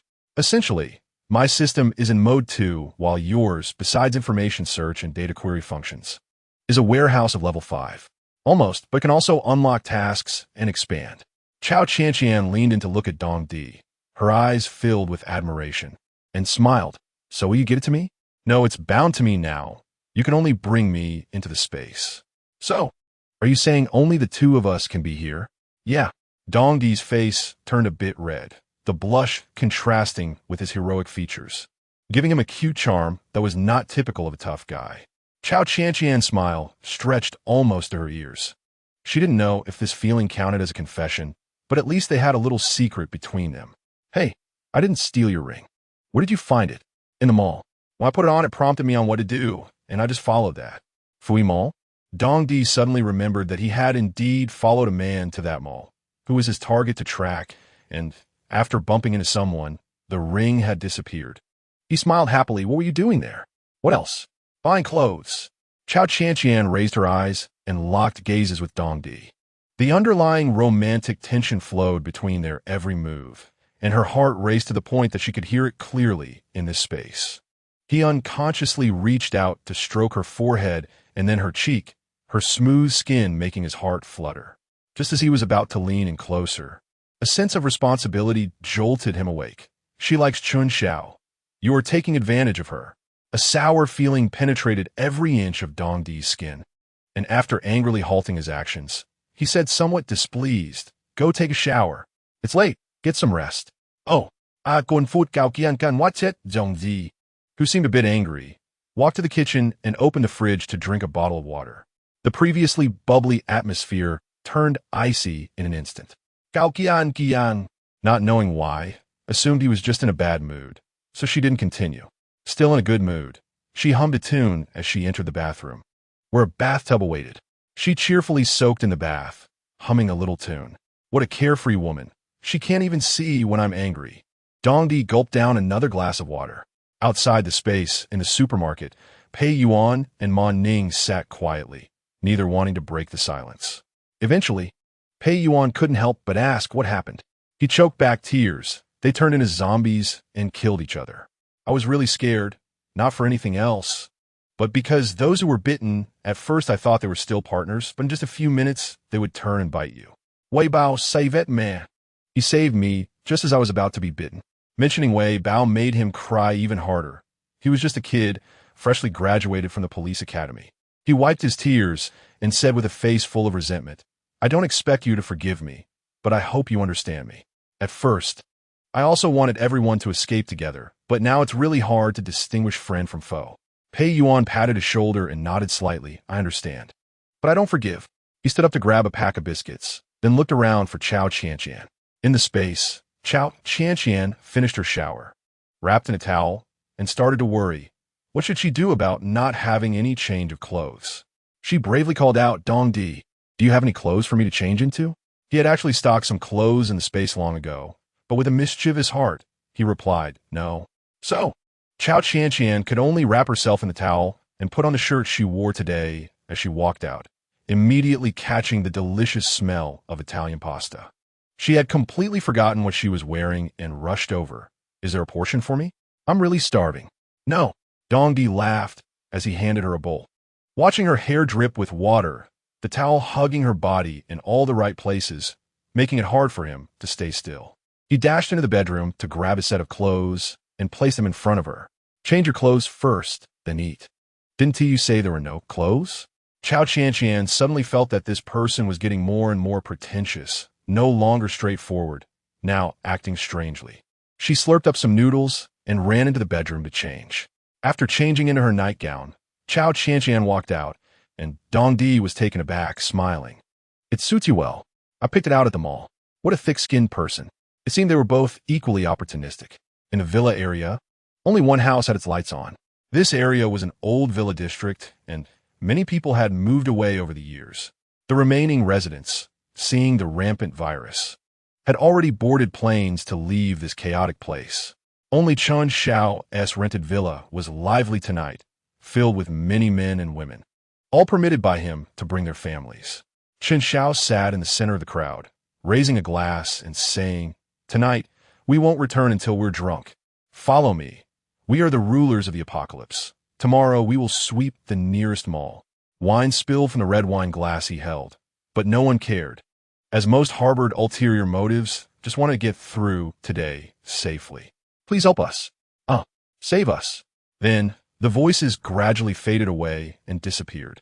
Nestled in the courtyard, they were surrounded by zombies. Fortunately, they had stocked enough food and water, and the household electricity and daily water supply were normal. However, the couple from the Cao family still couldn't sleep, lying in bed worrying about Qianqian. They simply held each other's hands tightly, silently praying, "May our ancestors bless Qianqian and keep her safe." Chapter 34. Warehouse expansion. The viral infection spread for a day and a night, and most residents faced various challenges. People no longer mocked those who bit others as rabid. Everyone stayed home, afraid to go out. The sun rose with the stench from the ground, and the streets were no longer bustling with traffic and human activity. Only the wandering zombies and the unbearable smell of decay. Inside the space, Cao Qianqian stretched lazily and drowsily looked toward the edge of the bed, only to see Dongdi's large face staring at her. What are you doing?" She bounced up from the soft bed. After saying that, he went out and closed the door. Inside Huiman's supermarket, the kettle was bubbling and steaming. Su Hang poured hot water into a bucket of instant noodles, while a steamer beside him was cooking frozen dumplings. He shouted, "Time to eat. Come on." Professor Chen Feng had just woken up from his tent, stretched, and was drawn downstairs by the delicious aroma. At this moment, Cao Qianqian and Dongdi also appeared. Su Hang, seeing the two of them, was a bit curious. "Where were you guys yesterday? I couldn't find you no matter how hard I looked. Where did you just pop out from?" He was holding 2 boxes of instant noodles. Cao Qianqian and Dongdi exchanged glances, avoiding the topic. She then seized the opportunity to say, "Can you eat so many instant noodles by yourself?" "Sis, I'm still growing." "You're the sis. I'm younger than you." Yes. "Thank you for saving my life." "Little sis, if you hadn't called me to join you early, I'd probably be bitten by some zombie right now without even knowing it." "That's good to know. Stop being sarcastic. Where's Professor Chen?" He raised his head and shook his chin, following the direction of his gaze. Professor Chen Feng was squinting, still half asleep, looking down the road. Unexpectedly, a girl blocked his path. He looked up seriously and recognized her as the one who saved him yesterday. "Oh, it's you." "Yes, it's me." "Hello, Professor Chen. I need to talk to you." Pei Yuan, munching on bread, saw them chatting and walked over to Cao Qianqian, saying, "Thank you for yesterday, but I'm worried about my parents and sister. I want to find them, so I'll leave shortly." Cao Qianqian thought for a moment and asked, "Isn't it dangerous for you to go to the residential building alone?" "Don't worry, I have a gun, but you only have 5 bullets. If there are many zombies, you might not be able to save your parents and sister, and you might get caught yourself." Cao Qianqian glanced at the things in the supermarket and had a sudden idea. "Wait for me to finish expanding the warehouse with Professor Chen, and I'll take them with me to find your parents and sister." "What do your parents and sister have to do with you? Why do you have to save them?" Dongdi looked Pei Yuan up and down, some displeasure escaping from his nostrils as he sighed heavily. "Where are your parents and sister?" "In a community about 5 kilometers from here." "That's not too far." "Really, there's no need to trouble you. I'll go by myself. I just wanted to let you know." Pei Yuan scratched the back of his head, feeling a bit shy and awkward. Dongdi rolled his eyes, thinking, if you don't want us to go, then why say anything? He didn't know why, but But since Pei Yuan brought Cao Qianqian to the police station, he found him increasingly displeasing. You've already said that, so we definitely have to help. Besides, saving more people is always better than having more zombies. Cao Qianqian tugged at Dong Di, who was making a disgusted face, hinting for him not to be so obvious about his dislike. Dong Di shot her an annoyed look, clicked his tongue, and went to get a bowl of instant noodles. Before Pei Yuan could finish speaking, Cao Qianqian patted his shoulder. Don't worry, we'll go find your parents and sister soon. After saying that, she ran off, pulling Professor Chen Feng aside, offering him a steamed bun and asking, do you want a bun or instant noodles or something else? Chen Feng awkwardly took the bun and said, it's fine, this will do. Professor Chen, I'm sorry, can I ask you a few questions? Chen Feng, still confused, took a bite of the bun and said, sure. Cao Qianqian turned the ring on her finger, and a dark screen appeared before her. She typed, expand warehouse. System master. Have you found Professor Chen Feng? Yes, stop talking nonsense. Quickly supplement the data and expand the warehouse for me. This thing is so amazing. Chen Feng curiously reached out his hand, but missed. System. Hello, Professor Chen Feng. Oh, hello. He looked around, flustered. System, regarding the cell virus. My inventory data indicates that it mutated due to global warming, and Professor Sun Ming Hui collaborated with global cell virus medical experts to extract the virus evolved from below 2 kilometers in Antarctica. Right? How do you know? That's my report. Yes, but I need to add that this virus is a combination of all viruses. We conducted experiments, and indeed, were able to prolong the lifespan of white mice. But the probability of death later on is still very high. So we added fungi to make it more active, which is why the current zombies have a foul smell. Yay! Thank you, Professor Chen. What is this? A system from 300 years later. Cao Qianqian poiten do zongzi, who was sulking while eating instant noodles and glancing at them. He's from 300 years later. Really? Why would I lie to you? Chen Feng suddenly stood up and walked straight towards Dong Di, startling him so much that he almost spilled his food. What are you doing? That's scary. Hello. I'm Chen Feng. I want to ask if there are still humans in your time, and if there is such advanced science, does that mean the virus has been overcome? He emphasized, so there's a way to save people, right? His eyes were filled with a desire for redemption. Dong Di almost spat out the mouthful of noodles, quickly covering his mouth to swallow, suspiciously glancing at him. Chen Feng's pleading eyes made it hard for him to tell the truth. You invented such a terrifying virus, and you're still hoping for living people? Don't you know this virus can evolve? I can't say I'm not human. I'm a zombie king, more like a mutated human. But I can't say that. He could only awkwardly smile and say, well, future humans are stronger and more capable, so they aren't afraid of the virus. Anyway, future humans coexist with the virus, so of course, they're stronger and not afraid of the virus. I guess I'm not lying. Dono di forza standard zmai. That's great. Chen Feng was filled with hope, eager to explore ways to crack the virus. But Cao Qianqian, noticing Dong Di's unnatural expression, began to suspect, is he hiding something? Why is he smiling so politely? Seeing Cao Qianqian staring at him suspiciously, Dong Di simply turned his gaze towards Pei Yuan. Let's go. I finished my instant noodles. Pei Yuan had also just finished breakfast and waved at him. Okay. The group put their trash in a garbage bag. As Cao Qianqian prepared to leave, she immediately opened the system and stocked up on many snacks. After all, there were currently 500 warehouse slots, so adding a few more types of snacks didn't require any guilt. She picked her favorite chips, beef jerky, drinks, dried fruits, and chicken feet to stock in the system. Ready to set off, Cao Qianqian decided to have Su Hang and Chen Feng stay in the supermarket, waiting for them to come back for support, while the other police officers also volunteered. When the officers heard they were going to the residential area to save people, they hesitated for a moment, but then resolutely stepped forward. Only Su Hang and Chen Feng remained in the supermarket, and before leaving, Dong Di also confirmed the code, 121 for the shutter door to open. No one else could open it, no matter what they said. Su Hang and Chen Feng had learned their lesson from a previous incident and were naturally aware of the consequences of opening the door casually. The rolling shutter door closed with a bang, and they sat on the stairs, bored and waiting. Tianya village is remote, with no residents nearby, and the construction workers didn't have time to look at their phones. Most of them spent their time working. Last night, it was calm and quiet here, and for them, the only variable was the arrival of a beautiful girl who stayed with them for one night. Hu Chao, due to Cao Qianqian's request, had no choice but to accompany her in Tinya village for a night. Their beds were very close, separated by a translucent curtain, in a temporary dwelling made of a makeshift shed with a relatively simple environment. After getting up, Hu Chao remained silent, scaring Zhou Na, who screamed, "Ah, put on some clothes. You're half naked. If you didn't look over here, you wouldn't know I was half naked putting on my shirt." Hu Chao didn't indulge her, slowly getting dressed without feeling the slightest bit apologetic. Zhou Na, angrily, dared not speak, and after a long while, she finally said, "You go out, and I'll get up." Hu Chao didn't say a word.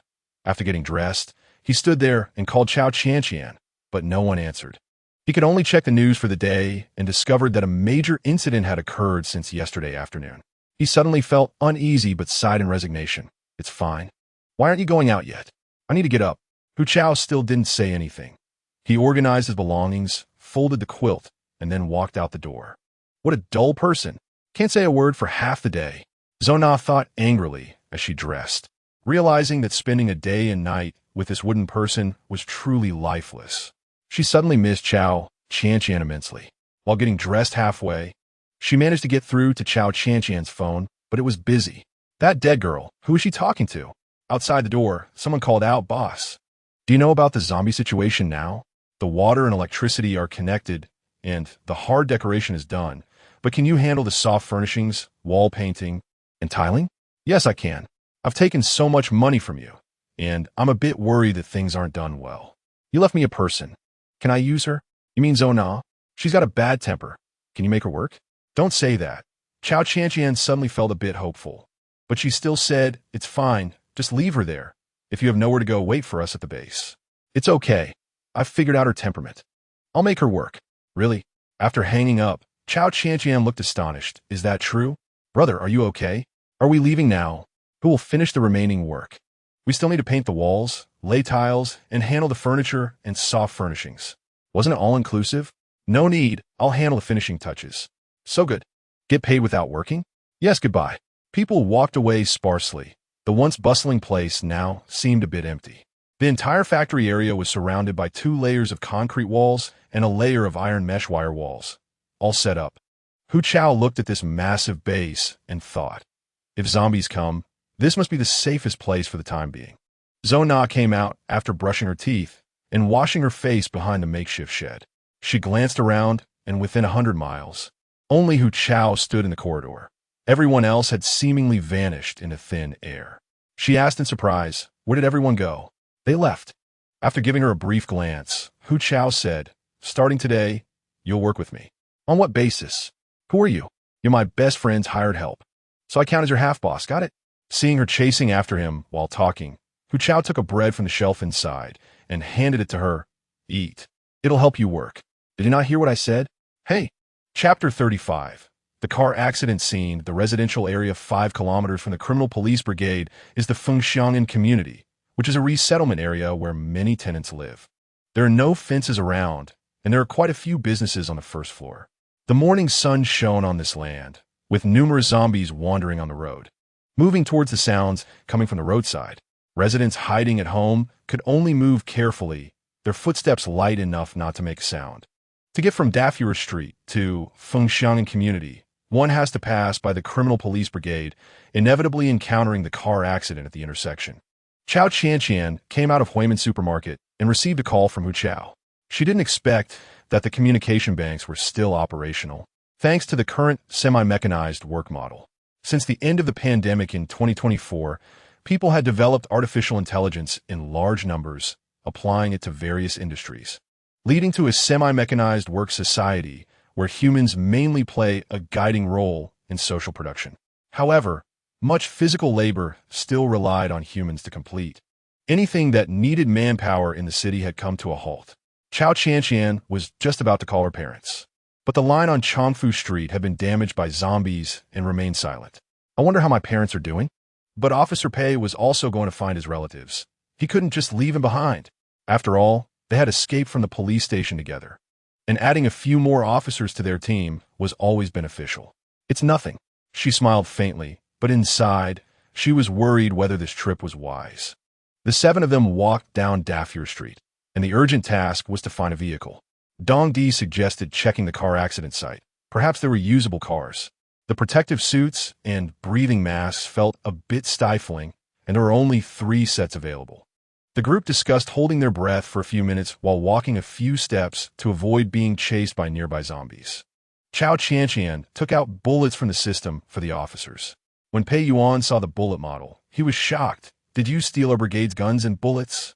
"Officer Pei, right now, saving lives is the priority. Without firearms, wouldn't we all be dead?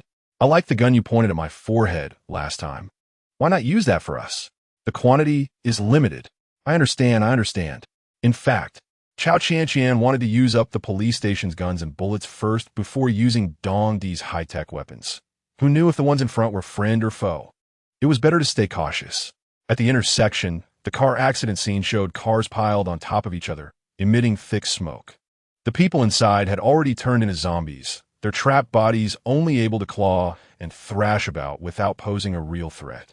Cao Qianqian looked at the tragic scene and sighed, realizing how hard it was to survive in the apocalypse. She used a machine gun to end their lives, finally reaching out to cover their wide-open eyes, silently murmuring, "Rest in peace." Dong Di and Pei Yuan, who were watching all of this, exchanged glances and began looking for usable cars. "There's one we can use," Mayu shouted, and they all rushed over.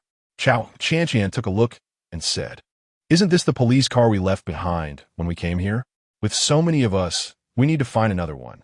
I see a not-so-seriously damaged car, but we need to clear out the stuff inside." Dong Di walked to the back of the car, which had been dented, and shot at the zombie reaching out in front. Cao Qianqian looked at him curiously and saw him with eyes clouded in white. The zombie didn't attack or roar at him. She was doubtful, but thought, maybe people from 300 years later have some miracle medicine that makes zombies unable to detect them. She would ask him next time. Seeing Dong Di clearing out the zombies from the car, Pei Yuan also stepped up to help, and together they cleared the car. They split into 2 groups, Cao Qianqian and Dong Di, along with Pei Yuan and Mayu in one car, while the other 3 took the police car.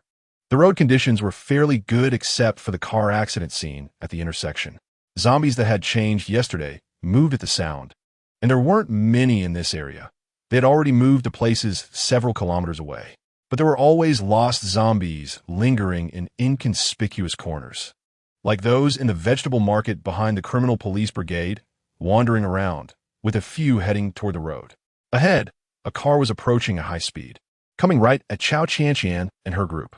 At that moment, several zombies walked onto the road, and the car suddenly braked and swerved, heading straight toward Cao Qianqian and her group. In that critical moment, sitting beside her, Cao Qianqian saw Dong Di struggling to control the car, but in the next second, the 2 cars collided and everything spun around.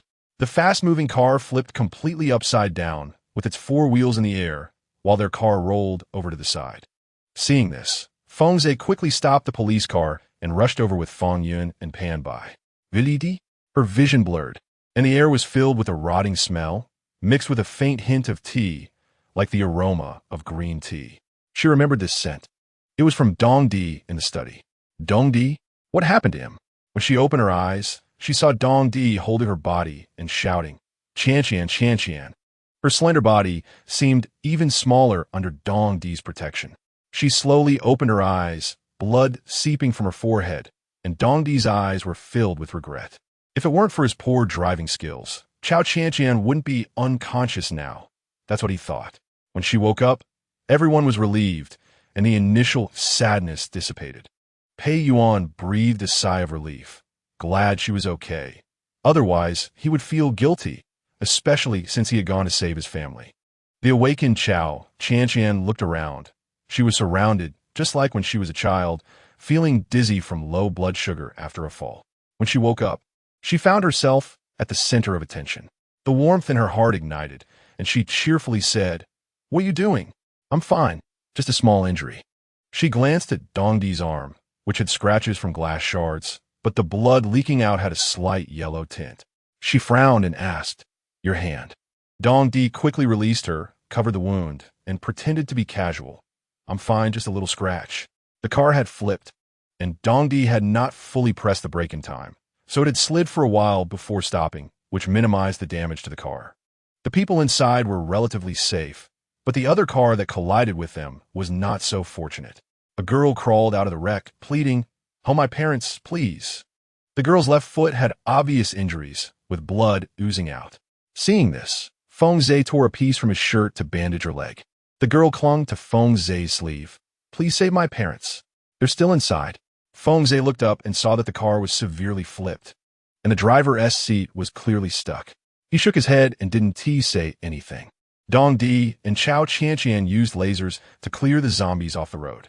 Although the car accident had mangled them, they still posed a threat, and they feared new zombies might appear. Dong Di gazed at Cao Qianqian multiple times, wanting to ensure her safety and health. Finally, he couldn't help but say to her, "Actually, our promise rings can connect. Why didn't you say so earlier?" Cao Qianqian looked up at him. Although he was dirty and disheveled, she could still feel the concern in his brow. Worried about his injuries, she couldn't help but glance again at the arm he was covering. "Is your injury okay? You're the one who's worse off. The blood on your head may have clotted, but you still need to be careful later," he said as he tore a piece from his pant leg and slowly approached her head, wrapping the wound with circle after circle. He earnestly said, "There are viruses in the air. Be careful not to get infected." "I'm fine. I often fall, so I'm used to it. It's just a scrape." Even though she said this, it didn't stop Dong Di from bandaging her. His close presence made her feel at ease, so she allowed him to tend her head. "All done." He tied a knot on her head and gently touched the injured area, smiling. "If only I had magic. I could just touch the wound and it would be healed." "I hope you do. Then no one in our team would get hurt." "Okay." As they prepared to set off, they were once again interrupted by the girl on the ground. "How can you just stand by and do nothing?" She became more agitated as she slowly sat up, pointing at her parents in the car. "My parents are still inside." Cao Qianqian glanced over, pondering. How can you be so fierce when asking for help? The girl glared at Cao Qianqian fiercely. "It's you. You guys went over there to kill zombies and help them close their eyes, missing the chance to save my parents. You can't say that. If we don't clear the zombies, they'll come over and bite you. I don't care what you say. You have to be responsible for my parents." Her angry demeanor made Pei Yuan unable to hold back. "They're clearing the zombies, and I was the first to check on your parents. They had already passed away. And it was only then that I, along with them, pulled you out and bandaged your wounds." The girl cried even harder. "You killed my parents. We were just driving forward, and you ran into us, which caused the accident. You're being unreasonable. I'm the driver. I know very well that you saw the zombies and crashed into us. I was lucky to operate properly. Otherwise, we would have lost several lives in our car too." Dong Di glared at the girl angrily. While it was the first time Cao Qianqian saw him lose his temper, she found it somewhat novel, and after glancing a few more times, she stood up and said to the girl, lowering her head, "Stop blaming each other. It's meaningless. You have two choices. First, come with us to save people in the community. Second, go by yourself, and we want to take care of you." The girl glared at Cao Qianqian with fury, her eyes almost sparking with fire. What a pain. Cao Qianqian didn't want to argue with her any longer and pulled at her group. "Let us go. Don't mind her." After walking about 20 steps, the girl shouted through gritted teeth, "They say zombies can hear sounds, so let us all die together." After saying that, she screamed loudly, one shout after another, panting heavily. The zombies in the nearby convenience market heard the commotion and surged out. The zombies that had been wandering around with nowhere to go rushed towards the center of the road like they had been summoned. A strong sense of unease filled everyone's hearts, except for the furious girl, who let out a piercing scream. "My parents are gone too. I don't want to live. This world isn't meant for people to survive. The living are not living, and the dead are not dead. Commit me." It was over. They encountered a madwoman. Dongdi instantly felt anxious. He walked to Cao Qianqian's side, took her hand, and warmth radiated from his touch, his skin feeling slightly rough. Cao Qianqian didn't have time to notice she was being held. She only felt her head buzzing, unsure how to react. Just as she realized what was happening, she shook off Dong Di's hand, opened the system, and took several laser guns to hand to Pei Yuan and the others. This is going to be a tough battle. I'll first shut that crazy woman up. She pulled out a mask, some bread, and a rope from the system.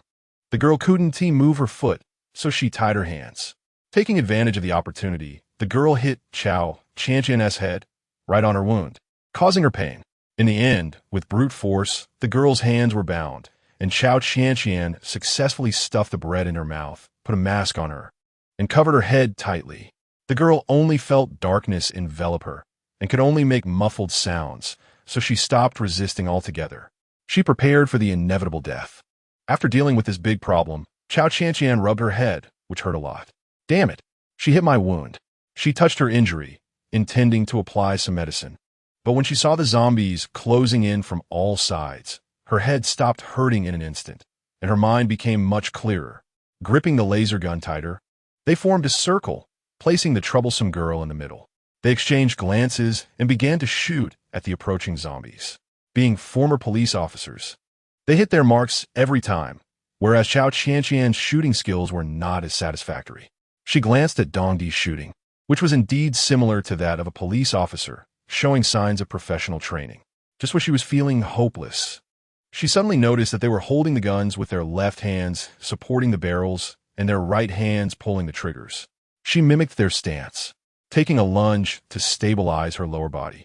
Seeing the girl next to her, she deliberately stepped on the tips of her fingers to teach her a lesson, then quickly withdrew her heel, thinking to herself, "A step on you, a life saved." With unwavering determination, she gazed at the approaching zombies. Her clenched hands began to adjust their angles and positions in sync with the zombies' movements. Dong Di, noticing her calmness compared to the initial panic, glanced over curiously at her improved shooting skills and smiled with satisfaction. At least she knows I learned by stealth. Quite clever. Chapter 36. Reaping what one sows. The screams in the middle of the road, 200 meters in front of the criminal investigation team, suddenly stopped. The zombies that were coming in this direction began to linger on the highway. Seeing that the zombies in front had not gathered again, a few people stood in a circle and began shooting at the zombies in front of them. The silent laser guns took the zombies by surprise as they fell. Fengxiang and community. When Cao Qianqian and her group arrived, a light rain began to fall from the sky. The girl from the car accident was being supported by Fong Yun and Pan Bo, with blood attracting many zombies along the way, forcing them to kill as they walked. Fortunately, the rain diluted the smell of blood. The desolation inside the community was evident, with garbage bags scattered everywhere, and thick zombie blood flowing into various puddles on the ground. Pei Yuan anxiously looked towards the third floor of Building 5 and rushed over. As soon as he entered the first floor of the community, he was startled and retreated repeatedly by the zombies coming towards him. He hurriedly raised his gun and fired. The zombies that fell in the stairwell emitted a foul odor, and upon closer inspection, he realized it was his neighbor Aunt Zhang and her husband, who were usually the most helpful in the community. They must have been the first to come out to help during the incident, only to become the first batch of community zombies. Cao Qianqian glanced at the zombies on the ground and curiously asked, "Do you know them? You've been looking for a while? Hurry up and go home. The blood from that girl will attract new zombies." At the moment the door closed, everyone inside appeared. Pei Yuan's parents came out from the closed bedroom door, wearing victorious expressions, only to see a group of strangers with various injuries inside the house, and a son holding their daughter's hand. "Xiaoyuan?" Zhang Mei looked at her injured son's shoulder, not bothering to check if he had been bitten, and hurriedly approached to examine his condition. "Are you okay?" Tears streamed down her joyful face. Her husband pulled her over. "Who are these people?" He warily stared at the guns in their hands. Pei Yuan released his sister's hand and asked, "Does it hurt?" His sister shook her head, also following their father's gaze to look at Cao Qianqian and the others, including a girl whose foot was injured but whose head was covered with a black cloth, being supported by two men. All eyes in the room fell on Cao Qianqian's group. Pei Yuan was about to explain when Dong Di jumped in first. "We are Pei Yuan's friends." Pei Yuan's parents and sister looked at him for confirmation, and he nodded, saying, "Thanks to them for helping me. Otherwise, I wouldn't have made it here." Despite saying this, his parents and sister pulled Pei Yuan into the bedroom and closed the door, leaving the living room for Cao Qianqian and the others to rest. Sitting and resting was definitely better than getting soaked outside. They exchanged a few pleasantries before sitting on the sofa. At this moment, the girl with her head bound finally had a chance to see the light of day. She squinted her eyes, looking at the shabby 70-square-meter home, and glanced down to see Cao Qianqian sitting on the sofa, examining her forehead with a mirror. She made muffled sounds, her hands tied, her mouth stuffed with bread and wearing a mask, expressing her anger in this way. "Don't bother. Yelling at me won't help. If you want to live well, we will help you treat your leg. If you don't want to live." Cao Qianqian glared at the girl while holding Pei Yuan's sister's makeup mirror. That looked piercing through the girl's pretentious arrogance. Her delicate lips said, "Then go die." This left the girl somewhat frustrated. Why could she face death so calmly? Being a girl herself? Then Cao Qianqian removed the bandage that Dong Di had tied on her head, took out a medical kit from the system, and distributed it to everyone. She glanced at the girl sitting by the door. "Have you thought it through? If you have, we will bandage your wounds. Otherwise, we will push you out the door, and whether you live or die is no longer our concern." That disdainful and dismissive glance reminded the girl of the foot that had stepped on her fingers when she was tied to the ground. It wasn't too heavy, but it wasn't too light either. With her hands tied behind her back, she couldn't check her injuries. But she was sure that the girl in front of her had a greater chance of survival. With her parents deceased and in this world, she had long stopped wanting to live. However, before dying, she couldn't just have the thought of her own death lingering in her mind. She remained silent. Mayu stepped forward to comfort her. "Your parents died because the car windshield shattered and pierced their hearts. It wasn't because we didn't rescue them in time. I was the first to check on your parents, and by the time I arrived, they had already passed away." The girl suddenly began to sob. Cao Qianqian couldn't bear to see her cry. She rushed over, tore off her mask, took out the bread, and untied the ropes behind her. She lifted the girl's tear-streaked face to be level with her squatting position. "You are in the apocalypse. You need to be stronger. Stop waiting for others to save you or help you. If you really wanted to save your parents, you should have checked their condition in the car. When you got out, you should have known that your parents were gone. If you didn't even check on your parents, then you have no right to cry. Because at the moment of life and death, no matter how much you claim to love them, you still abandoned them and got out of the car first." The girl sobbed in Cao Qianqian's arms, and after crying, she said with relief, "My name is Yao Yuxia. What is yours?" "Cao Qianqian. Officer Mayu, please help her bandage her wound." Mayu looked at the girl's sprained foot, which was caused by twisting it and glass embedding into her flesh. He nodded and began to take out the medicine. As Cao Qianqian passed by Dong Di, he gave her a thumbs up and smiled. "I can't handle girls." Cao Qianqian leaned close to his ear and said, "Then what can you handle?" He pondered for a moment. "I can handle your head injury. Come on, let me bandage it for you." "What about the injury on your hand?" Cao Qianqian rolled up his sleeve. The glass cut had long disappeared, revealing smooth, dark skin, healthy and unscathed. "Didn't you just say?" She looked at Dong Di with confusion. He grinned foolishly. "You remembered wrong. I wasn't injured." "Really? Am I seeing things?" Dong Di placed his hand on her shoulder and pushed her onto the sofa to bandage her wound. During this time, Cao Qianqian couldn't help but glance at his arms a few more times.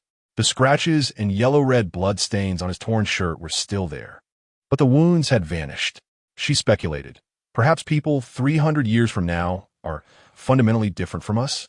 She leaned forward, close to his lips, saying, "Ah, open your mouth." Dong Di, bewildered, opened his mouth, and Cao Qianqian observed his teeth, thinking, "No fangs, no mutations, just like us." With a confused expression, Dong Di asked, "What's wrong?" "Haha, nothing, just checking if your teeth are neat." Dong Di was more worried about her injury than curious about her strange behavior. He adjusted her head with both hands. "Don't move." Then he took a cotton swab from the medical kit, dipped it in iodine, and cleaned her wound. She winced in pain, but let him handle it. While bandaging, Dong Di impatiently muttered, "From now on, you must stand behind me. Don't rush to the front for everything. That's just my personality. If I like someone, I go after them. If there is something I want to do, I do it. If you want to protect me, then you need to charge ahead, not let me hide behind you." Cao Qianqian smiled Li, biting her lip as she looked at Dong Di's shy face. He cares about me. At this moment, she was certain of his feelings. In the bedroom, Pei Yuan nervously checked his sister and parents' bodies. After confirming they were safe, the family sat on the edge of the bed. Zhang Mei held Pei Yuan's hand, tears welling in her eyes, and asked, "Child, is your knee injury serious?" "Mom, it's nothing. I just scratched it."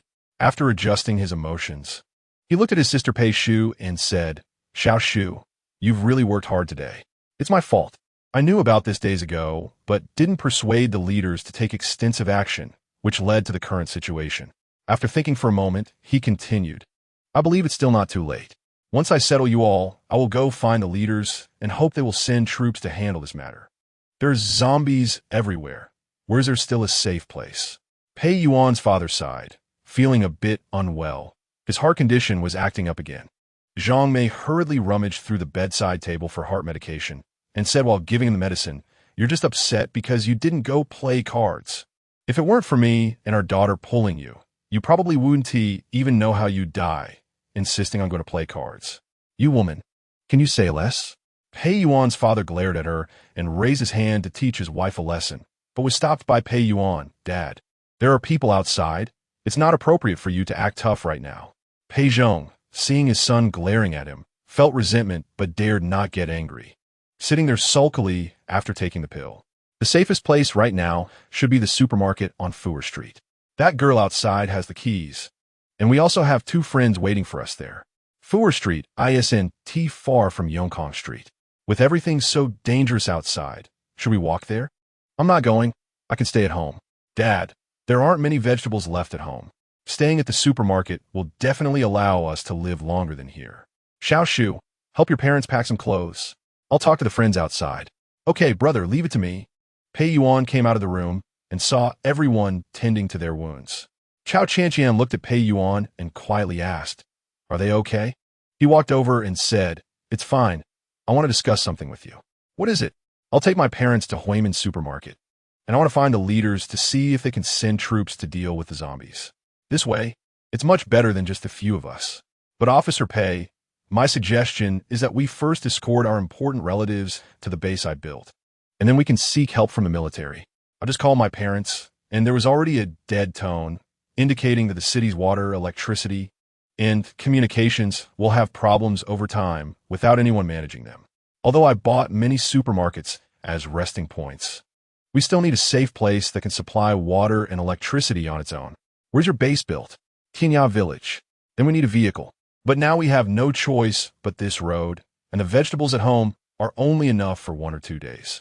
Pei Shu, coming out of the bedroom, looked at Cao Qianqian and said, "We're fine. We can hold on." Cao Qianqian looked at her. Indeed, she was the officer's sister, full of spirit. She admired her and said, "Then you're responsible for taking good care of your parents." Of course. The villa was filled with a decadent atmosphere, with pastries and wine glasses scattered all over, leaving those who were snoring nowhere to stretch out. The living room and bedroom were packed with people. Chen Xiao got up early and leaned over the table to draw, depicting dark figures with long black hair. Chen Xiao, awakened by Chen Xiao, rolled over irritably, accidentally wrapping his arms around the naked Jiang Yun. He had forgotten how the previous night had started and ended. Mischievously, he lifted the blanket, looking at her attractive figure, then lost interest and covered her up again, increasingly missing Russell, the love he had experienced over the years. He got up and changed his clothes. This wasn't the time for suits, but he couldn't find suitable clothes, so he chose a style that Russell had liked him to wear. He then turned to Chen Xiao, who was drawing at the desk. "Child, come here." He kissed her forehead in memory of Russell. He stepped out of the room, clapping his hands and shouting, "Today we're going to the nearby foodie mall for a free shopping spree." Seeing everyone extremely lazy, he woke them one by one. "Get up, get up." Chapter 37. Enemies meet. Narrowly descending from the Fengxiang community, a group of people moved in a grand manner, with those in the middle being people who couldn't even hurt a chicken, wielding hammers for self-defense. Leading the way were Dong Di, Pei Yuan, and Cao Qianqian, with Feng Yun and Pan Bo at the rear, while Feng Zhe supported Yao Yuxian in the middle. Their formation moved through the community's corridor, each holding their breath for 5 minutes, breathing for 1 minute. Pei Shu, supporting her father, looked helplessly at the oncoming zombies and hurriedly said, "Dad, hold your breath. Are you okay? Didn't you see your father cough?" After coughing a couple of times, he said, "Is it hard to cough?" His hand instinctively wanted to raise to hit his daughter, but his careless action harmed him. A zombie charged in and bit his hand. This zombie was shot in the head by Fang Yin from the rear. Though he was saved in time, he had already been bitten. Yao Yuxia, feeling like a burden, said in his ear, "It's fine, let go of me. I can protect myself. I only have one foot injured." She gripped the axe tightly, looking at Pei Yuan's bitten father, fully aware that the most dangerous threat wasn't outside, but right in front of her. Feng Zhe, concerned, said, "You support me." He then filled the gap in their formation, shooting at the zombies approaching them. They formed a barrier, giving Pei Yuan a moment to interact with his family. Watching his father's departure with tears in their eyes, Pei Yuan lifted his father's waist with his thigh, holding his shoulder with one hand and firmly gripping the gun aimed at his father's head with the other. Tears welled in his eyes as he said, "Dad, I'm unfilial. I didn't protect you well." His father could no longer say anything, only gasping and glaring fiercely at his wife. Zhang Mei held his hand, tears streaming down her face, and said, "If you have anything to say, we're all listening. Hurry up. There's no time left."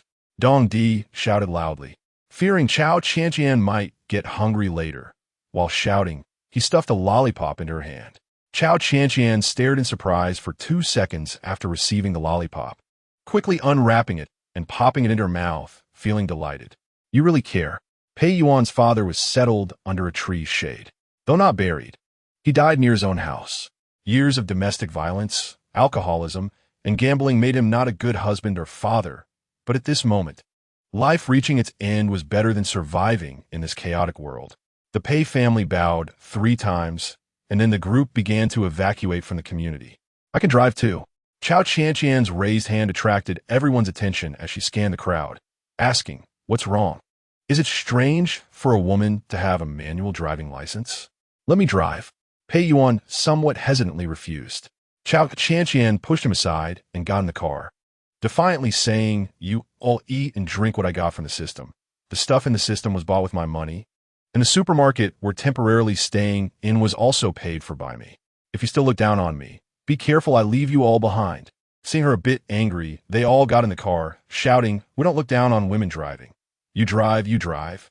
Pei Yuan's mother and sister, along with the injured Yao Yuxia, sat in the back seat. Dong Di sat in the passenger seat, and the others sat in the pickup truck. As the car started, everyone was worried about whether they could trust Cao Qianqian's driving skills. But the moment the car started, they realized her driving was indeed quite good. Having obtained her license at 18 and owning her own car, she had been driving for 7 years now at the age of 25. Maintaining a speed of 60 km/h, Cao Qianqian felt this speed could effectively avoid zombies. There weren't many zombies on the road, and aside from the car accidents, they could navigate around. Upon arriving at Huimin supermarket, they picked up Su Heng and Chun Feng, and the group was back on the road. However, watching the fuel consumption continuously drop, she worriedly said, "We need to find a gas station." Dong Di leaned out to look around, and everyone became more focused on nearby gas stations. But as the sky gradually darkened, they had driven 8 kilometers on the last drop of fuel. Cao Qianqian was very familiar with the area nearby, as it was close to the villa district where she used to live. She remembered that there was a gas station 2 kilometers down the street, but the fuel consumption couldn't last that long. The car stopped near the foodie shopping mall. Pei Yuan, drenched in rain, supported his sister and mother, glanced at Cao Qianqian, and said, "This is all we can do. Let's park the car and find shelter from the rain." Cao Qianqian drove the car to the roadside and turned off the engine, and everyone rushed toward the foodie shopping mall. By evening, the foodie shopping mall appeared particularly dim and gloomy in the fog. The locked glass door had been smashed, leaving a hole.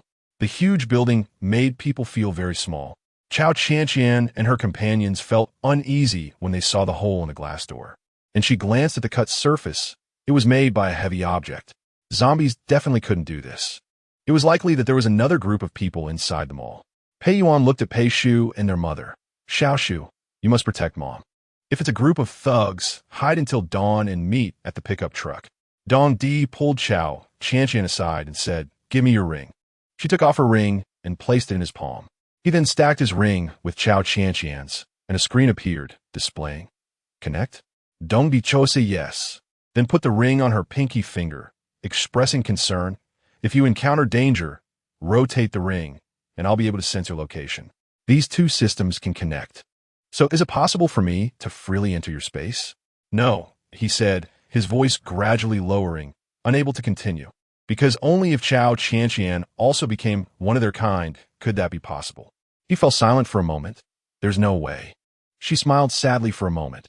All right then, I really want to see what your future looks like. What will it be like in 300 years? Dong dismilet knowingly. Thinking of his family, and it was indeed a little scary. It would be best not to take her to see it.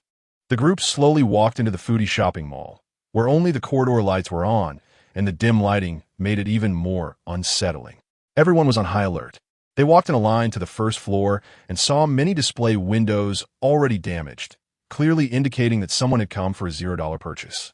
They rested by one of the display windows, and Cao Qianqian took out water and snacks from the system for everyone. Remembering that they hadn't paid for them made her feel uncomfortable, but she could only treat it as an investment in human resources. At this moment, noisy sounds came from the third floor, causing Cao Qianqian's group to be shocked for a moment. Dong Di suggested, how about pay yuan and I go check it out? Let's see what's happening. That sounds good. I think there must be another group here. I feel this place is pretty safe. We can hide in the store, and no one should notice. If zombies come, Qianqian also has a gun. You guys should go check the situation, Pei Shu suggested, as the noise was indeed more unsettling than sitting here. Right, I think the same. If the whole mall doesn't have zombies or other people, then we can stay here safely. If there are, we can evacuate in time. Cao Qianqian looked at them. After some discussion, Pei Yuan said, then we'll go check the situation first. You all rest in this clothing store. Okay, just in time we can also change clothes. We got wet in the rain just now. Yao Yuxiao looked at everyone's clothes, which were indeed dirty, and it was indeed inconvenient for the men to be there. Hearing Chen Xiao's voice, Cao Qianqian felt uncertain. She peeked to see through the broken glass and could see them in the corner. She wondered, could it be that Chen Xiao was here? At that moment, Cao Qianqian felt a wave of dizziness, as if a metallic talisman had struck the back of her neck. She vaguely saw Yao Yuxiao's figure. Yao Yuxiao looked at Cao Qianqian with anger, cursing, "You think you're so great, looking all high and mighty. What are you doing? She helped us. Do you know you're committing murder?" Pei Shu pulled her back to reason, but Yao Yuxiao glared at her fiercely. "I don't want to live anymore. I haven't wanted to live for a long time. If it weren't for my parents, I wouldn't have made it this far. This woman told my parents they were dead, and then disgustingly came over to stuff my mouth with bread, put a mask on me, and tied me up. You can't understand how I feel. You only lost one dad, not your whole family." After saying that, Yao Yuxiao wanted to attack Zhang Mei, but Pei Shu urgently pushed her away, shouting, "Are you crazy?" "Yes, I've been crazy since the moment the zombies attacked. My husband died in front of me. My child died in front of me. If it weren't for saving my parents, I wouldn't have lived to this day. I've been holding this breath just to make this woman pay the price. I want you all to die with me." After saying this, she charged at Zhang Mei. Scaring Zhang made a scream. Pei Shu intervened, saying, "If you have the guts, go crazy when the men are around. After they leave, you come and bully women. What kind of woman are you?" "Ha, because I can't fight against men, and they support me and help me heal. Why would I go after men? The most despicable ones are you women, especially her." After saying that, Yao Yuxiao again tried to smash Cao Qianqian with the golden fortune cat in her hand. At this moment, their quarrel startled Chen Xiao's group. He approached curiously, holding a hammer, until he turned on the store lights. The two women pulling at each other froze. An old woman nearby was covering her ears, trembling, while a calm woman lying on the ground had a wound on her forehead. He recognized her well. It was that damn Cao Qianqian. His expression was cold, and a hint of delight crossed his face. "Take these women away too." Song Qing spotted Cao Qianqian and felt happy, knowing Chen Xiao finally got his wish. He shouted, "Brothers, catch them." At this moment, Chen Xiao picked Cao Qianqian off the ground. Her limp, unconscious body made him feel pity. He threw her over his shoulder, picked up a gun that looked like a stick from the ground, and curiously asked, "Where did this good weapon come from?" Others rushed in, capturing all the women in the clothing store. The screams echoed to the 6th floor, while on the 8th floor, Dong Di and Pei Yuan could only hear intermittent sounds like a stream, unable to discern the direction. After they swept through the 24th floor, they found that many shops had been completely ransacked, but they didn't see anyone else. The group hurried to the first floor clothing store and saw a trace of blood on the ground, with signs of struggle. Pei Yuan observed the scene nervously. Searching for clues, it's very likely they were kidnapped. Could it be that the group came down as we were leaving? It's possible. Our urgent task is to find them. Dong Di anxiously opened the system and saw the moving positions constantly changing. He steadied himself and looked at Pei Yuan. We must chase them immediately. They are still moving. Pei Yuan looked at Dong Di, who had the same system as Cao Qianqian, convinced he had a way, and asked urgently, "How far away are they now?" "For kilometers." "Then we need a means of transportation. Let us check the garage." "No use. I saw this mall has been closed for renovations for a month. There shouldn't be any cars available in the garage, and we can only use my car." Everyone looked at Dong Di. He turned to Pei Yuan. "You and I will go save them." They followed Dong Di outside, and he turned the ring, saying, "Car." At that moment, a flat platform without wheels was sent forward from the flickering screen, with 2 cavern-like seats, and the control panel had only 3 buttons. Dong Di leaped into the driver's seat and looked at Pei Yuan. "Get in." Uh-oh, Pei Yuan looked astonished, but cautiously sat on this wheel-less UFO-like thing. Chapter 38, I killed someone. A group of people gathered in the villa area. Chen Xiao looked at a pile of items seized from a mall in the center, with a few unfamiliar women sitting in the middle. He wore a charming smile and said, "You can do whatever you want with these women, but the one who fainted is mine." Jiang Yin snorted coldly beside him. "Indeed, you're sentimental. Your ex-fiancé, he can only be yours." Jiang Yin didn't like Chen Xiao, but she was slightly dissatisfied that they went to the mall to take things for free while she had to wait at the villa with Chen Xiao's daughter, only to be met with a few women and clothes she didn't particularly like. Last night's fleeting encounter under the influence of alcohol felt like a game, and now that she was sober, she was most unwilling to accept Chen Xiao. Yao Yuxiao was surrounded by a group of workers, staring at them angrily and shouting, "What do you want? I will never agree. Who cares if you agree or not? In this chaotic world, we are the kings on our own mountain." The foreman looked at the noisy woman and, with his wife and kids watching, simply pushed his brothers forward. A few burly men stepped closer. At this moment, Yao Yuxiao bit her tongue, wanted to end it all, but was slapped by a man, making her tremble in fear. "What are you doing? Get away." Only Zhang may have become a hot potato. Old O beside her pulled the old woman and said to Chen Xiao, "Throw her out." "Useless. Who says she is useless? We need more people to cook." Jiang Yin saw that the woman seemed dazed, as if she had suffered some blow, and hurried over to support her. "What is wrong with having one more mouth to feed? You men go out to search for food, but we still need a few who can grow vegetables in the backyard, right?"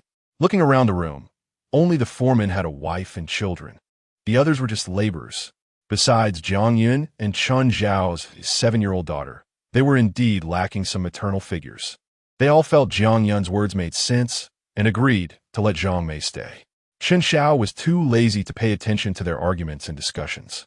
After jumping off the coffee table, he carried the unconscious Cao Qianqian on his shoulder and brought her into the study, throwing her harshly onto the sofa, the blood on her head staining the fabric. Looking at her fair, round face and tightly closed eyes, she resembled a mummy. He lifted her hand but saw no sign of response. Could she be dead? Back then, his parents were still alive, and they were neighbors. She was 11, and he was 16. "Xiaoge, you are too good-looking. Under the shade of the tree, the sunlight seems to shine on you. I can't help but want to kiss you. Why grow up? I want to marry you. Will you marry me?" Chen Xiao's youthful face turned red in an instant, his ears burning with a rosy hue that complemented his fair and delicate features. Cao Qianqian grabbed his wrist and shook it playfully. "Marry me, okay? You're so handsome. I like you. Do you just like how I look?" "Yes, I just like how you look. What if you meet a more handsome man?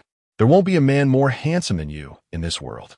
"Qianqian, have you grown up, and will you still like me? If you find out about my inferiority, weakness, and cowardice, will you still like me?"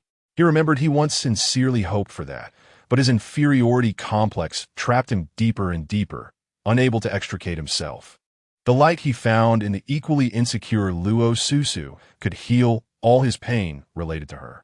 Feeling the hot and sticky warmth between his lips and teeth, Cao Qianqian suddenly sensed something was wrong. Struggling to open her dizzy eyes, she found Chen Xiao's gaze incredibly close, deep and unfathomable like an abyss. Weakly, she pushed him away, but Chen Xiao felt even angrier. He grabbed her wrist and lifted it high. Cao Qianqian, who intended to sit up, felt the world spinning as she was dragged to the ground. He straddled her body, pinning her hands above her head against the ground. With his other hand pulling at her sleeve, he said coldly, "Didn't you say you loved me?" The kind of love that is very deep. After pausing for a moment, he continued, "But do you know why I never touched you in our 5 years of dating? What? Being touched by you is an honor, right? Let me go." Cao Qianqian tried to kick up to free herself, but was firmly pinned down by Chen Xiao. "You keep saying you like me, but you want your parents to interfere with my life, threaten me with work, and use equity to coerce me, making me serve you like a servant. Tell me, how could I possibly have any pity for such a woman? Are you out of your mind? Your parents died in a car accident. If it weren't for our family supporting you, do you think you could pay off the huge debts your family owes? Could you graduate from university and get a job smoothly? You'd probably be chased by creditors for the rest of your life. Yes, my parents died in a car accident. They invested poorly and the business failed, leaving behind huge debts. But didn't I tell you to wait for me? Wait for me." Chen Xiao choked up. He had hoped to face the Cao family and Cao Qianqian with dignity, but she gradually destroyed his confidence and courage. "Wait for what? Our family has the ability to help you. You're ungrateful and even repay kindness with hatred. You're not human. Let me go." The more Cao Qianqian struggled, the more pain Chen Xiao felt in his heart. He had thought of 1,000 ways to make Cao Qianqian and the Cao family suffer. But at this moment, when he had the chance, he hesitated. Perhaps it was because Luo Susu was no longer around, his anchor had disappeared. He needed to find someone else to stabilize his mind, or he couldn't distinguish his current state of mind, just wanting to strangle the benefactor before him. He had long hated the Cao family to the bone. Great kindness would lead to great hatred, and after his pride was shattered, it would turn into great enmity. He slowly reached for Cao Qianqian's neck, and the tightening feeling made her extremely uncomfortable. "Am I really going to die at your hands in this final rebirth? No way. Duman."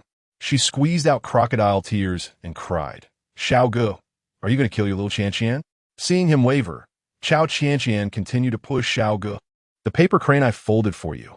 Weren't you very happy when you received it? Why do you hate me?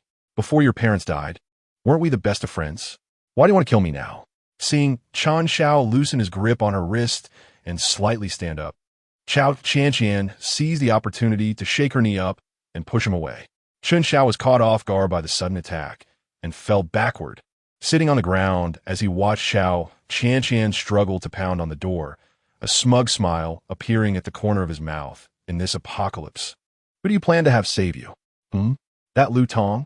He laughed and slowly got up, walking towards her. "Right, I almost forgot in our 5 years. I haven't tasted you yet. After I'm bored, it won't be too late to kill you." He yanked her from the door, causing her hands to hurt. The injury on her head made her dizzy, and she kicked and hit him. No matter how much strength she exerted, it couldn't match a man's power. In the end, she succumbed to his strength. He tore off her outer clothing, and the ripping marks made Cao Qianqian feel something was wrong. She wanted to evoke his memories. "Xiao Ge, don't you love me very much? Shouldn't you be looking forward to something happening between us? After all, you're the one who took my first kiss." He wrapped his arms around her, pressing their bodies together, and bit down hard on her lips. Even when Cao Qianqian bit him, drawing blood, he didn't care, pressing her down to the ground. No matter how she struggled, he had ways to pin her down. Her clothes gradually reduced to only a tank top, and, as he lunged to touch his prize, the door was kicked open. Chen Xiao and Cao Qianqian lay on the ground, disheveled, and at that moment Dong Di rushed in, witnessing the scene. His anger flared as he looked at the crying Cao Qianqian, feeling a pang of heartache. He cursed, "Damn it, dare to touch my woman." His white, misty eyes were filled with murderous intent, and the muscles in his arms bulged as blood surged to his palms. He rushed forward, grabbing Chen Xiao by the neck and throwing him to the ground as casually as if he were tossing a dog. Cao Qianqian finally broke free from the clutches, glaring fiercely at Chen Xiao, wiping away the tears of humiliation from her eyes, and kicked him with her foot. Xiao, your father's brother. I spit on you. She spat at him. Chen Xiao, who had coughed up blood from the force of Dongdi's throw, clearly understood that at this moment, begging for mercy might give him a slim chance. He hurriedly said, Qianqian, you let me go, you tricked me out of all my money. And I even killed Luo Susu for you. You should be angry now. I didn't know you had a boyfriend earlier. Just let me go. I won't bother you anymore. His obsequious demeanor made Cao Qianqian very clear. This cunning man would only bring disaster if he stayed. Just as Dongdi was about to finish him off, she stopped him. Dongdi felt a chill in his heart. Could it be that she still likes him? Did I disturb them and save her too early? A wave of inexplicable anger made him say uncomfortably, you want to keep him around to give you massages, right? He paused for a moment. I won tea. He wanted to rush over again, but Cao Qianqian blocked him once more. Give me the gun. Huh? Oh, cool. No wonder she's the woman I have my eye on. Dongdi's white eyes turned black as he eagerly handed over the laser gun. Feeling uneasy, Chen Xiao hurriedly pushed himself to the desk and looked at Cao Qianqian. Qianqian, I'm your Xiao. You can't kill me. You love me. Love? Oh, indeed, I have loved. Her gaze was cold, but after my rebirth, besides wanting to be the person with the most goods in the apocalypse, the thing I wanted most was to kill you. But she smiled playfully, then begged me. She slowly raised her arm, aiming at Chen Xiao's forehead. Her disheveled appearance did not affect her desire to eliminate him at this moment. Dongdi noticed that Cao Qianqian was lightly dressed, only wearing a triangle panty and a tank top underneath, which was just a bra, so he took off his jacket and draped it over her shoulders. Please, spare me. Chen Xiao's face darkened. He knew this was another one of Cao Qianqian's schemes. She was a spoiled young lady who enjoyed forcing others and was unaware of trampling on their dignity. He laughed out loud.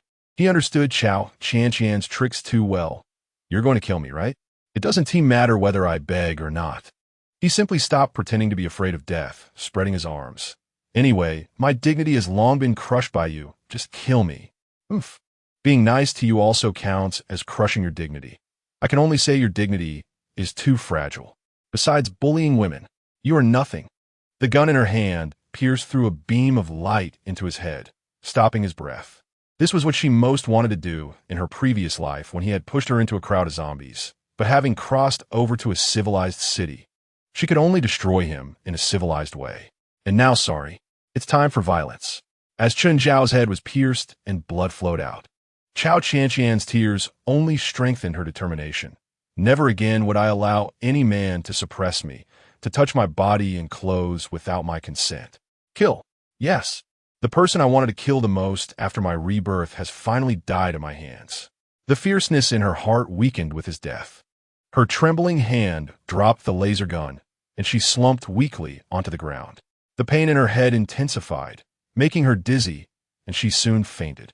Dongdi instantly caught her frail body, wrapping her in his arms. He turned the ring on his finger and leaped into the space. In the space, he went to the bedroom to grab a set of clothes to cover her, cleaned her wounds, and wrapped the blood on her forehead in cloth. He looked at her face with concern, remembered the headache medicine, and fed it to her, gently stroking her cheek. You rest here for a while. I'll find out who dared to hurt you. Chapter 39. A kind lie in her deep sleep. Cao Qianqian felt a chill and vaguely saw Chen Xiao's figure in her dream. At the moment she shot him in the head, she was very clear that she had killed someone. For some reason, there was not a trace of guilt, perhaps in that moment of life and death. She could not find even a moment of warmth from Chen Xiao. When she was 10 and moved to the villa area, she met a boy reading in the yard. Looking somewhat handsome in the sunlight, with long eyelashes and a crescent moon smile that held deep-set eyes, looking like a character from comic. From that moment on, she liked this boy. They once picked strawberries together and played until he became an orphan. His indifference was like clouds in the sky, making Cao Qianqian feel a chill every time. She once firmly believed that warmth could change everything, but she never waited for that day. In the dream, the boy sitting on the villa lawn, reading, gradually grew distant and disappeared, replaced by the hateful face of Chen Xiao, who approached, trying to violate her. Cao Qianqian, with cold sweat on her forehead, suddenly woke up, her heart racing like a dance party, recounting the thrilling moments just experienced. She slowly raised her eyes to look around. Am I in space? Dong Di came out of the space. He gazed at the white wall behind him as he walked out of the villa study. At that moment, 16 men in armor knelt down and shouted, King Chunbei. Duo was among them. When he activated the grinding wheel, he sent an emergency summons to the system, locking the villa's location. They arrived within 10 minutes and gathered at the door waiting for Dong Di. As Dong Di stepped down from the grinding wheel, Pei Yuan looked at the strangely dressed people with different colored eyes in confusion, feeling a bit frightened. They rushed into the house, where the occupants were dividing new goods and were rudely interrupted, shouting, Are you performing a costume play? Seeing that the newcomers were not friendly, Old O grabbed a machete and tried to approach, but was knocked out cold by a burly man with ear-length hair from behind Dong Di. Seeing that they were armed, Jiang Yun wisely said, The newcomers are all in the rooms. A group rushed to various rooms, and Dong Di felt anxious, channeling his strength. Every door only needed a kick from him to be kicked open. Pei Yuan saw a few armored people guarding the living room and rushed into the rooms to find his sister and mother, until he saw his mother lying on the floor in the kitchen. He hurriedly pulled her up. Mom, where's my sister? Zhang Mei, seeing her son, cried, Hurry and save your sister. She might be in danger. He felt a wave of fear and quickly brought his mom to a burly armored man next to the living room, then dashed toward the room. In a small room, he saw Pei Shu and Song Qing struggling. Although Pei Shu was no match for the man as strength, her brother was a policeman and knew some resistance techniques. She kicked Song Qing until he cried out in pain, wanting to tear her mouth apart. Pei Yuan kicked the door open and arrived just in time, delivering a flying kick and a left hook that knocked Song Qing to the ground. He helped Pei Shu out and saw the large armored figure kneeling before Dong Di, calling out, King Chunbei. Everyone looked at Dong Di, who exuded righteousness, with a heroic demeanor, standing at 182 centimeters, with a fit and muscular build. Dressed in sportswear. He didn't look like royalty, but he asked, Who hurt Cao Qianqian? As his calm gaze swept over the crowd. His imposing presence made it clear he was not an ordinary person. Pei Shu shouted, It was Yao Yuxia who hit her. Dong Di's eyes brimmed with killing intent. But just then, one of his subordinates rushed to him and said, A woman is dead. He followed and saw in a bedroom 3 or 4 men with bare upper bodies, and Yao Yuxia lay dead, having stabbed herself in the neck with a pen. Although she was despicable, her death was tragic. She lay in a pool of blood, and Dong Di's anger dissipated by more than half. He had intended to turn her into a zombie to suffer, but now, for her, it was not a bad ending. At least in this apocalypse, she wouldn't have to endure the suffering of human flight. He glared at the burly men in front of him. Did you do this? No. She wanted to die herself. We didn't even get a chance to touch her. Get me. He couldn't bear to think of what might have happened if he had arrived, even a moment later. What these girls would have experienced. 300 years later, the people of the northern clan cheered in the Sky City at the news of their imminent migration. Finally, they could go to a place with green grass. But this weather is unbearable. The river has dried up, and look at my chapped lips. A group of commoners are looking at the latest announcements on the royal notice board. On the city wall, Emperor Wu and Empress Wu are watching as the citizens of their aerial city finally have smiles on their faces. They're wearing leather jackets and touching their collars. Dear, this outfit was given to us by that kid Dong Di. Wearing this feels like I've become younger, just like the characters in a painting. Dear is well behaftet. But a great battle is approaching, and I wonder if that foreign old man from the Alliance Army, who is as pale as a corpse, will also get involved. Aside from the corruption clan, those foreigners are really funny. They encourage us to fight the corruption clan every day, wanting to reap the benefits while we do the fighting. I bet once we start fighting the corruption clan, they'll show up. The Empress frowned, her heroic demeanor resembling Dong Di's to some extent. But her gentle eyes carried a trace of ruthlessness. I'm just worried. 300 years ago, did they have an army and influence? I fear it will be a long and drawn-out battle. Humans who hadn't evolved 300 years ago are not to be feared. We could just kill them all if it comes to that. Well, I'm still waiting for Deer and Yin Zi to get married. The Emperor laughed as he wrapped his arm around the Empress's shoulder. Want to hold a grandchild? The Empress playfully punched him, and they both gazed at the sky, which was dark and gloomy, where the sea had dried up and the ground was surrounded by zombies forming circles, as if sacrificing for the planet. Each zombie in the iron circles had to dig out one eye, while incense candles were lit outside the circles. The ground was barren, with cracks appearing in the soil, and the zombies' feet were burned red, emitting thick smoke. The aerial city was supported by large pillars, suspended in midair, bustling with activity, yet everyone's pupils were of different colors, and the food they ate was dry and stale. In the fields above, only 3 types of shady plants could grow, but livestock was exceedingly abundant. They hadn't seen grass or eaten fresh vegetables in a long time, surviving on dried grass and meat. In the space, Cao Qianqian touched the clothes she had covered herself with and looked at the strawberry cake and note on the dining table. She casually touched her forehead, and the bandaged wound didn't hurt as much anymore. How thoughtful. She changed into a black sports suit and walked to the table to read the note. They say eating sweets can make you happier. Give it a try. A happy smile spread across her face as she dug into a piece of cake with a fork.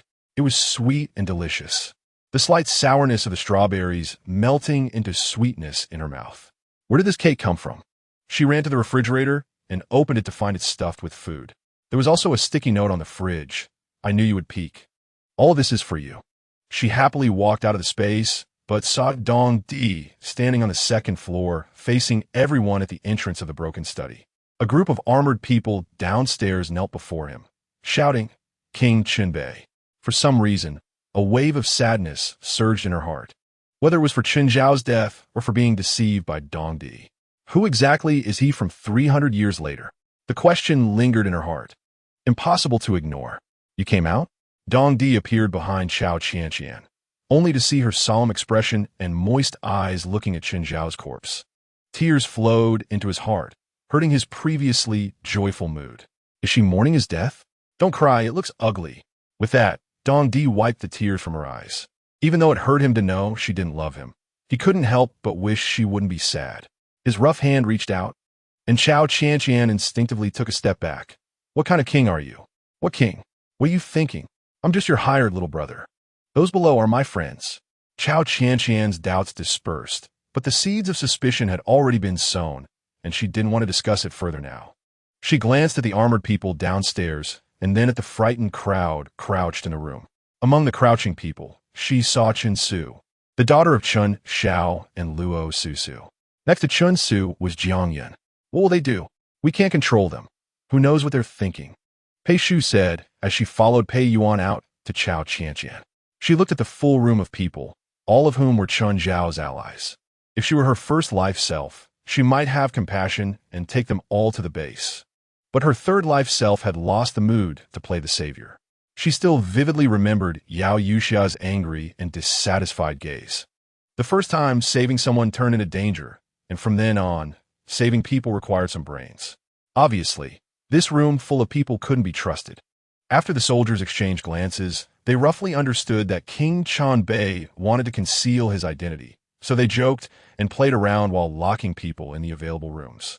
Their behavior started to become slack, but when Dong-Di arrived, they unconsciously made way for him. After learning of Yao Yuxia's death, Cao Qianqian took a look and covered her with a sheet to comfort her soul. Then she pulled Dong-Di aside. Come with me to the space. The two disappeared from the villa. Pei Yuan and Duo drove Chen Xiao's car to the villa to pick up their partners at the Foodie Mall. Each drove a car, and when they arrived at Foodie Mall, they hit at the door, checking cautiously before getting into their vehicles. Su Heng brought Chen Feng into the car driven by Duo.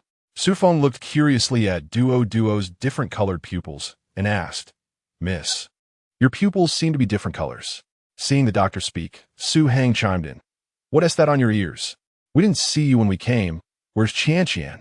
Duo drove without paying attention to them, her speed increasing from 50 to 80 miles per hour, causing the three people in the back seat to stumble and fall back, their mouths shut by the sudden acceleration. After arriving at the villa, everyone rested, but only Dong-Di and Cao Qianqian in the space were unusually serious. In the space, Cao Qianqian stared at Dong-Di. Their eyes locked for a moment. Speak. About what? Dong-Di was startled by her gaze, and without realizing it, Cao Qianqian stepped on his toe. Who are you? Hurry up and say. Don't torture me. Dong Di quickly retreated, his big toe in pain. He squatted down to rub it before looking at Cao Qianqian. Why are you so fierce? I clearly heard them call you King Chunbei. Don't pretend. Why is there a king in your time, 300 years later? Isn't it normal to have a king? Don't I look like one? He stood up and looked at her. With the pretense unable to hold up any longer, he decided to drop it. Then tell me, your parents are dead. And you are a programmer? Well, my parents are not dead, but I really am a programmer. I mainly handle computer-related matters. So those people just now were your army, right? Just this few people? Can they be called an army? Just get by, okay? Don't be blinket. His tall figure making him appear particularly timid as he stammered. Not like that. They were still wearing armor. What else are you hiding from me? I can't tell you everything. I have a marriage contract, siblings, commoners, and a need to conquer this era's land. I'm also a zombie king. If I said all that, wouldn't you become my enemy? No, really not. His eyes were bright as he added, there aren't many people left in our time. We all have to rely on you and your base. Humph. Although she was half convinced, as long as he was willing to admit it, it could be considered a sign of repentance. She glared at him. If you still hide anything from me, I'll chop you into pieces. I wouldn't dare. Dong Di grinned playfully, but inside he was calculating that the whole country would soon be moving here, and he was afraid he wouldn't be able to keep it a secret any longer. So he tentatively asked, if a country moves here, would you welcome it? What does that have to do with me? She glanced at him. As long as they don't disturb my base and interfere with my life. That's fine. The atmosphere instantly froze. As soon as he thought about his parents coming, along with relatives and friends, he felt an indescribable panic. The key point was that the marriage contract he needed to break was also coming along. He tentatively asked, I have a friend. Not me. He has a designated partner at home, and he has refused a marriage many times, but hasn't succeeded. Does that count as a bad identity if he wants to date you? Cao Qianqian looked him up and down. Do you have a partner 300 years later? No, not me. It's my friend, the guy with ear-length hair who was just standing downstairs. He likes a girl from here. Oh, I see. Then it depends on whether his partner minds. If it were me, I would definitely mind. He has a marriage contract, but is flirting around. What is the difference from Chen Xiao? They're all scumbags. After rolling her eyes at him, Cao Qianqian prepared to take a shower. What does that eye roll mean? She can't be thinking of me again, right? So annoying. I should have asked. That definitely had to be said. This person was too immoral. Dong Di awkwardly smiled and walked out of the space. Chapter 40. Confession for leniency after Dong Di walked out of the space. He hurried to the first floor and stared at them in armor, somewhat reproachfully saying, I called you here to help, and you're dressed like this? It's 300 years ago in a civilized metropolis. The guards looked at each other and awkwardly laughed. King Chunbei, it's hard to guard against hidden arrows. We're worried if we don't wear armor. Worried about what?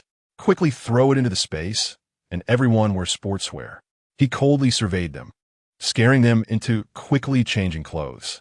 The guards, now dressed appropriately, dispersed to guard in front of the various rooms. There were a total of 6 rooms, for contained Chen Xiao's accomplices. One held Chen Xiao's corpse, and one contained Yao Yuxia's corpse. Others gathered in the living room to sleep on the floor. Cao Qianqian came out of the space in a lightweight cotton sports top and saw 2 burly men guarding each door. They stood tall as if in military posture. She looked at one of the men with ear-length hair and contemptuously walked over to ask, What's your name? The man stared blankly at the woman in front of him, feeling that her rudeness was not worth responding to. One of the men chimed in, He's a fool, lacking emotional intelligence. His name is Lunan, and I'm Yin Jia. What's with that scumbag attitude? She said sternly to Lunan. I heard you have a fiancé, but still like girls from our era? Me? Lunan looked bewildered, and at that moment, he saw Dong Di appearing behind Cao Qianqian, signaling him vigorously. Thinking that King Chunbei's eyes had sand in them, he took out eye drops from his pocket and handed them to Dong Di. King Chunbei, is your eye uncomfortable? Dong Di lo get troublet, wondering why it had to be this fool. He didn't expect Qianqian to be so gossipy and come specifically to ask, What King Chunbei? Call me Brother D. He raised his voice a bit higher. Usually, you joke about me ruling the apocalypse and calling me a king, but now no more jokes about that. Call me Brother D. This person here is our common boss. Call him boss. Got it? Understood. The voices of the 15 guards echoed throughout the villa, and Duo, sitting on the sofa, covered her ears. The loudness startled those locked in the rooms, causing them to shiver.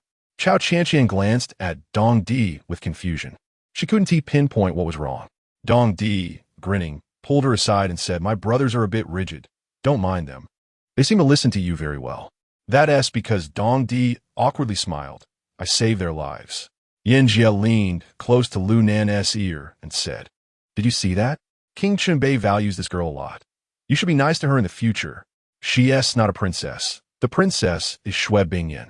Lunan blinked his innocent big eyes and continued, "That woman is from 300 years ago. She doesn't even have the virus gene. How can she be worthy of being the king's woman? She's not even qualified to carry his shoes, let alone be acknowledged by the martial emperor and empress. A single slap could kill her. Why should I fear her?" Yen Jie rolled his eyes and scoffed, knowing it was pointless to explain to this fool. But he couldn't help but advise him. "Although I don't think much of this girl either. She's a powerless gene, like an ant, but do you see? We're always around the king, likely. She's the king's financial backer in this era. If you don't want to go hungry, you'd better watch your attitude.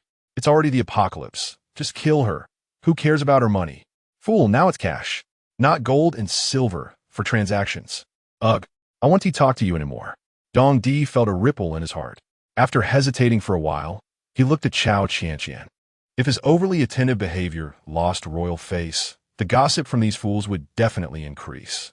If it reached the Empress's ears, she would probably make things difficult for her. His expression became serious, and he took a deep breath. They sat across from each other on the sofa in the space, the flickering light making the atmosphere a bit subtle. Cao Qianqian's cheeks turned red, thinking he was about to confess, and hesitantly said, "What do you want to say?" After a sigh, Dong Di looked at Cao Qianqian with sincere eyes. "I originally wanted to hide it from you, but I think you should know. King Chenbei?" Dong Di's pupil shrank, unable to speak for a moment. "You were just testing me, weren't you? You have a fiancé, Cao Qianqian asked instinctively. Seeing that he didn't refute, her heart sank, and she coldly huffed. "Men are indeed all the same. All crows are black." "Let me explain." "Then explain." Cao Qianqian glared at him angrily, her arms instinctively crossed over her chest, looking like the strict principal from the neighboring class. Seeing her posture, Dong Di became even more nervous. He slowly explained, "I'm the third prince of the North City clan, sealed as King Chenbei. I've been in this world for 6 years and discovered that our system is ancient. The main reason for this hereditary system is the gene issue. This virus will evolve soon, and there's basically no chance of not being infected. The remaining people mostly survive through natural selection. And our family's blood and genes are the most suitable for the virus and can evolve positively. In a world where the strong are respected. That is how it is." He couldn't help but glance at the still angry Cao Qianqian and continued to explain, "I don't have a fiancé. That doesn't count." "How does that not count? My situation is completely different from yours. You date and then get engaged. I haven't dated." "What? Are you blaming me for having dated?" "Of course, a little." Dong Di didn't dare to say it out loud, but still shot a resentful glance at Cao Qianqian. "I'm just describing the severity. I'm not serious. It's all my parents' words, and I've always refused. So what do you mean now? Why are you explaining this to me?" Dong Di glanced at Cao Qianqian again, analyzing her expression. She looked a bit better, not as furious as before. So he smiled and said, "I have a love interest and want to talk to you about it." Cao Qianqian, who was stunned, stared blankly at him. The next second, her vision was suddenly blocked by a face, feeling warmth at the corner of her lips. He looked at her with a heroic gaze, then closed his eyes, gently embracing her small frame. Before she could react, he held her tightly. "Aren't you going to say anything? You let go of me first." A cold and stubborn voice made Dong Di freeze. He hurriedly released her, looking at Cao Qianqian with a pitiful expression. "So does that mean you're not human?" After saying that, Dong Di was at a loss for words, thinking it didn't seem wrong, just sounding strange. He curiously asked, "What does this have to do with us dating? Am I dating a zombie?" Cao Qianqian thought puzzledly, then looked at him, observing, "You're no different from us. Show me your strength. Is this really not teasing a dog?" Dong Di awkwardly smiled, his obedient eyes changing color slightly, the black pupils instantly becoming a white mist, and the faint fragrance of tea on him turned as sharp as jasmine flowers, bringing a pungent scent. His blood flowed, and his physique became more robust. Looking at his not-so-glamorous transformation, Cao Qianqian chuckled. Is that it? He narrowed his eyes, displeased, and pulled her into his arms, kissing her lips fiercely. Their intertwined bodies spread warmth throughout, and their rapid breathing quickened each other's heartbeats. Stopping, dono di fleshed a charming smile. Still laughing? Cao Qianqian smiled. Then tell me about your dynasty. I need to confirm that you and your fiancé, you really aren't in love? Is it really a promise from your parents? Really? So, did you reject her? I've rejected her many times. She doesn't tea like me either. 300 years later, achoo. Achoo. The sound of sneezing came from Fuyun Palace, where a maid supported the young lady in front of the dressing table. Miss, you must have a cold. It must be that Dong Di. He scolded me again. Don't say that. If outsiders hear it, they'll say you're disrespectful. Disrespectful my foot. He humiliated me in front of so many people, insisting he doesn't like me and doesn't want to marry me. I couldn't help but say I don't like him. That jerk took it seriously and told everyone I don't like him. Yet he insists I marry him. Shui Bingyan remembered this and cried with teary eyes. He doesn't fear others' gazes, speaks carelessly, and doesn't care about my face. Since childhood, I've liked him, but he has humiliated me multiple times. Am I really that bad? Xiaoru? She held back tears, and the red hairpin on her head swayed with her. Xiaoru smiled helplessly. Miss, why not ask the third prince? If I may say, not only are you beautiful, but your figure is also excellent. And your bloodline is top-notch, not inferior to the royal family at all. Though you are the adopted daughter of the king of Li, you are better than a biological daughter. I can't. Xiaoru lowered her head, not daring to look at her any longer. The next morning, sounds of swaying branches echoed in the villa area. Dong Di busied himself early in the kitchen of the space, making his favorite tomato, scrambled eggs. When Cao Qianqian got up, he brought it to her with a smile, letting her smell it. Her eyes widened, all sleepiness dissipated. How come you're so diligent? You can get up so early every day? We don't need much sleep. We can sleep just 4 hours a day. Then how long can you live? As long as we don't die, we'll keep living. Cao Qianqian lowered her head, feeling a bit sad, but quickly regained her composure.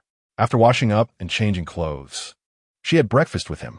Curiously, she asked, this space should be able to change, right? It can.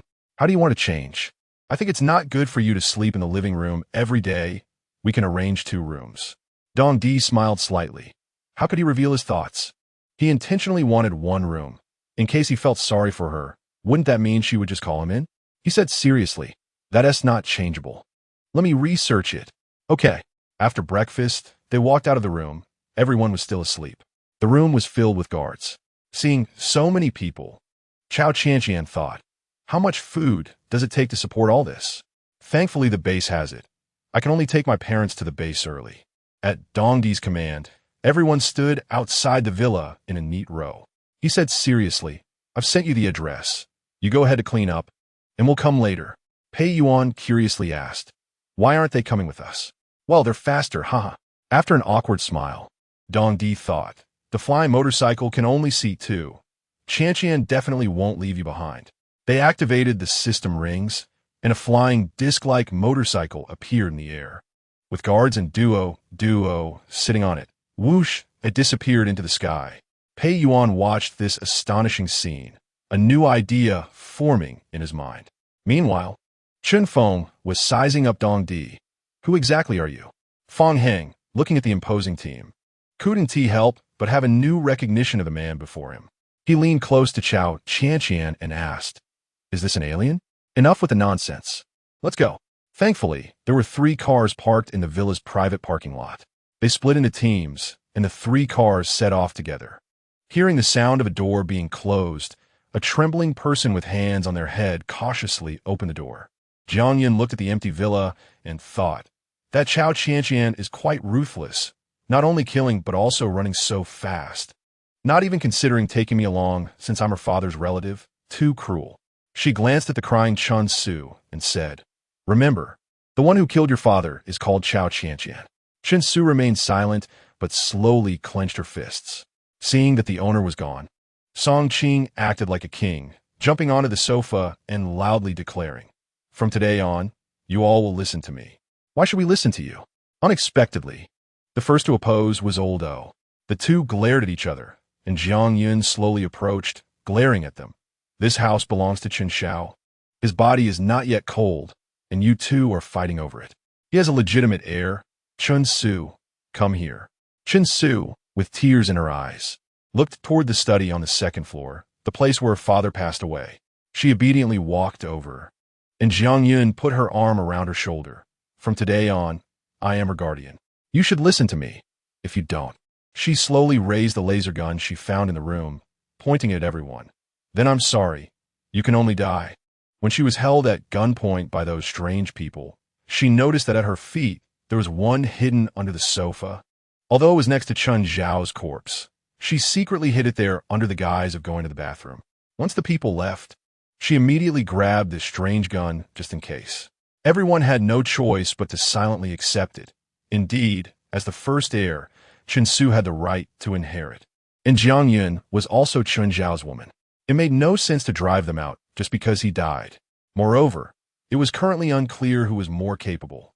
So rather than letting the men fight each other, it was better to follow her for now. After a moment of hesitation, everyone supported Jiang Yun, with only Song Qing muttering, "A woman is worthy?" Jiang Yun glanced over, sensing his dissatisfaction, and devised a plan. Chapter 41. The scene of social death suddenly. Something resembling a flying saucer appeared above Chongfu Street. The living people looked up, seeing a massive object blocking the sunlight, casting a shadow over their heads. They shivered and hid, thinking, "Zombies are terrifying enough. What is this?" They formed a line, landing at the entrance of a courtyard.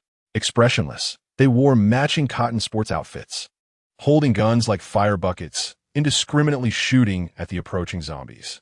One person chewed gum, disdainfully saying to duo beside him, "With these low-level, unpurified zombies, the king of Chunbei only needs to send me. Tong Hong, I advise you talk less and do more." Duo shot him a glance and rolled her eyes. Seeing his goddess speak, he charged to the front like a warrior, grinning widely as he shouted, "Come on, little zombies. This is too tiring. Why not use bombs?" Chongbai suggested to the nearby Elnan. "No, the king of Chunbei ordered us not to disturb the courtyard residents. The king of Chunbei doesn't like that Qianqian. Does he? Impossible. That woman is so ordinary. She is not even as good as the shoemaker's daughter next door." Elnan couldn't be bothered to reply and went elsewhere to shoot zombies. Yin Jie smiled at Chongbai. "I bet the king of Chunbei owes her money. That's why he is protecting her family. Once he gets their money and turns it into gold, he'll kill her and her entire family. Not betting with you. Just looking at the way Chun Bei Wang was groveling yesterday, I knew this woman was doomed." TCH. Yin Jie glanced disinterestedly at the zombie in front of him and yawned. He had intended to make some money off Chongbai, but unexpectedly, he didn't fall for it. Boom, boom. After an hour of clearing the zombies on Chongfu Street, they lined up at the entrance of the courtyard, ready to welcome Chun Bei Wang. However, this action terrified the people inside the courtyard. A group of people gathered in the main hall, sitting on the sofa and stacking 3 stools to block the door. The Chao couple held hands, looking worriedly at Lu Tong. "What should we do? There seems to be some movement outside, like someone is coming, and it keeps booming." Lu Tong also glanced outside with concern, while Lu Xiaoning covered her daughter's ears, anxiously scanning the surroundings. Luo Chung sighed as he stared at the perpetually unreachable internet. Aunt Huang anxiously ate another banana. In the days when Cao Qianqian was absent, Lu Tong had been taking care of the 3 elderly people, while Lu Xiaoning could only look after her daughter, occasionally helping out. Luo Chung wasn't very good at housework and could only lend a hand, but fortunately, the courtyard had complete utilities. With 2 power lines connected, as long as the city didn't cut off electricity, they wouldn't lose power here either. Water supply was timely, with no shortages, and food was plentiful. They had plenty of storage in 3 refrigerators, truly living without worries about food and clothing. However, their mental state was highly tense, living in constant panic, and their sleep was poor. Everyone picked up their weapons, brooms, spatulas, kitchen knives, and anything that could be used as a weapon was placed by their side. Mainly, it was because Cao Qianqian had left so suddenly that they hadn't had time to prepare weapons. Pei Shun couldn't help but say, "Luckily my mom didn't take that car." Before she could finish, the car gradually slowed down and stopped by the side of Chongfu Street. They had occasionally seen zombies on the way, but here, there wasn't a single zombie. They stared blankly out the window. Dong Di and Cao Qianqian had already gotten out of the car. She hurried into the alley and saw a row of people standing there, not even glancing at her, except for Duo, who smiled and nodded at her. She smiled back, surveying the guards who ignored her. She didn't care and just walked forward. However, when the guards saw Dong Di behind her, they all straightened up and shouted, "Diga!" This scene had the atmosphere of a gangster going out. The loud voices reached the courtyard, and those inside were even more convinced that someone named Diga was about to attack, gripping their weapons tighter. She walked straight to the door, took out the key from the system, and opened the door. There were 2 layers of doors, and after she opened them, she said to them, "Come in." Seeing those so-called brothers standing there like statues and not reacting to her words, she didn't bother with the awkwardness and just walked inside. It was more important to see her parents. Once inside, Dong Di glanced sharply at everyone, and the brothers felt a chill down their spines, looking confused, not knowing why Chen Beiwang was so slow. They could only follow Dong Di in obediently, leaving 2 people behind a guard. Pei Yuan, Pei Shun, and Ma Yu arrived at the courtyard first. Afterward, Zhang Mei, Pan Bai, Feng Yun, Feng Zhe, Feng Heng, and Shin Feng arrived one after another at Chongfu Street. Cao Qianqian rushed to the courtyard, only to find it empty, her heart sinking. The doors were all closed, and she cautiously pulled out her laser gun. She stepped slowly, looking into each room, starting from the nearest room by the entrance. Dong Di walked straight to his own door to check, finding no one, and then followed by Cao Qianqian, who was checking around. The guards also became alert, fearing that this place had already been occupied by others, and they all pulled out their weapons.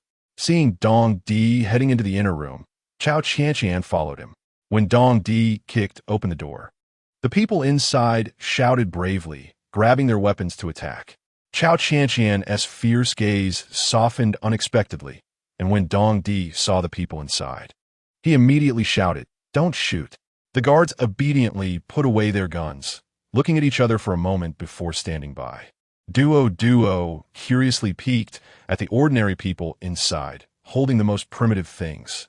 Qianqian, the Cao couple saw their daughter, their eyes welling up with tears, and they quickly dropped their weapons and rushed to embrace her. Qianqian inserted the gun into her pants pocket and hugged them tightly. Mom and Dad. Mother Cao looked her up and down, confirming she had no broken arms or legs, only to notice the wound on her forehead. Although it was well bandaged, she still felt inexplicably heartbroken. "Child, it must have been very hard for you on the way."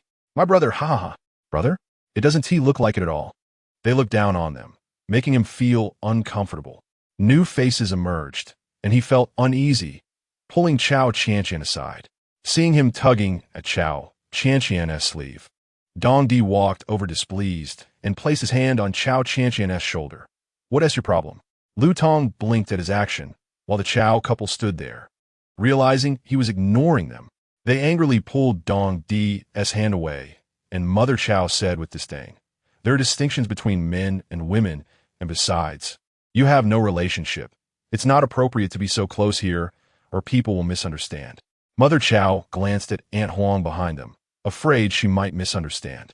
For the past few days, it had been their son showing filial piety. She had said so much that even if the emperor came, they could arrange this marriage. Father Cao also had no good impression of Dong Di's lack of manners. He changed from his earlier cold demeanor and turned to the Cao couple with a bright smile.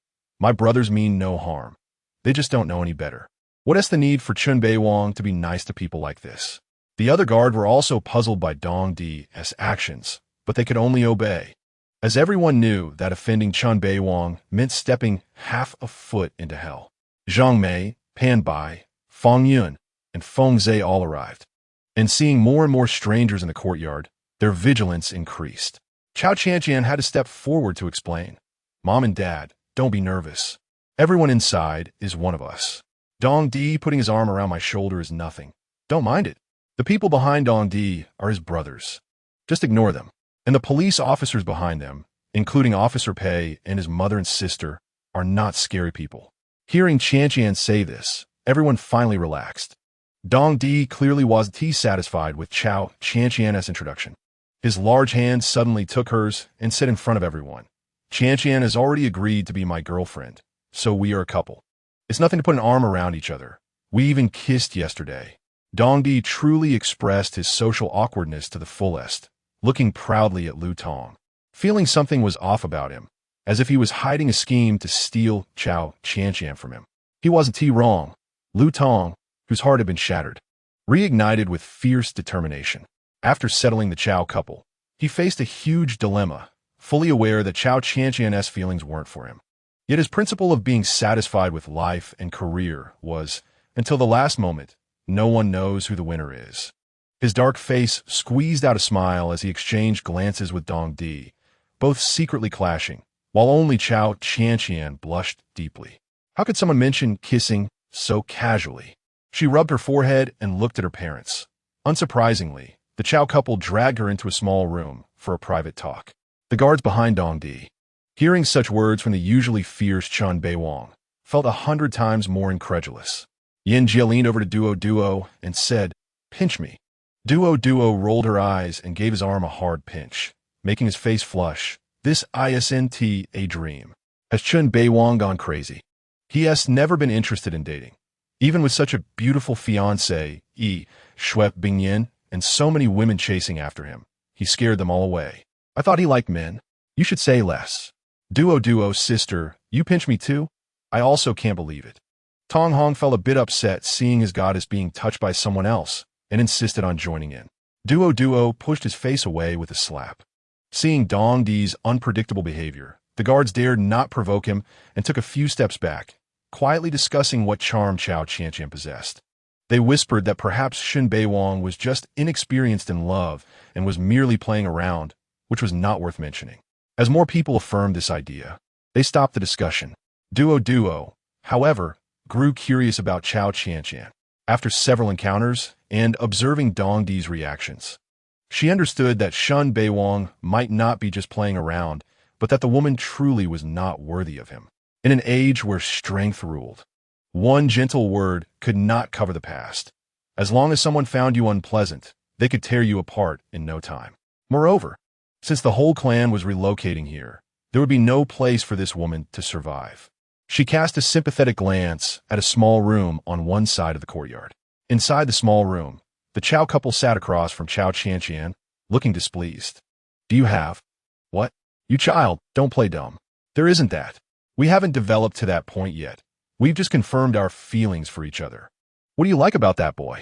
Besides being good-looking, no, not even that good-looking, a bit dark and quite tall. I don't think he's better than Lu Tong. Dad thinks so too. Have you been brainwashed by Lu Tong? Oh, Mom and Dad, he's quite good. Cao Qianqian helplessly glanced around, not wanting to meet her parents' eyes. Accidentally, she saw a red document in the trash can and walked over to pick it up, asking with confusion, "Why did you throw away the marriage certificate?" The Cao couple nervously fidgeted with their hands. Cao Qianqian picked it up and saw it was an adoption certificate. Chapter 42. You can't judge a book by its cover in the courtyard. 15 well-built men in sportswear were scattered across the open area, standing in a neat square. A short girl with varying eye colors occasionally stood beside them, looking around. Pei Yuan, his family, and a few police officers made up 7 people, plus the original 7 residents of the courtyard, along with Dong Di and Cao Qianqian. The entire courtyard resembled a bustling market, filled with people. Seeing the crowd and noise, Dong Di commanded, everyone got there. His voice carried a strong authority, unlike his usual playful tone. Lu Tong was startled at the sight. In this apocalypse, being able to paint and discuss aesthetics was indeed not as useful as brute strength. He glanced at his own thin arms and legs, then at Fong Hang beside him. The guards, feeling extremely bored, were stirred by Shen Beiwang's command and responded loudly yes. Speak plainly. Dong Di nervously glanced at the small room, fearing the Cao couple would think poorly of him again. Received, DGA. He glanced at the keyring in his hand, which she had given him last night. He led a large group away, and the space in the courtyard instantly felt much more comfortable. The atmosphere in the small room froze, and everyone's expressions were inscrutable. The Cao couple stared at each other in shock, their mouths trembling but unable to say a word, their eyes fixed on Cao Qianqian's expression, hoping to sense her joy or anger. Cao Qianqian's expression shifted from surprise to relief. Seeing her parents' worried gazes, she mischievously felt a thrill, furrowing her brows and tearfully asking, "Am I not your biological daughter?" Once these words were out, the Cao couple broke into a cold sweat, their trembling mouths finally managing to utter, "Qianqian, listen to your mom. This matter." Chao's mother glanced at Chao's father, took a deep breath, and seemed ready to reveal everything. "We have always regarded you as our biological daughter. It's just your background. We didn't want to talk about it because we weren't clear either. You were given to us by a wise old monk. At that time, we had been infertile for a long time, and everyone mocked us for being incapable. In desperation, we went to the governor's temple every week to pray for blessings from heaven. Over time, we became familiar with the abbot, who gave us a talisman that we carried every day. Then we met a white-haired old monk, dressed in simple robes, who said this child was destined for us and entrusted her to our care. Yes, we went through the adoption process, but we truly don't know about your origins and did not intend to hide it from you." She glanced at her parents. "Otherwise, would they be so kind as to give you their biological child? I isn't it because I'm not biological that you keep reminding me I'm someone else's child?" Seeing Cao Qianqian relieved, her parents also relaxed and smiled foolishly, curiously asking, "Are you really not sad?" Fortunately, at that time, Chen Xiao had comforted her. However, Chen Xiao had forgotten that he brought pastries made by his mother to congratulate her family. Seeing Cao Qianqian's dim expression, he said, "Why are you so down? This neighborhood is great, and your family seems nice. My mom said we should get to know each other better, and I think your family looks good too. Don't be sad. These are cookies my mom made." Only then did she see the boy clearly. A handsome face, phoenix eyes like gathering storms, and a calm demeanor exuding an ungraspable strength, causing a voice in her heart to rise. So handsome. Family? Yes. Who says blood ties are the only family? It's feelings that matter. The warmth of the scene was the Cao family embracing each other. But Tang Xen didn't want to dwell too much on the warmth and expressed her worries. "I saw that Dong Di came to our house before to eat and drink for free. And now he's bringing a group of people. Qianqian, have you thought this through? Mom and Dad, we just confirmed our relationship. Please don't keep nagging me. I don't even know how far it will go. What you said, I will think it over." Faced with her mother's repeated reminders, she could only agree. After all, Dong Di's initial image of freeloading was deeply ingrained, and if she suddenly claimed he was the zombie king, her parents would definitely not agree. She focused on her parents. "You should also observe him more, okay?" With hope in her eyes, seeing her daughter value this, they could only soften. "If it doesn't work out, we can't just go along with you this time." Just as she was about to mention Shan, Cao Wang nudged her arm with his elbow, and she realized it was best not to bring up Chen Xiao.'s name in front of her daughter. So she fell silent. Remembering Chen Xiao, Cao Qianqian still recalled his dead appearance, which she had killed herself, but he deserved it. The moment he harbored ill intentions and tried to impose on her, he deserved to die, not to mention his attempts to cuckold her and plot against her family's wealth. A flicker of killing intent and regret crossed her eyes. She said dimly, "Mom and Dad, I'm going out to find Dong Di." After she left, Cao Wang complained, "Look what you brought up. Why did you have to mention him? Why are you snapping at me? I was just giving an example. If we hadn't always indulged Qianqian, would we have attracted such a cold-hearted person? I don't think Dong Di is anything good either. I don't like him either, but our daughter does. Don't be so opinionated. Let us observe him first." Tang Xen glared at him angrily, saying, "Why are you snapping at me?" It was over. Cao Wang realized he had been too rational and started to appease his soon-to-be angry wife. Cao Qianqian exited the house, seeing Dong Di and the striking group of tough men already gone from the courtyard. She stomped her feet in anger, guessing he had gone alone with the others to the garage to get the car. If she had known, she wouldn't have given him the key. Following her gaze, she saw Lu Tong practicing horse stance squats with Su Hang, and she curiously ran over. "What are you doing?" Seeing her approach, Lu Tong smiled, becoming a strong person. It seemed that in the apocalypse, merely being able to draw wouldn't suffice. so she appreciatively gave him a thumbs up and then opened the system. System Master, what are you doing? What do you think I need to strengthen? System, there's a lot you need to strengthen. Which aspect are you referring to? Why are you so annoying? Cao Qianqian squinted her eyes and said, in the aspect of beating people. System, your physical fitness is passable, but you have no fighting skills at all. It's better to read a book first. A book titled Introduction to Fighting appeared on the screen. Cao Qianqian long pressed the book, threw it on the ground, picked it up, and asked, how do I upgrade the warehouse? System, why do you want to upgrade the warehouse again? You haven't even filled the 500 slots yet. Moreover, you still have 99 stacked. That's not enough. I want to be the person with the most supplies in the apocalypse, and I definitely can't lack food. Remembering the fainting feeling from low blood sugar made her back chill. She didn't forget to take out a cookie from her pocket and start eating. While eating, she said, enough nonsense, tell me. System, save 20 people. I really don't need your help anymore. You think I'm useless? Cao Qianqian rolled her eyes. Who invented this system? It's so infuriating. After sighing, she promised, all right, System Master, then I'll start counting for you. After you save 20 people, I will unlock the new warehouse limit for you. The others you save don't count. You have to save them yourself. Cao Qianqian. She couldn't wait to close the system to avoid getting annoyed. She sat on a chair, flipping through the somewhat yellowed introduction to Fighting book, reading it quite seriously, while Aunt Huang went to find Tang Xinxiu, chattering about something. Luo Cheng excitedly rushed over and leaned beside Cao Qianqian's feet, which caught the attention of Lu Xiaoning behind him, who continued to hold the book and teach his daughter. Startled by a sudden gust of wind, Cao Qianqian blanked out for a moment before calming down. What are you doing, Luozi? Help me. I'm so bored. There's no internet. Don't you have a game console? Can you not bother me while I'm reading? Luo Cheng flipped through his book and disdainfully said, what are you reading about fighting for? What can you do it? I, Luozi, could do everything except wash clothes, cook, and take care of kids, okay? Cao Qianqian glanced at his skinny arms and legs with a look of disdain and snorted, then continued reading.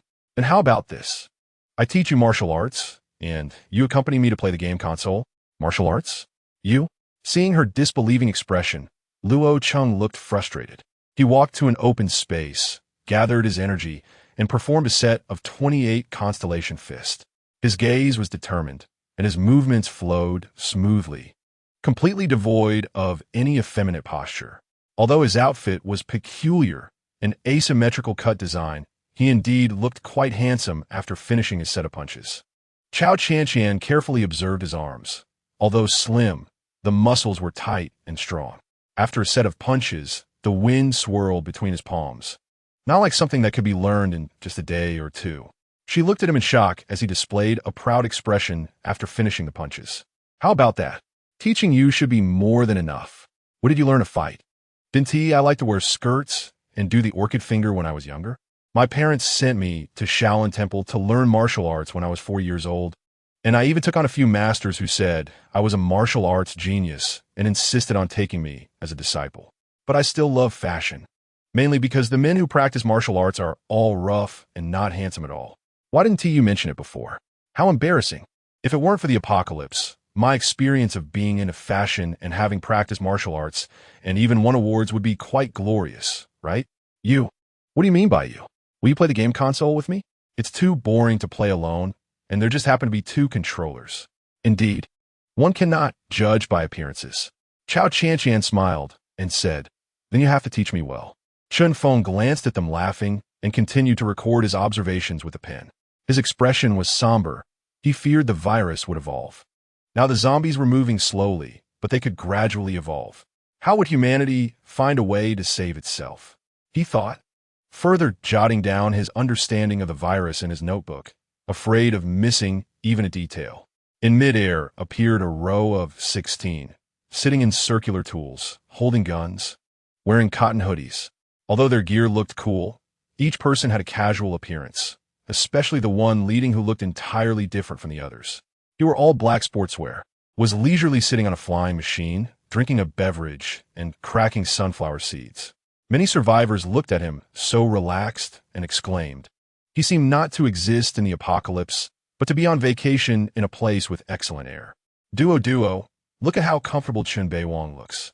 I bet he is having an easier time than us, pretending to struggle, clearly able to reach the destination quickly, but taking the bus. Exactly. The transportation tools in this era are so outdated. Can you all stop chatting? ISNT it better to learn from Lunan. Only saying stupid things and not wasting words. Everyone, we have arrived at the northern suburbs of Dojiang City. Some familiar figures caught Dongdi's attention. He put away the sunflower seeds and drank into the system, looking towards the corrupted Yao tribe lurking in the bushes. Seeing those ghostly figures, a playful smile appeared at the corner of his mouth. I knew that Fu Mu Wang would come to the north. Chapter 43. Coexistence. The soldiers of the corrupted Yao tribe wore cloth clothing, primitively wielding bullet guns, with sides strapped to their waists.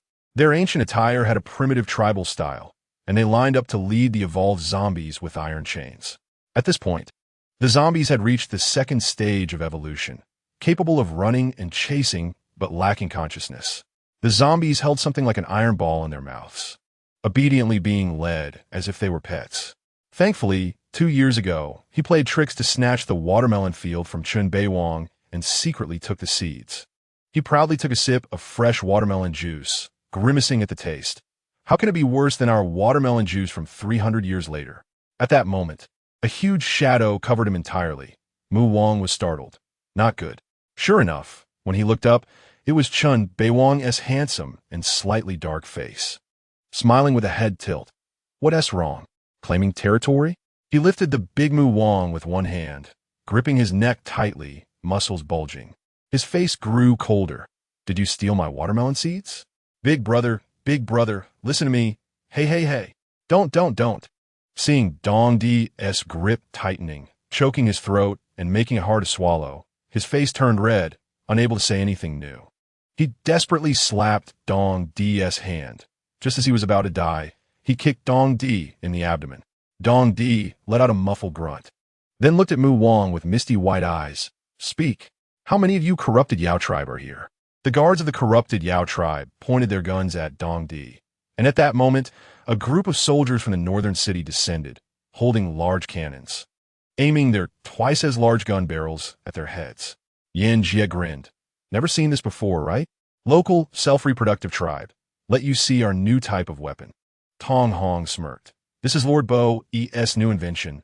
You bunch of locals just love stealing our things, yet still using such outdated weapons. Aren't you afraid of being laughed at by the soldiers of this era? Seeing the northern city tribe wielding such advanced weapons, they were frightened and kept retreating. Mu Wang noticed that Chen Beiwang was somewhat angry, and he hurriedly choked out. Sorry, big brother. Dongdi narrowed his eyes, using one hand to throw him to the ground. Mu Wang distinctly felt his spine chill, his bones cracking. He gasped, glaring at Dongdi. Because the corrupted Yao tribe believed in survival of the fittest, they did not use modern science, adhered to bloodlines and tribal systems, remaining entrenched in primitive culture, which led to them being continuously suppressed by the northern city tribe. The northern city tribe, with the demeanor of a great power, did not argue with these barbarians. But in recent years, they had gradually abandoned the old system and began using technological civilization, continually stealing information and research results from the northern city tribe, resulting in the relationship between the two tribes becoming increasingly tense. Although he was filled with rage, he could not help but utter some foul language. He spat on the ground and pretended to bow slightly. Big brother, our clan is just a small one, not worth fearing. You know what Earth will look like in 300 years. It's unlivable. It's normal for us to migrate here. Dongdi naturally knew they would come sooner or later, but he didn't expect it to be so soon. He stared at him with indifference. Speak. Don't be fierce. Instead of being fierce with me, you should worry about those foreign old men in the Corpse Alliance. We are still of the same bloodline. His green eyes spun around as he weakly said, Aren't you also moving your capital in 30 days? We're just moving it a bit earlier. It won't take anything away from you. He thought to himself, no matter how early you move, Chengdu should still belong to us. His expression was different from his thoughts, as he pretended to look wronged. Our strength is not strong, and we don't have many high-tech talents, so we can't compare with you. What are you worried about? Dongdi squinted his eyes. Why are you so two-faced? You're a general, a big man. Trying to make me trust you? I'm not that stupid. He was somewhat worried. He didn't want Cao Qianqian to get involved in the conflicts of 300 years later too early. But now, the corroded clan, with their many schemes, wanted to occupy Chengdu as soon as possible, which meant they had to move the capital sooner. He angrily punched Mu Wang in the face and said with a dark expression, "Let's go," seeing that Chen Beiwang was displeased. Duo and the guards behind her exchanged glances, and everyone understood to keep quiet. After all, angering the king wouldn't lead to anything good. Muang, this Dongdi kid is too overbearing. Should we find some weakness of his? What weakness does he have? He doesn't date, isn't interested in that fiancée of his. And his parents are top-tier powerhouses. That twisted older brother is terrifying, and his sister is also extremely formidable. Shut up. Do I need you to remind me how powerful the Northern royal family is? Mu Wang angrily punched the ground, sending dust flying and creating a hole, making him look like an overinflated balloon ready to burst. One day, I, Hua Mu, will dismantle your Dong family into pieces. In the courtyard, I know your pain. I'm really sorry.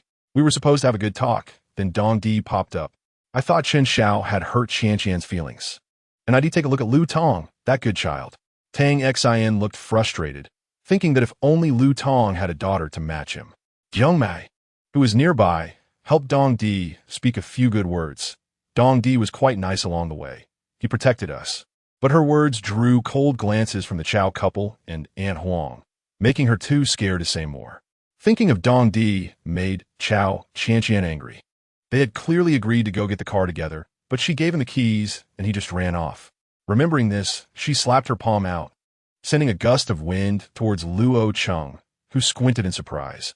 I see you're the martial arts talent. How long have you been practicing? You've already mastered the entry-level stance, and now you can also create a gust of wind. Fang Heng, who was correcting Lu Tong's posture, immediately stood up and said with a grin, "Her physique is very strange." She said she didn't tea like exercising before, but her endurance and stamina don't look like someone who doesn't tea exercise. To put it simply, it's still because I'm a good coach. Training her body well. Are you okay, big brother? How long have you been her coach and already taking credit? Her sprinting and long-distance running have always been first in school. Okay? Although she doesn't tea exercise often as a classmate, I can testify that she has never lost in running. Could it be that too many people pursuing her helped develop her running skills? Fang Heng teased with a northern accent, then kicked him in the butt, causing him to stagger and cry out in pain. Hey. Cao Qianqian shot him a cold glance. When I was studying, no one pursued me. Luo Cheng chuckled. I can testify. Indeed, no one pursued you. After all, the only daughter of the Cao family is not so easy to pursue, and not many young men are willing to be a son-in-law. Mealtime. Tang Xian shouted, as there were no zombies outside the courtyard anymore. They knew it was thanks to Dong Di's brothers cleaning up, which allowed them to speak more freely, though they still held on to some wariness towards Dong Di. The group gathered in the courtyard's open space, 3 wooden tables pushed together for a meal. Normally, they wouldn't dare eat so freely and would huddle in the main house, afraid of anything breaking in. Ever since Dong Di told them that all the zombies within a kilometer had been cleared, their appetites had improved a bit. Cao Qianqian peeked outside several times, still not seeing Dong Di, feeling a mix of anger and worry. Lu Tong watched her gaze towards the door, unable to hide his own frustration. Since she had rejected his confession, he knew that waiting for the right moment was the only effective strategy, so he decided to act like a friend for now. At this moment, Lu Yuan was clinging to his arm and acting cute. He patted Cao Qianqian's shoulder. Look at her. Lu Yuan pouted, looking at Lu Tong teasing her, and said unhappily, in Lu Tong Gij's eyes, there's only this sister. Everyone, out of the mouths of babes. Lu Xiaoning felt embarrassed and pulled Lu Yuan closer to her. She secretly sighed in relief that Dong Di wasn't around, as she was always a bit fearful of the brothers behind him. Cao Qianqian pinched Lu Yuan's little face and smiled. You're a little devil. Let us eat. Everyone started eating the delicious food. She hadn't had a meal with her parents in a long time, so she served her dad and mom extra meat. Su Heng also urged Chen Feng to eat more vegetables and stop staring at his notebook. Cao Qianqian looked at Chen Feng. Dr. Chen, I want to ask if there's any way to treat this virus? Or what should we do? Speaking of the virus, Chun Feng became serious. I can't think of a solution right now. This is an eternal life virus, extracted from the deep ice layer virus in Antarctica. After analysis, 90 types of viruses have characteristics that extend bodily aging. These viruses are 7,000 years old, as my teacher has always wanted to develop a method for eternal life. So he collaborated with the Medical Alliance to research it. Due to global warming, the virus is constantly changing, and our understanding of the virus is still in exploration. However, there should be a reagent that can improve the virus's stability, but right now there are no conditions. I don't have the space to research. So that means this virus can be cured? Chun Feng shook his head regretfully. No, once infected, it can only coexist. Oh, so that's why Dong Di said that in 300 years most will be zombies, but they have consciousness. Does that mean this virus will evolve? Cao Qianqian asked in confusion. Then it will evolve, right? It should, but I'm not sure, so I'm quite anxious. No, you're a girl. You can't take risks. Cao Mu felt startled. Ever since Qianqian experienced this, she had been worrying every day, and now thinking about separation made her anxious. Cao Qianqian glanced at Tang Xian and smiled. Mom, are you going to wait for Dong Di's brothers to protect us if you're not strong? What if they have ulterior motives? Are we just going to sit here and be prey? Cao Qianqian knew that if Dong Di was the third prince of the royal family 300 years later, their people would eventually come. She was indeed not wrong. Everyone was speechless. Pei Yuan hesitated for a moment and then said earnestly, Qianqian, my colleagues and I have discussed it and plan to find our superiors. He hesitated for a moment and said, we just want to borrow your boyfriend's vehicle. The flying motorcycle? Yes. I saw that each of them has one. I'd like to borrow it. Then you need to ask Dong Di. Although we're dating, we respect each other's matters. And I can't make decisions for him. Pei Yuan's face showed a hint of disappointment, and he felt a bit heavy-hearted, seeing Pei Yuan and his colleagues' disappointed expressions. Cao Qianqian comforted him. Dong Di want to pick up my car. My spare car is also very useful. You can use what I prepared. Thank you. A group of police officers smiled and said that having a means of transportation is safer than relying on one's legs. At that moment, loud banging sounds echoed at the entrance of the courtyard, and everyone turned to look, their hearts racing with tension. Chapter 44. The Breath of Death. The heavy knocking didn't seem like the work of zombies, but rather something man-made. Although the outer wall of the courtyard had a metal defense line, which was safe for zombies, it was hard to say the same if humans forced their way in. Tang Xian comforted Lu Yuan by wrapping her arm around her. Don't cry. Be good. You need to learn to be strong. 4-year-old Lu Yuan, although her eyes were filled with tears, tried her best to keep her voice low so as not to worry the adults. Her mature demeanor made Zhang gently stroke her head with a pang of pity. They all worked together to move the table and dishes into the inner room. The Chao couple, Aunt Huang, Zhang Mei, and Lu Yuan hid inside, and although they had lost their appetite, Aunt Huang still urged Lu Yuan, have another bite. You're growing. And their older brothers and sisters outside. Listening to the comfort, Lu Yuan only murmured, Mom. Xiao.Qian, Liu Tong, Bai Yuan, Bai Eshau, Luo Cheng, Feng Shi, Ma Yu, Fang Yun, Pan Bai, Fang Heng, Chun Feng, and Lu Xiaoning lined up in order.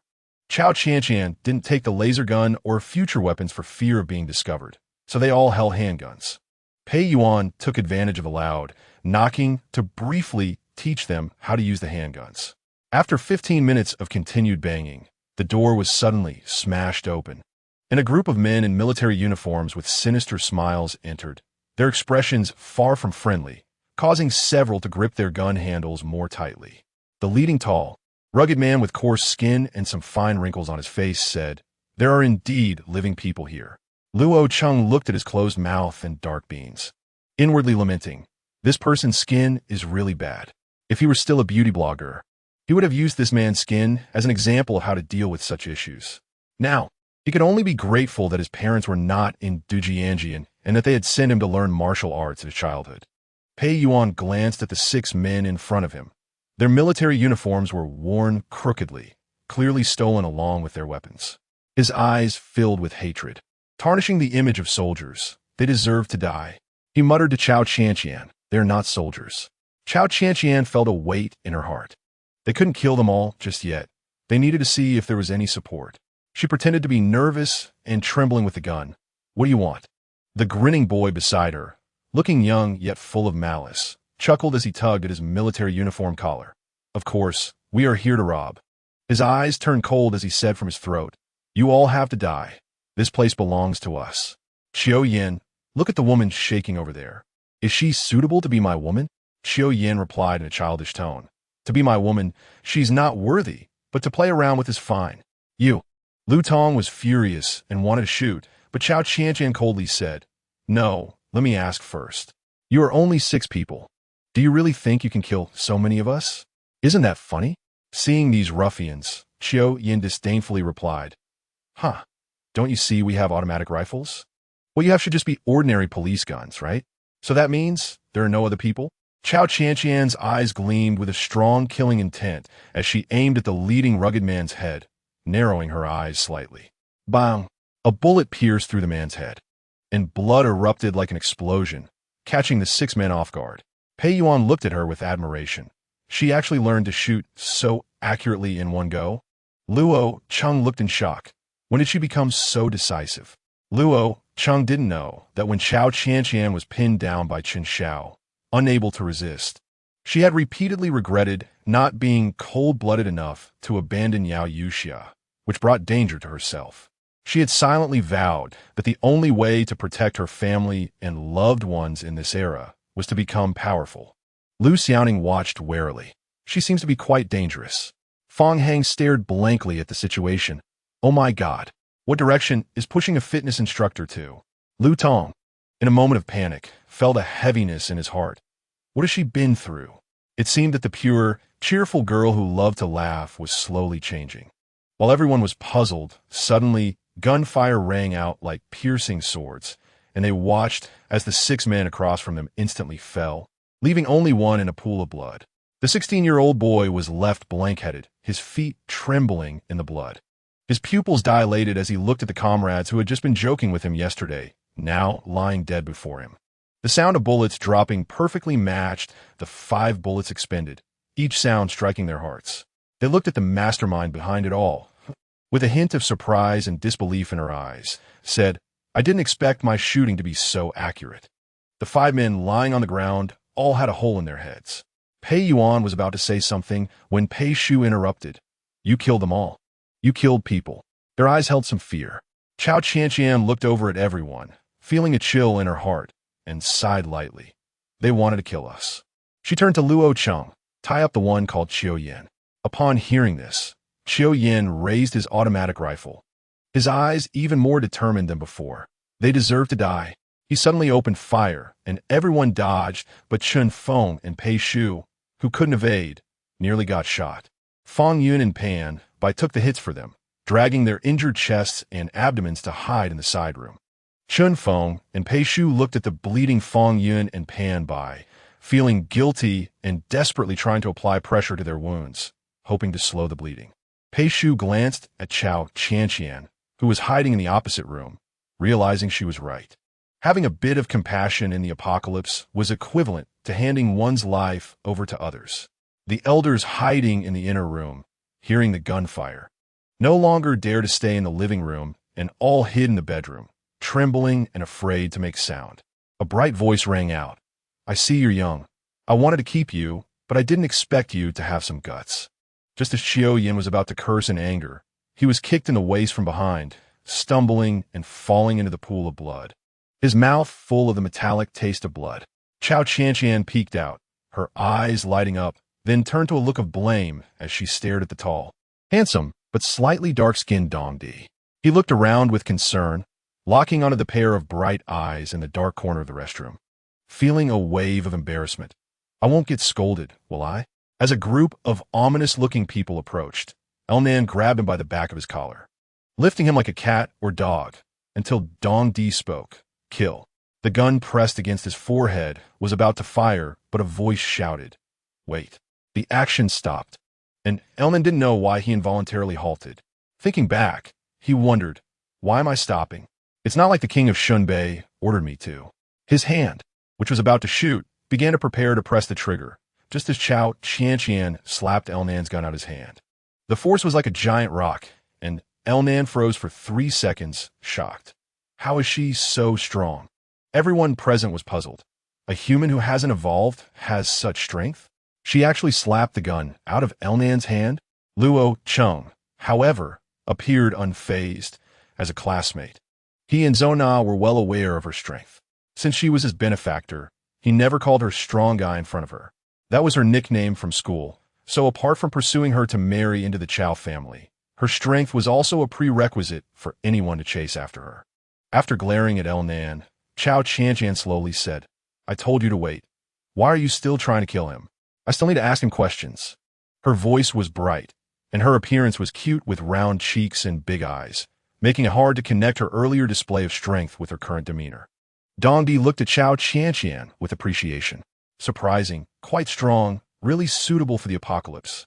The guards looked at King Chunbei, who was explaining so eagerly and in a panic, exchanging glances with each other. Sister? I'm only 25. The 16-year-old Cao Qianqian swallowed back the word sister and asked grandson, Tell me who you are, and I'll let you go. Grandson? Qiao Yin felt angry in his heart, thinking he shouldn't have called her sister. This person was truly sharp-tongued. He stubbornly replied, You let me go, and then I'll tell you. At this moment, Cao Qianqian picked up the gun that Lunan had dropped on the ground and aimed it at Qiao Yan's forehead. His pupils contracted as the scene of 5 bullets, almost wiping them out, flashed through his mind. He looked at her, seeing no compassion or sympathy in her eyes, only a cold, icy gaze, as if she was about to kill not a person, but a non-cooperative animal. Terrified, Qiao Yan hurriedly said, I'll tell you. We follow a guy named Chao Fu. I'm just a student. When it happened, we were still in class. Later, we escaped from school with my classmates and met their gang in a building. Then we all joined his organization. We are responsible for raiding outside, and if there are suitable places for bases, we seize them and notify them to come over. Gao Fu, cousin? Cao Qianqian glanced at him and then asked, Are they nearby? Yes. Then why didn't you call for support? Qiao Yan was confused. Sister, we hadn't finished talking when you shot us all dead. How could we call for support? He felt speechless, wanting to complain, but glancing at the 15 strong men with strange eyes, and one who seemed to be the leader, plus a bunch of people in front, he didn't dare to say anything, fearing that the gun pressed against his forehead would fire at any moment. He said slowly, Sister, No, sis, you're so mighty and powerful. I didn't have time to send a signal. He had a walkie-talkie stuck in his pocket. She handed the gun to Lunan, who obediently accepted it, then paused for a moment before saying, dissatisfied, I'm not your subordinate. Got it, tie him up. Cao Qianqian took the walkie-talkie from Qiao Yan's pocket without looking at Lunan again. Lunan felt frustrated but looked towards Dongdi. When he saw King Chunbei nodding in approval, he could only obediently toss Qiao Yan onto the ground and tie him up. Yin Jie chuckled and leaned towards Lunan's ear. Oh ho, you've become a little brother to humans. The words drilled into Lunan's ears, making him feel extremely uncomfortable. And he added, I'm not your subordinate.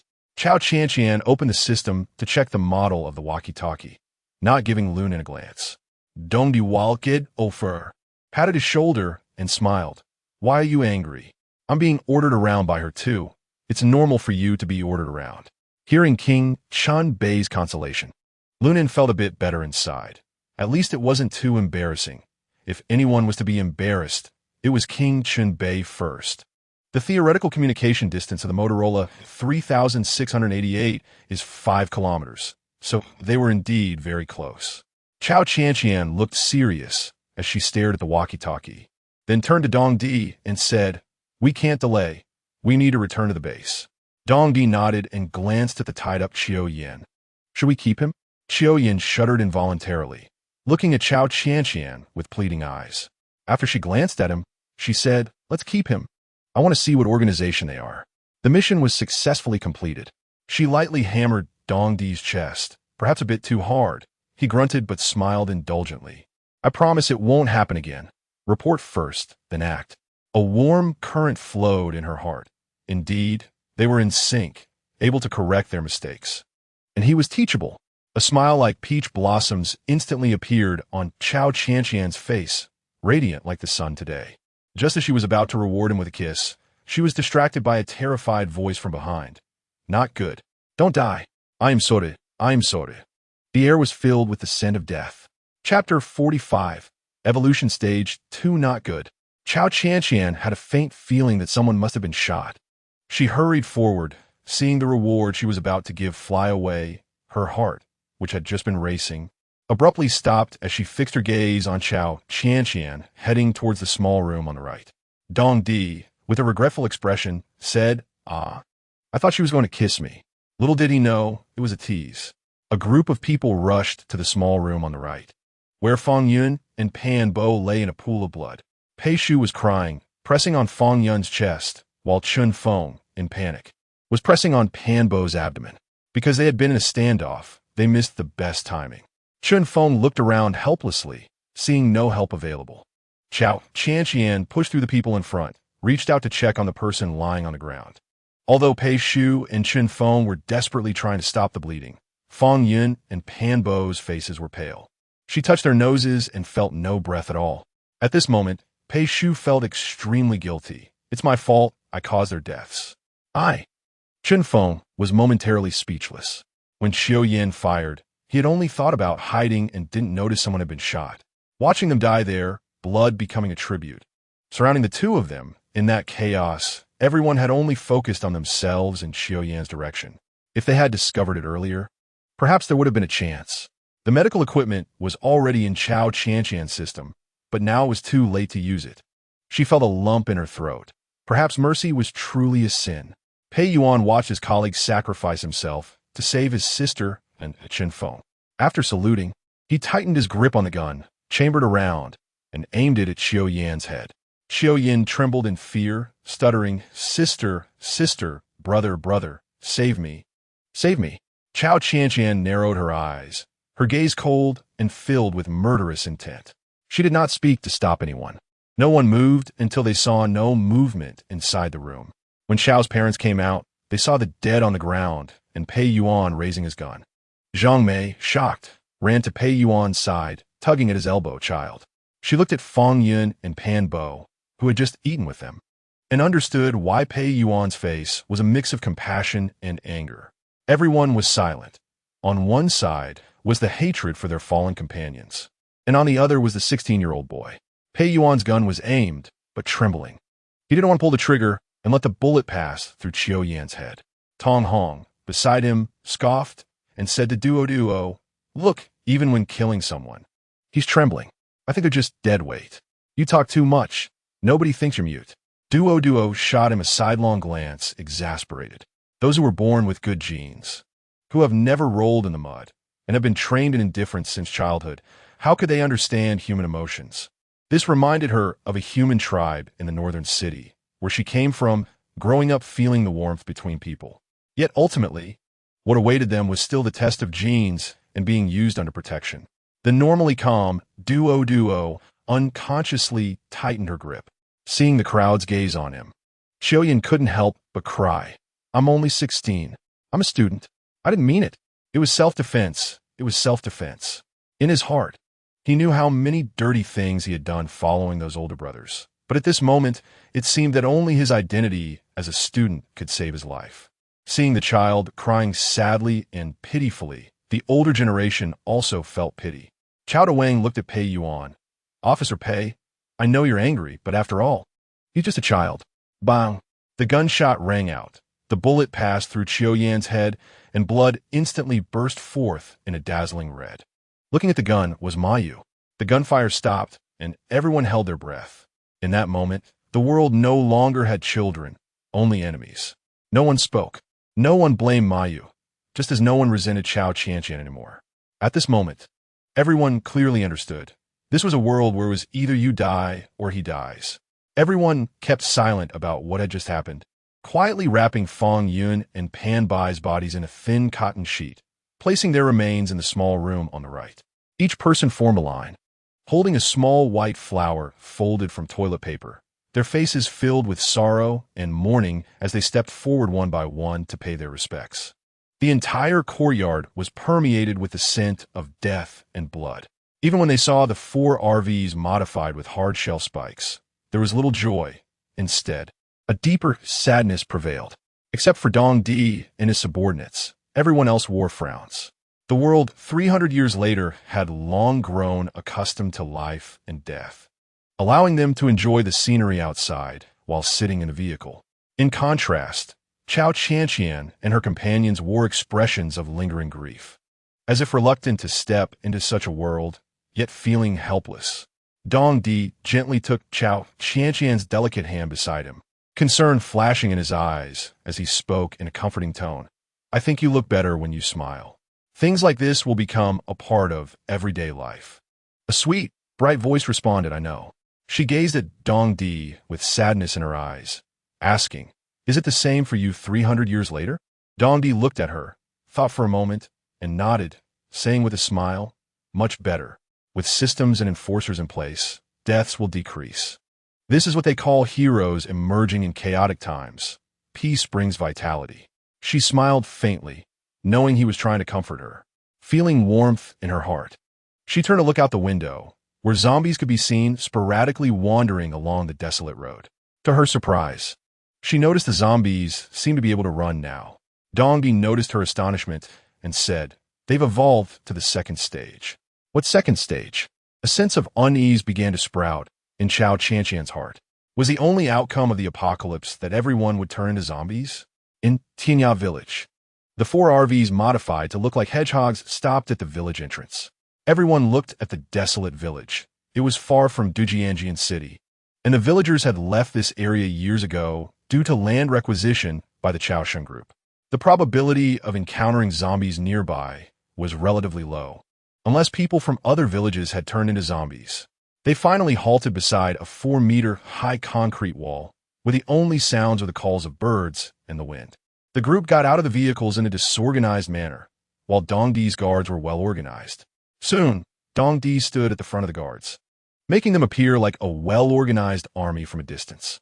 Although they wore ordinary cotton sweatshirt sets, their coordinated black and checkered patterns made them stand out in the desolate village. Pei Shu looked at Dong Di's face in the sunlight, though a bit dark.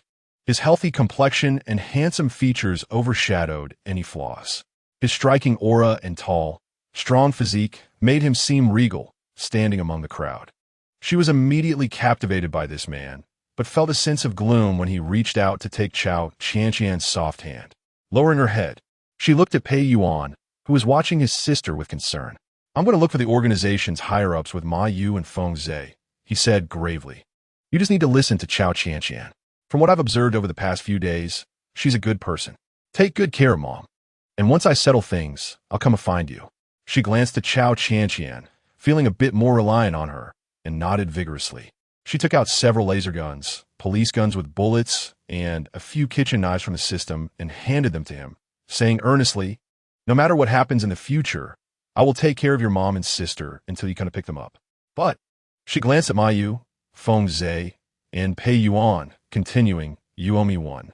If I need your help in the future, you must promise me. The 3 nodded in agreement. Originally, Cao Qianqian thought she could utilize their identities as police officers to strengthen the base, but she never managed to voice her desire to keep them.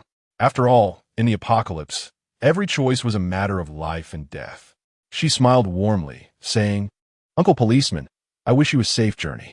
The 3 laughed heartily, a hint of shyness appearing on their faces. Pei Yuan smiled, saying, then we'll borrow your good wishes. The 3 of them saluted her simultaneously, and seeing their heroic and robust figures, she suddenly felt that as soldiers, they would never stay put. More important matters awaited them. Unlike her, who only wanted to stock up on supplies for a peaceful life. The stirrings in her heart felt like planting a seed within her. Watching them leave, their backs resembled shining deities, so dazzling and radiant. One of the hedgehog-like RVs slowly departed before everyone, while Zhang Mei cried inconsolably. However, faced with the scene, she felt helpless. Everyone watched them leave, filled with admiration and respect. In the apocalypse, remembering collective interest was indeed a rarity.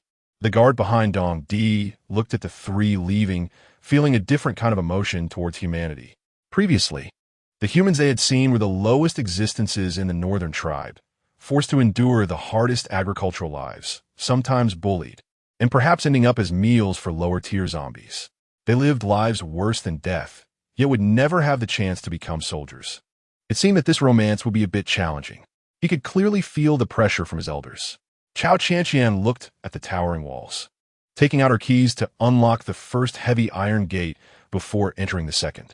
She could only ring the doorbell, as her fingerprint had not yet been registered. At that moment, a familiar voice sounded, "Password. Born to love oil and wine, picky about meat, favoring the fat over the lean." Her lips curled into a beautiful arc, but her expression was somewhat helpless. The door opened, and Zhou Na joyfully embraced Cao Qianqian, crying out in delight, "Ah, I haven't seen you in so many days. You know, I've been suffering." However, after 2 minutes of excitement, when she tried to keep talking to Cao Qianqian, she noticed the large crowd behind her, and her expression froze. Indeed, shouting like that was quite embarrassing.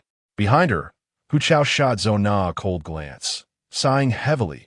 He can't help with anything, so you don't need to worry about paying her. Cao Qianqian looked at Hu Chao with some confusion. If he could escape, why did he stay? Especially knowing there were zombies around. She could only smile slightly, saying, "Thank you for taking care of her, and please help us guard this place." It was just a matter of mutual benefit. Hu Chao remained indifferent. At this time, the main group entered Tianya village, which resembled a fortified city. Although it wasn't large, it had farmland, houses, factories, warehouses, solar energy, wind energy, and well water, all surrounded by 3 layers of concrete walls, resembling a paradise. The RVs drove into the spacious parking lot, where 4 off-road vehicles were also parked, looking just like hedgehogs, with one marked as dangerous, meant for storing oil. Though it was currently empty, the viral outbreak had spread too suddenly. This paradise created by Cao Qianqian was not perfect. She knew in her heart that resources were still insufficient, and they could only form teams to seize them. After the 3rd heavy gate closed tightly, the path they had traversed appeared even more desolate. Most people unaware of the paradise were experiencing the 2nd stage persecution of zombies. The once slow-moving zombies now sprinted at the speed of a normal child, catching unprepared survivors off guard and leading to many losing their lives while searching for resources. The once vibrant and bustling Dujianjian city could now only be filled with piercing screams and the heavy silence of death. In the city, there are no fresh human zombie hordes. Instead, they're slowly spreading out at a walking pace, with the infection speed after being bitten changing from 5 minutes to 5 hours before gradually dying and turning into zombies.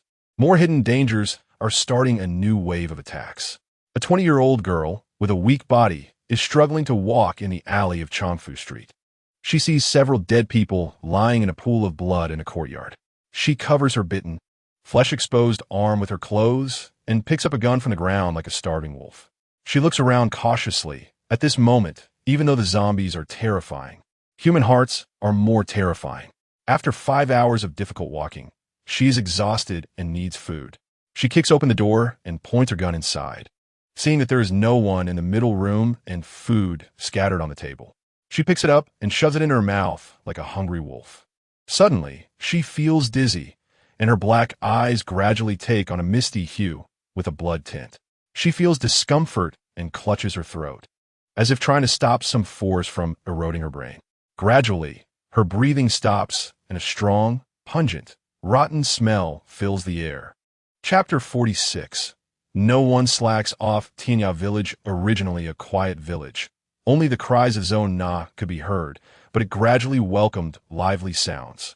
Inside the high walls built of triple cement, there is a paradise in the apocalypse, self-sufficient in water and electricity, with no dangers. Everyone entering the base looks surprised, except for Cao Qianqian, who smiles proudly. "Let me introduce our base. Water and electricity are self-sufficient, so this doesn't require manpower, but the fields need people to plant, and the factory needs people to start making canned food. We also need a team to search for supplies." In front of her stands a group of people, including Dongdi's guard team, Chao's parents, Lu Tong and her mother, Zhang Mei and her daughter, Chun Feng and Lu Xiaoning mother and daughter, Su Heng and Luo Cheng, Zhou Na and Hu Chao's daughter. "I didn't expect you to make this rundown factory look so good. It's just a renovation of our old factory. Mainly due to time constraints, it's not perfect," Cao Qianqian said regretfully, while Hu Chao, standing beside her, said with a displeased expression. I can finish the unfinished parts with Zona. Xiao. I studied art, not renovation or construction. Dude, Cao Qianqian was shocked to see Zona, who looked defeated and couldn't say a word. When she heard Hu Chao say he would take Zona to finish the remaining work, she had a face full of disdain and disbelief. But unexpectedly, seeing the tame Zona, she thought, Hu Chao really has some skills. She then looked at her parents, Aunt Huang and Zhang Mei, and slowly said, we still need the elders to take care of everyone's meals. The cafeteria is right next to the dormitory, and the ingredients are on the first floor of the cafeteria. The third floor of the cafeteria is the gym, which will be managed by Coach Su. She exchanged glances with Su Heng and then looked at the others. The rest of you will be in the supply search and guard teams. Pei Shu said in a panic. I can't do it. Cao Qianqian thought for a moment. She originally wanted to recruit Officer Pei to be a guard, but now only his mother and daughter were left. It would indeed be difficult to explain if anything happened to them. She took a deep breath and said slowly, then you go to the cafeteria and help your mother, since it was a place built with Cao Qianqian's money. Everyone listened and complied. However, Dongdi's guards were somewhat displeased in their hearts, thinking, what right does this human ant have to be so arrogant and command us? Their eyes turned to their king, who was looking at Cao Qianqian with admiration and tenderness. It seemed our king had forgotten his purpose in approaching Cao Qianqian. Elnan's eyes were filled with resentment. He clearly remembered that his respected King Chunbei had recently said that the purpose of contacting Cao Qianqian was to seize the base, money, and supplies. His face twisted in anger, and only when Cao Qianqian said to disperse did he dare to approach King Chunbei. He seriously placed his hand on his chest and knelt on one knee, performing a respectful gesture to express his loyalty to the king. Dongdi, seeing his serious expression and grand gesture, hesitated and thought, is this guy going to say something nonsensical again? As soon as he thought this, Elnan's honest and clumsy voice rang out. King, when are we going to kill them and seize the base? Now that we have arrived, I think it's time. Dongdi? He looked at the man with the ear-length hair, whose honest and muscular appearance held a hint of determination, and felt the frustration rising in his throat. His voice caught the attention of the guards. A group of guards surrounded Dongdi, forming a circle around him, chattering. King, are we ready to strike? King, I knew you were just using that human ant as a distraction. I told you our king is definitely resourceful. Dongdi's expression gradually darkened as he looked at their excited and bloodthirsty faces, realizing they were restless and eager to act. His face grew colder, and he shot a chilling glance at everyone.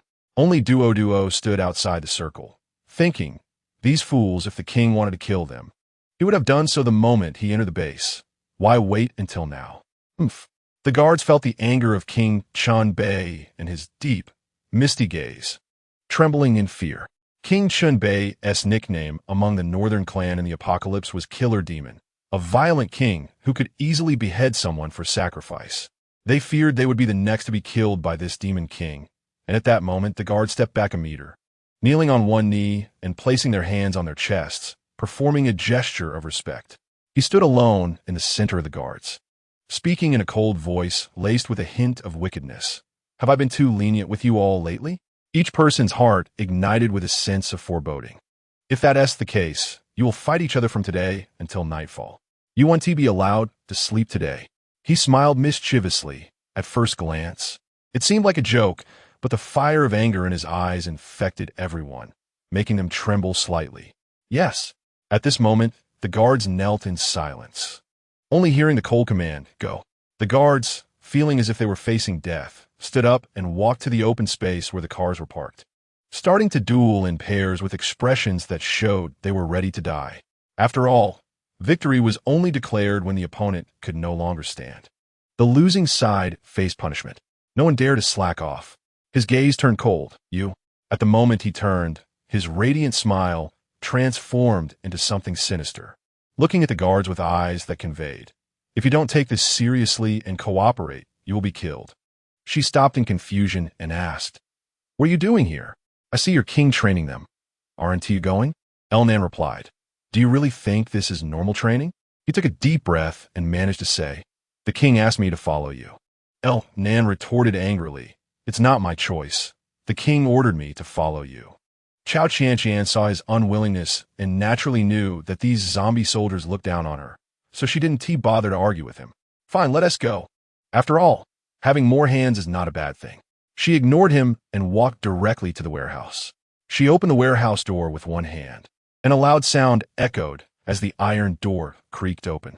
Looking at the cluttered warehouse, she frowned at the tall stacks of cardboard boxes wrapped in delivery packaging, thinking, why didn't I revive 5 years before the apocalypse? I have to organize all this myself. In front of the dormitory building, Zona impatiently felt Hu Chao tugging at the collar of her shirt from behind. She struggled like a wild beast trying to break free, but her strength was no match for Hu Chao's. She thought to herself, if only I had Cao Qianqian's strength, I would definitely beat him up. Cao Qianqian. Not only did she not help me, but she also handed me over to this demon. Suddenly, she stumbled and fell back against Hu Chao. Used to her tricks, Hu Chao pushed her back, and just as Zona was about to fall forward, he coldly grabbed her wrist. With a pull, she spun around and landed directly in Hu Chao's arms. His cold, handsome face turned hot, and his indifferent gaze trembled slightly as he felt the warmth of Zona in his embrace. Looking into her sparkling eyes, his heart raced like thunder. In an instant, he stepped back a meter and let go of her. Seeing him retreat as if he had seen a ghost, Zona smirked and quickly ran towards the warehouse.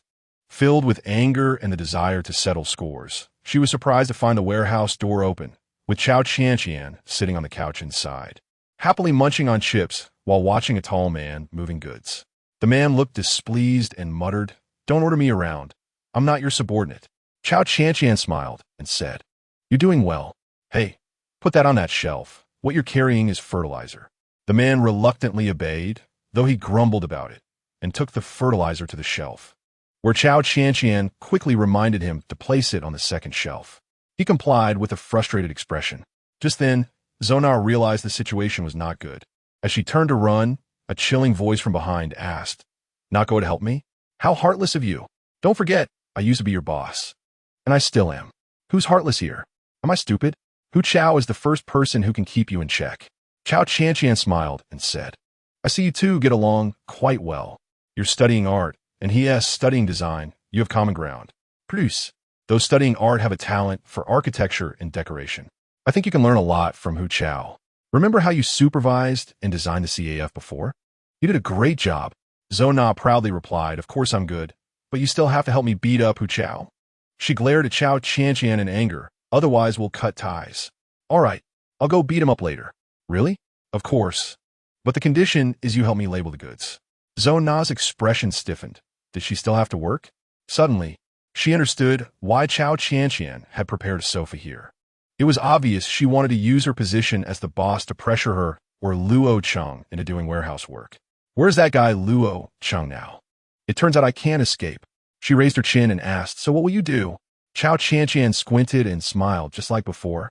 "Supervise you and provide you with resources. Look, how about this big guy helping you with the warehouse work?" Zona looked sympathetically at the big guy inside. Indeed, one is at a disadvantage when one is dependent on others. But as a best friend, she must have privileges. She quickly ran out. Cao Qianqian watched her sprint away like a rabbit, smiling. Indeed, only Hu Chao can command her to work. 300 years later, in the royal palace of the northern clan, Wu Ho and Wu Di stood outside a quiet building made of concrete and soil. One, a serious-looking middle-aged man dressed in white shorts, was sweating under the hot sun, while the other, a beautiful middle-aged woman in a simple short-sleeve long dress, stood beside him. Both wore wristbands engraved with sword-like patterns representing royal insignia. As they entered the building, a rush of cool air hit them. An elderly man in a white robe stroked his long beard and gazed at the flesh-colored objects in the transparent fridge, saying, "Finally, a comfortable place. I hope we can find our ancestors and improve our genes." The middle-aged couple respectfully placed one hand on their hearts and knelt on one knee, performing a royal salute. "Father, we will definitely search for our ancestors." "Understood, real person." Wu Di and Wu Ho stood up respectfully and left. Soon their rings vibrated, and a message from Dong Di came through. "Old man and woman, the corrupted clan has arrived early. We need to set out soon." Chapter 47. Inferior humans. Lu Nan was panting heavily, and the spacious warehouse was neatly organized. Cao Qianqian was labeling items while keeping a small notebook to record the warehouse's inventory.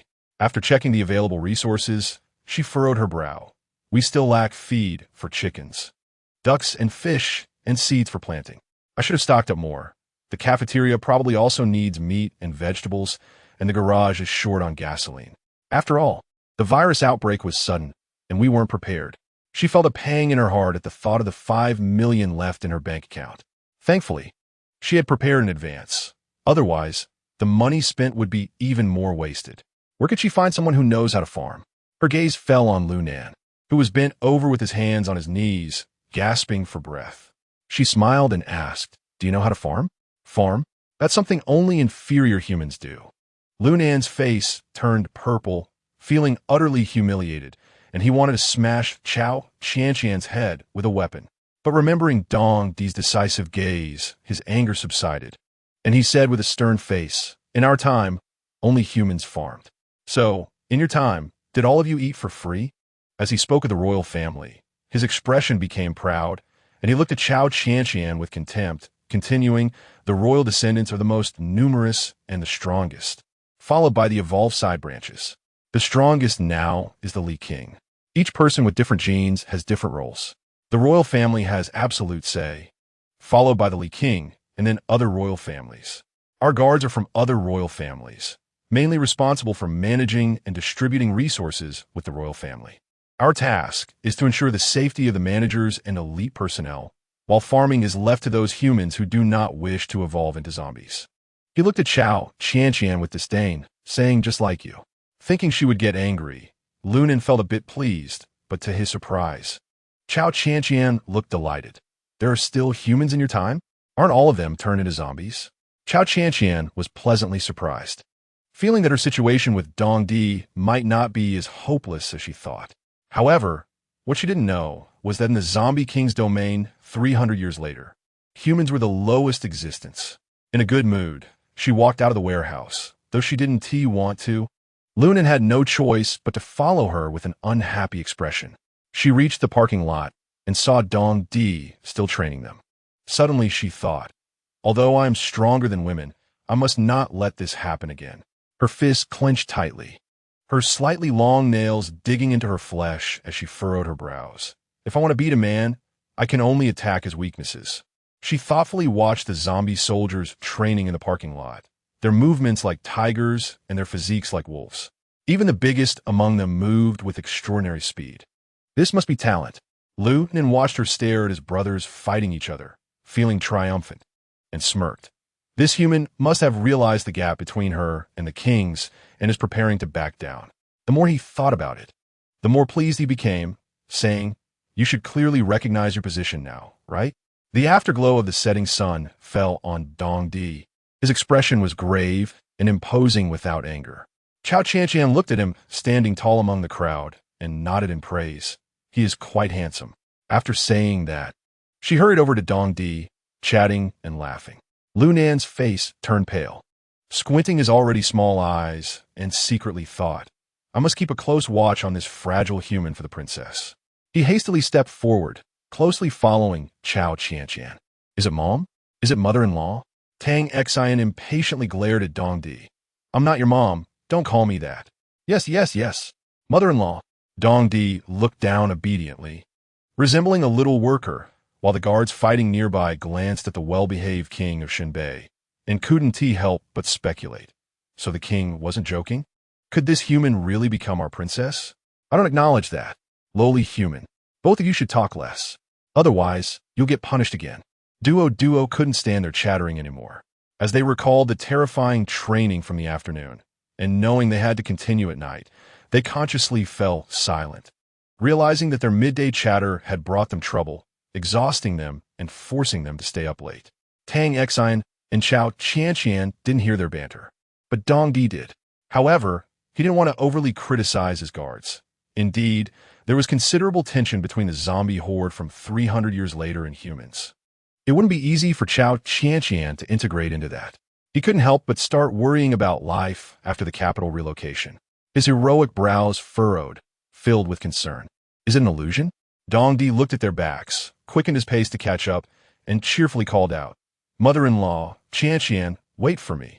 10 days later, the global zombie outbreak fully erupted. Those who had fled abroad found themselves in the same dire situation. Many humans, facing the new environment, felt much discomfort and chose to jump from buildings. It was common to see people shouting from the tops of skyscrapers, "Ah, I don't want to live anymore. I have to jump." As time gradually passed, even the jumpers disappeared.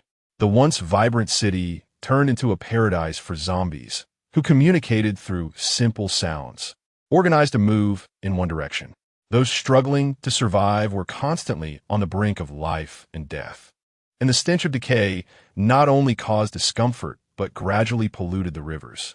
In Tianya village, at 5 a.m., Cao Qianqian was already running in the fields, while the Dongdi's guard team, which gathered at 6 a.m., looked at her in the sunlight, feeling an indescribable sensation swell in their throats. She had been training with them every single day without fail, and before long, they could no longer ignore her presence. Yan Jie pursed his lips and said with admiration, "She came to us the other day, saying she wanted to train with us. I thought it was a joke, but after 10 days, not only did she keep up with our training, but she also prepared warm-ups in advance. To be honest, she's quite diligent." The others remained silent. Duo looked at Cao Qianqian in the distance, feeling a bit gratified. No matter how weak humans were, those who worked hard should never be underestimated. She watched as Cao Qianqian approached them with a smile, feeling a sense of familiarity, as if she saw her former self. 10 nights ago, the cafeteria in Tianya village could accommodate 500 people, the sum of the former factory workers, making the space feel particularly spacious. With 10 people per table, they set up 3 tables. Chao Wang was the chef, and he felt a bit nervous about cooking for so many people, fearing they wouldn't be accustomed to it. He socially stood up, holding his drink cup, and said, "Sorry for the lack of hospitality. I hope everyone won't dislike my cooking." "Dad, don't worry. I think your cooking is better than my mom's." At this moment, laughter erupted in the room. "Then I want to join." Lu Tong glanced curiously, noticing his current weak physical state. Su Heng also advised him not to engage in anything too strenuous, as he needed an adjustment period. The soreness in his limbs made him feel overwhelmed. Their gazes met, filled with warmth, but in Lu Tong's eyes, it was glaring. Chao's couple thought, "Does this person not understand human language?" Cao Wang awkwardly said, "Call me Uncle Chao." Dongdi grinned. "Okay, father-in-law." The Chao couple indeed didn't understand human language. Aunt Huang, seeing their joy, leaned over to Lu Tong's ear and asked, "Do you still like Cao Qianqian?" Lu Tong politely shook his head with a smile, and Aunt Huang's eyes lit up as she glanced at Pei Shu at another table. "I think that little girl is quite nice. I've chatted with Aunt Zhang Mei. The more I look, the more I like her. Should I help you talk to her?" "Mom, no need. I'm not in the mood." Although Aunt Huang saw his dim expression, she felt more joy than sadness. At least he had let go. She picked up a piece of braised meat, savoring its aroma while looking at Cao Qianqian with a mixture of disdain. "Humph. No taste, not worthy of my son." In the following days, for some reason, the once close Tang Xian and Aunt Huang became bonded with Aunt Zhang Mei. At night, seeing how much the king of Shunbei liked this human, they could only cooperate. "I won't have anything to do with her. If I kill her, the king will probably kill me." Everyone instinctively stepped back, fearing that Dongdi would call on them to battle Cao Qianqian. After exchanging glances, they split into pairs and began to fight each other. Cao Qianqian stood like an outsider, watching them attack. Dongdi understood his men were looking down on Cao Qianqian, and though he felt a bit helpless, he could comprehend it. He sighed lightly and asked her, "Who do you want to fight?" Lu Nan's heart tightened, fearing he would be called out, as everyone was in pairs, and only he and Duo stood aside. Cao Qianqian scanned the fighting guards, and her gaze fell on the retreating Lu Nan and Duo, smiling brightly as she pointed at Lu Nan. "Just him. I only know him now." When Lu Nan was called out, he was stunned for a second before hurriedly saying, "King, if I kill her, you can't hold me accountable." Upon hearing Lu Nan's words, the guards were dumbfounded Their joyful fighting abruptly halted as they turned to watch the spectacle between Cao Qianqian and Lu Nan. Lu Nan was taller than Cao Qianqian by 2 heads, and although he was a bit foolish and straightforward, he was the strongest among the guards. Many began to murmur, "Is this girl asking for death? I think she is. Could it be that if she dies, the king of Xinbei will kill Lu Nan to accompany her in death?" One person spoke, and the atmosphere grew lively with comments. Hearing the discussions, Zhou Na and Luo Cheng were momentarily stunned before Zhou Na displeasedly said to Lu Nan, "What do you mean? You want to kill someone?" Instantly, everyone's faces darkened. Fortunately, Chao's parents, Aunt Huang, and Aunt Zhang did not witness this scene. They were busy cleaning up dishes in the cafeteria. Nearby, Pei Shu was momentarily excited. If Cao Qianqian died, would Dong Di then look at her? As this disgusting thought crossed her mind, she felt sick and quickly suppressed her emotions. Supporting Cao Qianqian, "I believe this big brother knows how to hold back." Dong Di's expression was grave as he seriously told Cao Qianqian, "Don't joke around, choose duo. It'll be easier since they are both girls." Cao Qianqian glanced at duo, shook her head, and looked seriously at Lu Nan. "It's you." Chapter 48. Unruly at old age on a chilly autumn night, the flickering dim yellow lights illuminated Cao Qianqian's face as she faced Lu Nan, who was half a head taller than her and exuded a formidable aura, as if he would crush her in the next second. He helplessly glanced at Dong Di, who blinked. "If you dare to hurt her, I will kill you." Cao Qianqian realized Dong Di and Lu Nan were exchanging glances, and she confidently looked at Lu Nan. "If you hurt me, I won't blame you, nor will I let anyone hurt you. Go ahead and make your move." Is this human insane? TCH, at most, she would fall down in a few seconds. The guards were too lazy to bother with a nighttime farce, continuing to fight among themselves in an attempt to avoid the punishment of whipping that came with failure. Lu Nan usually had everything go his way, but this time he was truly at a loss. He thought to himself, "This woman must have it coming, but I can't just hit her. Forget it. I'll just mess around with her later. You go first." As soon as he finished speaking, Cao Qianqian launched a powerful kick towards his stomach. Fortunately, Lu Nan had trained well and reacted quickly, retreating just in time. Cao Qianqian thought to herself, "A man's weakness isn't his stomach, so let's try targeting behind the ear." With a serious expression, she formed her fingers into a palm and jumped to attack Lu Nan's ear. Lu Nan had predicted she would continue with a front kick, but he didn't expect her to launch a surprise attack from the side. His pupils contracted, and before he could dodge, he felt a strong blow that cracked his neck. Though it wasn't a serious injury, but he suddenly realized she wasn't joking. Before he could make a move, a side kick came directly at his face. He quickly raised his hands to block, but the force was substantial, causing him to stumble back a few centimeters. In the gym, Su Heng and Lu Tong watched the lively scene through the glass. Su Heng asked in confusion, "What's going on?" Lu Tong smiled. "She's probably beating someone up." He recalled the first time he met Cao Qianqian when she came running to chase away the rich kids demanding money from him. He remembered the girl saying, "I want to marry someone who can paint and has talent, so that our home will be beautiful." Lu Tong sighed. "I'm really too weak." Aiming for a vital point, she thought, "If I can't fight up close, I'll try targeting pressure points." Her expression grew serious. The onlookers noticed Lu Nan's focused demeanor, and when the guard shouted, "Not good, he's getting serious," Dong Di was startled, observing Cao Qianqian's quick reactions, judgment, and decision-making skills, slowly gaining a new understanding of this pampered lady who was only about money. His dark eyes trembled, revealing a hint of appreciation. This little one was not only learning stealthily, but also growing quickly. He glanced at Lu Nan with unease, noticing the frustration in his eyes. If Lu Nan got serious, she might be in trouble. Lu Nan's anger flared as the little woman, a mere human ant, kept testing him. He quickly threw a punch, the wind from his fist like a knife, his hair lifting in the gust, poised to determine the outcome with a single blow. The guards felt uneasy for Cao Qianqian. Lu Nan's punches were the strongest. It seemed she would be badly hurt. If she got hurt, it wouldn't be a punishment for Lu Nan, who would be quite unlucky. Duo began to stop looking down on Cao Qianqian and started paying serious attention to her, her gaze fixed on Cao Qianqian to see how she would react. Cao Qianqian swiftly dodged and jumped back, and After Lunan's punch missed, she leaped up and kicked towards his vital point.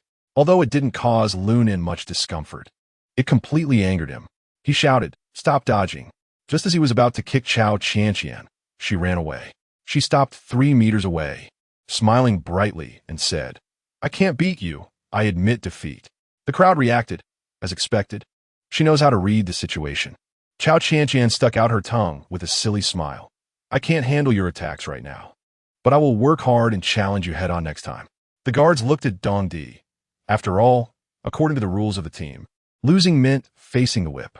Their eyes shot towards Dong Di, who was left dumbfounded by Cao Qianqian's retreat.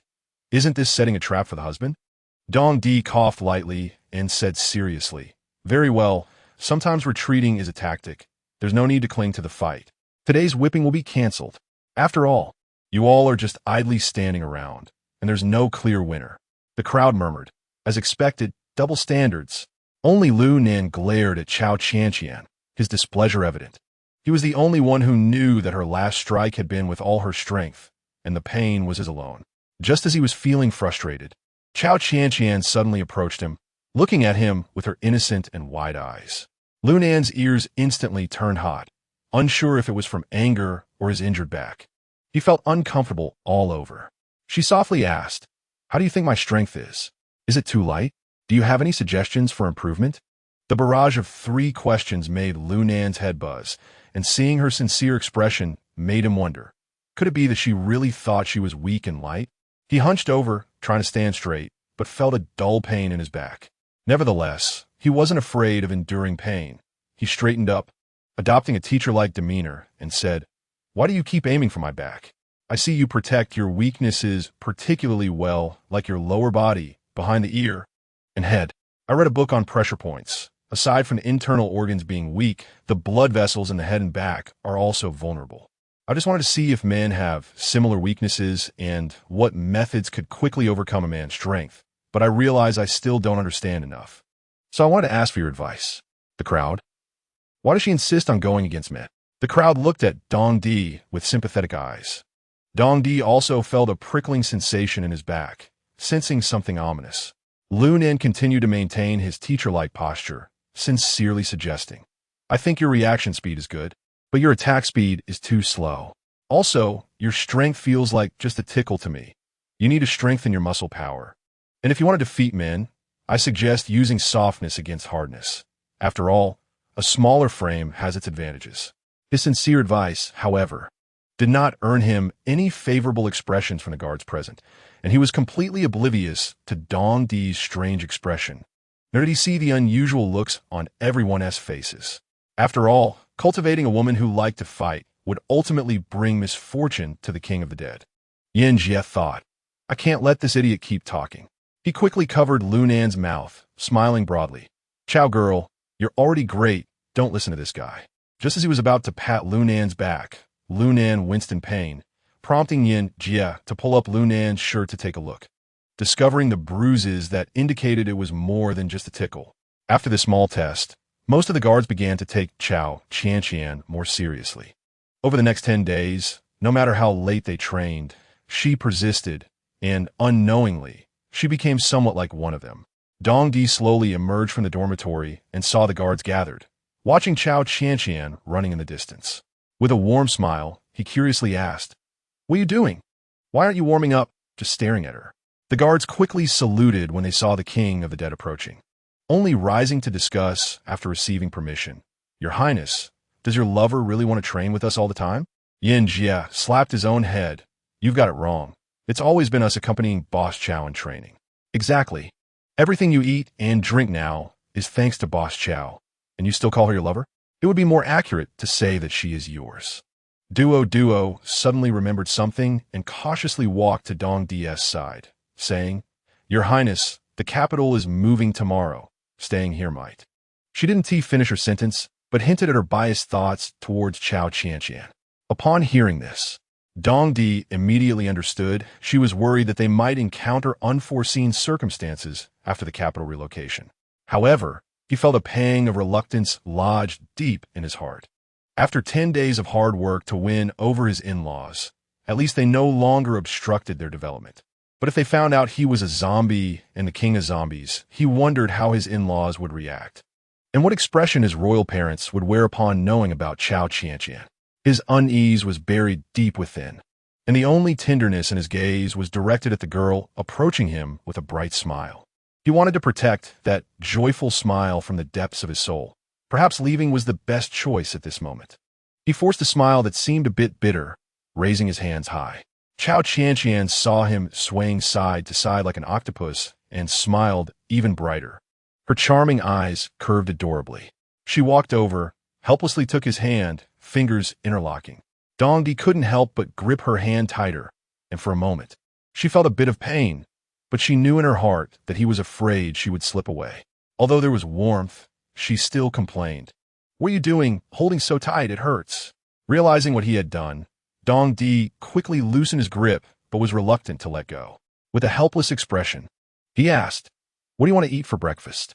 They had already gotten used to the fact that Shin Bei Wang had become a house husband, and began shouting casually, "Sweet wine with eggs, fried dough sticks, noodles, braised pork." Dongdi glanced over, and the scene fell silent. Cao Qianqian found it amusing and chuckled before saying, "Whatever you make, I'll enjoy it. Boss Chow knows how to talk." Yan Jia conceded with a smile, and everyone grimaced at the dog food they were witnessing. Cao Qianqian exchanged glances with Dongdi, both smiling, and said, "Then I'll make noodles. My parents should be waking up soon." He raised his other hand. "In-laws, I'm coming up to help." "In-laws, you don't need to help. Just don't keep touching our daughter." With the intense gaze of their parents, the two of them spent less time together. Cao Qianqian trained until late into the night. As soon as she woke up, and Dongdi felt an indescribable bitterness in his heart. He knew time was running out. While Cao Qianqian thought, life ahead is long. She patted Dongdi's shoulder and smiled like a flower, saying, "Go ahead. I need to train too." Dongdi said with a hint of pleading, "Can you stay with me today? Is there something?" The words Dongdi wanted to say hesitated in his throat. He knew he couldn't conceal what he had promised, but this matter was serious. Would she really be willing to face that pressure? Would she back down? The only way to keep her safe was to hide the existence of their clan members. He flashed through countless thoughts, realizing that it was still due to insufficient understanding. He wasn't sure if the girl in front of him could withstand the gaze of her kin. After all, humans in the Northern Clan were truly the lowest beings. And the guards he brought out were all his personal soldiers, loyal and unwavering. But what if they were outside his protective circle? He wasn't sure. After a long contemplation, he squinted his beautiful eyes, smiling with his brows, and said, "I just really want to be with you." His smile seemed genuine yet illusory, as if in a dream. Just as he wanted to say something more, a warm, moist kiss suddenly touched his cheek, which warmed Dongdi's heart, but made Chao's parents in front of the cafeteria glass exclaim, "A daughter grows up, you can't keep her." Actually, I think Dongdi is quite good, tall, decent-looking, hard-working, helps us with work every day, obedient, and smart. Except for being a bit dark, there's really nothing to criticize.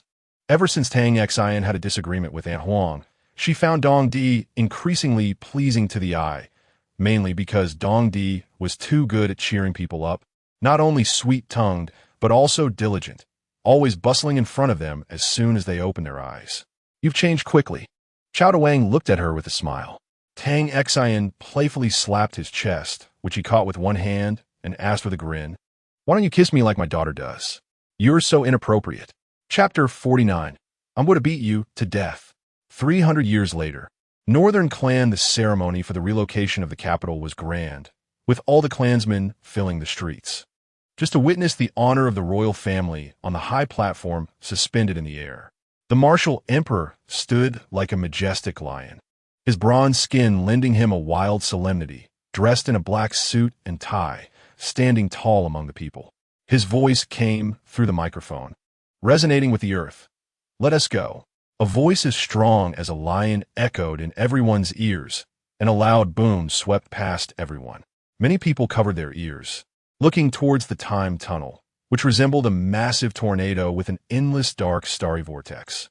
50 time machines pointed towards the city gates, and the clan leaders looked at each other with all their possessions.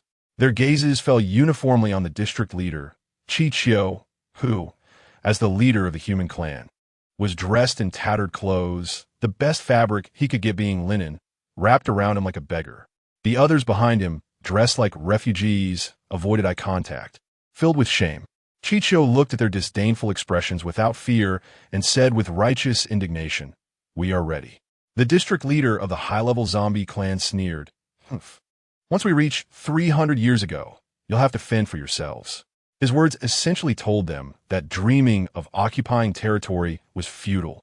Chen Xiao's appearance of swallowing his anger did not seem like a youth in his 20s. Most of the young humans behind him were timid and weak, their only reason for fear being the long-term oppression they had suffered. Except for Chen Xiao and his 5 companions, no one else seemed to share their calm demeanor, while the rest of the humans expressed deep concern about an uncertain future. Led by the royal family, the other kings followed, and the district leader of the human clan was at the very back, even without a single guard. The orderly line moved like a giant block into the dark starry vortex. Moments later, the giant dark starry vortex narrowed into a thin line and completely disappeared into the vast sky. 300 years ago, central Dojiang City, a terrifying hurricane swept in, plunging the entire city into an eerie silence. Many second-tier zombies huddled together, unwilling to move towards the city center of Dojiang. The dark starry vortex opened like a giant dragon's mouth, and people dressed in various clothing emerged from within. The males were tall and sturdy with dark skin, while the females wore long skirts with hair adorned with traditional accessories, each showcasing their own characteristics. But what remained unchanged was that the leaders' white eyes glimmered with silver light, and their aura crushed everything in their path. The raging wind stopped, and the massive dark, bottomless vortex vanished into the air. The ground was not hot, the lakes were damp and fragrant, and the cool autumn breeze made those wearing vests and shorts shiver. Children joyfully looked up at the blue sky and white clouds. Mom looked quickly. Their voices, like yellow orioles, drew everyone's attention to the sky, which they hadn't seen for over 100 years. The oppressive gloom and thick clouds of 300 years had made them overjoyed at this moment. Unlike the zombie horde, Chen Xiao, the district leader of the human clan, looked at the azure sky, feeling gratified by his short 20 years of life.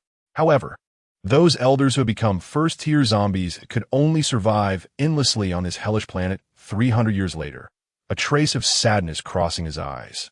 Before he could pull himself out of his sorrow, the district leaders drove their flying vehicles away from the central area to search for their own territory. With no money or power, Chen Xiao could only helplessly shout, "Let us go." They held their crescent blades like primitive savages, walking on foot, attracting laughter from many zombie clans. Just then, the temporal fog dissipated, and a tall, strong, handsome man with a heroic air stood before the royal family. His pupils turned into a dignified white, shining with the silver of authority as he looked at the massive team ahead. It was King Shenbei. King Shenbei. Many fans screamed, echoing throughout Dojiang City. The local second-tier zombies, upon hearing, did not attack but gathered obediently, while the survivors hiding in concealed places heard cheers like a superstar had arrived. The sound unabashed as if they were not in an apocalyptic world, but rather in a once-bustling neighborhood. Many remembered King Shenbei. This title felt somewhat outdated and a bit tacky, fearing that a change was coming. Yet the loud noise did not reach Tianya Village. Tianya Village appeared peaceful and tranquil, and if the survivors in the city knew, they would surely feel envious. Early in the morning, a strong wind was blowing, and only Duo and the guards noticed something unusual. Cao Qianqian got up from her soft dormitory bed, ready to go train as usual. She had a bright smile on her face, and this peaceful and comfortable day felt as though it were not in a post-apocalyptic world. However, suddenly a thought crossed her mind about her parents mentioning that vegetables and frozen meat would eventually run out, and she still needed to go out to find someone who could grow food. To expand the system's warehouse, she also needed to save 20 people. The thought of leaving the base made her extremely reluctant. She lazily brushed her teeth and washed her face, then changed into a refreshing tank top and pants. At that moment, Zona rushed in, ruining what was supposed to be a rare day of rest for the clumsy girl, sending her into a panic in the early morning. She sighed in relief, gathering her hair into a cheerful ponytail at the back of her head, exposing her delicate and small cheeks. Her fair skin, which had been tanned from several days of exposure to the sun, was now darkened. While applying sunscreen to her exposed skin, she casually said, "Stop being so dramatic. You scare me to death." Zona, pounding her chest in a reprimanding manner, exclaimed loudly, "You idiot, Dong Di, that scumbag has run away." Cao Qianqian's heart trembled slightly, a feeling of suffocation rising in her chest, and she slowly asked, "What do you mean?" Her hand that was applying sunscreen unconsciously paused. "Come out quickly. What are you standing there for?" Zona grabbed Cao Qianqian's hand and dragged her downstairs. The grip was painful, but at that moment, she felt as if her entire body had shut down to pain, filled only with panic and confusion. The Cao couple looked furious. "Why are you running away? Where are you going?" Early in the morning, he had sent someone to wake everyone up, but he hadn't called Cao Qianqian. He had explained to her the night before that the next day would be a rest day and told her to sleep in. Yet in the morning, he saw this scene. The Cao couple's faces were ashen, while only Lu Tong and Aunt Huang appeared cheerful. Although Aunt Huang couldn't have Cao Qianqian as a daughter-in-law, she couldn't help but feel a twinge of jealousy, always thinking that Dong Di made her son seem completely uncompetitive. From time to time, she had noticed something unusual in the way Pei Shu looked at Dong Di. Now that he had left, it was just the right opportunity to push for a match between Pei Shu and her son. Whoosh! A long line of people suddenly vanished into thin air above Tinya village, leaving the rest in shock and surprise. Except for the four left behind, who were Dong Di's close confidants, Duo, El Nan, Yin Jie, and Tong Hong. Dong Di had left 4 of his 5 trusted aides with Cao Qianqian, while he took the taciturn Chong by to meet the northern clan in the new capital. The 4 saw that there were no figures in the air anymore and looked at the defeated Cao Qianqian in front of them. Duo stepped forward, kneeling on one knee with one hand over her heart, clenched into a fist, and with the highest courtesy said, "King Chunbei instructed that from now on, the 4 of us will follow your orders. My name is Wu Duo, and these are El Nan, Yin Jie, and Tong Hong. We are all people close to the king, so you can rest assured."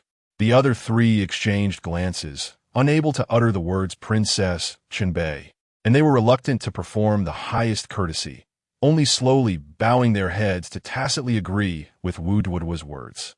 After performing the ritual, Wu Duo thought that Cao Qianqian would be grateful to them, as this was the highest courtesy of the northern clan and the most direct way to express sincerity. However, Cao Qianqian looked coldly at the 4 and said, "You can leave too." Her gaze was as cold as an ice cavern, exuding an indescribable indifference. Zona and Luo Cheng, being longtime friends, were naturally infuriated by Dong Di's abrupt departure and the act of leaving a few people behind. Xiao Nao, hands on her hips, indignantly said, "That Dong Di of yours just left without a word, clearly not taking our Qianqian seriously. You speak as if we should be grateful. Forget it. You don't think about it. Now we need food and clothing, and isn't that something our Qianqian has to spend on?"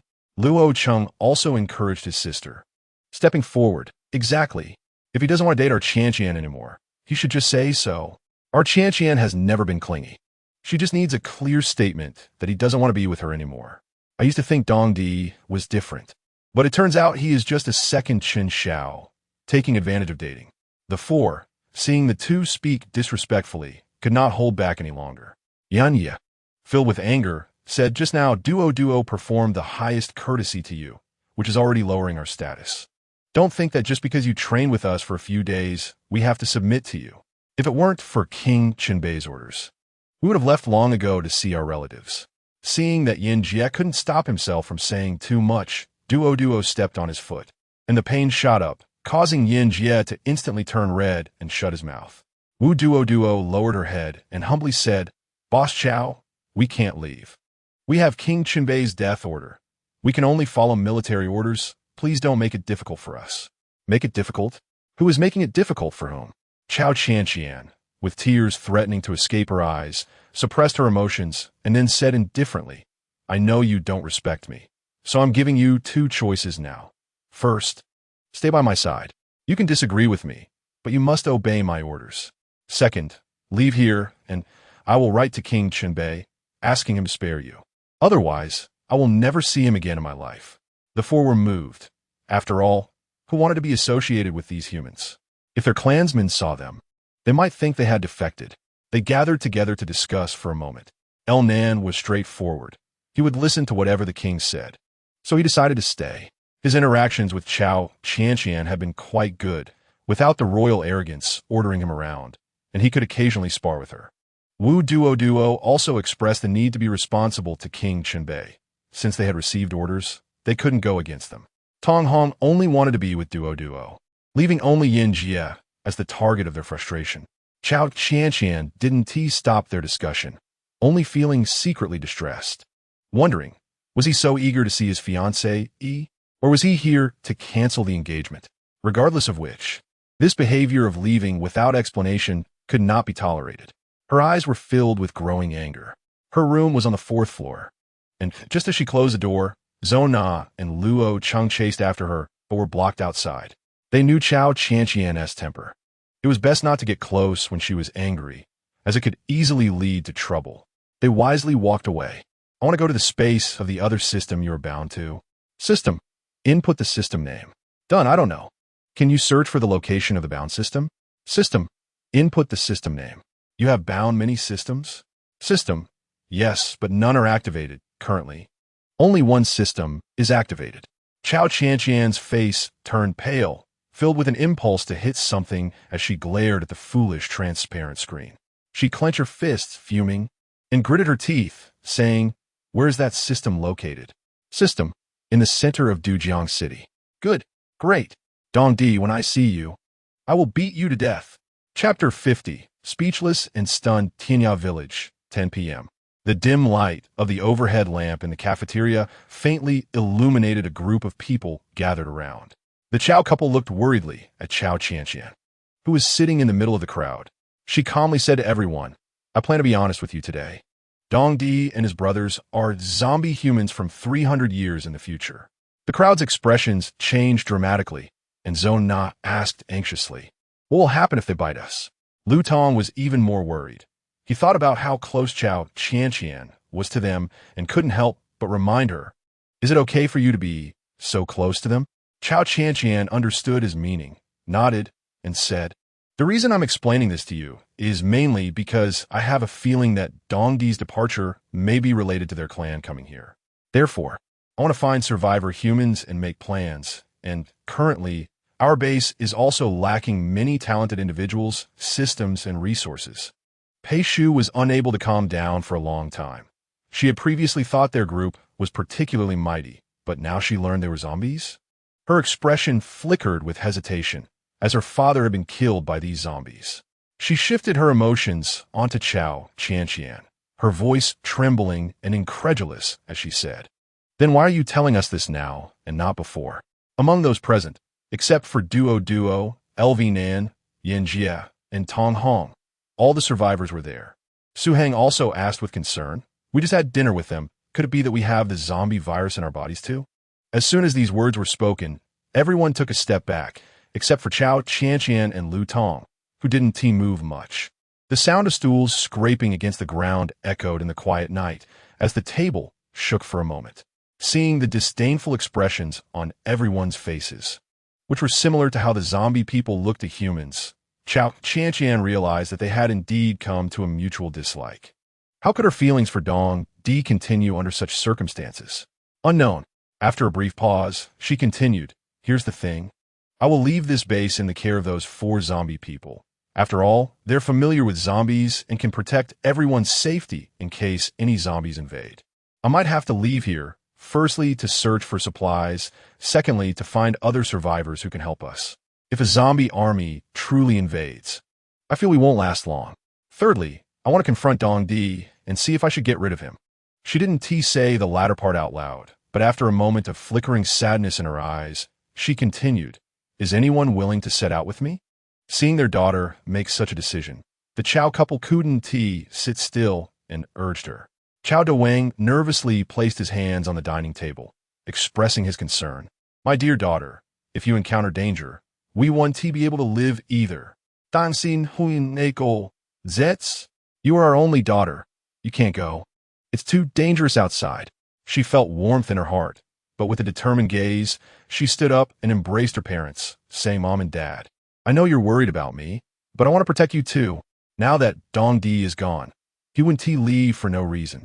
His accomplices must have come. Our base can withstand the zombies of this era, but what about the zombie army 300 years from now? Their technology seems to be more advanced than ours. If we don't unite our strength and just sit back and wait, they might come to our base, and we could become captives. I'll leave those 4 zombie people here, just in case they are their kin, at the very least. They can protect the lives of those guarding the base. But if we only think about survival, we might lose our freedom in the future. Although she didn't want to think too badly of Dong Di and his accomplices, how could someone who had experienced betrayal not prepare for the worst? If they weren't their kin, they also had high-tech equipment to fight back, so that the people left guarding the base wouldn't be so passive. After she finished speaking, she swept her gaze over everyone and resolutely said, "Who is willing to go out with me to find survivors?" The crowd exchanged glances and thought for a moment. Zona and Luo Cheng were the first to agree, while Hu Chao shot a worried glance at Zona and also agreed to join. Su Heng, after much contemplation, agreed as well. Lu Tong wanted to voice his agreement, but was pulled hard by Aunt Huang on the arm. "You're too thin. How can you go out? The zombies will eat you first." Lu Xiaoning had to take care of his daughter, and Chun Feng was too engrossed in his research to want to go out. After some discussion, Zona, Luo Cheng, Hu Chao, and Su Heng agreed to set out. Cao Qianqian glanced at Aunt Huang and Zhang Mei. She knew that Aunt Huang and her mother-s relationship had been a bit cold recently, which was also her fault. She sighed lightly and looked at Lu Tong. "I'm counting on you to take care of my parents." At this moment, everyone she was familiar with was going to set out, and among all the people in the room, she could only trust Lu Tong. Lu Tong's dark eyes flashed with emotion, filled with worry and reluctance. But what could he do about his own weakness? He nodded and looked at the Chao couple. "From today on, I am your half-son." The Chao couple was naturally moved, and Aunt Huang, who was usually not on good terms with the Chao family, softened for a moment. After all, they used to be the closest of sisters. The die was cast, and they were indeed pitiful. The first fiancé was a scumbag, and the second was no better. Her sympathy for them outweighed her emotions, and she held Tang Xian's soft, wrinkled hand, saying, "Yes, my son is already your half-son." Seeing that everyone understood, the stone that had been hanging in Cao Qianqian's heart finally fell. The next morning, everyone gathered at the exit of the walled city, including the 4 from the northern clan. Duo, seeing that the people she needed to protect were about to leave, hurriedly walked to the off-road vehicle and clarified with Cao Qianqian, "The king of Shunbei asked us to protect you, not the people staying here." The anger in her eyes could spread to those around her, making them feel uncomfortable. Perhaps because they learned last night that the 4 were zombie people. Everyone kept their distance, approximately 2 meters away from Duo and the others. Only Chen Feng was very curious about these people. He not only touched their skin, but also examined their condition, which made the 4 of them feel uneasy, and they scolded him. "If you keep circling around us, I'll beat you up. Yeah, can you move away a bit?" The irritated voices of the few reached Chen Feng's ears, but he still maintained his observation, only stepping back to a distance of 1 meter. Cao Qianqian stared unhurriedly into Wu Duo's eyes, her tone firm and unarguable as she coldly stated, "But you also promised to listen to me. I already said before, you can disobey me, but you must follow my orders. Otherwise, you should have left earlier." Cao Qianqian shot a sidelong glance at LV Nan. Feeling singled out, he was somewhat reluctant, but recalling the initial fear of the king of Shunbei, he thought that if she were in danger, he might be the first to be skinned. So after some inner conflict, he knelt on one knee, made a fist with his hand, and placed it over his heart. And after performing the Northern City salute, he solemnly said, "LV Nan is willing to follow." The 4 fell into deep thought, but before they could think too much, Cao Qianqian had already gotten into the off-road vehicle.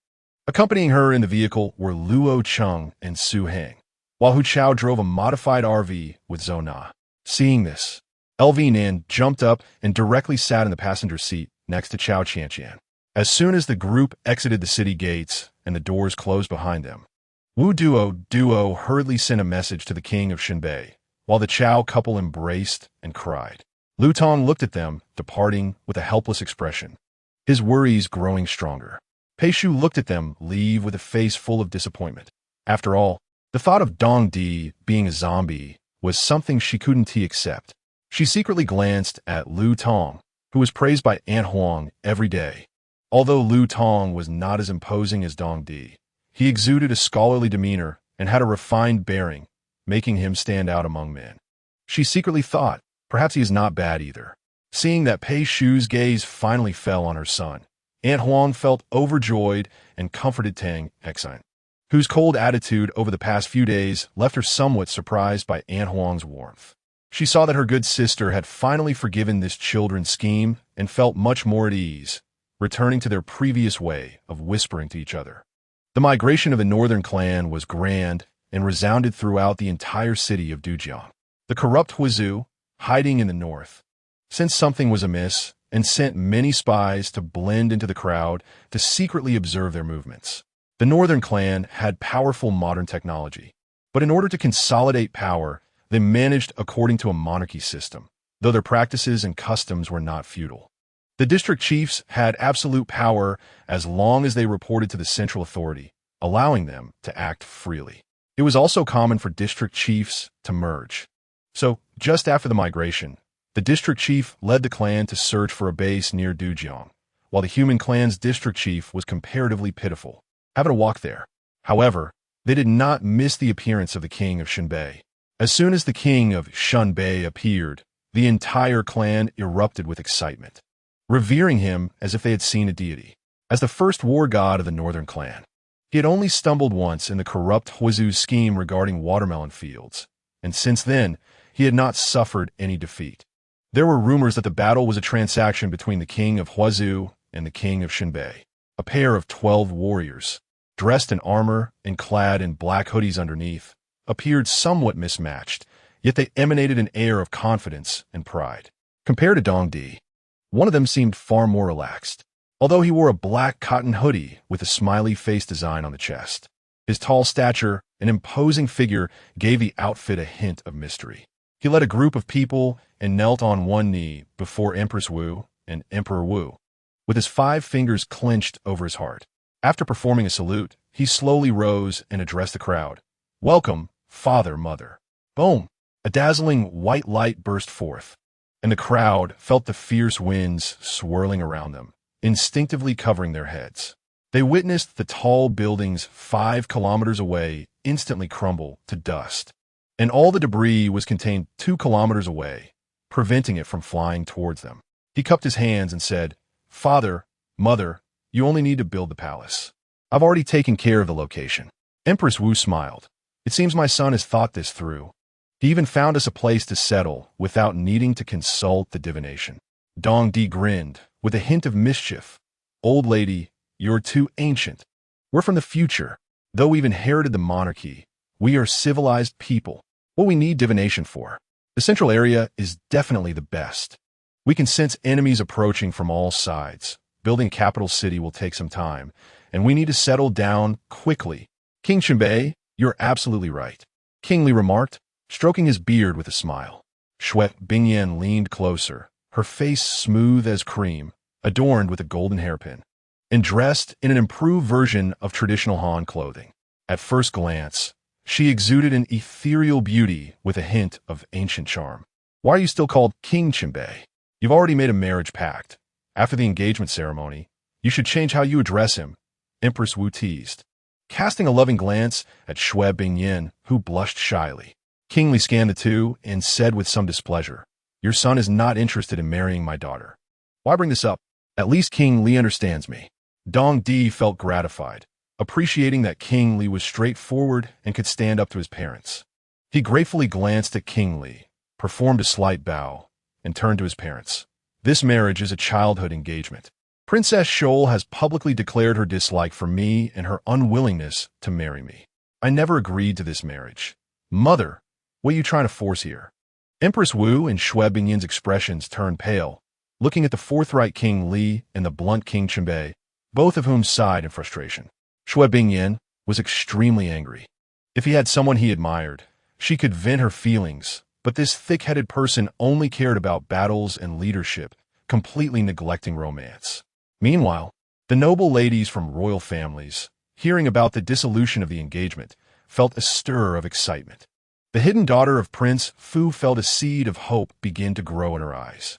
Seeing her brother so likable as an older sister, Dong Yu's hearty laughter broke the awkwardness. She patted Dong Di's shoulder and said, "Your mind probably can't hold on to love. Mother, don't make it hard for him. He is just a martial arts enthusiast." Seeing this, Empress Wu could only feel speechless. The plan for grandchildren might have to wait decades, or perhaps a century. Chapter 51. Regret Xiaoru used to be a bustling area around Xiangbei Road and Xiaoyuan Road, filled with various high-end stores and luxury boutiques. After a giant white light, as thick as an old tree from 2 years ago, flashed, it turned to ashes, leaving only survivors in the corners and second-tier zombies turned to dust. The incoming troops were all from the northern royal clan. The royal family was divided into native and foreign royal families. Besides the native royals, who bore the responsibility of passing on their genes, foreign royals were selected from high-level zombies, needing no adherence to physiological genetic principles, only passing tests to become foreign royals. There were 18 divisions of foreign royals, each managing different powers. Power was centralized and reported to the native royal family, with King Li being the head of the foreign royals, overseeing military selections. They practiced monogamy, and betrayal was punished severely. Once engaged, partners could not be changed, as stipulated in the northern city laws. If an engagement banquet was held, it was equivalent to recognizing the relationship as that of a formal couple, with betrayal leading to severe punishment.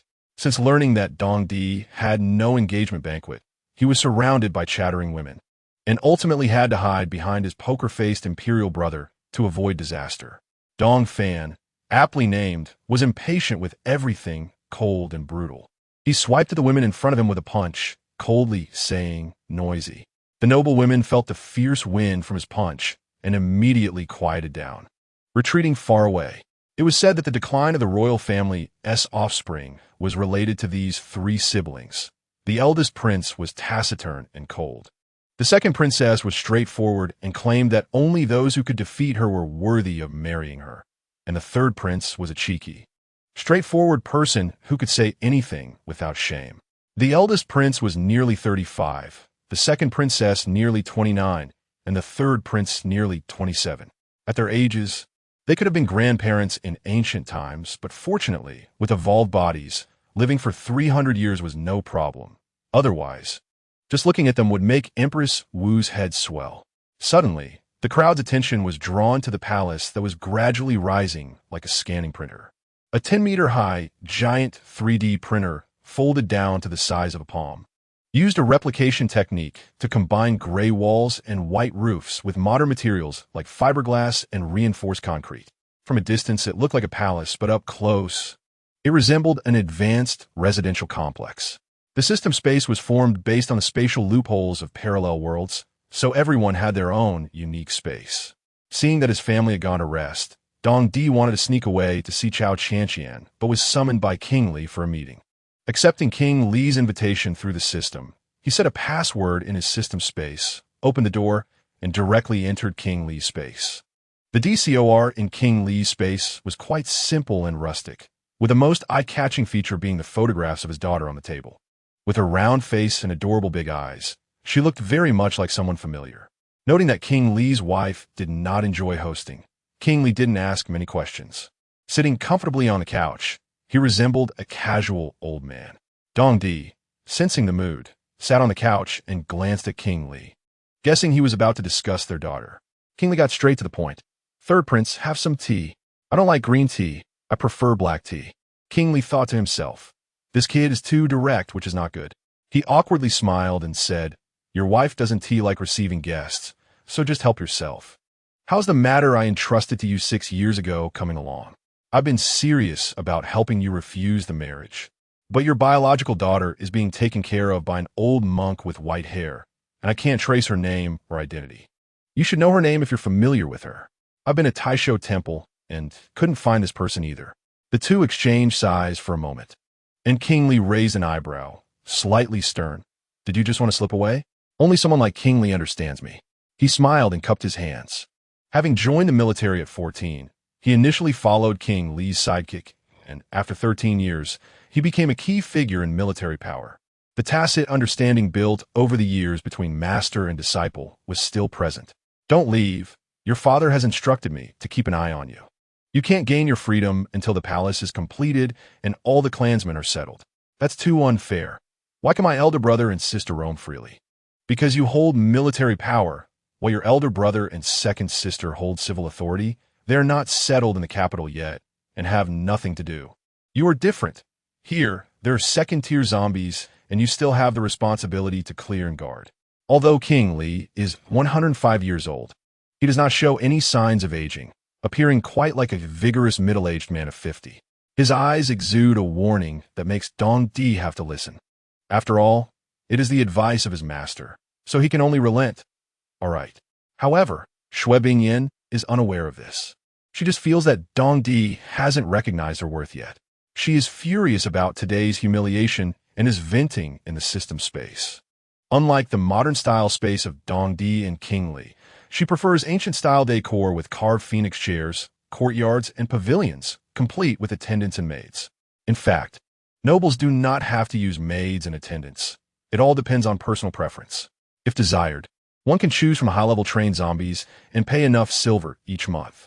Most of the backup talents cannot be selected as generals or soldiers and would rather be close to various nobles, not only earning money, but also meeting many people, with more power compared to doing rough work.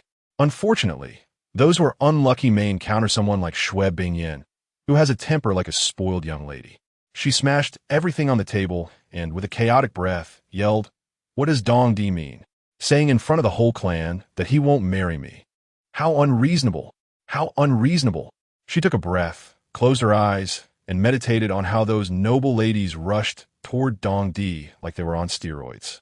It was suffocating, but to maintain her ladylike image, she dared not say a word. Gritting her teeth, her eyes showed a murderous intent as she said, "Xiao Ru, note down which women approached King Chenbei today." Her voice was sweet, yet chilling enough to send shivers down one's spine. She coldly smiled. "Good. Tell them that this princess invites them for a little spar called a tea party." Understood. The next morning, Dong Di received a message from Wu Duo, his expression grave. He thought to himself, "Not good. She wouldn't have misunderstood me, would she? Thinking I want to break up with her? It's possible, after all. This ritual has been going on for quite a while. I think not. He should just be standing too long and his legs went numb. How long does the wizard need to perform this ritual? Look how anxious the prince is." The discussions below continued, and the eldest prince, Dong Fan, also noticed his impatient younger brother beside him. He directed his anger into a punch to Dong Di's face, leaving Dong Di momentarily stunned, while the crowd gasped, all eyes turning to the eldest prince. Dong Fan then said nonchalantly, "Continue." Watching the accelerated progress, Dong Di's face hurt less from the beating, and his fingers fumbled eagerly as he couldn't wait to take out a flying device from the system to find Cao Qianqian. Until he heard King Li's serious voice from behind. "Your father and mother asked me to tell you not to expect to escape. There are people watching you all around. You must wait until the district leaders are assigned and the capital map is drawn before you can leave." The voice of despair echoed in his ears, and in his heart he crumbled. His brows twisted into a knot. If there were special effects, he would definitely have the most tragic waterfall of tears. He felt speechless and regretted not having said goodbye to Cao Qianqian before leaving. His understanding of Cao Qianqian was still too shallow. He thought that as a wealthy second-generation young lady, she would definitely find the zombie world terrifying and would obediently wait for his care and protection at the base. Unexpectedly, she only brought Lu Nan and a few humans and dared to venture into the apocalyptic zombie world. If they had communicated in advance, perhaps there could have been a possibility of persuasion. At this moment, he regretted not having acted sooner and was also extremely worried. After all, the winds of change were brewing in Dojiang City, with clans in each district carving out their territories and the corruption clan watching closely. Those foreign old men from the Zombie Alliance had long noticed their movements, and they might have also come to this era. Not to mention that second-tier zombies now exist that can run.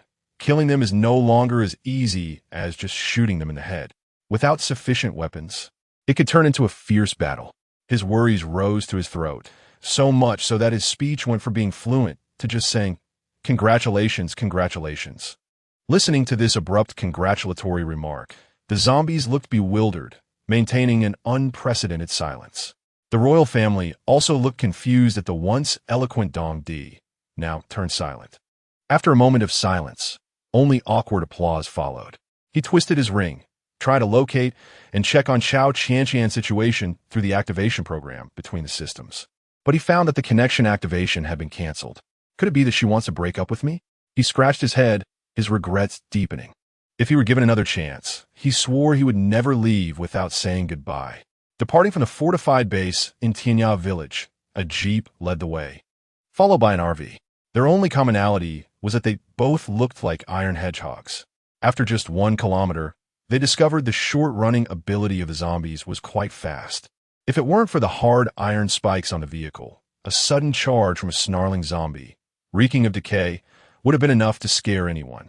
Cao Qianqian, Luo Cheng, and Su Hang adapted well, while Lunan looked at the second-tier zombies as if they were fools, not wanting to give them a second glance. However, Hu Chao and Zhou Na, driving the RV behind, were quite frightened, especially since they had been waiting for Cao Qianqian and the others since the zombie outbreak. During this time, they had not seen anyone, let alone a single zombie. The RV behind maneuvered in a serpentine pattern, and any appearance of zombie made them instinctively try to dodge. Hu Chao, driving for the first time, was sweating profusely, while Zhou Na, sitting in the passenger seat, held the walkie-talkie with a mournful expression. "Qianqian, it's too scary. Their mouths are wide open, and they are roaring at me. I'm a bit scared. You'll get used to it. Once you kill a zombie, they won't seem so intimidating." "You're lying to me. I feel like I don't want to get out of the car. We have to get out later. Our car is almost out of gas." I checked the map, and there's a gas station ahead. Our vehicles are still at factory settings. We drove out from the garage to Tianya village with hardly any fuel. My Jeep was delivered directly to Tianya village, and it has even less gas than the RV. "Oh, I don't want to get out later." "I don't want to." Beside them, Hu Chao, sweating profusely, glanced at Zhou Na and said calmly, "You 1T have to get out later." His eyes held a fierceness, as if he wanted to protect someone but felt inadequate, secretly vowing to be fearless. His initially serpentine driving gradually stabilized, and as the sharp iron spikes pierced through the zombie's bones, blood and flesh splattered everywhere. It looked disgusting, but as Cao Qianqian said, one would get used to it. Chapter 52. Zombie cleaning machine. Even on the spacious concrete road, the emptiness did not bring any joy. Instead, there was an overwhelming fear of the unknown. It was nearing noon when fine rain began to fall from the sky, and Cao Qianqian's vehicle gradually slowed down. She gazed at the quiet road ahead, feeling an unusual calm that triggered her woman's intuition of danger. She quickly picked up the walkie-talkie and said, "Proceed slowly. I have a bad feeling." Luo Cheng, behind her, glanced at the road ahead. The light rain made it hard to see clearly, but he vaguely sensed something dark approaching. His pupils trembled. "It's a horde of zombies." All eyes turned forward, and Cao Qianqian suddenly used the walkie-talkie to say, "Stop, close the windows. It's a zombie horde." The windows of the Jeep and RV slowly closed, and the zombies hanging on the vehicles gradually bled out, their faces twisted in agony. The entire space seemed to freeze, with no sounds to be heard. At this moment, in front of the 2 vehicles, a horde of zombies surged forth. They seemed to understand commands, their eyes vacant, yet their bodies obediently moving towards the road ahead. A dark mass with viscous blood trailing behind. Even if they were trampled by the zombies that followed, they would slowly rise again, as if they would be cut down if they were just a minute late. As the zombies approached the 2 cars, they leaned in, relying on their hearing to peek inside. The people inside covered their mouths and watched the outside warily. At that moment, only Lunan glanced helplessly out the window and saw a big-headed zombie rushing towards them with its mouth wide open. After rolling his eyes, he looked at Cao Qianqian and said, "You're still too timid. What's there to fear with over 100 zombies?" In an instant, Cao Qianqian started driving the off-road vehicle with one hand while holding a walkie-talkie in the other, saying, "Charge. One person is responsible for shooting." Without a second of hesitation, Luo Chung pulled out the laser gun she had given him earlier and opened the car window to shoot wildly. Meanwhile, Hu Chao and the RV accelerated and drove forward. Although he really wanted Zhou Na to help, he could still see her eyes filled with panic at the sight of the zombies. As Hu Chao drove and shot at the zombies, beads of sweat dripped down his forehead, making his profile look exquisitely handsome. Apart from being cold and taciturn, he could be considered a beautiful man. Just as he was distracted by this thought, a zombie's hand reached in and grabbed his arm. The moment Zhou Na saw Hu Chao's hand being caught, her heart jumped to her throat. "Be careful," she shouted. Just as she finished speaking, Hu Chao leaned towards the direction the zombie was pulling him, his face filled with worry and his brows furrowed. This was the first time Zhou Na had seen an expression on him other than his usual dullness. He exerted all his strength to pull against the zombie, but the steering wheel remained unmanageable. The two of them swayed left and right, and Zhou Na suddenly thought, "I need to kill this annoying zombie." She stumbled a few steps and dashed to the sofa in the RV to pick up the fallen laser gun, aiming at the zombie that was still alive. Grabbing Hu Chao's arm despite having its chest pierced by sharp spikes, she murmured, "Shoot its head, it will die. Shoot the head, shoot the head." Her bright eyes fixed on the disgusting head, and with the sound of slicing wind, a strong beam of light shot through the zombie's head from the window that was 2/3 open. She felt a rush of joy. This was her first time killing a zombie, and she felt no fear or sadness. Only a strong sense of accomplishment and exhilaration surged through her. Cao Qianqian was right. Once you kill one zombie, you won't be afraid anymore. Hu Chao looked at Zhou Na in surprise, realizing she seemed to treat killing zombies like a game. He suddenly understood why Cao Qianqian allowed her to come along. Initially, he was determined to protect her, but gradually he began to change his mind. Perhaps she could stand shoulder to shoulder with him. After all, these days, he had taught her about renovation work. Although she complained, her hands worked well. If it weren't for the apocalypse, he might have considered taking her as an apprentice. Hu Chao's lips curled slightly as he closed the window to a small gap and focused on driving, while Zhou Na seemed to have opened the door to a new world. After sweeping out this side, she ran to the driver's seat to help. "Qianqian, I've killed so many zombies." Zhou Na's voice came through the walkie-talkie. Cao Qianqian chuckled and picked up the walkie-talkie, saying, "Who was just crying that it was so scary? It is indeed scary and ugly." Cao Qianqian had no words in response. Anyway, Zhou Na's logic was her own. Su Hang was stunned by the scene and tried to aim at the zombies' heads with the gun he was holding.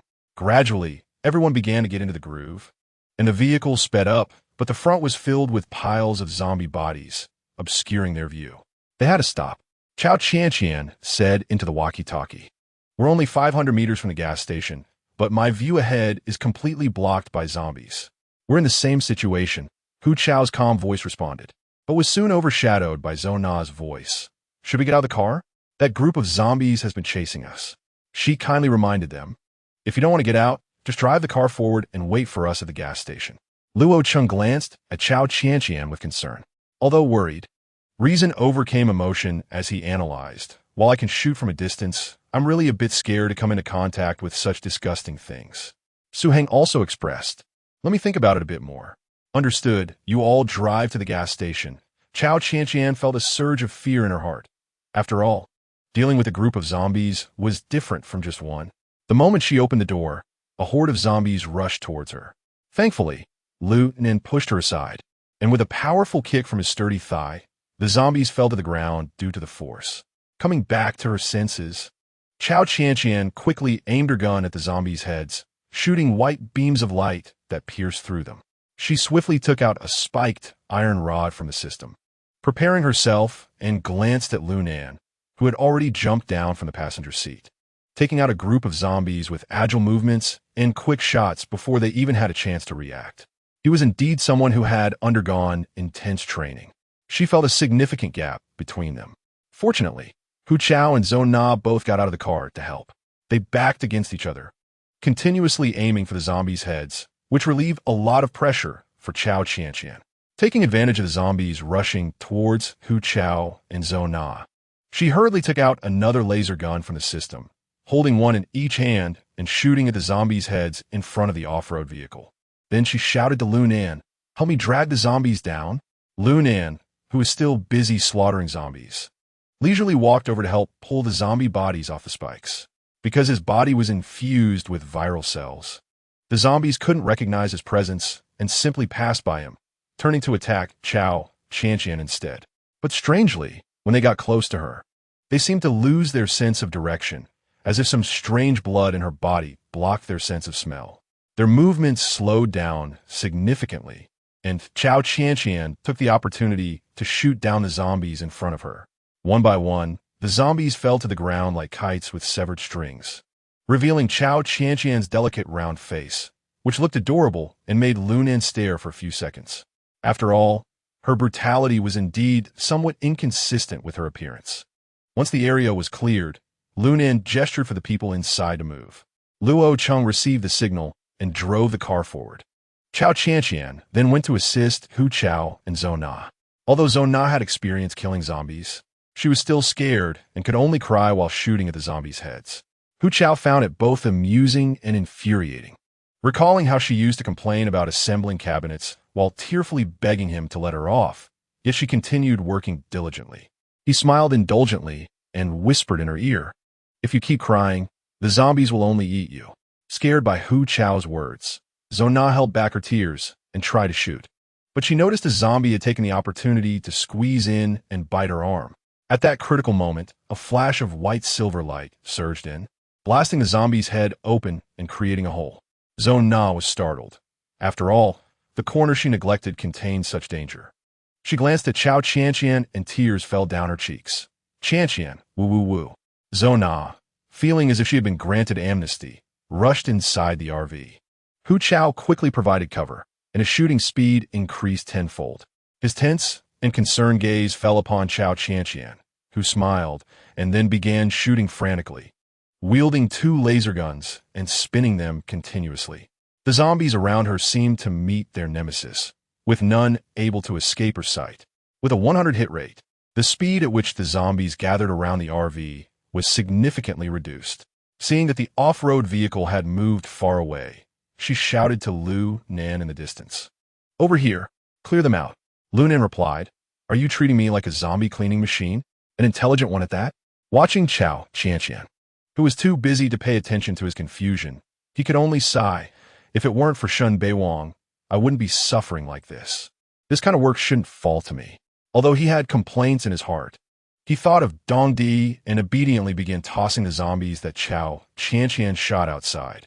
Before long, with Lunan's efforts, the zombies that had been pierced by the iron spikes in front of the RV were almost cleared out. Cao Qianqian was shooting at the zombies, and the thick blood splattered all over her body. The foul stench hitting her face made her feel nauseous. She glanced at Lunan, who had completed the task, and quickly pulled Hu Chao into the vehicle. The moment she closed the RV door, her mood improved. She looked up at Lunan, who was leisurely punching the zombies next to the car, thinking to herself, "Is this the benefit of being a zombie man? It seems those zombies are not biting him." After clearing the zombies at the RV door, Lunan took out something that looked like a bomb from the system and threw it ahead. The piled-up zombies were blown to pieces, and he took the opportunity to slip into the RV. Seeing that everyone was inside, Hu Chao hurriedly drove toward the gas station. Inside the gas station's convenience store, a clerk tied up like a zongzi was placed under the cash register. He had been hungry for 2 days, and his eyes were filled with hatred as he stared at the 2 burly adult men and a woman who was currying favor. The woman wore a service uniform from the gas station, the same red and yellow uniform as the bound clerk. A man with a face full of acne grinned and patted the woman on the buttocks. "You know how to be sensible. I will praise you well to our leader." The woman, whose buttocks had been touched, twisted her face but still greeted him with a smile. "Everything here belongs to you, and I belong to you too. Can you let my colleague go? There's nothing but zombies outside. He won't survive long." "Human meat bun?" The woman's face instantly became serious. The acne-faced man chuckled. "You're also a human meat bun, but I've already given you everything you wanted." Remembering the humiliation of the past 2 days, she couldn't bear these 2 demons any longer. More terrifying than zombies are indeed these looters. She tried to use her last bit of patience to smile and ask, "What is the human meat bun for?" "Ha! It's for that scar-faced man to grab your face and kiss you suddenly." The man said, saliva dripping, utterly disgusting. The bound clerk let out a roar, but his mouth was stuffed with toilet paper, and transparent tape covered his mouth, so he could only make a faint cry. The woman, feeling humiliated, tried to push the man away but was pulled back into his embrace. With no power to fight back, she decisively bit down on the man's flailing tongue. The pain caused the man to slap her face immediately, leaving her dazed. She pointed at the two of them, shouting angrily, "You disgusting people! I will go down with you." The two men looked at her like she was a joke as she lunged at them. They punched and kicked her until she could only lie on the ground. The acne-faced man stopped the man who wanted to hit her hard and said, "Brother Tian, don't let her die. We can still use her as a meat bun to draw the zombies' attention." Brother Tian spat a mouthful of bloody saliva on the woman, glaring at the weak woman on the ground. "Let's see how you die later." The woman seemed to only have the desire to die. But when she looked at the bound boy, her eyes softened, as if saying goodbye before death. The boy's eyes filled with tears, silently shouting, "Sister." Tears streamed down his face. He wished desperately that time could turn back, as he would never have dragged his sister here to work part-time. Chapter 53. Special human meat bun number 1. Inside the gas station's convenience store, the smell of instant noodles wafted in, making the two burly men, one with a face full of acne and the other with a blood-stained scarred face, drool at the thought of eating. But the scar-faced man suddenly felt a sharp pain in his tongue, especially when he touched the hot noodles, causing him to involuntarily cry out. He glared fiercely at the woman gasping for breath on the ground. They had developed some feelings over the past few days, but he didn't expect her to be trying to save someone. The thought of her disgusting face daring to resist made him inexplicably angry, and he couldn't help but put the instant noodles down on the table and kicked her a few times. With those kicks, the woman on the ground seemed to lose her breath, becoming eerily silent. The acne-faced man exclaimed, "Brother Tian, it seems like she's dead." After he said that, he quickly slurped up a mouthful of hot noodles, moved closer to check, and found no breath when he touched her nose with his fingers. He looked up at Brother Tian and shook his head. Brother Tian, looking disdainful, said, "Women just can't handle it. They can die so easily." He couldn't resist kicking the woman again, as if to rid himself of bad luck. The bound boy, hearing their conversation, felt his eyes nearly explode with anger. His hatred spread throughout his body, and he could only watch as they finished their instant noodles and used a black burlap bag to sweep everything off the shelves. Just then, an SUV drove into the gas station, and a burly man got out to pump gas, while another skinny man filled a plastic oil drum with fuel. Inside the convenience store, Brother Tian watched the two men outside shamelessly taking their gas, feeling a surge of anger. If it weren't for running into a horde of zombies, they wouldn't have to start gathering supplies so late. Brother Tian shouted, "Where did these little punks come from? Goozy, go take a look." The acne-faced man glanced at the two men outside, one burly and seemingly tough to deal with. Goozy hesitated and said, "Why don't we observe first and see if they have any accomplices?"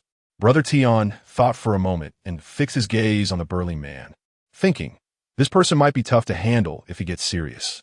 He glanced at the axe he had brought and pondered how to catch them off guard. Then he looked at the skinny man and scoffed, thinking he was not worth worrying about.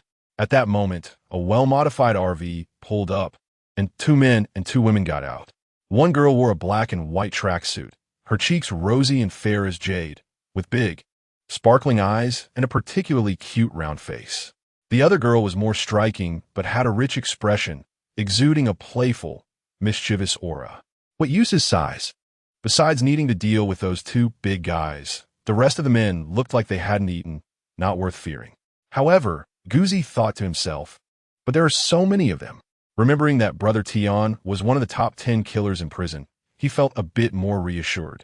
After all, he had been incarcerated for murder and was a prominent figure in prison. Now, everyone looked up to him, and although he was a minor character in prison, Brother Tian was a hotshot. Otherwise, the leader wouldn't have entrusted such a dangerous and glamorous task of searching for supplies to Brother Tian. Furthermore, there were 10 brothers searching for resources nearby, so calling for support would be easy. His worries dissipated, and he stared fiercely at the two women, plotting, even if they send them to the boss, Brother Tian will probably want to have a go at them too. Maybe if I beg a little, I might get a share. The restlessness in his heart grew. Cao Qianqian got out of the car and glanced around, finding that besides the gas station's convenience store, there was nothing else. However, she noticed that although the store's lights were on, the shelves were empty. Perhaps someone had come by earlier? At that moment, the boy under the cash register also noticed that the two evildoers were staring out the window. He guessed that someone must have arrived, and that person was definitely not their accomplice. Otherwise, why wouldn't those two go out? He stole a glance at his unmoving sister on the ground, and a wave of sadness surged in his heart. He struggled to call for help, but the ropes were tied too tightly. He slowly moved towards the window, trying to catch a glimpse outside. Cao Qianqian held Zhou Na in her arms, and when Zhou Na saw Luo Cheng pouring gasoline, she cried and angrily rushed over, slapping his forehead. "What do you mean? You don't even come to save me." Luo Cheng awkwardly replied, "Well, zombies are so dirty. I'm a fashion icon." Before he could finish his sentence, Zhou Na chased after him, hitting him as he ran, promising, "I will definitely save you next time. Don't chase me, ah? This barrel is almost full." Cao Qianqian walked over, covered the oil barrel, switched it for another one, and encouraged Zhou Na, "Keep hitting. Qianqian, don't. I told you not to get out of the car." Cao Qianqian laughed heartily, both of them looking gleeful. Watching the two of them playfully fight, it became clear why Luo Cheng insisted on being a street away from Zhou Na. After all, the rented house had a luxury second-hand store on the first floor and a CAF on the second floor, which would certainly attract gossip if luxury shoppers saw the store owner being chased and hit by a woman. On the side, Su Hang watched the commotion with some envy. Since arriving in this unfamiliar city, it seemed that only Cao Qianqian's warning about the zombie outbreak had filled the friendship among them. He didn't know why most people liked to roll their eyes at him. Although Cao Qianqian also enjoyed rolling her eyes, she looked cute when doing so. Hu Chao, on the other hand, watched them with indifference, as he had experience being chased and hit by her before. He would just stand there in confusion while she hit him, and once she almost fell over when she accidentally hit someone too hard, and he had to catch her with his arm. Although she was talkative and liked to hit, her strikes were light, like tickling. Lunan watched Cao Qianqian laugh so happily, as if she were watching a show, holding the oil barrel while it filled up, and once it was full, she opened the system to store the oil in the warehouse. Tiange, what is she doing? It seemed like there was a screen that she placed over the oil barrel, and the barrel just disappeared. Guzi rubbed his eyes, trying to see more clearly, while Tiange became even more excited. This is truly a divine assist. It seems they not only pack the car well, but also have plenty of good stuff on them. Where can we find 20 people to save? I really want to expand the warehouse a bit. Looking at the few empty spaces in the warehouse, he decided to let go of the thought of adding more oil barrels since they still had luggage for 2 cars and needed to keep some empty spaces. Once they were ready, the group prepared to set off again, but at that moment, a loud noise came from the gas station's convenience store. It was the boy, wrapped up like a dumpling, banging his head against the cash register, making a thumping sound. Tiange and Guzi happened to see that annoying kid about 50 meters away, seemingly drawing attention from the outside. Blood slowly seeped from his forehead, and bruises were visible. Tiange cursed in his heart. Why is this human dumpling so restless? Usually, when others see someone dead, they freeze in fear, but he dares to cause trouble. Originally, he planned to take out the 2 big guys while they were getting into the car, and then deal with the useless men. But now everyone was looking at him with vigilance. He had to quickly tell Guzi, crawl over and guard the door. They must be trying to open it. They crept along the solid wall under the glass, with one person occupying one side of the door, thinking that as long as someone came in, Guzi would chop their feet, while Tiange would chop their heads. They also prepared their guns in their pockets, ready to fire in case they encountered a tough opponent. Cao Qianqian and her group were vigilantly watching the strange convenience store at the gas station. Zhou Na took a hesitant step back. She was weak in close combat and could only raise her gun toward the source of the noise, while Cao Qianqian stepped forward to take a look, calculating in her mind, if it's a zombie, that's unrealistic. After all, those things can't crouch down. The noise could only mean 2 possibilities. Either it was a trap to lure us in, or someone was calling for help. Regardless of which, it would be unsafe for anyone to go in. She immediately opened the system to check the 6 items lined up at the front of the warehouse and noticed that the 5th item looked similar to what Lu Nan had just thrown. After taking it out of the warehouse, she walked over to Lu Nan and asked, "What do we do with this? Could it be a very young designer?" At that moment, Fu Bo, who was locked up in a prison, suddenly felt a chill and sneezed. As the most talented weapon design expert of the Northern City faction, he was currently trapped in a cage by humans. Although he was a high-level zombie human, he had been pampered since childhood and had never experienced the harshness of society. At 21, he was supposed to be out enjoying life, riding his hoverboard around, and had even carelessly ditched his followers. He had originally thought of catching a wild rabbit he saw on the ground to roast, but unexpectedly, he was knocked out with a stick and locked in a dark cage, with a sign on the door reading, "Special Meat Bun Number 1." His looks were so handsome that he didn't seem like a boy, but rather more delicate like a woman. In this prison, where strength was prized, he was the weakest presence. However, when captors discovered that as long as they took him along, zombies seemed unable to smell him, they didn't even need to hold their breath and isolated him in a separate room. The Lord, sipping fine wine, watched Fu Bo with delight, his smile curling high, his eyes sparkling as if he had found treasure. "Just like you said, let's test it out later." All the captive meat buns trembled involuntarily. The experiment the devil spoke of surely wasn't a good thing. Ever since news of the zombies broke, the prison had erupted in chaos. Once formidable prison guards had become prisoners themselves. Had it not been for the zombie invasion, many of the police would have turned into zombies, and they wouldn't have lost to the prisoners in the end. But now, there were many wearing police uniforms, yet labeled as meat buns in the cages, along with some villagers captured nearby.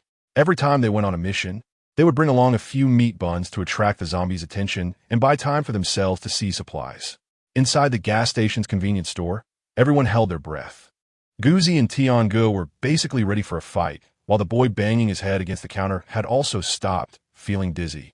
He looked at his sister, who lay on the ground with unseeing eyes, and felt as if everything was his fault, overwhelming guilt causing him to shed tears of regret.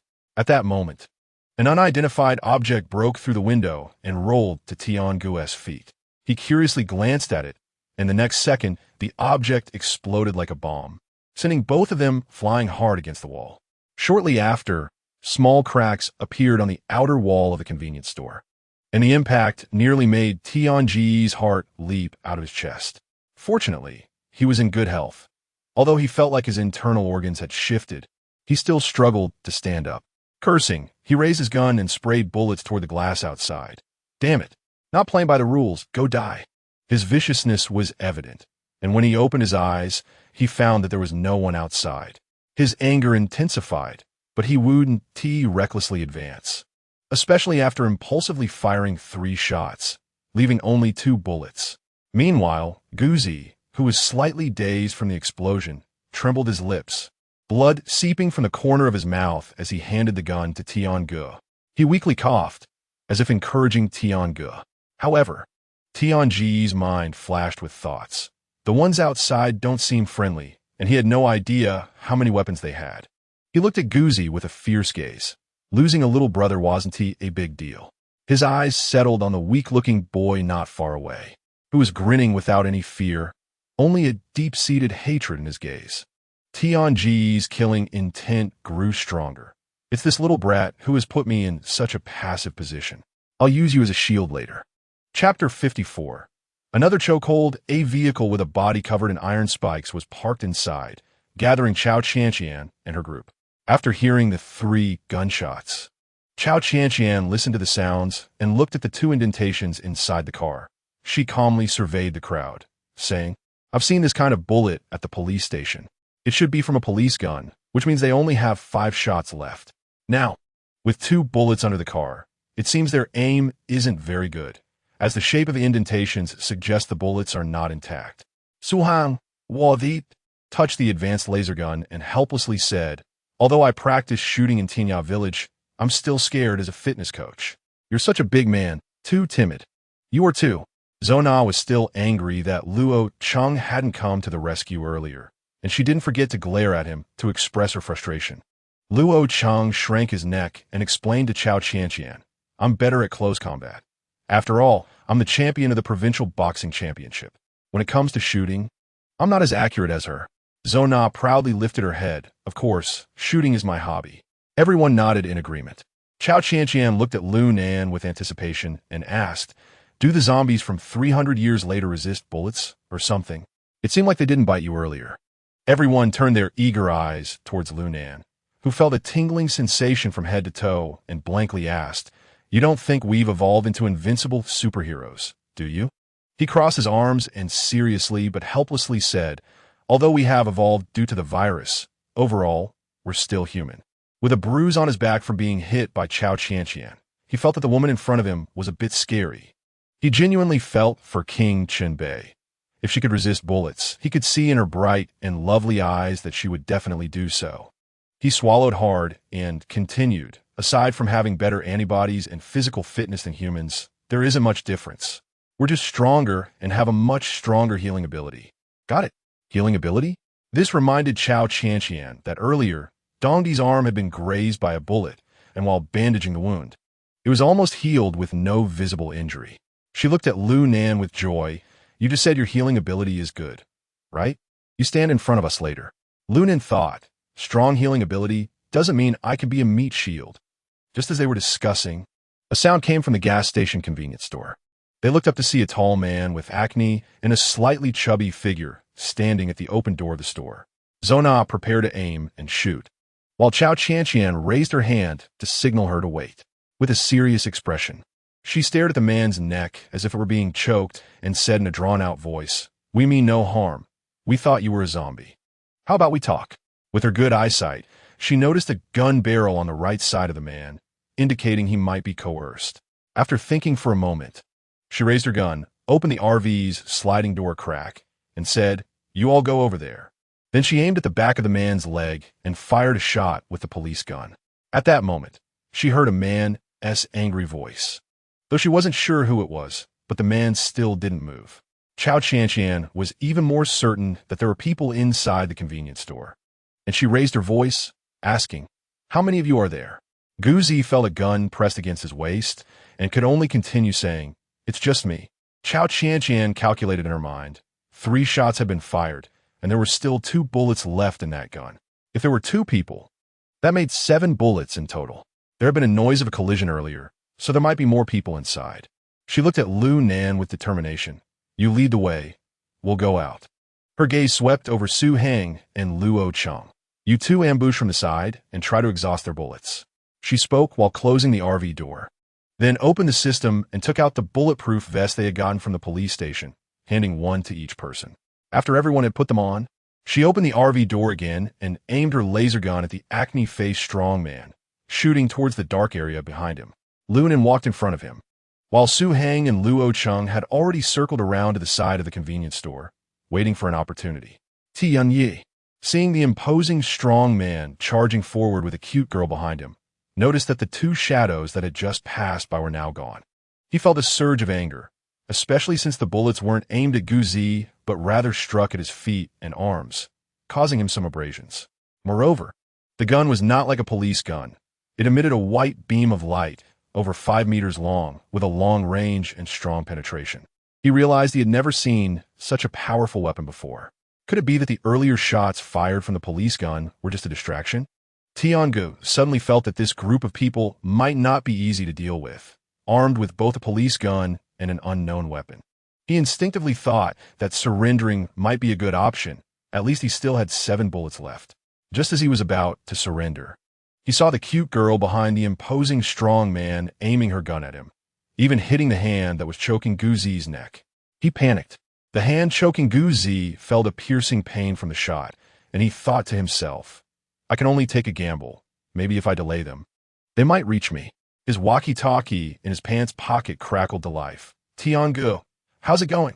Guzi, having lost the hand that was choking his neck, had already handed his gun over to Tiangu and was now defenseless.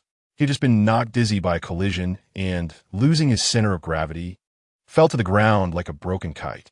Although he was awake, he could only pretend to be unconscious, keeping his eyes closed and breathing nervously. Seeing this fool pretending to be unconscious, Tiangu didn't care about the human shield lying on the ground.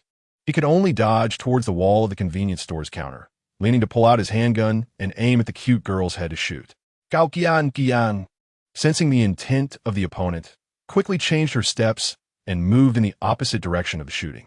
She pushed Lunan's head outward, Just as a bullet struck the RV, shattering the glass with a crack, and shards fell onto the driver's and passenger's seats. Lunan didn't even notice the bullet.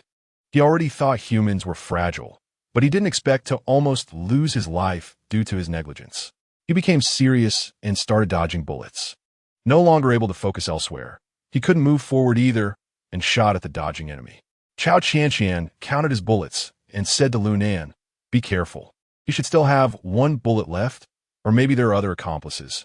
While speaking, she threw a grenade directly into the convenience store.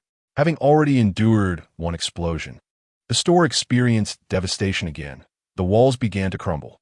Tiangu, hiding behind the wall, was once again hit by the impact, spitting blood and dying on the ground. With his last breath, he shot at Cao Qianqian, weakly cursing, "Damn it, you dog woman!" Cao Qianqian easily jumped up and dodged that last bullet, while Guzi, pretending to be unconscious, felt a strong impact at his feet. He shifted his buttocks multiple angles, fearing the explosion would reach him, while the young boy, trapped like a dumpling, had already passed out after enduring 2 bomb blasts, his face covered in dust and debris.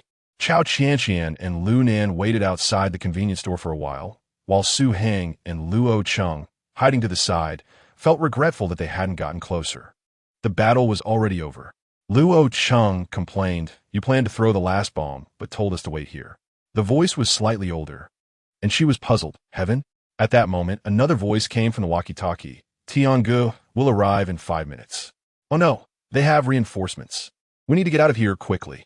As several people were preparing to get in the car and leave, Cao Qianqian caught a glimpse of a burly man lying there with his butt up in the air, moving like a caterpillar, his face covered in acne. It looked extremely funny and was completely mismatched with his rough appearance. She walked over and stepped on his raised butt, with that weight pressing down. Guzi immediately became obedient and didn't dare to move. He felt something cool pressing against his forehead, and only then did he open his eyes to find a long gun pointed at him. He was so scared that he cried out, "Don't kill me, don't kill me. You're not dead." She leaned down to carefully examine the man's appearance. He had a short, flat nose and a face full of pimples, looking to be about 40 years old, with a strong build that had a bit of fat. Although Cao Qianqian looked cute, with 2 big eyes sparkling like stars, Guzi didn't find her pretty at all at that moment. He only thought her calm and relaxed demeanor was a bit frightening. He trembled as he stammered, his lips slightly blue and shivering. No. Qianqian had discovered a corpse inside. When Luo Cheng and Su Heng went into the convenience store to see what they could take, they found a woman lying on the ground, bloodied and mangled from the explosion, and Su Heng reminded them. Cao Qianqian glanced over, and seeing this, Guzi seized the opportunity to grab the gun she was pointing at him with both hands, then shifted it elsewhere, trying to prop himself up with one hand to stand and run. However, a powerful pressure struck his butt, forcing his bent body back down to the ground. The grooves in the sneakers made his butt hurt even more. Then, the gun moved back to his head from the side, and Cao Qianqian's glare was filled with killing intent. "Don't move. If you do it again, you will die."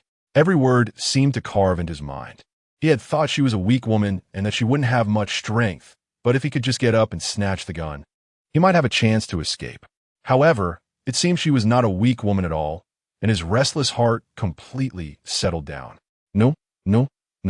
He wanted to please her with a few words, but he only heard her cold, bell-like voice, "Shut up." He obediently pressed his lips together. Cao Qianqian said to El Nan, "This person is yours. I'm going to take a look." El Nan had previously felt a bit unconvinced, but gradually changed his mind. Hearing her command, he didn't want to argue and obediently walked over. He lifted the man who was entirely pressed to the ground with one hand, gripping his neck, as if he would crush it if he dared to move again, his fingers digging into the skin. Guzi felt uncomfortable. Why is it always about choking the neck? So unlucky. At this moment, Cao Qianqian walked into the convenience store, looking at the messy scene, crouched down to check the contents of the black bag, which were mostly smashed into a pile. She shook her head and said regretfully, "These are no good." Su Heng helped the woman lying on the ground up, touched her nose with both hands, found that she had stopped breathing, and then covered her eyes, shaking his head at Cao Qianqian. Luo Cheng found a boy tied up like a rice dumpling in the rubble and exclaimed, "He's alive." Cao Qianqian's gaze swept over, Seeing that the boy looked to be around 19 years old, or even younger, with a tender face showing youthfulness and stubbornness, his complexion as pale as paper. But that didn't hinder his good looks. Although the woman lying on the ground had a blurred face, one could still find slight similarities between the two from their brows. She sighed softly. From the tragic state, this woman should have been dead for a long time, and it was likely that both the man and woman were hostages. There was no need to linger, as a large group might come to reinforce them soon, and it would be their misfortune. Cao Qianqian immediately said, "Take the living one with us. Their accomplices will come." She sidestepped toward the driver's seat of the off-road vehicle, and the others quickly moved.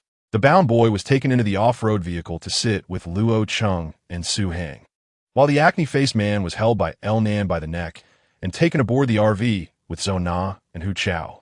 The RV had many holes in the windows and body, making it particularly drafty, blowing Guzi's already sparse hair even more wildly. The rope that had been binding the boy was now transferred to Guzi's body. He looked innocent.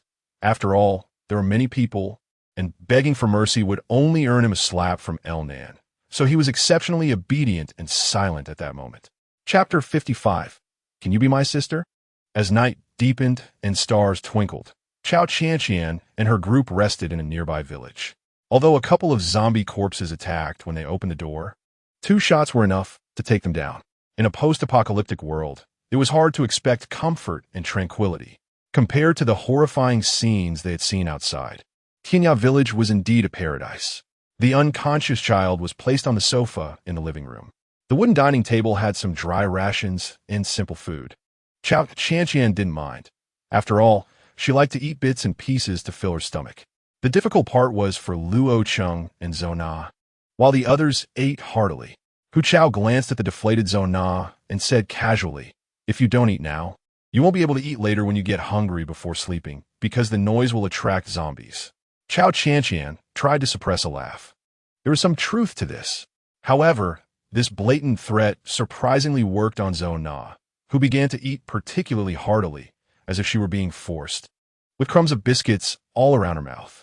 Luo Cheng sighed, not because the food was bad, but because the stench all the way had affected his mood. Su Heng was the happiest among them, asking Cao Qianqian with a sincere face, "Are we sleeping here tonight?"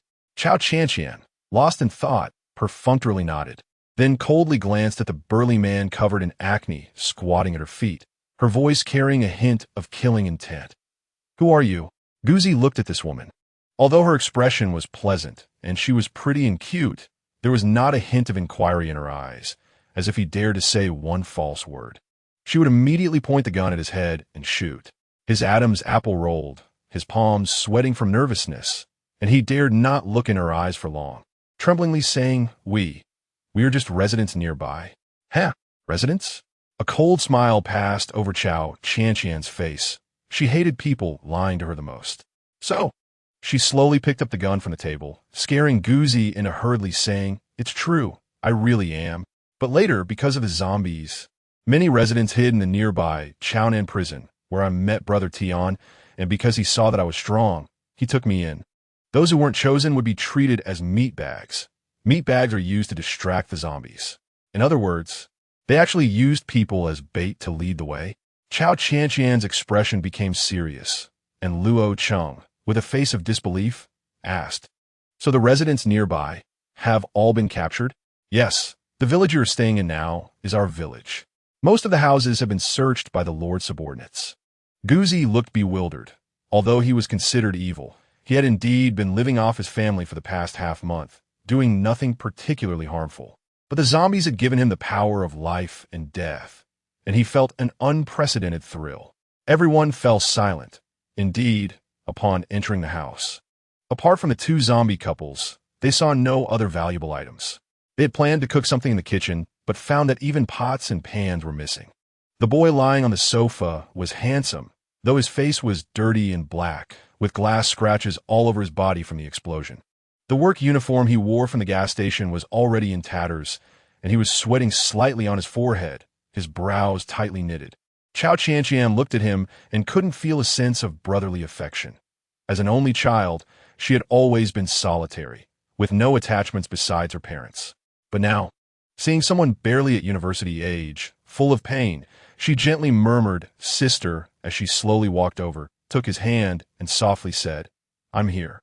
When Luo Cheng saw this scene, he also thought of his stubborn old father, his mother who had long since passed away, and some worries rose in his heart. His father was a contractor who spent most of his time away from home. He came to Dujianjian City to study with his father, but didn't follow him afterward. Every year, apart from the money recorded in the accounts, family ties were sparse, and now he didn't even know where that old man was.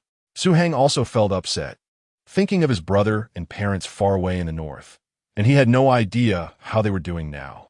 Hu Chao, on the other hand, appeared calm. He had no one to care about since he grew up in an orphanage, where he was often neglected. It seemed he had never experienced any familial love throughout his life. He glanced at Zhou Na, whose eyes were red, and unconsciously handed her a clean tissue.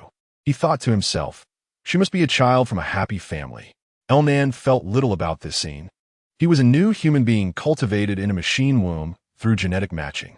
After turning 10, he would be vaccinated against viruses. Watching friends around him die from the virus had made him numb. Death was something he had grown accustomed to. However, following his gaze, he saw Cao Qianqian gently take the child's hand and tell a kind lie. Though he didn't understand, for some reason, his heart felt slightly warm. The boy heard a response, as if his heart had been soothed, and his frown softened slightly. However, the warmth in the hand made him feel incredulous and filled with vigilance. His eyes opened wide in terror, revealing a stranger's face, and he quickly withdrew his hand, adopting a posture of desperation that made Cao Qianqian scoff. Indeed, the consequence of kindness was suspicion.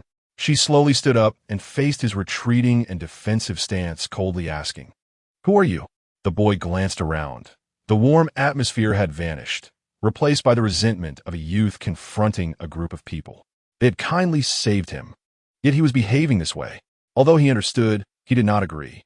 The boy saw the enemy who had bullied his sister among the crowd's feet and instantly transformed into a fiery flame of anger, charging toward the corner of the kitchen where Guzi was tied up, throwing punch after punch at his face.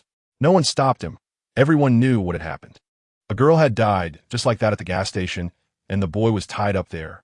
It was easy to guess there was some connection between the two, but no one expected they were siblings. Guzi, beaten to a pulp, was on the verge of fainting when Cao Qianqian spoke in a commanding tone. "Don't kill him. Let go." The boy clearly had no intention of stopping. Just as he was about to land another punch on Guzi's face, a force from behind hit his back, causing him to stumble and inadvertently collide with Guzi. While still dazed, he thought perhaps they were those people. He no longer let anger cloud his judgment and quickly turned to ask obediently, "Where's my sister?" Although he was somewhat aware that he was asking the obvious. He wanted to know if there was any hope. Cao Qianqian glanced at him disdainfully before sitting on a stool and looking at him. "Didn't you just watch your sister die in front of you? Now you're asking us? Don't you find that strange?" She couldn't be bothered and told Zhou Na and the others, "Keep eating. We need to rest and continue our journey later." Su Heng curiously asked, "What about them?" Cao Qianqian glanced at them. "Leave them here." To be honest, she had a fleeting thought of taking the boy with her, but the boy's earlier display of reckless bravery made her feel he could very well be the next Yao Yuxia. Since suffering a setback with her, she had become less enthusiastic about saving people. The boy felt a wave of unease when he heard they were leaving him behind. He weakly asked, "Can you help me? I heard from them that people from our village have been captured, and I want to save them." The others were leisurely eating, ignoring him. Zhou Na couldn't help but glare at him. "If you want to save them, go save them yourself. Why are you telling us?" "Exactly. It's not like you have no hands or feet." The boy pressed his lips together, feeling ashamed. He hadn't even protected his sister, so how could he have the ability? He examined Cao Qianqian, a girl who looked so cute, and thought she might be more receptive. He knelt in front of her, somewhat helplessly saying, "Then please, can I kill this person in front of me? He bullied my sister in front of me. When I heard your voices, I signaled for help. And I know without you, I would probably die." "Bullied?" Cao Qianqian shot a fierce glare at Guzi in the corner. Seeing her gaze, Guzi felt as if his good days were over and hurriedly explained, "I didn't touch her. It was Tian Ge who did it. I only made a small move." Before he could finish his sentence, Cao Qianqian raised her gun and shot at his leg. The white light pierced through his calf, and pain immediately followed. He grimaced, not daring to curse again, only begging for mercy. "Andy, really, I'm not as disgusting as Tian. Please spare my life." At this moment, the boy felt a sense of relief in his heart, secretly thinking it would be better if she shot him in the head. He wished he could grab the silent gun right then. But when his gaze met Cao Qianqian's, his calculations fell apart. This girl, though she seemed harmless, was truly vicious. He quickly said obediently, "Can you give him to me?" Cao Qianqian thought for a moment, looking at the boy. His face was youthful, and he appeared to be a well-behaved child, but the hatred in his eyes was genuine. She sighed lightly. "Killing him won't help. Your sister is already dead. We won't stay. We'll just stay one night.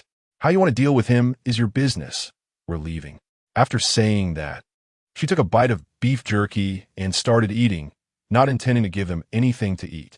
After all, in this cannibalistic era, no one wanted to be a saint and attract attention. The boy didn't say anything further. Since she had made that promise, she would likely fulfill it. Seeing how she had just avenged her sister, she didn't seem like a bad person. Rather than ask for more, which might provoke resentment or lead to danger, it was better to wait patiently for dawn and then take this person's life. His gaze fell on Cao Qianqian's gun. Though he had thieving intentions, he no longer had the courage. He squatted by the wall, staring intently at Guzi, wishing to see through him, waiting for time to pass to kill him. The night grew deep, and in the kitchen, Guzi was tied up and leaning against the wall. After dinner, the boy crazily wanted to go to Guzi's side. Besides reinforcing his feet after tying his hands, he used his deathly gaze to stare at Guzi. Guzi was not afraid, compared to this boy's glaring eyes. He feared the girl with the round face and big eyes even more. That was truly scary. This house was a 3-story small villa, featuring a minimalist style typical of coastal areas.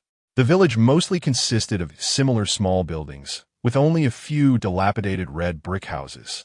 Cao Qianqian and Zhou Na shared a room. Su Hang and El Nin shared another, and Luo Cheng and Hu Chao shared yet another. The 3 groups took turns keeping watch, with each watch lasting 2 hours. Cao Qianqian sat in the living room, watching them go upstairs before opening the kitchen door. She saw the boy glaring at Guzi, and when Guzi saw her come in, his expression changed. "These two don't want to stab me, do they?" The faint moonlight streamed through the window, illuminating her delicate and petite face. Guzi's foot was bleeding profusely, and the pain was unbearable. He gasped, watching as Cao Qianqian held a bottle of alcohol and poured it directly onto his wound, then bandaged it. Seeing her so gentle, Guzi almost thought she was going to save him. But just after finishing the bandage, he heard her say, "If you keep bleeding, you might not last until morning. I'll come back tomorrow to kill you." He couldn't hold back the tears that flowed down at this moment, slowly saying, "My name is Song Ziyuan, and my sister's name is Song Lingyang." His voice was soft and clear, just like a boy of his age. Cao Qianqian slowly got up. She did not want to meddle in other people's affairs, nor did she want to make friends. After all, in this cannibalistic world, there was no room for sympathy or tenderness. She could only say in a persuasive tone, "You are living in the apocalypse now, so you should know that easily telling others your name is not a good thing. Although I'm not a good person, I can tell you that my name is Cao Qianqian." Cao Qianqian. Song Ziyuan thought for a moment. That's a nice name. He looked up at her with a smile on his face. "Can you be my sister?" She looked cold and indifferent now. Then she closed the door, secretly thinking, "Your biological sister just passed away and you want to find a substitute. It seems you're not someone worth getting to know." At this moment, Song Ziyuan felt a wave of disappointment. He did have selfish motives. After all, she looked like she had many weapons. But for a moment, he felt she truly resembled a good person with kindness towards others, which is why he wanted to test her. Sure enough, the insincerity behind some selfish intentions could be perceived. Chapter 56. Blow his head off after a day and night of massive construction machinery. The palace shape in the center of Dojiang City was beginning to take form. After a loud crash, the towering buildings became ruins. Through spatial movement and large-scale light-speed scanning, an ancient city wall gradually rose. The imperial city was built first, and although it looked ancient, its core was filled with technology. "What are you in a hurry for? We haven't seen each other for over 6 years." What could be more important than a family reunion? The Empress Wu said unhappily, twisting his ear in a displeased manner. Seeing his mother's displeasure, he quickly explained, "You all moved the capital over. When can we not gather? I really have urgent matters. No matter how urgent, it couldn't be more urgent than a family dinner. Let's eat first, and then you can go back to your busy schedule." The Emperor Wu waved his hand, and the palace doors opened wide. The white, transparent ground slowly lit up with a yellow glow. Following the Emperor Wu and Empress Wu were the first prince, second princess, third prince, and over 300 attendants, all descendants of the Empress Wu and Emperor Wu raised by machines. However, they had no inheritance qualifications, only the qualification to serve. Many felt discontented, but having been born from machines and collectively raised, they had long been assimilated into a collective consciousness and did not see themselves as having any relation to the princes and princesses. Still, some did not fully submit. All lower-class members of the family were bred in machine wombs. Why should only naturally born offspring have inheritance rights? Even if they were resentful, the permanent mark and tracking chip at the back of their necks branded them with a permanent label of inferiority. Despite their grievances, they could not escape control. There were no specific dress codes for royal members. Due to the heat of the apocalypse and the need for convenience and movement, most wore silk fabric. The attendants dressed according to their master's personalities and needs. Those following the emperor and empress wore mainly late-style Chinese clothing, with kipayos and zhongshan suits being common. The first prince's attendants generally wore white shirts and black pants, looking calm and tidy. Even if they wanted to embroider, it had to be done discreetly. The attendants of the second princess had various styles and lacked a uniform dress code, while those following the third prince were all in black suits, with black vests and pants. The entire hall appeared particularly chaotic with people standing together. The Empress Wu glanced around and sighed. "I feel like our mismatched clothing styles should be organized better. This doesn't have any royal grandeur." The Emperor Wu also felt a headache coming on. Although it was a monarchy, most customs were close to the new era. While there were slight differences in the system, they had not overly changed the places that could maintain democracy. He glanced at the room filled with similar faces. Although they were genetically modified using replication technology, those born as lower class were still, ethically speaking, his own children.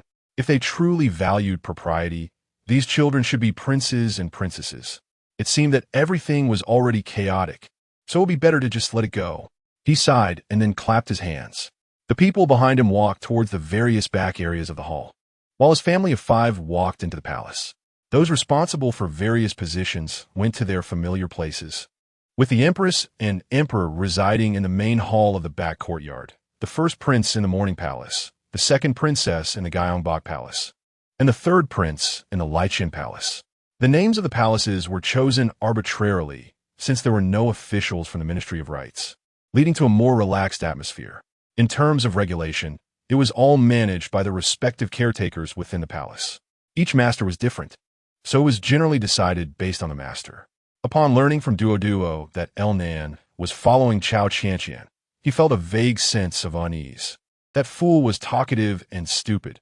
He didn't know if he had said good things about him.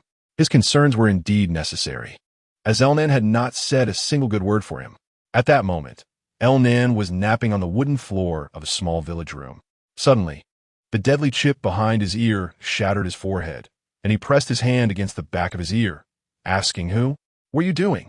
Resting?" Dong Di glanced at Chong by beside him in disbelief.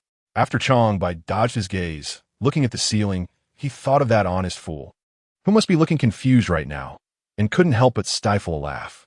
Indeed, Dong Di's guess was accurate. This guy hadn't done a single proper thing. He held back his anger and continued to ask, "Qianqian, how's her mood?" "I think her mood is pretty good. She saved me twice today," El Nan said, explaining today's situation. Dong Di felt somewhat relieved. As long as she wasn't furious, that was good. He instructed for the communication device to be handed to Cao Qianqian. At that moment, Cao Qianqian had just come out of the kitchen, feeling furious at this little brat who wanted to be her brother. She suddenly encountered El Nan, who looked like a fool with disheveled hair, rushing towards her, almost hitting her nose with something that seemed like an infinite headset. She staggered back, hitting the door with her back, her heart almost jumping out. She patted her chest and gasped, shouting, "What do you mean?" Dong Di, on the other end, was startled, thinking there was no escape from this disaster, and hurriedly explained that Cao Qianqian approached to listen and heard a voice inside. She glanced at Elnan, who nodded like a fool. "The king of Chambay asked me to give this to you." Upon hearing that name, she felt annoyed, her thoughts buried under frustration. She had once trusted Chen Xiao, and now she trusted him. It seemed that things never went smoothly. With anger, she took the earbud from Elnan's hand and put it in her ear, saying, "What do you want from me?" Her cold and indifferent voice made Dongdi's heart skip a beat, and he quickly admitted his mistake. "I didn't mean to leave. I really have something important." "Something important? Huh, I'm not worthy of bearing that." Cao Qianqian handed the wireless headset back to Elnan and slowly sat down on the wooden sofa, saying seriously, "Elnan, if you're so concerned about your superior, then you can leave." Elnan, just getting used to this lifestyle, was a bit confused upon hearing her words. For a moment, he was at a loss for words, but his brain was quicker than his mouth. He muttered, "I'll just hang up." He picked up the wireless headset. "Boss Cao, I don't want to talk to you anymore, goodbye." He hung up decisively, leaving Dong Di bewildered. He never expected that his trusted aide would listen to someone else's words. It must be that Cao Qianqian had shown him a side he didn't know otherwise. That foolish Elnan wouldn't be so obedient. In the village, although she was in a relationship with a zombie, she initially had no aversion. But what if he had an entire family? If I were to marry him, he couldn't come to my family. As the only daughter, I certainly couldn't conform to local customs. It might be better this way. Quite good, just put it on hold.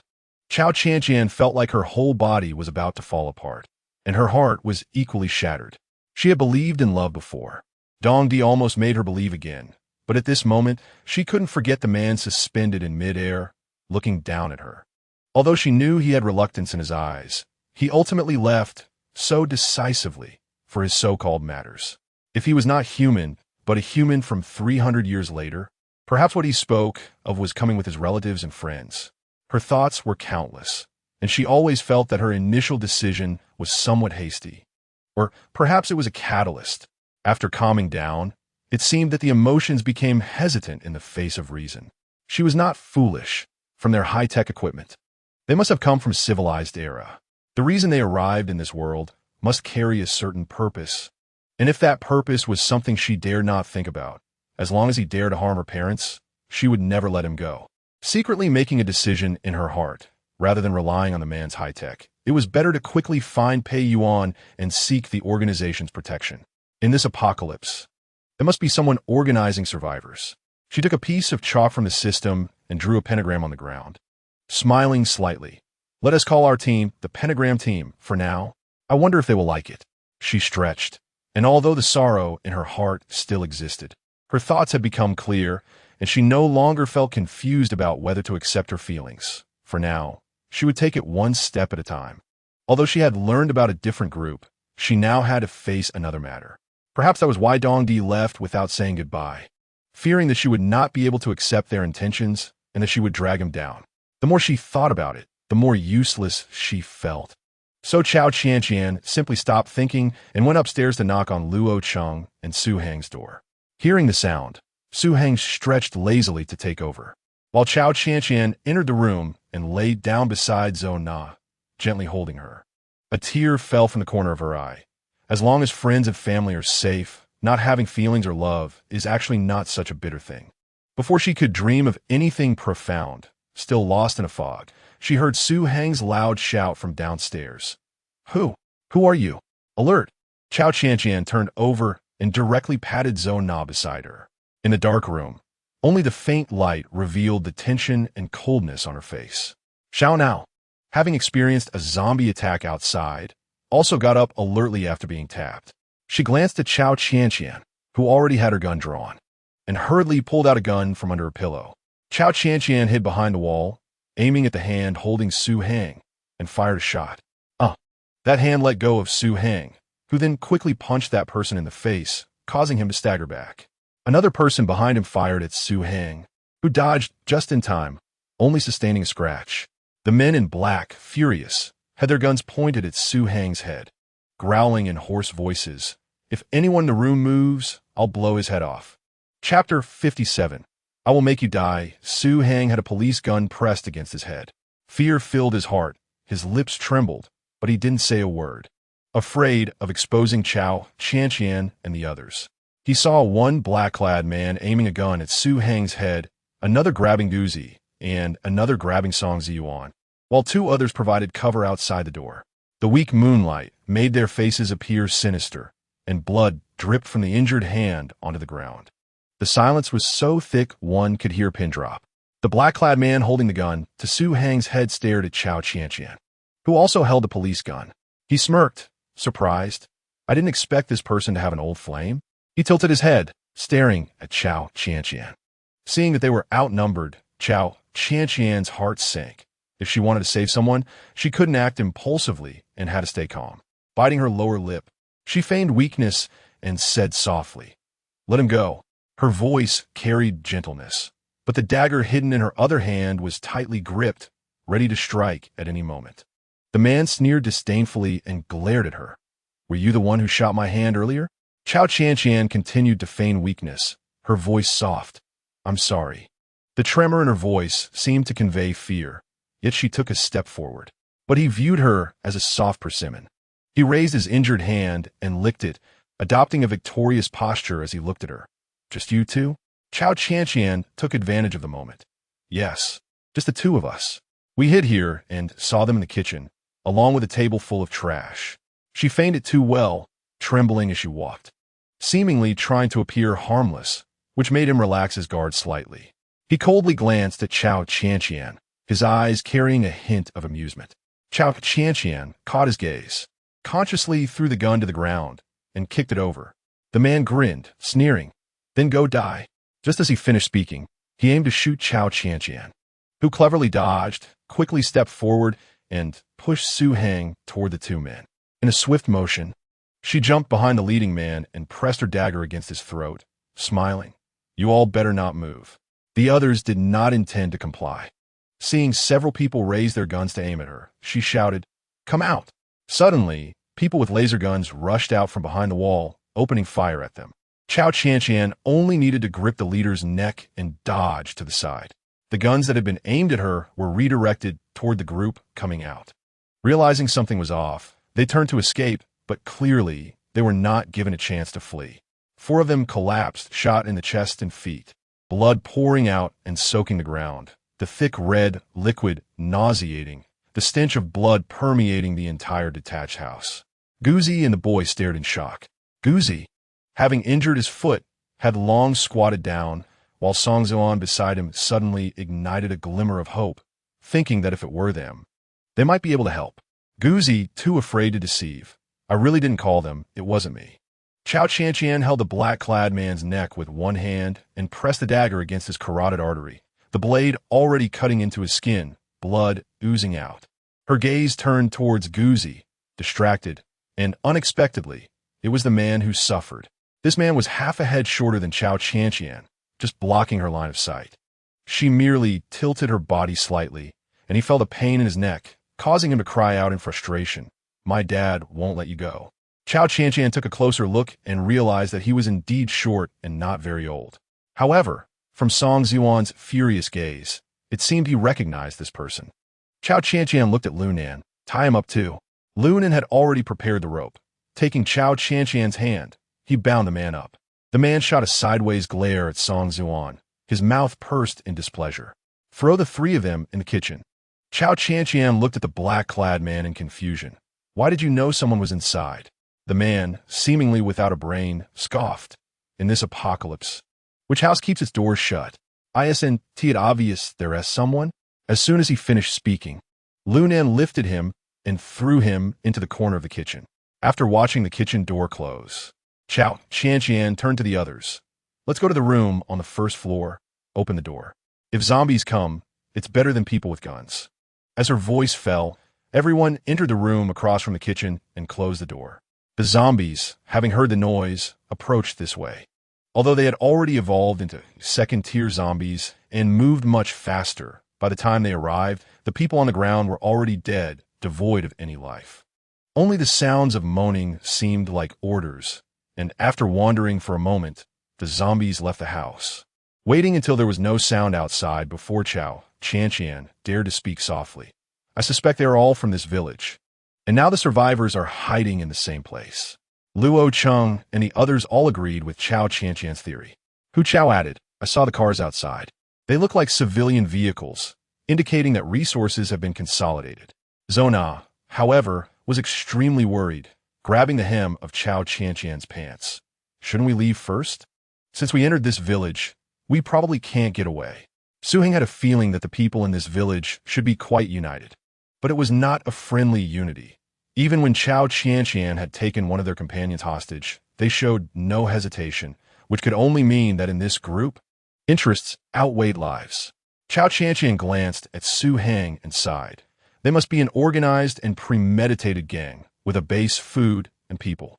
I actually don't want to step into places like this, but we have already entered. The only way to get out of here is to wait until daytime. Why don't we try to extract some information? Let's assess the situation first. Hu Chao looked towards Cao Qianqian. Everyone seemed to have gotten used to her giving orders. After all, without her, they might have already become one of the zombies. At that moment, when Lunan felt her push him back to take a step forward, he was somewhat moved. In their world, where they were like ants, sacrifice was his main theme. Only the third prince in the entire northern clan would regard the replicants produced by machines as humans, although he was somewhat better than them. Born from the modified genes of the martial emperor and martial empress, he was worlds apart from his own clan, let alone the weak humans. She actually chose to push him back for the third time. Lunan did not express his opinion and naively said, if it were King Chenbei, he would just launch a direct attack. After all, a few humans are nothing to fear. As soon as he finished speaking, he noticed that everyone's expressions were unpleasant. Standing against the wall, the circle surrounding him was all humans. Although he realized he had said the wrong thing, he did not try to remedy it. Besides, it seemed that King Chenbei had also angered Cao Qianqian. He couldn't help but look towards Cao Qianqian, who had a gaze that seemed ready to stab him, and timidly said, how about this? Luo Cheng, you come with me to extract some information. I think the black-clothed person we just captured looks pretty stupid, while that boy seems to be quite clever. However, based on the timeline, he indeed does not seem to be in a situation where he knows but doesn't say. After thinking carefully, she looked at Luo Cheng, who nodded in response. The two of them stood up in tacit agreement. Zonal worriedly said, the door is open now. You have to be careful of the zombies. Cao Qianqian nodded, then opened the door a crack and stepped outside, with Luo Cheng hurriedly closing the door behind them. The two of them observed their surroundings, and after confirming it was safe, headed straight to the kitchen. The moment they opened the door, they saw the boy and the black-clothed person they had just captured, who were tied up and seemed to have a grudge against each other, foolishly banging their heads together, while Guzi looked on as if watching a show. Seeing someone come in, the dramatic Guzi put on a pitiful look. It's not my business. He looked as if he was the most wrong person in the world, pouting. Cao Qianqian sighed and closed the door, only to feel a sharp pain in her arm. The blood that dripped down merged with the ground. Looking at the wound, it wasn't deep. She must have sustained a little injury from the gunshot earlier. The injury on her forehead was still healing, and now she had a new one. Wanting to ask questions quickly, she walked over to the black-clothed person and looked down at him. He, seeing that Cao Qianqian showed no fear, said, what are you doing? Be careful. Before he could finish, Cao Qianqian kicked him in the chest, then kicked him in the face, and pulled out the gun she had thrown on the ground earlier, pointing it at his head while smiling and saying, if you don't behave, I'll blow your head off. She smiled, her eyes crescent-shaped, extremely adorable, like ice cream that hasn't melted in winter or a cold drink in summer, warming people's hearts. Yet, at that moment, no one felt warmth from her. Instead, they felt it was toxic. The man seemed startled by her actions, blood seeping from his mouth where a tooth had fallen out, making him feel uncomfortable. He trembled and said, let me go. Okay, speak. What do you do? I am the son of Nan Batian from Chaonan prison. Huh? Yes. He is the son of a head in Chaonan prison. I heard that when the virus spread, he was visiting someone in prison, and then the head of the prison rebelled, taking control. Guzi continued to add, speaking of rebellion, Nan Guo was particularly excited, feeling as if he had achieved great things. I killed quite a few zombies in police uniforms, so after everything calmed down, I was given a task to go out. Meanwhile, Song Ziyuan, who had been silent, became restless and hurriedly asked, "What about my mom?" Song Ziyuan glanced at Cao Qianqian obediently. "He is my sister's boyfriend." "What boyfriend?" "Your sister likes me unilaterally, okay? She likes me so much it's overwhelming, but she's not my girlfriend. I never admitted it." The kicked Ningguo wore an expression of great humiliation, and unable to hold back, Cao Qianqian stepped on his head and asked, "And then?" She looked at Song Ziyuan, and with her foot on Nanguo's head, this action made Guzi, who initially wanted to say something bad about Song Lingyang, shut his mouth. He silently pouted, watching the show, feeling a sense of satisfaction. He thought to himself that this girl was quite scary, but she could also be very infuriating. With a woman's foot on his face, Nanguo felt indignant. "Just wait until I get the chance. I'll make you pay." Chapter 58.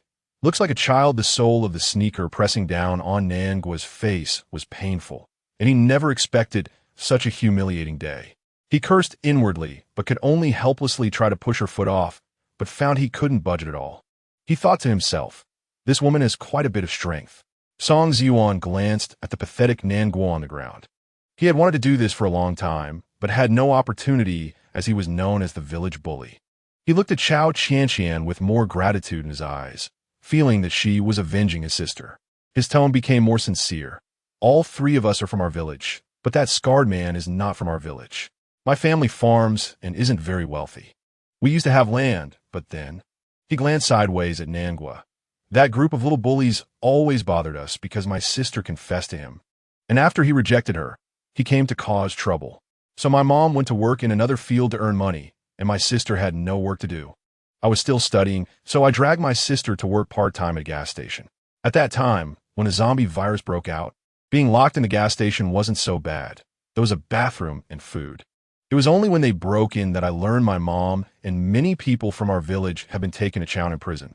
As everyone's thoughts focused on Qianqian prison, Cao Qianqian's eyes lit up, and her expression softened considerably as she looked at Song Ziyuan.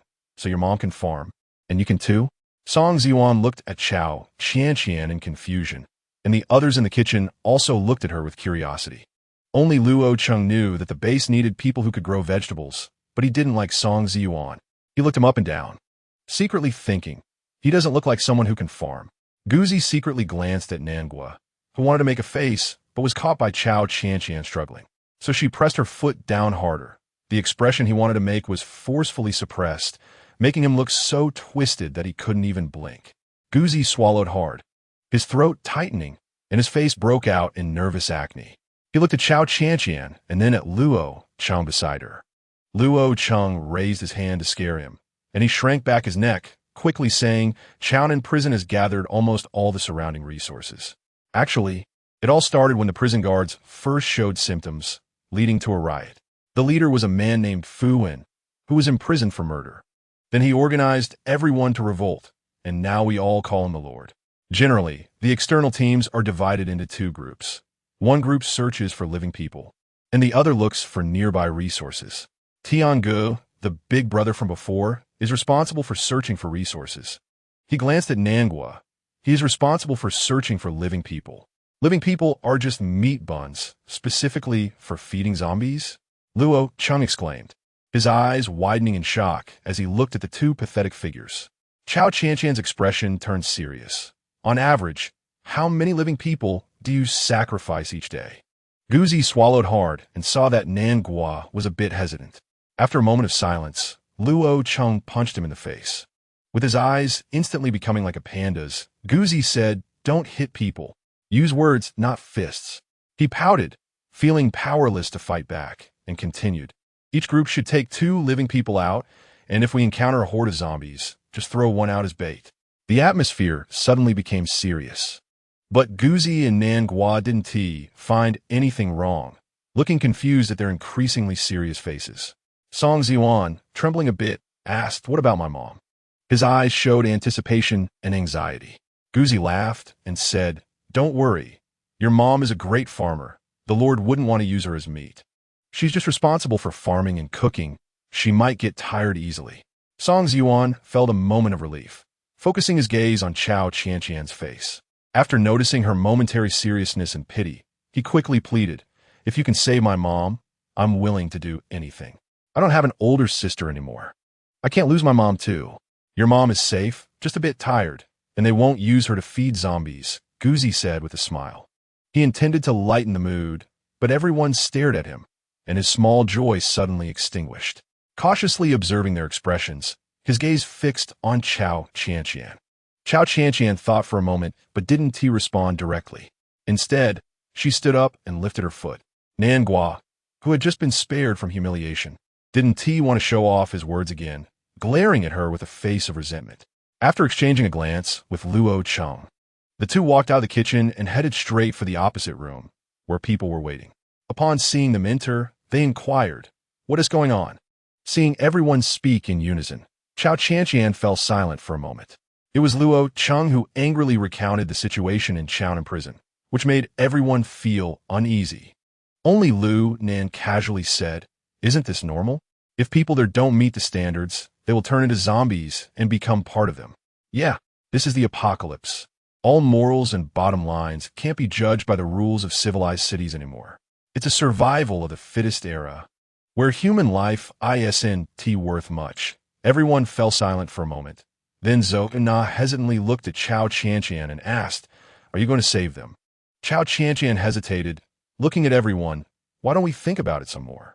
I really want to find someone who can farm, and they have plenty of supplies. But if it's a prison to rescue people and grab supplies, we definitely need someone to infiltrate first." Everyone agreed with their thoughts, showing difficulty on their faces. At this moment, Lu Nan felt discomfort from the vibration behind his ear. After suppressing it, Dongdi's voice came to his ear. "I have locked onto your location. Is she with you?" Lu Nan, confused, asked, "Are you asking if Boss Chow and I are together?" All eyes turned to Lu Nan, who suddenly felt a moment of embarrassment, explaining to them, "Our high-tech embedded tracking voice system can lock my location for strategy." His explanation reached Dongdi's ears, who looked at the red dot on the screen of his watch and felt troubled. "This fool, doesn't he know to say something nice for me? Like how hard I worked to lock their location, how difficult it was for me to sneak out, this idiot." He coughed awkwardly, somewhat emotionally said to Lu Nan, "Together? Of course not. Boss Chow and I are innocent. We have a group here discussing strategies." Lu Nan spoke seriously, which made Cao Qianqian misunderstand a bit, feeling stifled. She asked, "Can you hear my voice?" "Yes." Lu Nan blinked and looked at her, while Cao Qianqian yelled angrily at his ear, "Don't let me see you. If I do, I'll hit you." Lu Nan quickly pressed his ear after almost being deafened, and Dongdi's watch emitted a blind sound. He silently cursed Lu Nan 1,000 times for being that fool, but he could only endure the misunderstanding and anger, feeling wronged inside. Just as he was rushing towards Cao Qianqian on the flying motorcycle, Changbai stole a glance at him, seeing his worried face, found it fresh, and looked a few more times. Walking side by side, Changbai thought to himself, "I wonder what expressions the Emperor and Empress have." The palace was still being built in a hurried manner. Gradually, the palace of the foreign kings began to rise. Many elegantly dressed people emerged from the space and walked towards the palace. In the central hall of the royal city, dishes were slowly being served on the table. The Emperor, Empress, the Crown Prince, and the second princess sat together. Only the seat for the third prince was empty. They exchanged glances, and the Empress said with some dissatisfaction, "Why has he run away again? This is our first meal after moving the capital. Everything here is destroyed. How can we eat?" The Crown Prince slowly took a piece of dry meat and put it in his mouth, sighing in displeasure. Seeing the child's lack of enthusiasm, the Emperor could only sigh. "Don't worry. We just got here. We're not familiar yet. Later, we'll catch a few locals and have them cook." The Emperor and Empress exchanged glances and sighed. In the luxurious hall, only a few servants were attending to them, while the Emperor and Empress discussed future construction and the morning assembly scheduled for the next day. It was estimated that in 2 days, all the royal palaces and residences would be completed. At that moment, a person in a Zhongshan suit rushed in with a worried face and said, "Report to the Emperor. Lord Fu Boi has gone missing." The Emperor and Empress suddenly stood up with serious expressions, causing the table to shake. The food brought from 300 years later also swayed momentarily. The Emperor quickly ordered, "Hurry, contact the third prince." "Yes." The Empress patted the Emperor's shoulder and comforted, Don't worry. The current zombies have low evolutionary levels, and humans are not a threat. That child Fu Boi shouldn't be in any danger. As soon as she finished speaking, several foreign kings rushed to the royal city to inquire about Lord Fu Boi's situation. As a genius weapon design expert from the northern clan, he started his education at 6 and showcased his talents at 10, making him a rare genius. The royal city instantly became lively, and each foreign king sent spies to search for Lord Fu Boi. In the sky, numerous flying motorcycles scanned the area with lights, searching everywhere. A beam of light swept across, and the zombies looked up in confusion, only to see a beam of light shining above their heads, trying to grab it with their dirty, bloody hands. Dong Di had just arrived at the village when he received the message about Lord Fu Boi's disappearance. He frowned, then turned off the pendant and took out a ring from his pocket, intricately carved with a small diamond. He stuffed the ring into his pocket and pressed a red button on his watch, then walked towards the display indicated on the watch. Changbai reminded him, "King Shinbei, we need to—" Before he could finish, Dong Di shot him a glance filled with worry. Changbai felt a tightness in his chest. It was the first time he saw King Shinbei so anxious. Could it be that Lord Fu was in great danger? His nervous heart was tied to his throat. A genius in weapon mechanics was extremely rare, and Lord Fu was also a rare talent. No wonder King Shinbei was so worried. Soon, his guess was confirmed. After this small episode, Cao Qianqian no longer discussed Dong Di's matters. Though she felt extremely upset inside, she calmly asked, "Everyone, give me your opinions. I'm also very hesitant about my own thoughts. If we want to rescue the people inside and seize supplies, it's likely to be a fierce battle. Because I can see the prison map from the system, but we definitely need someone to infiltrate as an insider first. I think we indeed need someone who can farm. But if all the living people nearby have been captured and sent to prison, and we don't take action next time we encounter a similar situation, we probably won't take action either." Hu Chao spoke so much for the first time that Zhou Na felt a bit unaccustomed. She glanced at him curiously. Usually, she found him quite annoying as he meddled in everything, but at this moment, she felt a hint of admiration. She nodded and said, "I agree with his opinion. We want people, they have them. We want supplies, they have those too. Why not raid them?" Cao Qianqian looked at everyone and nodded, saying, "What I'm actually hesitating about is the choice of an insider. After thinking it over, the most suitable ones are still me and Lunan. He is a zombie man, and his physical abilities and condition are definitely better than ours. However, when you guys attack, I hope you have a leader." She looked firmly at Hu Chao and said, "You should be the leader. Lunan and I will infiltrate first and become their meat shields. When you guys break in, we can coordinate from the inside. I'll give you a map and some weapons and equipment later." Hu Chao nodded. After Cao Qianqian shot a glance at Zhou Na, she turned to Hu Chao and said, "You need to protect her." Upon hearing this, a wave of discomfort surged in Zhou Na's heart. She threw herself into Cao Qianqian's arms, burying her head in her chest and rubbing it hard, saying, "Be careful." With tear-filled eyes, she looked like a child. At that moment, a noise came from outside the door, and everyone's hearts tightened. Chapter 59. We need you to marry in the kitchen on the first floor of the house. The three of them heard the noise and wriggled their bound bodies to the corner. In the room, diagonally across from the kitchen, Cao Qianqian and the others drew their weapons in preparation for danger. A figure slowly pushed the door open, creating a small gap, and asked in a soft voice, "I'm looking for Cao Qianqian." Beside him, Changbai looked at the bent, cautious man asking through the door with a shocked expression. When had the tall and mighty King Shun Bei ever adopted such a timid posture and tone? The people in the room were on high alert. Lunan saw Dong Di's perfect profile through the gap, along with the voice that sounded like a chick pecking at rice. He exclaimed in shock, "King Shinbei?" Everyone's gaze fixed on the door gap, and Dong Di then adjusted his tone. "Qianqian, come out for a moment."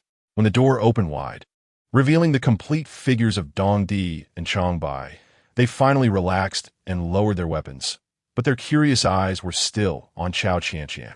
Cao Qianqian felt complicated.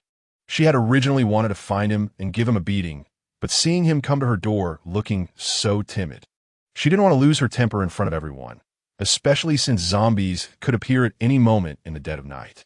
She glanced at Lunan. Seeing a hint of blame in her eyes, He quickly explained, "We soldiers all have trackers implanted, so the general or royal people can locate us." I didn't tell him where you are. Upon hearing his explanation, Cao Qianqian decided not to pursue it further, while Changbai looked at Lu Nan with shock. That blockhead was known for being stubborn. What was he afraid of? He scrutinized Cao Qianqian with a suspicious gaze for a moment. Although they trained together, her strength was only so. What reason did Lu Nan have to trust her so much? A burning gaze made Lu Nan feel uneasy, and he shot a sideways glance at Changbai, saying, "If you keep staring at me, we'll go have a fight." She glared at Dong Di with clenched teeth. And sensing the situation was dire, Dong Di quickly explained, "I left suddenly because I had something to do." Her anger showed no signs of diminishing as she said coldly, "Are your parents really both dead? Are you really a lone king? What purpose do you have in coming to our time?" With 3 consecutive questions, Dong Di felt his head spinning. Although he knew Cao Qianqian was smart, he thought his lies were well-crafted. He claimed he came from 300 years in the future, that he was a lone king, and that his parents promised to marry the daughter of the king before they died. In their world, as long as the engagement ceremony wasn't held, it didn't count as a completed promise. Only after the engagement ceremony could they be considered an unmarried couple. The agreement was only verbal and could be retracted at any time. The soldiers he brought were all his people. He was leading them to this world to seek survival and settle those in distress.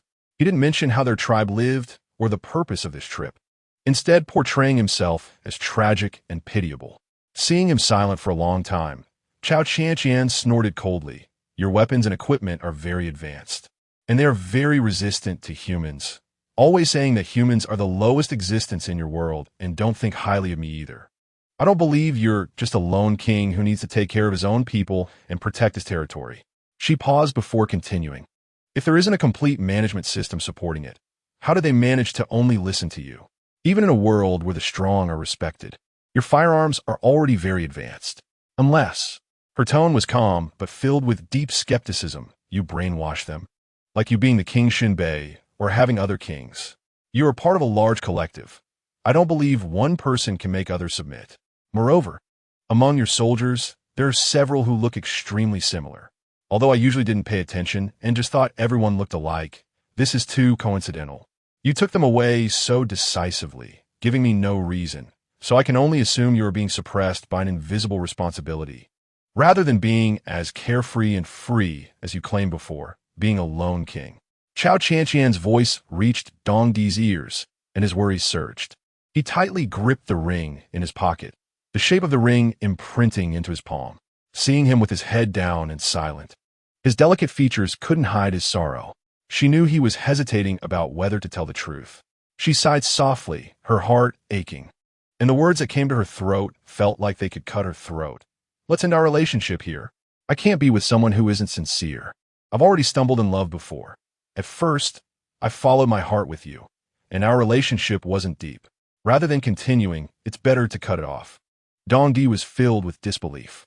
He had never thought that the consequences of leaving without saying goodbye would be so severe. His expression turned anxious, and he quickly held Cao Qianqian's hand. That gentle and soft hand in his palm made him feel somewhat reassured. After moistening his lips, he said seriously, "I know I was wrong. I shouldn't have left without saying anything. I was thinking of telling you next time. Please don't mark an end to our relationship that hasn't even started for long." I just felt a bit confused and helpless. Cao Qianqian looked at him, half believing, and he was much taller than her, over a head taller. Looking up at him, she saw his handsome face. Although he had a bronzed complexion, his strong physique and features exuded a sense of masculinity that made her feel safer than a scholarly man. At this moment, looking at his handsome face, she honestly didn't want to break up with him, but when she thought about possibly facing not just a lone king, but an entire organization, she didn't know their purpose. What if it was an invasion? How should those who originally lived in this land cope? With doubts and anxiety, she continued to ask, "Then what is your purpose in coming from 300 years later? Is it really just to find land to live on, as you said? How many people did you bring?" Dong Di's body trembled, and he took a deep breath. He truly didn't know how to comfort a woman, so he could only take out the custom-made ring from his pocket. Although this ring was something from before, He had specially engraved it with words, which counted as a gesture of affection. He slowly held it in his hand and then handed it to Cao Qianqian, saying, "This is for you. After you bind it, you'll also have your own space." Cao Qianqian looked at the small ring in his hand, a delicate silver band engraved with words. It looked more suitable for a woman than the one on Dong Di's hand. Thinking about parting with him while receiving a gift felt inappropriate. So she shook her head and said, "I can't accept it." Dong Di felt a wave of disappointment in his heart as he domineeringly pulled her hand up and placed it on her left pinky finger, where there was no ring yet. Looking at the ring that flickered with a faint yellow light, he smiled with pride, his Adam's apple bobbing as he said, "I knew it would look good on you." Seeing his clumsy yet somewhat flattering demeanor, which was quite unlike his physique, Cao Qianqian felt a warmth in her heart, as if the gloom and worries of these past days had dissipated considerably. She regained her usual liveliness and playfully slapped his head. Dong Di let out a muffled grunt and could only helplessly cover her head with his large hand, giving it a gentle pat. Seeing that he liked to mess with her hair, Cao Qianqian pouted, pretending to be angry. "Are you going to tell the truth or not? If not, I'm leaving." Dong Di watched her prepare to turn away and quickly pulled her into his embrace. His breath brushed against her neck, sending a warm current into her heart, and a sweet, tingling feeling surged within her. He sighed softly and with a hint of nervous concern said, "You're asking so clearly. Are you preparing to enter my world? Are you really ready?" After a brief pause, he continued, "I'm afraid you're not ready, and I don't want to scare you or have you targeted. Are you some kind of wicked villain? Do all the people from your time, 300 years later, come from hell?" She was puzzled by his concerns and slowly touched his hand wrapped around her waist, their warmth transferring between them, their breaths blending. Dong Di stopped being playful and instead stood up, placing both hands on her shoulders, turning her to face him. Their gazes met, and in each other's eyes, they saw a longing for belonging. Only then did Dong Di feel at ease to say, "We are one group, with two other groups coming over. My parents are not dead. They've already arrived here and are preparing to start a new life." He didn't want to say more, but looking into her bright eyes, he had to reveal everything. Moreover, as soon as they arrived, they ordered the capture of the humans still alive in this era. "So you're worried about my safety and that of your family?" Dong Di nodded, then said with a worried expression, "I'm still dealing with this matter. Although I can't guarantee the safety of all humans, I can ensure that the people in your base are safe." Cao Qianqian sighed lightly, realizing that they really were invaders. After thinking for a moment, she looked at him. "Are you very worried about me? Like your subordinates who look down on humans, thinking I'm weak and need your protection? Isn't that the case?" Dong Di felt a bit confused, but didn't dare to say so, only managing a smile that seemed carefree. "No, I just think it's better for you all not to meet for now." She shot him a glare. In fact, she was very clear about his feelings. But such a man needed careful consideration, as there was a high possibility they might stand on opposing sides in the future. Yet, there was no need to sever ties insincerely, because having him around made her mood much better. She smiled and said, "Then let us just be friends." Dong Di looked helpless. Hadn't they just upgraded to boyfriend and girlfriend? Why was it suddenly downgraded? This punishment came too suddenly and was hard for him to accept. Before he could say something sweet, he saw Cao Qianqian raise a hand to stop him from speaking. "I won't change my mind unless you let me mix into your circle first. I want to see if I like it, then I'll consider whether to keep you around. Plus, as the only daughter of the Cao family, if I'm going to have you as my man, I need to know about your family and life, and you also need to marry into my family." "Marry in? That's impossible." Dong Di sighed deeply, feeling that persuading her at this time was pointless. He thought of his elder brother. If he ran away, someone would have to take the blame. The initial resistance he felt had vanished. After all, food and drink were all paid for by her, so marrying in seemed reasonable. He nodded. "If you want to know about my life, that's fine, but I'm afraid you might not have the courage. I can agree to marrying in. I have an older brother who is very capable and could take my place." "Really?" Cao Qianqian looked at him in disbelief. She had originally just been teasing him, but didn't expect such a sincere agreement, initially picturing him as a malicious figure from an alien invasion. His goofy smile and nodding now seemed nothing like that, making her feel delighted. She tiptoed and gently pecked him on the chin. A tender and shy kiss that brought a smile to Dong Di's face, nearly illuminating his expression with joy. Just as he was about to embrace Cao Qianqian for a joyful interaction, an unpleasant voice came from outside. King Qinbei, we're about to set off to find Lord Fu Bo. Damn. Though he was furious inside, his body still craved that kiss he had gotten. Cao Qianqian had already stealthily slipped away from him to open the door. Dong Di hurriedly asked, "Can we not separate?" His eager and pitiful expression was like a pleading puppy, cute and endearing. Cao Qianqian smiled brightly at him. "Let us see how you perform." Chapter 60. More innocent people arrive after getting her permission. Dong Di saw Cao Qianqian under the moonlight, her features clear and bright, radiating a soft glow. When she turned her head, there was a confidence mixed with determination.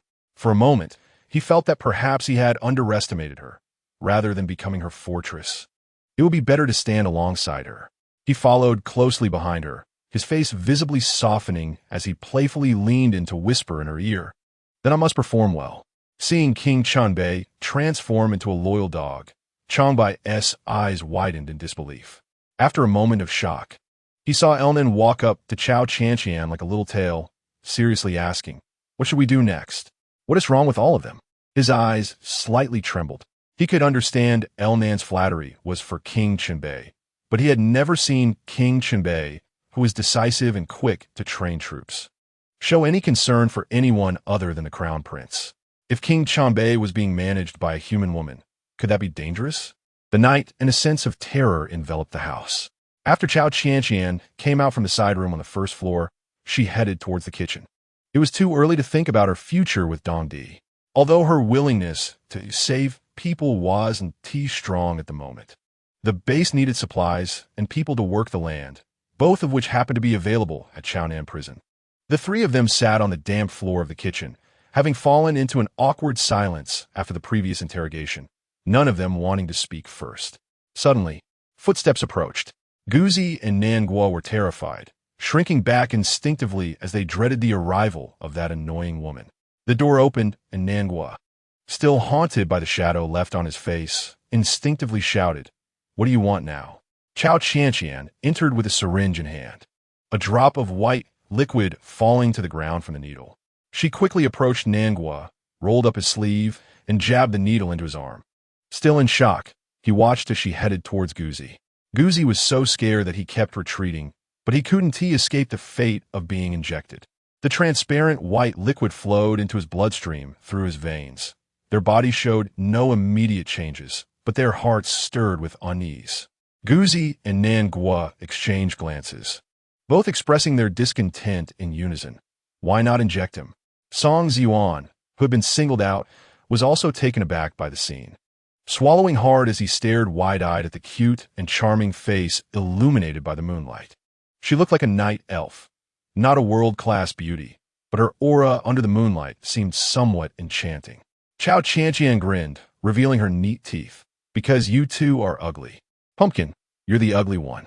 Just because my family isn't cultured doesn't mean I can't become the village heartthrob." Pumpkin and Millet turned their gaze towards Song Ziyuan, who wasn't exactly handsome. At best, he had a normal, honest face. It was hard to understand what this woman was thinking. With her already small eyes fixed on Cao Qianqian, she asked, "What did you inject us with?" She replied nonchalantly, "Zombie virus." The pupils of the three shrank, and behind them, Dong Di and Chang Bai were also shocked. Not to mention Luo, Cheng, and the others, who were standing outside the kitchen, all looking at each other in fear as they glanced at the seemingly harmless girl in front of them. Cao Qianqian noticed their expressions and knew their thoughts were probably criticizing her for being so ruthless, but to control people's hearts, there was no other way. Who knew if these two, Pumpkin and Millet, would really cooperate with her? Despicable. The two words rose in Millet and Pumpkin's minds, while Cao Qianqian ignored their hostile gazes. After all, Chun Feng had mentioned several times the need for human experiments, rather than let innocent people suffer. It was better to have these two villains contribute, one causing harm to others and the other abetting the wrongdoing. Song Ziyuan, witnessing her despicable methods, felt a twinge of fear. Fortunately, his attitude had changed for the better when she stepped on Pumpkin. He couldn't help but wonder what would happen to someone who angered her, becoming a lucky subject for human experimentation? If he had known, he would have been more sincere. But could he find a way to survive by following someone like her to the base? Changbai noticed Dongdi's change and leaned closer to whisper, Wang. Fu Boi hasn't been found yet. The latest information is that the Corpse Alliance has already arrived in this era. He slowly spoke, Boss Chow, we need to leave first. King Chonbei has many matters to handle. As for the purpose of the invasion, Cao Qianqian currently couldn't know. After all, their technology was more advanced, and they were evolved zombie humans, which meant their disease resistance was several levels higher than that of current humans. Given their attitude towards humanity, it was likely that whether they could walk together in the future wasn't something that could be resolved simply by mutual affection. After contemplating for a moment, she nodded at Dongdi. It's fine, you go ahead. Dongdi hesitated several times, took a deep breath, and mustered the courage to say, So, we haven't broken up, right? He anxiously didn't want to hear a negative answer, hurriedly adding, I'm no longer hiding anything from you, I swear. Changbai looked at his master's honest demeanor and found it hard to believe. He blinked, his eyes as wide as El Nan's, and thought it shouldn't be the human woman begging King Chonbei not to break up, but now the roles were reversed. Cao Qianqian glanced at the two guards beside him and realized that Dongdi's actions were quite bold. In their era, though, such behavior was perfectly normal communication. This highlighted the gap between them. Rather than saying it was about liking or disliking, she was more afraid of losing after deeply loving someone. One failed romantic experience was enough. However, just because she had failed once didn't mean she should stop believing. After a moment of silence, she smiled and said, I said, let's see how you perform. During this time, survival is more important. You have your own things to do, and so do I. Initially, Dongdi hadn't considered placing Cao Qianqian in his life. After all, in the eyes of their people, a human girl couldn't possibly become part of the royal family. So his initial plan was to detach from the royal family and join her base. But before that, he needed to handle external enemies and internal troubles to prevent his departure from bringing disaster to his family and tribe. Now, it seemed she didn't want to be a canary, and it was time for him to trust her. Perhaps they could stand side by side. He twisted the tail ring and opened the LCD screen to send Fu Boi's information to Cao Qianqian. This move caused Changbai's expression to change dramatically. Shock and speechlessness evident on his face. Elnan appeared much more relaxed, as if he finally regarded Cao Qianqian as part of the team, feeling a sense of pride as if he had made the right choice. Cao Qianqian felt the vibration of the tail ring, turned it, and the complete information appeared on the screen. She was somewhat surprised by the title of the information, Level Fu Boi, with a system prompt. She knew that the level represented the most important figures in their country, and Dongdi had just sent her this person's information. What did that mean? Was he starting to hope she would enter his world? Cao Qianqian looked at Dongdi in confusion, who smiled widely and said, This person is missing. Can you help me keep an eye on him? As my girlfriend, you can help me, and there will be rewards afterward. Cao Qianqian thought, Who is your girlfriend? Didn't we break up? She smiled knowingly, regardless of how their relationship would develop in the future, at least at this moment. They were starting to learn to trust each other, which was a good thing. She touched the two rings on her hand, one she had picked up from him, and the other he had given her. Warmth flowed through her heart, and her lips curved upward. The next day, at Chaonan prison, the people in the prison were divided into 3 classes. The lowest class consisted of those locked up, called meat bags. The meat bags were also divided into 3 classes. The worst being those who were unable to work, who could only be locked up without food, and were the first to be taken out as bait. Those with labor capabilities, like Song Ziyuan's mother, could farm. Those with certain skills and abilities would be made to work early in the morning and sleep in the prison at night. Those who disobeyed would not be allowed to continue working, and they would only be given a little food and water each day. The best meat bags were the special meat bag number 1. Initially, he was reserved, but his steps gradually became more confident. The meat bag was the lowest existence, while Fu Un was the highest, referred to as the Lord, with 7 important and capable subordinates, one of whom was Nan Batian. He glanced at Fu Un's expression, which seemed devoid of any displeasure, and continued, I suspect Millet has rebelled. Rebelled? Where could he rebel to? Fu Un couldn't help but laugh, and those around him joined in the laughter. Nan Batian coldly snorted, Are you out of your mind? This area has been patrolled for 10 miles, and there are no other forces. Where could Millet possibly rebel to? Sorry, I was being overly cautious. Liu felt his face burning, but looking at Tianji's injuries, it was clear they weren't caused by gunfire. Several blood holes had no bullets, but could cause perforations. If it weren't for a stronger weapon, it would be hard to explain. He knew Fu An's arrogance wouldn't allow him to listen to his analysis. So, with a dark face, he carried the body away, ignoring the jeers behind him. Aren't you trying to take his position and kill him? Who knows?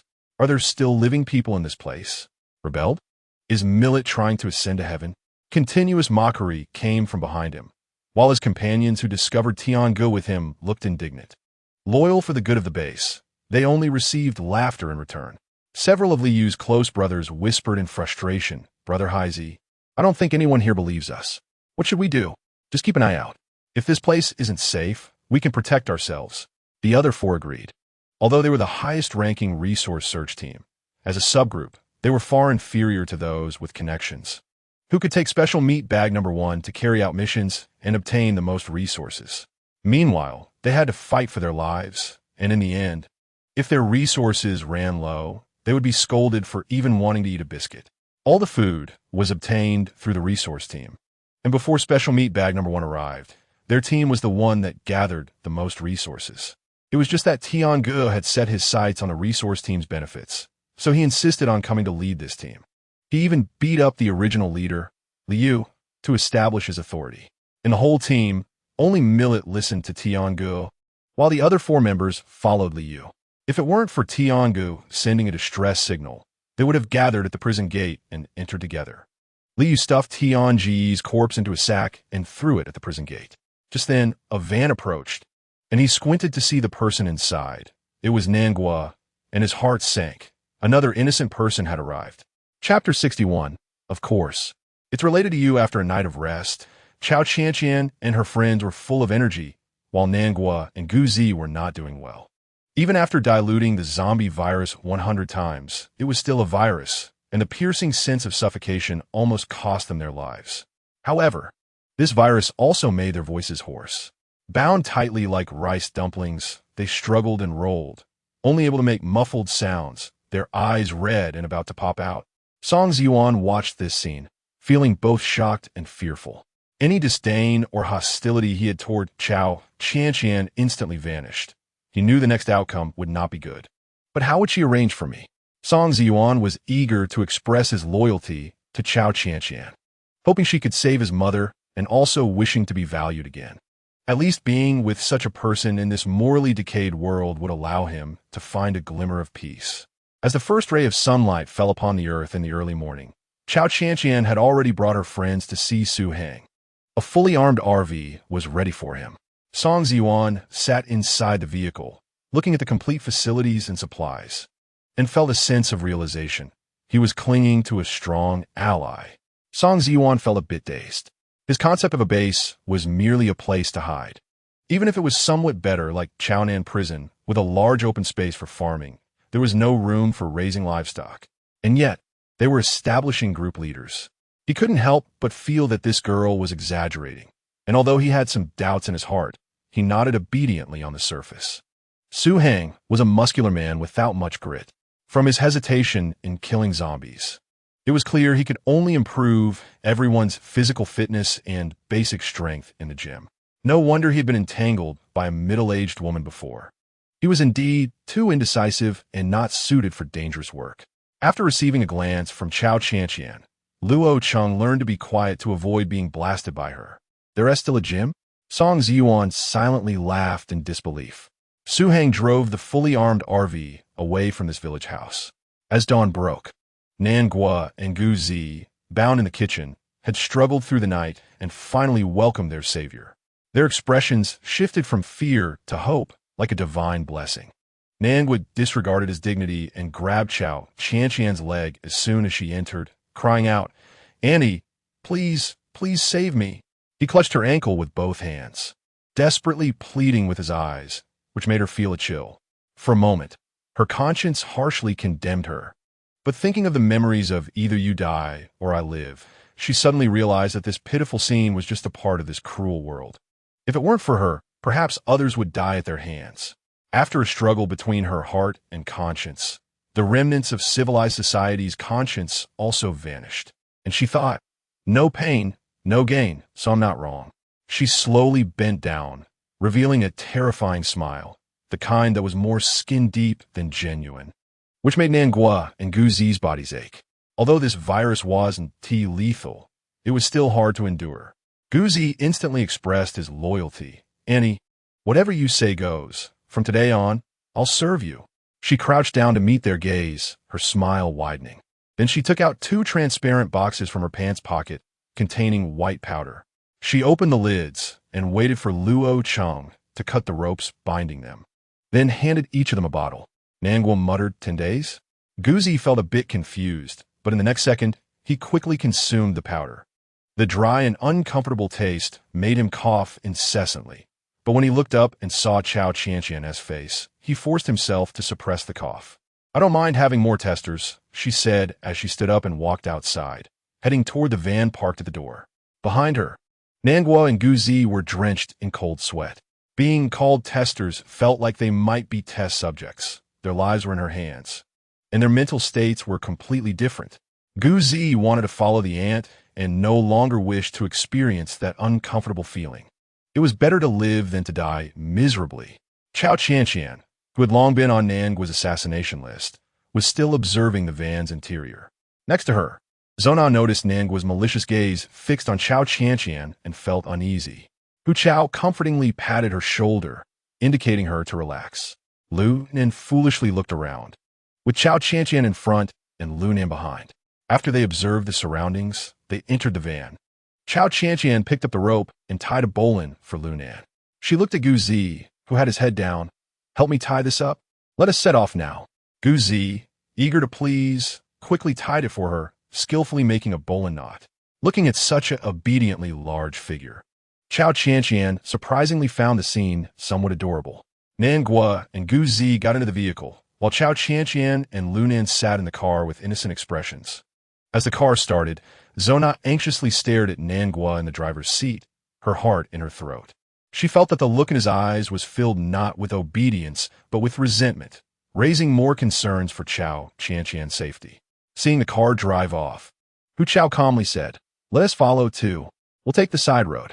He took out the map Cao Qianqian had drawn for them before leaving, one showing the route from their current location to the prison, and one detailing the prison's interior structure. As the squad leader, Hu Chao led Zona and Luo Cheng. In the vast northern army, everyone wore hostile expressions as they looked ahead, facing the Zombie Alliance army with their blonde hair and blue eyes. 20,000 fierce lions were about to strike, while the Zombie Alliance had only 3,000 men. The leader of the Northern City Army, King Bei Chun, sat proudly on a flying chariot, slowly descending to land, causing the surrounding grass to scatter in the wind. He arrived early, having already commanded the encirclement while waiting for his next orders. At that moment, he arrived in 20 minutes, just as both sides were prepared to confront each other. Leading the Zombie Alliance was a man in his 30s with brown eyes and chestnut hair. His lips were red, teeth white, and his eyebrows and eyes were strikingly beautiful. Upon closer inspection, the mature charm he exuded was captivating, and the aura of a leader was fully displayed when his red cloak billowed. He slightly parted his lips. "Long time no see, Dong Di." His expression resembled that of old friends conversing, while in his hand was the latest submachine gun, a model that combined basic firearm functions with solar-powered laser capabilities, capable of weakening combat strength to the maximum extent. This was the strongest short-range weapon the Zombie Alliance currently possessed. He gently raised his wrist, aiming the gun at Dong Di's position. Dong Di squinted and examined him for a moment, then smiled lightly. His handsome face and bronze skin, coupled with a charming smile, made him extraordinarily appealing. In that moment of laughter, a curved blade was swiftly drawn from his waist, and in an instant, he was only a punch away from the man. Before the man could fire, a sharp knife was already pressed against his neck. They had only just realized the heavy wariness of the northern clan due to the gathering of 20,000 troops. But it was just a world from 300 years ago. The current people were like ants. Had other forces also arrived in this era? Maxwell couldn't help but ponder the situation in the United States, realizing that this place was no longer suitable for a long stay. But at this moment, wanting to leave, he found a knife already at his neck. It was merely a bored move, but unexpectedly, he had stepped on his own foot with a rock. Dong Di felt the muzzle of a gun pointed at the back of his head at that moment. The person was Rebirth, a subordinate of Maxwell, who at the age of 25 was already a baron of the Corpse Alliance. The hierarchy of the Corpse Alliance is determined by strength, as all bloodlines originate from the Du Ebong family, so no one is nobler than the other. Therefore, after the age of 18, individuals enter selective battles, with the victors granted titles and real power. They all pledge allegiance to the Du Ebong family. Maxwell grinned maliciously and said with a smirk, "You occupy the territory of Huahua, and we occupy the territory of Demi. For now, there's no intersection, so I'm just here to say hello." His smile turned venomous, as if he couldn't wait for Rebirth to shoot this annoying person in the next second. Dong Di naturally understood his intentions, but before Maxwell could enjoy his moment, Rebirth also found a gun pointed at him, held by Chong Bai, who wore an indifferent expression. After Dong Di commanded a merciless attack, the two armies fell into chaos. Clearly, Maxwell was unprepared for war, and his troops could only focus on defense. Maxwell glared at Dong Di with a sinister expression, while Dong Di raised an arc at the corner of his mouth and swung his arm towards Maxwell's shoulder, tilting his head to the left. A dagger cut a gash on Maxwell's shoulder, and Dong Di shot him in the calf muscle as he bent down. Rebirth, unable to protect him in time, hurriedly fired, hitting Maxwell's arm, making the wound even more painful. Maxwell grimaced and cursed filthy words. Seeing this, Chong Bai shot Rebirth in the ear, ending this tedious skirmish with Maxwell of the Corpse Alliance being ruthlessly harmed. Reluctantly, he hurriedly fled. Dong Di watched his flustered figure, thinking of how this seemingly handsome yet shifty-eyed guy always ended up leaving in such a disgraceful manner after recovering. He had long lost count of how many times he had coveted the territory of the Northern Clan. A hint of amusement and mockery crossed his eyes as Chong Bai leaned in and whispered in his ear, "The Corrosion Clan is attacking our people. We need to handle it. It seems we cannot pursue the matter of Lord Fu Bo." The sound of his breath mixed with Chong Bai's deep male voice made Dong Di feel somewhat uncomfortable. He had wanted to deal with this red date monster and then meet Cao Qianqian, as Lord Fu Bo's disappearance signal was nearby, at least to protect her. However, the current situation was making it difficult for him. After thinking for a moment, he asked which way. North. There should be a district chief looking for a division. They ran into the territory of the Corrosion Clan and had a dispute. With a rough estimate of the situation in mind, he felt he couldn't just leave it be. He could only touch the dial button of his earring and looked at the transparent screen opposite him, saying, "Brother."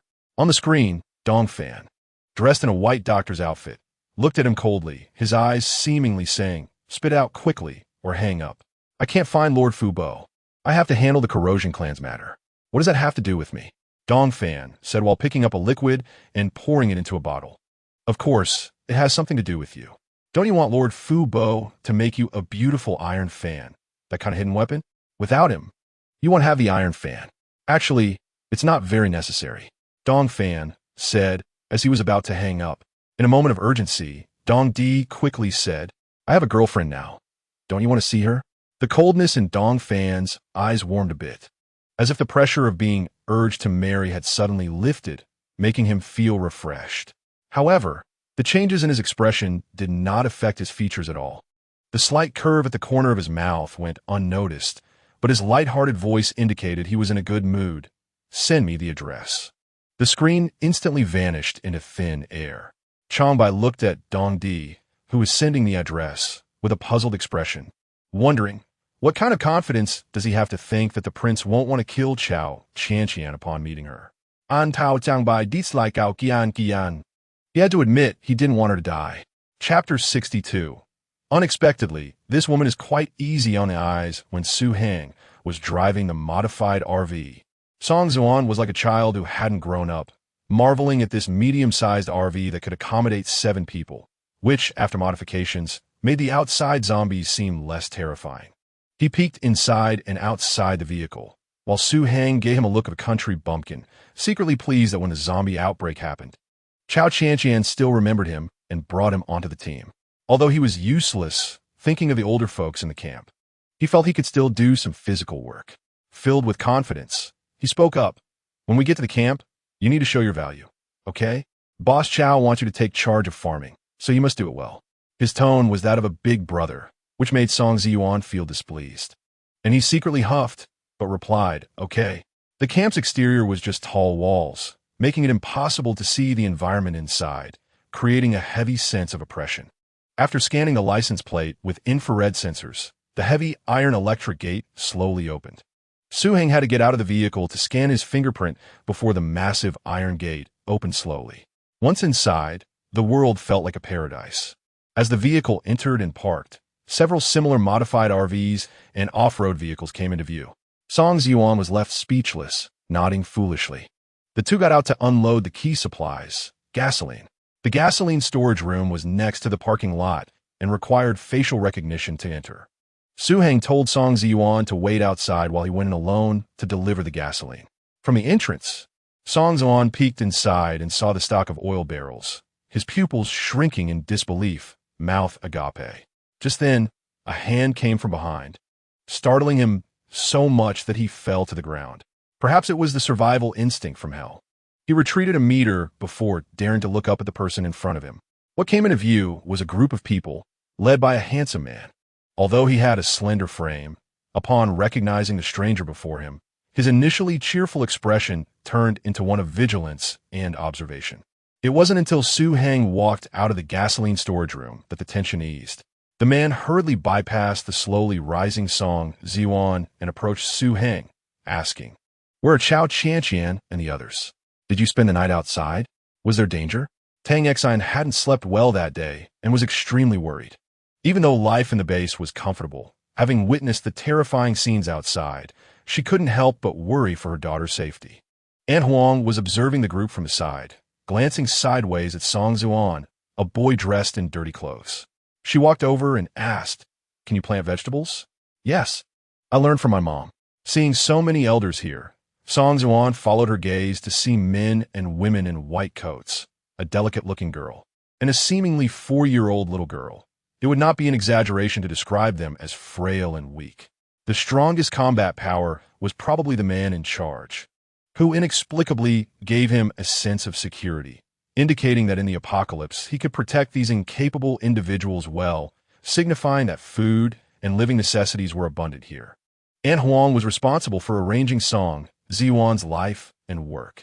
Since Cao Qianqian went out, Lu Tong had become the actual manager, responsible for daily physical training and living arrangements, while An Huang naturally began to serve as the second in command. On the contrary, the Cao couple had become idle in the base, mainly responsible for cooking.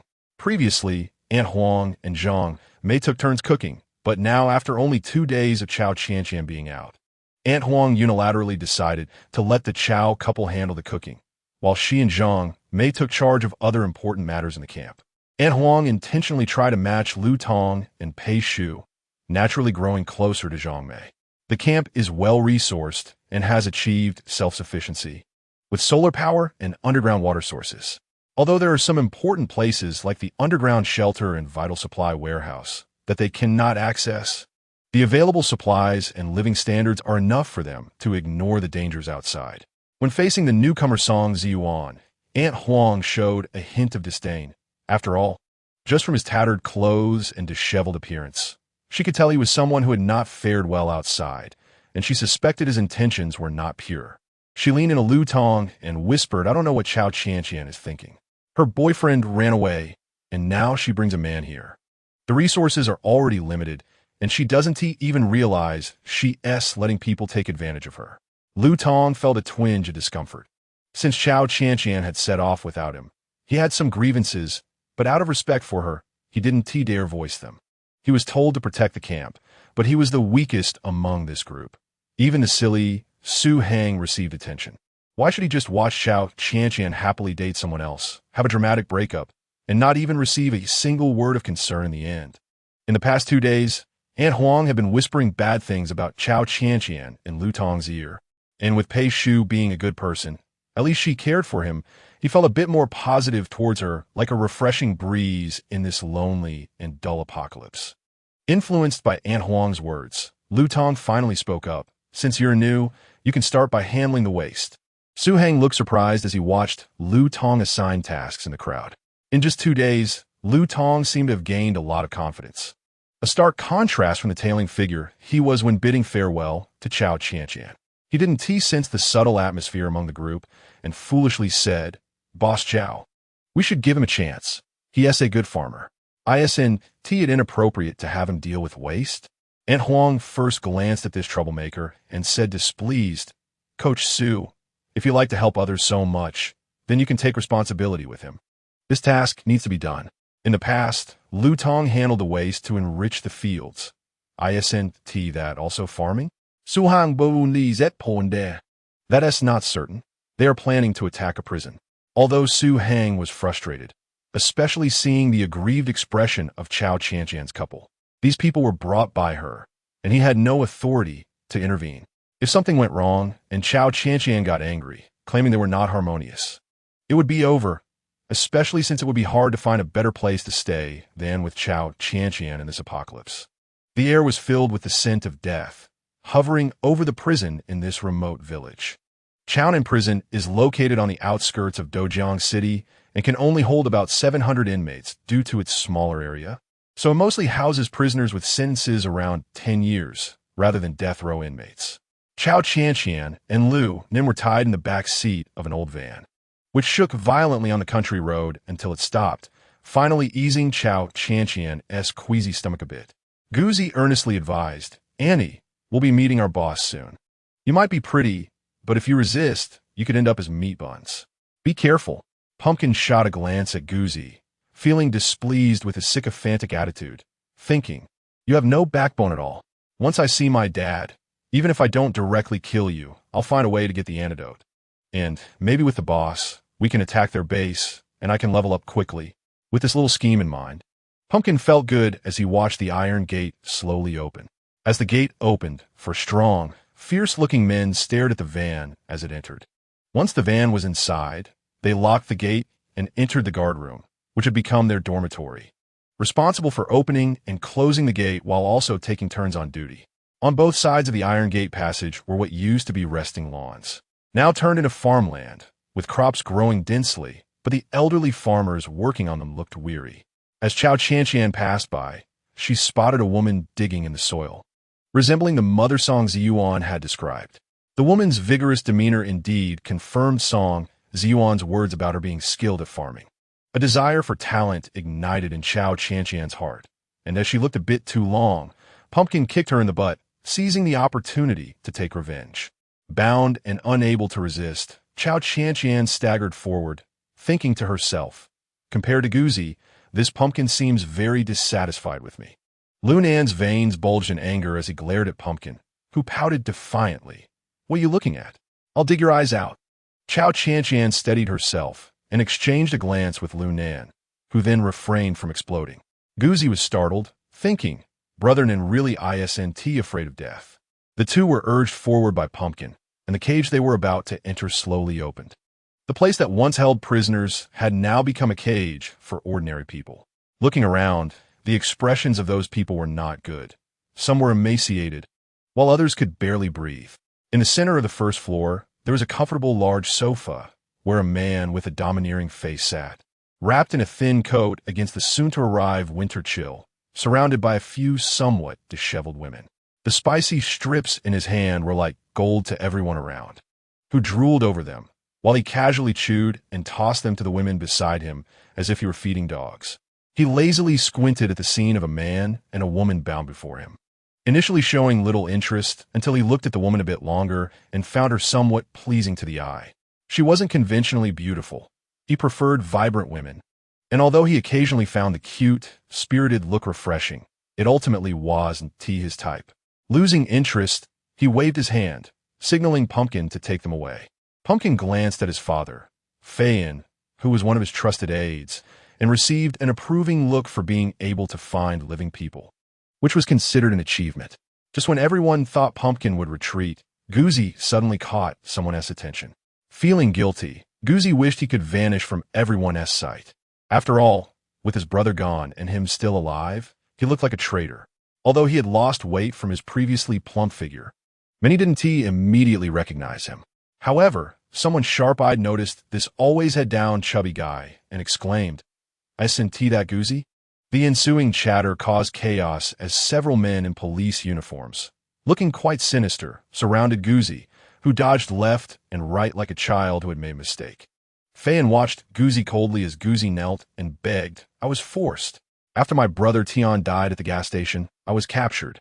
Fayan squinted, pondering, could there really be other forces? Pumpkin quickly chimed in, "These two we captured tied us up. They are part of a gang. It seems they have a base, with their vehicles looking quite luxurious." Cao Qianqian had suspected these two might betray her, but she never expected it to be so thorough. Dealing with people who lack morals is indeed dangerous. As she contemplated her next moves, Lunan foolishly shouted, "You two scoundrels." He waved his hand to push aside the brothers of Guzi and slowly walked down from the sofa, lifting Cao Qianqian's face to examine her closely, unexpectedly finding her to be quite attractive. Chapter 63. Are you from a northern tribe? Cao Qianqian winced as her face was gripped by the rough hand, but she suppressed her disgust, twisting her ring, ready to draw a knife from the system to stab this middle-aged man in the heart. The murderous intent reflected in her eyes did not escape Fu En's gaze. He merely smirked with a hint of mockery. How many people wanted to kill him? So what? He slowly tightened his grip on her face, the pain intensifying, causing Cao Qianqian's brows to furrow deeply. Just as she was about to counterattack, Fu En released her cheek. Fu En, with a dark expression, pondered for a moment. He had thought she was an easy target, but in that brief moment of eye contact, he sensed that if he hesitated any longer, she might truly be able to kill him. Underestimating in the apocalypse often marked the beginning of death. During his silence, everyone else looked quite serious, unsure why the usually cheerful leader suddenly fell silent. Fu En glanced at the two of them. One appeared weak but exuded a strong killing intent, while the other was burly with a strange hairstyle, likely not lacking in combat skills. Instead of testing them with words, it would be better to treat them as special meat bags. If they had any unique abilities, controlling them later would be difficult. He pressed his dry lips together and said, "First, lock them up in the special meat bag cage and take them out for a few missions." The order was given, but Nangua and Guzi grew anxious. There were only 10 days left. One less day was critical. If there was no suppressant after 10 days, they would turn into zombies, which was terrible news. Waiting for a few missions would take at least 10 days to half a month. Guzi now regretted thoroughly selling them out. If he had known, he wouldn't have done it. Nangua was also lost. He originally thought, with his father's connections and understanding of the boss, how could he have predicted the boss would give such orders? He wasn't a seasoned criminal. Wasn't he tired of being in prison? Why not order an immediate attack on the nearby base? With a nervous heart, Nangua smiled and asked, "Boss, I heard that base has a lot of supplies. If we delay, will it?" Then Batian raised an eyebrow, puzzled, seeing his son looking troubled. He had never seen him so invested in one thing. Fuan, growing impatient, snorted coldly and said to Nan Batian, "Your son is quite capable. Otherwise, this boss would do it himself." Nan Batian hurriedly explained, "Boss, this kid is disrespectful. I'll teach him a lesson later." Seeing his father's gaze, Nangua fell silent. Meanwhile, Guzi saw that the kid had his father to back him up, but he had no one. He quickly knelt down, and in that moment he felt a shift in his heart. As long as he helped Cao Qianqian, he might still have a chance to live, but following the boss, Nangua would definitely end up dead. With a sorrowful face, he pulled out all his precious belongings from his pocket, helplessly saying, "Boss, I'm really being forced. I'm also a victim." Fu En looked at the cigarettes on the ground. In this era, they were indeed precious items. He was usually lenient with his subordinates, so he wouldn't overly scrutinize a little hidden stash. Seeing Guzi empty his pockets, he felt a bit skeptical. Regardless, this woman looked weak, but had managed to reduce his two capable subordinates to this state, so he needed to observe her further. Fu En nodded in tacit agreement, and those around him quickly collected everything from the ground. Guzi looked at the boss, relieved to see that the boss's expression hadn't shifted to displeasure. He eagerly added, "Don't be fooled by her plain appearance. Her figure is average, and her temper is bad, but she is capable. It's not surprising that she has a base. I hate her so much. If it weren't for her, Brother Tian wouldn't have died. Just thinking about how Brother Tian died makes me upset. He paused and then glared at Cao Qianqian, gritting his teeth. If I can monitor her, I will definitely live up to the boss's expectations and earn my redemption. Cao Qianqian inwardly scoffed. You're the one who's plain? Although not a great beauty, I'm still quite decent, right? While feeling puzzled by the derogatory comments, she guessed Guzi's intention to volunteer for her surveillance and didn't truly hold a grudge. Hearing the boss say this, Nanguo was nearly driven mad. He wanted to reveal that they were all infected with the zombie virus, but facing his father's puzzled gaze, he had to close his mouth. After all, who would believe someone infected with a virus wouldn't turn against humanity? If he tried to make the boss suspicious of Guzi, the overly suspicious boss would inevitably turn that suspicion onto him. Thus, Cao Qianqian and Lu Nin were locked up in the special meat bag cage. Fuan not only assigned Guzi to guard them, but also sent two trusted subordinates, brothers named Xie Yuan and Xie Bo. They had followed Fu in their early years, engaging in robbery. When Fuan got into trouble, they were also locked up as accomplices. During the zombie virus outbreak, their large frames and sharp fighting skills earned them significant merit, and they only listened to Fuan, making them his trump cards. When they received the order, they felt it was a bit of an overreaction. After all, she was just a woman, no matter how capable she was in the apocalypse. Brute strength was the only truth. During their watch, Xie Yuan and Xie Bo started playing poker with Guzi. The prison was filled with lively chatter. If it weren't for the fact that they were in prison, one might think the atmosphere was quite pleasant. However, while Fu and subordinates seemed relaxed, the gaunt prisoners in the cage were in a dire situation.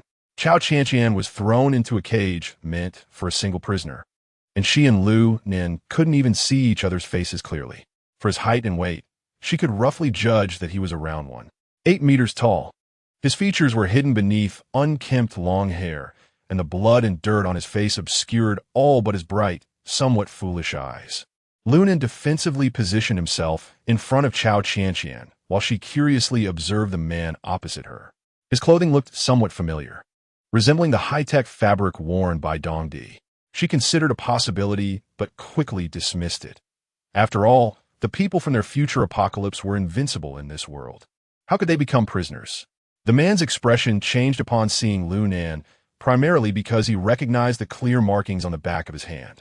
This was a sign of the lower class, bred from the reproduction machines, like him, although they could only serve as slaves and their lives were worthless. At least they were fellow countrymen, which instantly ignited his enthusiasm. You guys, are you from the northern tribe? Lu Nin scrutinized the person in front of him, and Cao Qianqian also turned to look. When their gazes met, Fu Bo Yi became overly excited. He flailed his arms and began to speak. Fu Bo Yi. He tentatively asked, Are you Lord Fu Bo Yi? Yes. Fu Bo Yi was so excited he was nearly in tears. After finally escaping the adoration of his tribe, he wanted to wander the outside world, but before he could start his plan, he endured inhumane treatment. Tears streamed down his face. Seeing their excitement as fellow countrymen, Cao Qianqian realized that people from 300 years later were not so different after all. They were still locked up by the current people, looking like this. Watching Fu Bo Yi transform into a chatty villager, he recounted his tragic experiences. The general story was that he had intended to enjoy the beautiful landscapes of 300 years ago, but was knocked unconscious and captured. They only gave him a little water daily, then tied him up and threw him into a crowd of zombies to divert their attention.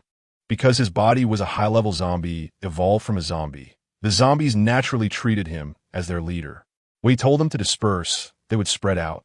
But the current state of the zombies was still relatively low. Not all zombies understood his babble, and some approached to bite him. Seeing that he wouldn't be bitten to death, they would sometimes give him some food when he was bitten too hard, but the northern tribe generally ate live flesh. He didn't eat biscuits and such, so they stopped giving him food and only provided him with water.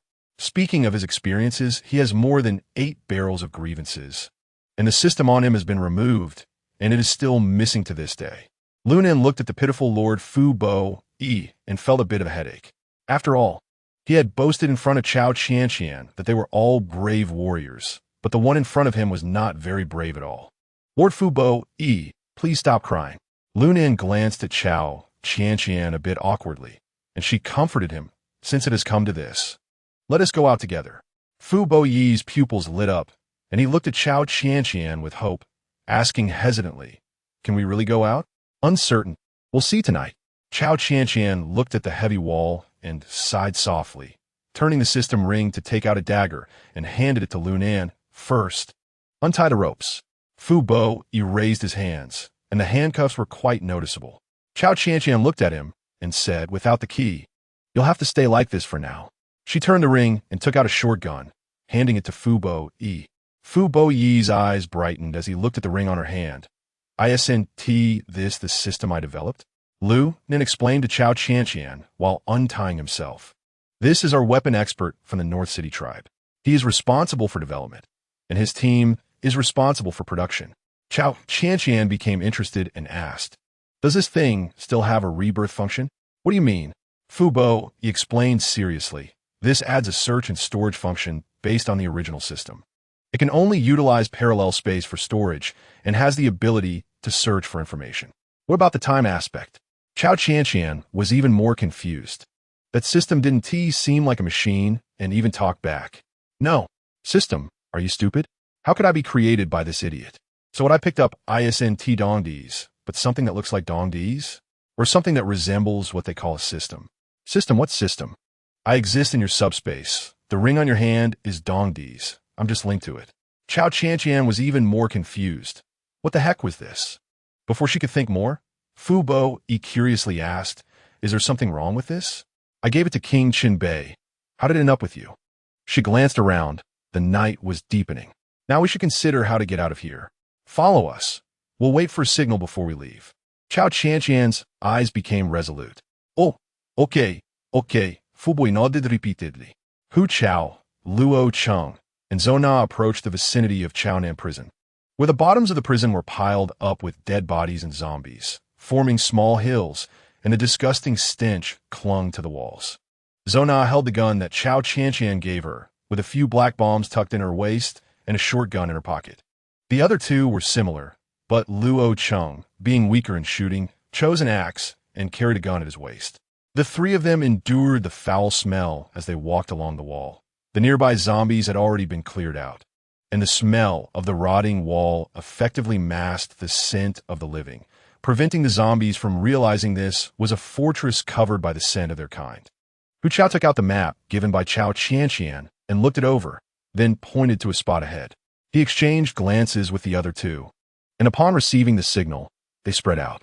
Hu Chao waved his hand, and Zona and Luo Cheng quickly moved aside as a black bomb exploded directly against the iron gate, blowing the old, yellow-stained door off its hinges and attracting the attention of the zombies with the loud noise.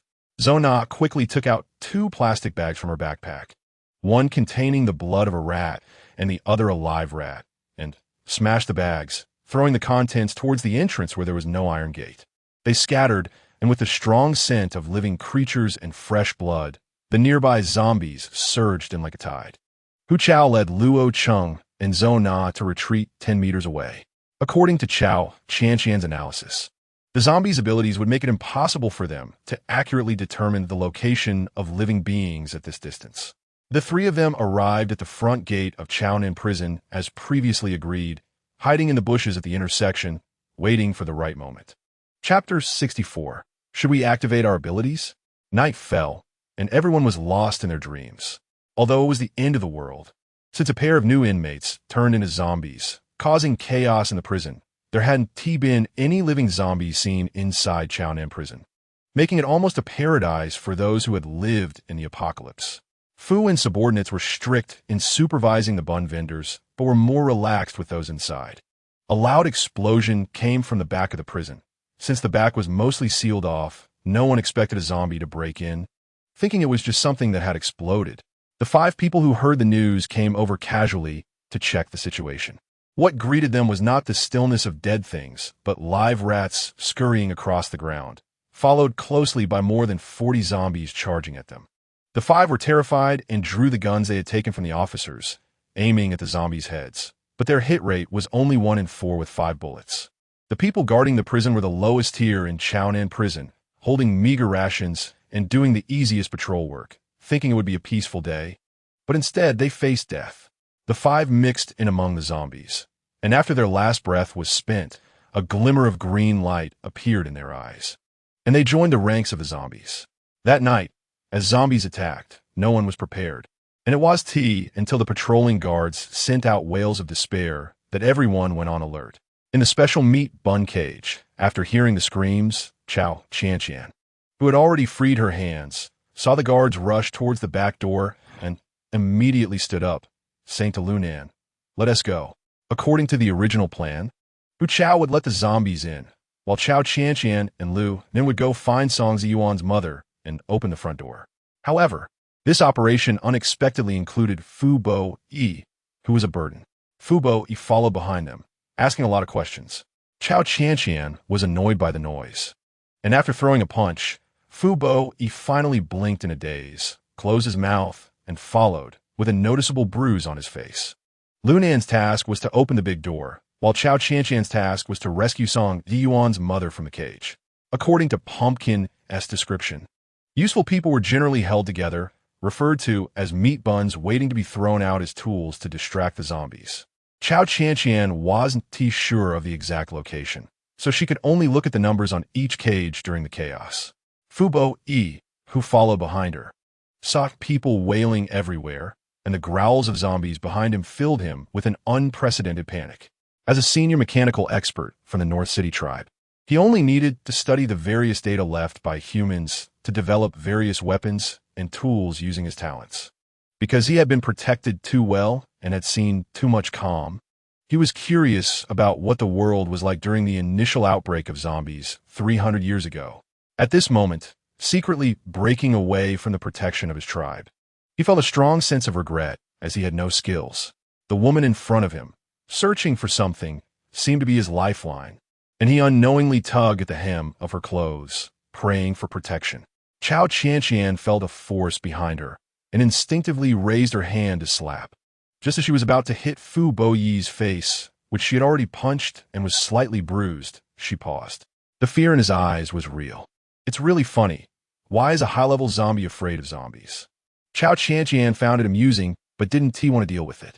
Holding a laser gun in one hand and a dagger in the other, she killed anyone coming at her without mercy, then turned to Fu Bo Yi and said, "Run towards Lunan.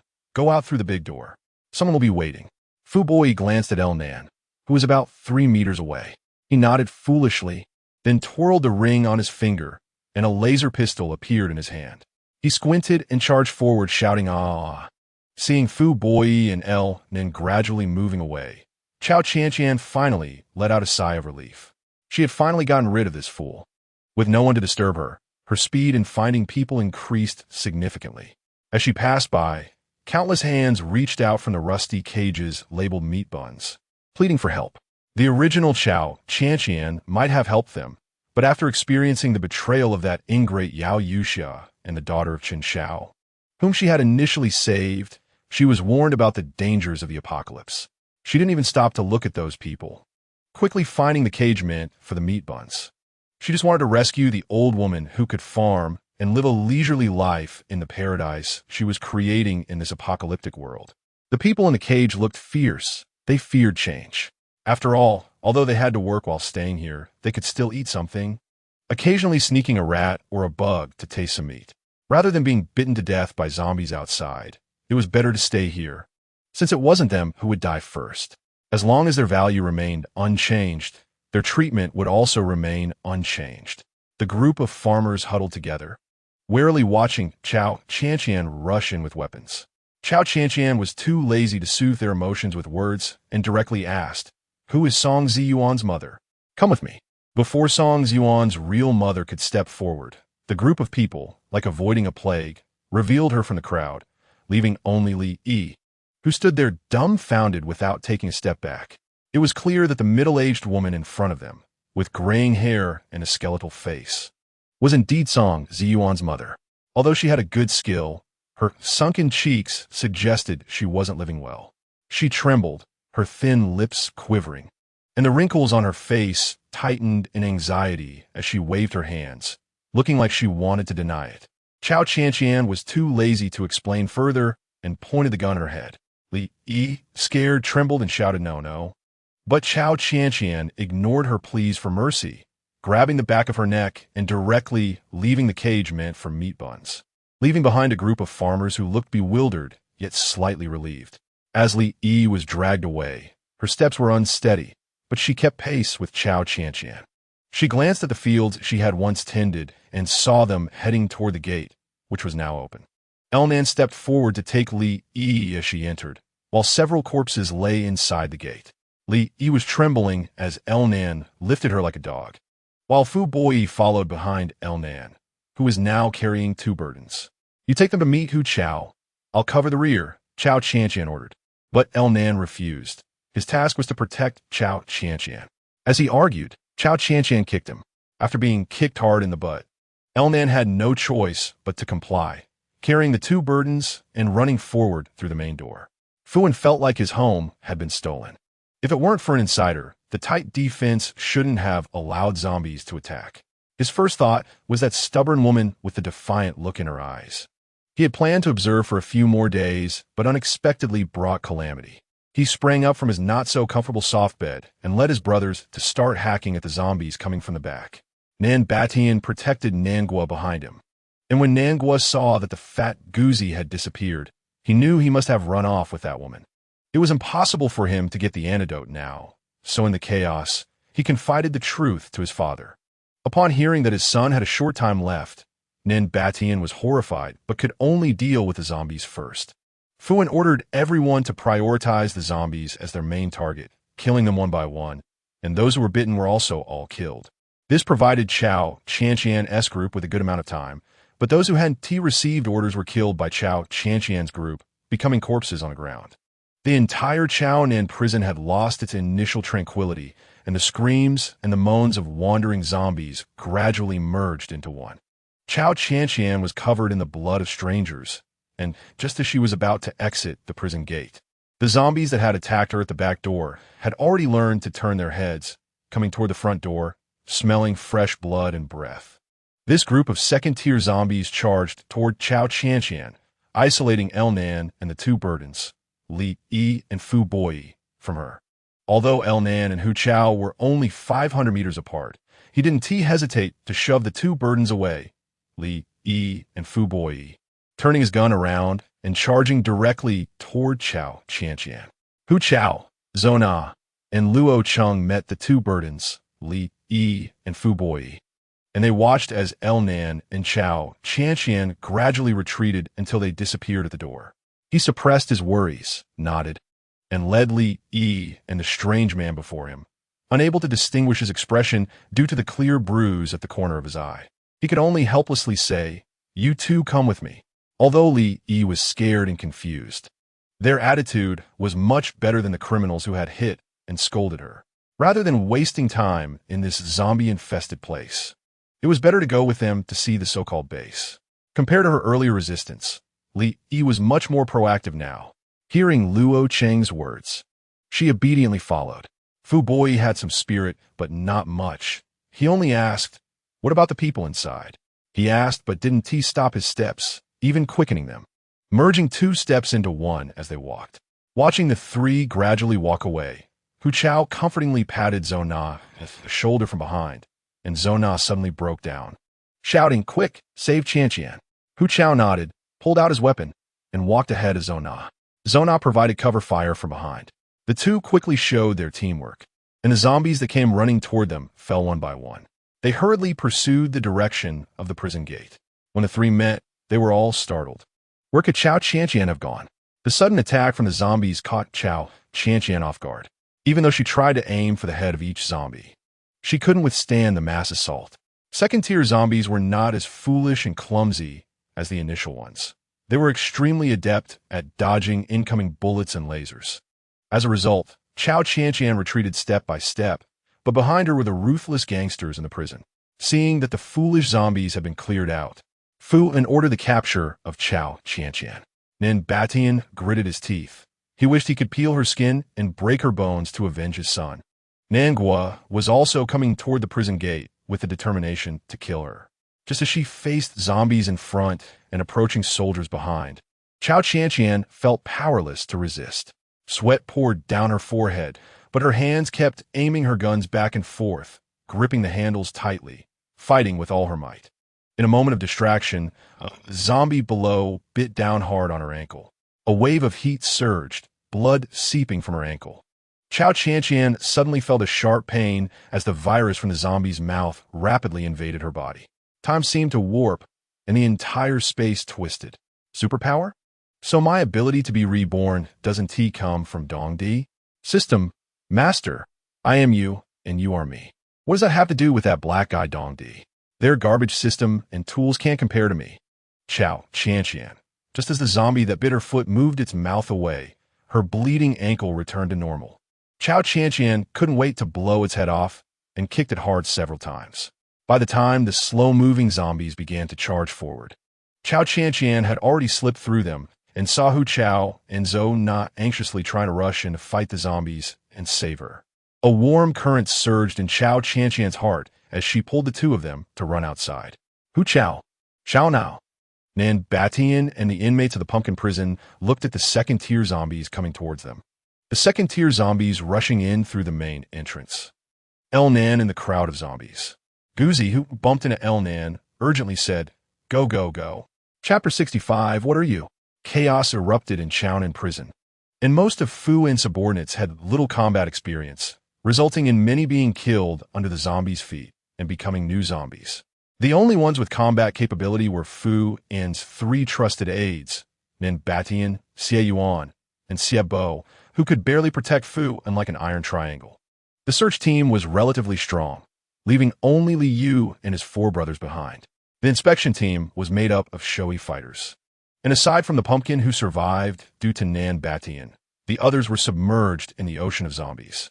Fu led the survivors to open the cages, and those who had been watching the bloodbath inside suddenly found themselves in dire straits, their earlier relief at being locked away overshadowed by the hordes of zombies, giving rise to a deeper fear, pushing the people next to them forward, struggling to survive in the cracks. The ugliness of human nature was fully revealed at this moment.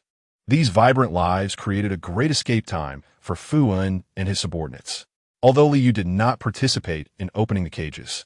As per the principle of unity in the apocalypse, he had no choice but to watch the hell on earth unfold before him and clear a path for the culprit. Fu went to kill zombies. Li Yu was like a bulldozer, leading his four brother Sun Di, Wei De, Li Zheng, and Li Hong at the front, while Nan Batian brought up the rear with Xie Yuan and Xie Bo, and Fu and the pumpkin were protected in the middle. Thus, the group quickly escaped from Qianqian prison. Women who had once followed Fu and begged them to take them away, but could only be callously abandoned. At this moment, no one had the time to care for others. After fleeing a kilometer away, with no supplies, Fu was undoubtedly the most unfortunate one. He had only thrown on a bathrobe while sleeping, underneath which was a sexy tank top and shorts, a rather eye-catching outfit in this apocalyptic environment. After catching his breath, Fu glared at the pumpkin in frustration and kicked him, saying, "Tell me, what is the background of that woman?" The pumpkin was also aggrieved. After all, he had advised the boss to kill her from the start, but the boss insisted on observing her. He could only sigh helplessly. "I don't know. They suddenly appeared while we were checking the farms. I saw they had a lot of resources in a car, so I thought they might be from a nearby base." The winter wind howled at night, making traveling very unwise. Fu wore a frown, gritting his teeth. Those who had been calm were now in urgent need due to the lack of supplies and weapons. After much thought, he ordered the group to rest in nearby households before making further plans. Once inside a household, they began to scavenge for anything edible, wearable, or usable, finally settling down. But the mood of the group visibly aged. Zona took a breath and finally had time to check Cao Qianqian's body. She hurriedly approached, looking her over from head to toe, and then felt relieved, playfully slapping her shoulder. "Seeing so many zombies engulf, you just scared me to death." El Nan's urgent breathing and somewhat annoyed tone reached her ears. "I see you guys. Wait for me." 5 minutes later, El Nan staggered over, dragging a fat man behind him. Cao Qianqian frowned at Guzi behind him. To be honest, she didn't plan to take this person to the base. Although Chen Feng needed human experiments for researching the zombie virus, she had a poor impression of both Guzi and the pumpkin. After all, trust is hard to rebuild. Once betrayed, it can happen again. While the pumpkin had turned back to the right path, who could guarantee that he wouldn't betray her again in this apocalypse? She had her family at the base to consider. Cao Qianqian approached Guzi, and the oppressive feeling made him tremble. He stammered an explanation. "Sister, my dear sister, I had to speak in front of the boss. I didn't mean it. Besides, I've turned over a new leaf, right?" His plea came with a somewhat pitiful look, and on that chubby face, there was indeed an indescribable sadness. "If you want to follow us, that's fine. But you can only exist as a tool, locked in a room. When we need you, we'll take your blood. When we don't, you'll stay in the room and go nowhere. You can think about it." Cao Qianqian coldly offered him this choice. The others didn't find her actions cruel. It had been nearly 2 months since the apocalypse began, and although under Cao Qianqian's arrangement, everyone hadn't experienced much suffering, it was understandable that no one would have any goodwill towards a former criminal who had betrayed them. Moreover, he was also an accomplice in persecuting Sister Song Ziyuan. Cao Qianqian took out the RV from the system. The few of them sat in the vehicle, looking out the window. Hu Chao drove slowly, and after about 20 minutes on the road, they found Luo Cheng with 2 drag-alongs, Li Yi and Fu Boyi, by the roadside. It was clear that Li Yi had much better stamina than Fu Boyi, whose face could only be described as difficult, and his staggering steps could form letters.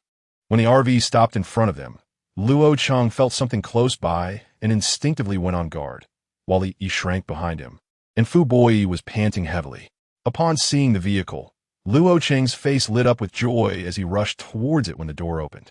Li looked around hesitantly before getting on the vehicle, while Fu Boyi leaned against the door frame, gasping for air.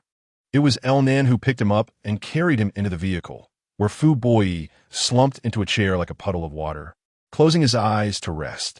This person was too weak. Zona curiously observed this foreigner, having heard that he, like Dong Di, was a future zombie human.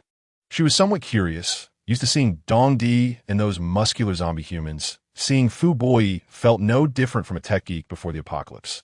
Cao Qianqian found the interaction between the two amusing and turned to the anxious Li Yi sitting in the chair and asked, "Are you good at farming?" Li Yi opened her dry mouth slightly, looking at Cao Qianqian with some wariness. After thinking for a moment, she said, "Why did you capture me? Your son is named Song Ziyuan, right?" Cao Qianqian understood her defensive mindset and patiently inquired. Upon hearing her son's name, Li Yi became extremely agitated, nervously grabbing Cao Qianqian's arm as if wanting to speak but afraid of saying the wrong thing, which reminded Cao Qianqian of her mother and touched her heart. She didn't keep her in suspense and directly said, "He asked us to come find you." Tears of excitement welled in Li Yi's eyes, and the wrinkles on her face seemed to brighten with joy as she nodded repeatedly, her anticipation growing stronger. After hesitating for a moment, she cautiously asked, "Is he okay?" "Yes, fine, at our base." Then seeing her hesitating to speak, Cao Qianqian understood she wanted to ask about Song Ziyuan's sister and quickly said, "He the only one." Li Yi's expression clearly dropped a bit. After all, in this apocalypse, she hadn't been able to ask for help. She understood her value lay in farming. She nervously said, "I can farm, but I'm not a great hand at it. There are too many people in the village who can farm. Those who were locked in that cage before were all capable farmers.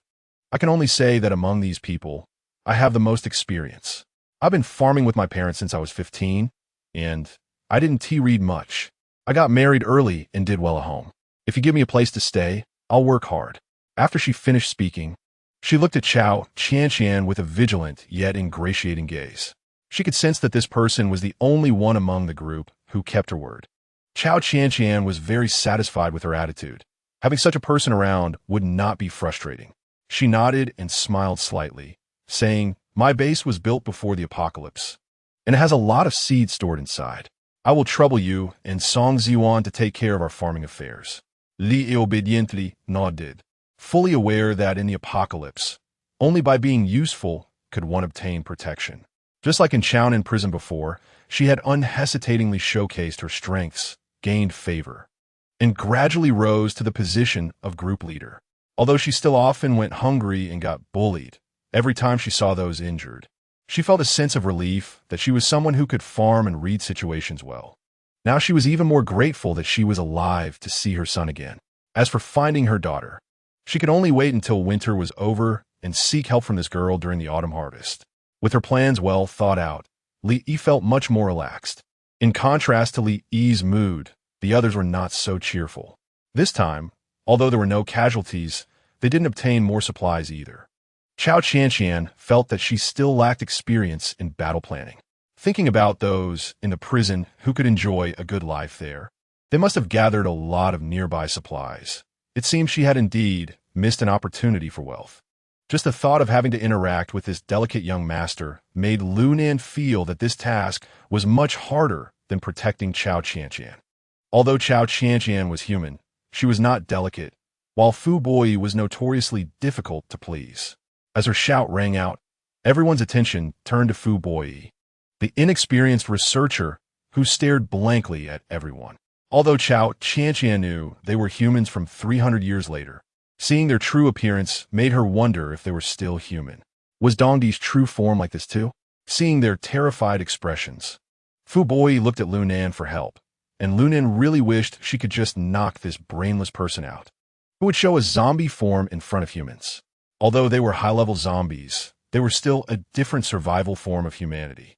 If they were a group of humans from 300 years later, it would not be so strange. After all, these high-level humans did not like eating human flesh, but preferred livestock and poultry. That was why they were searching for living humans to work for them, raising livestock and growing vegetables. But to those from 300 years ago, they indeed seemed like a different race. Wasn't this just complicating things for King Chen Bei? Cao Qianqian had not yet forgiven King Chen Bei for his sudden departure, and this situation was likely to increase her unease. She secretly glanced at Cao Qianqian, and sure enough, Cao Qianqian frowned, while Zhou Na and the others also had cold expressions. Lu Nan, who was already clumsy with words, could only awkwardly explain, we are high-level, we don't eat people. She did not reject the inquiry outright, asking instead, so what exactly are you? This was quite awkward. Being referred to as a thing by a human made both Fu Boyi and Lu Nan look displeased. But they indeed could not be considered human. Fu Boyi realized his mistake, retracted his comfortable posture, and his pupils turned black as his fangs disappeared. He said seriously, we are not things, but another form of humanity.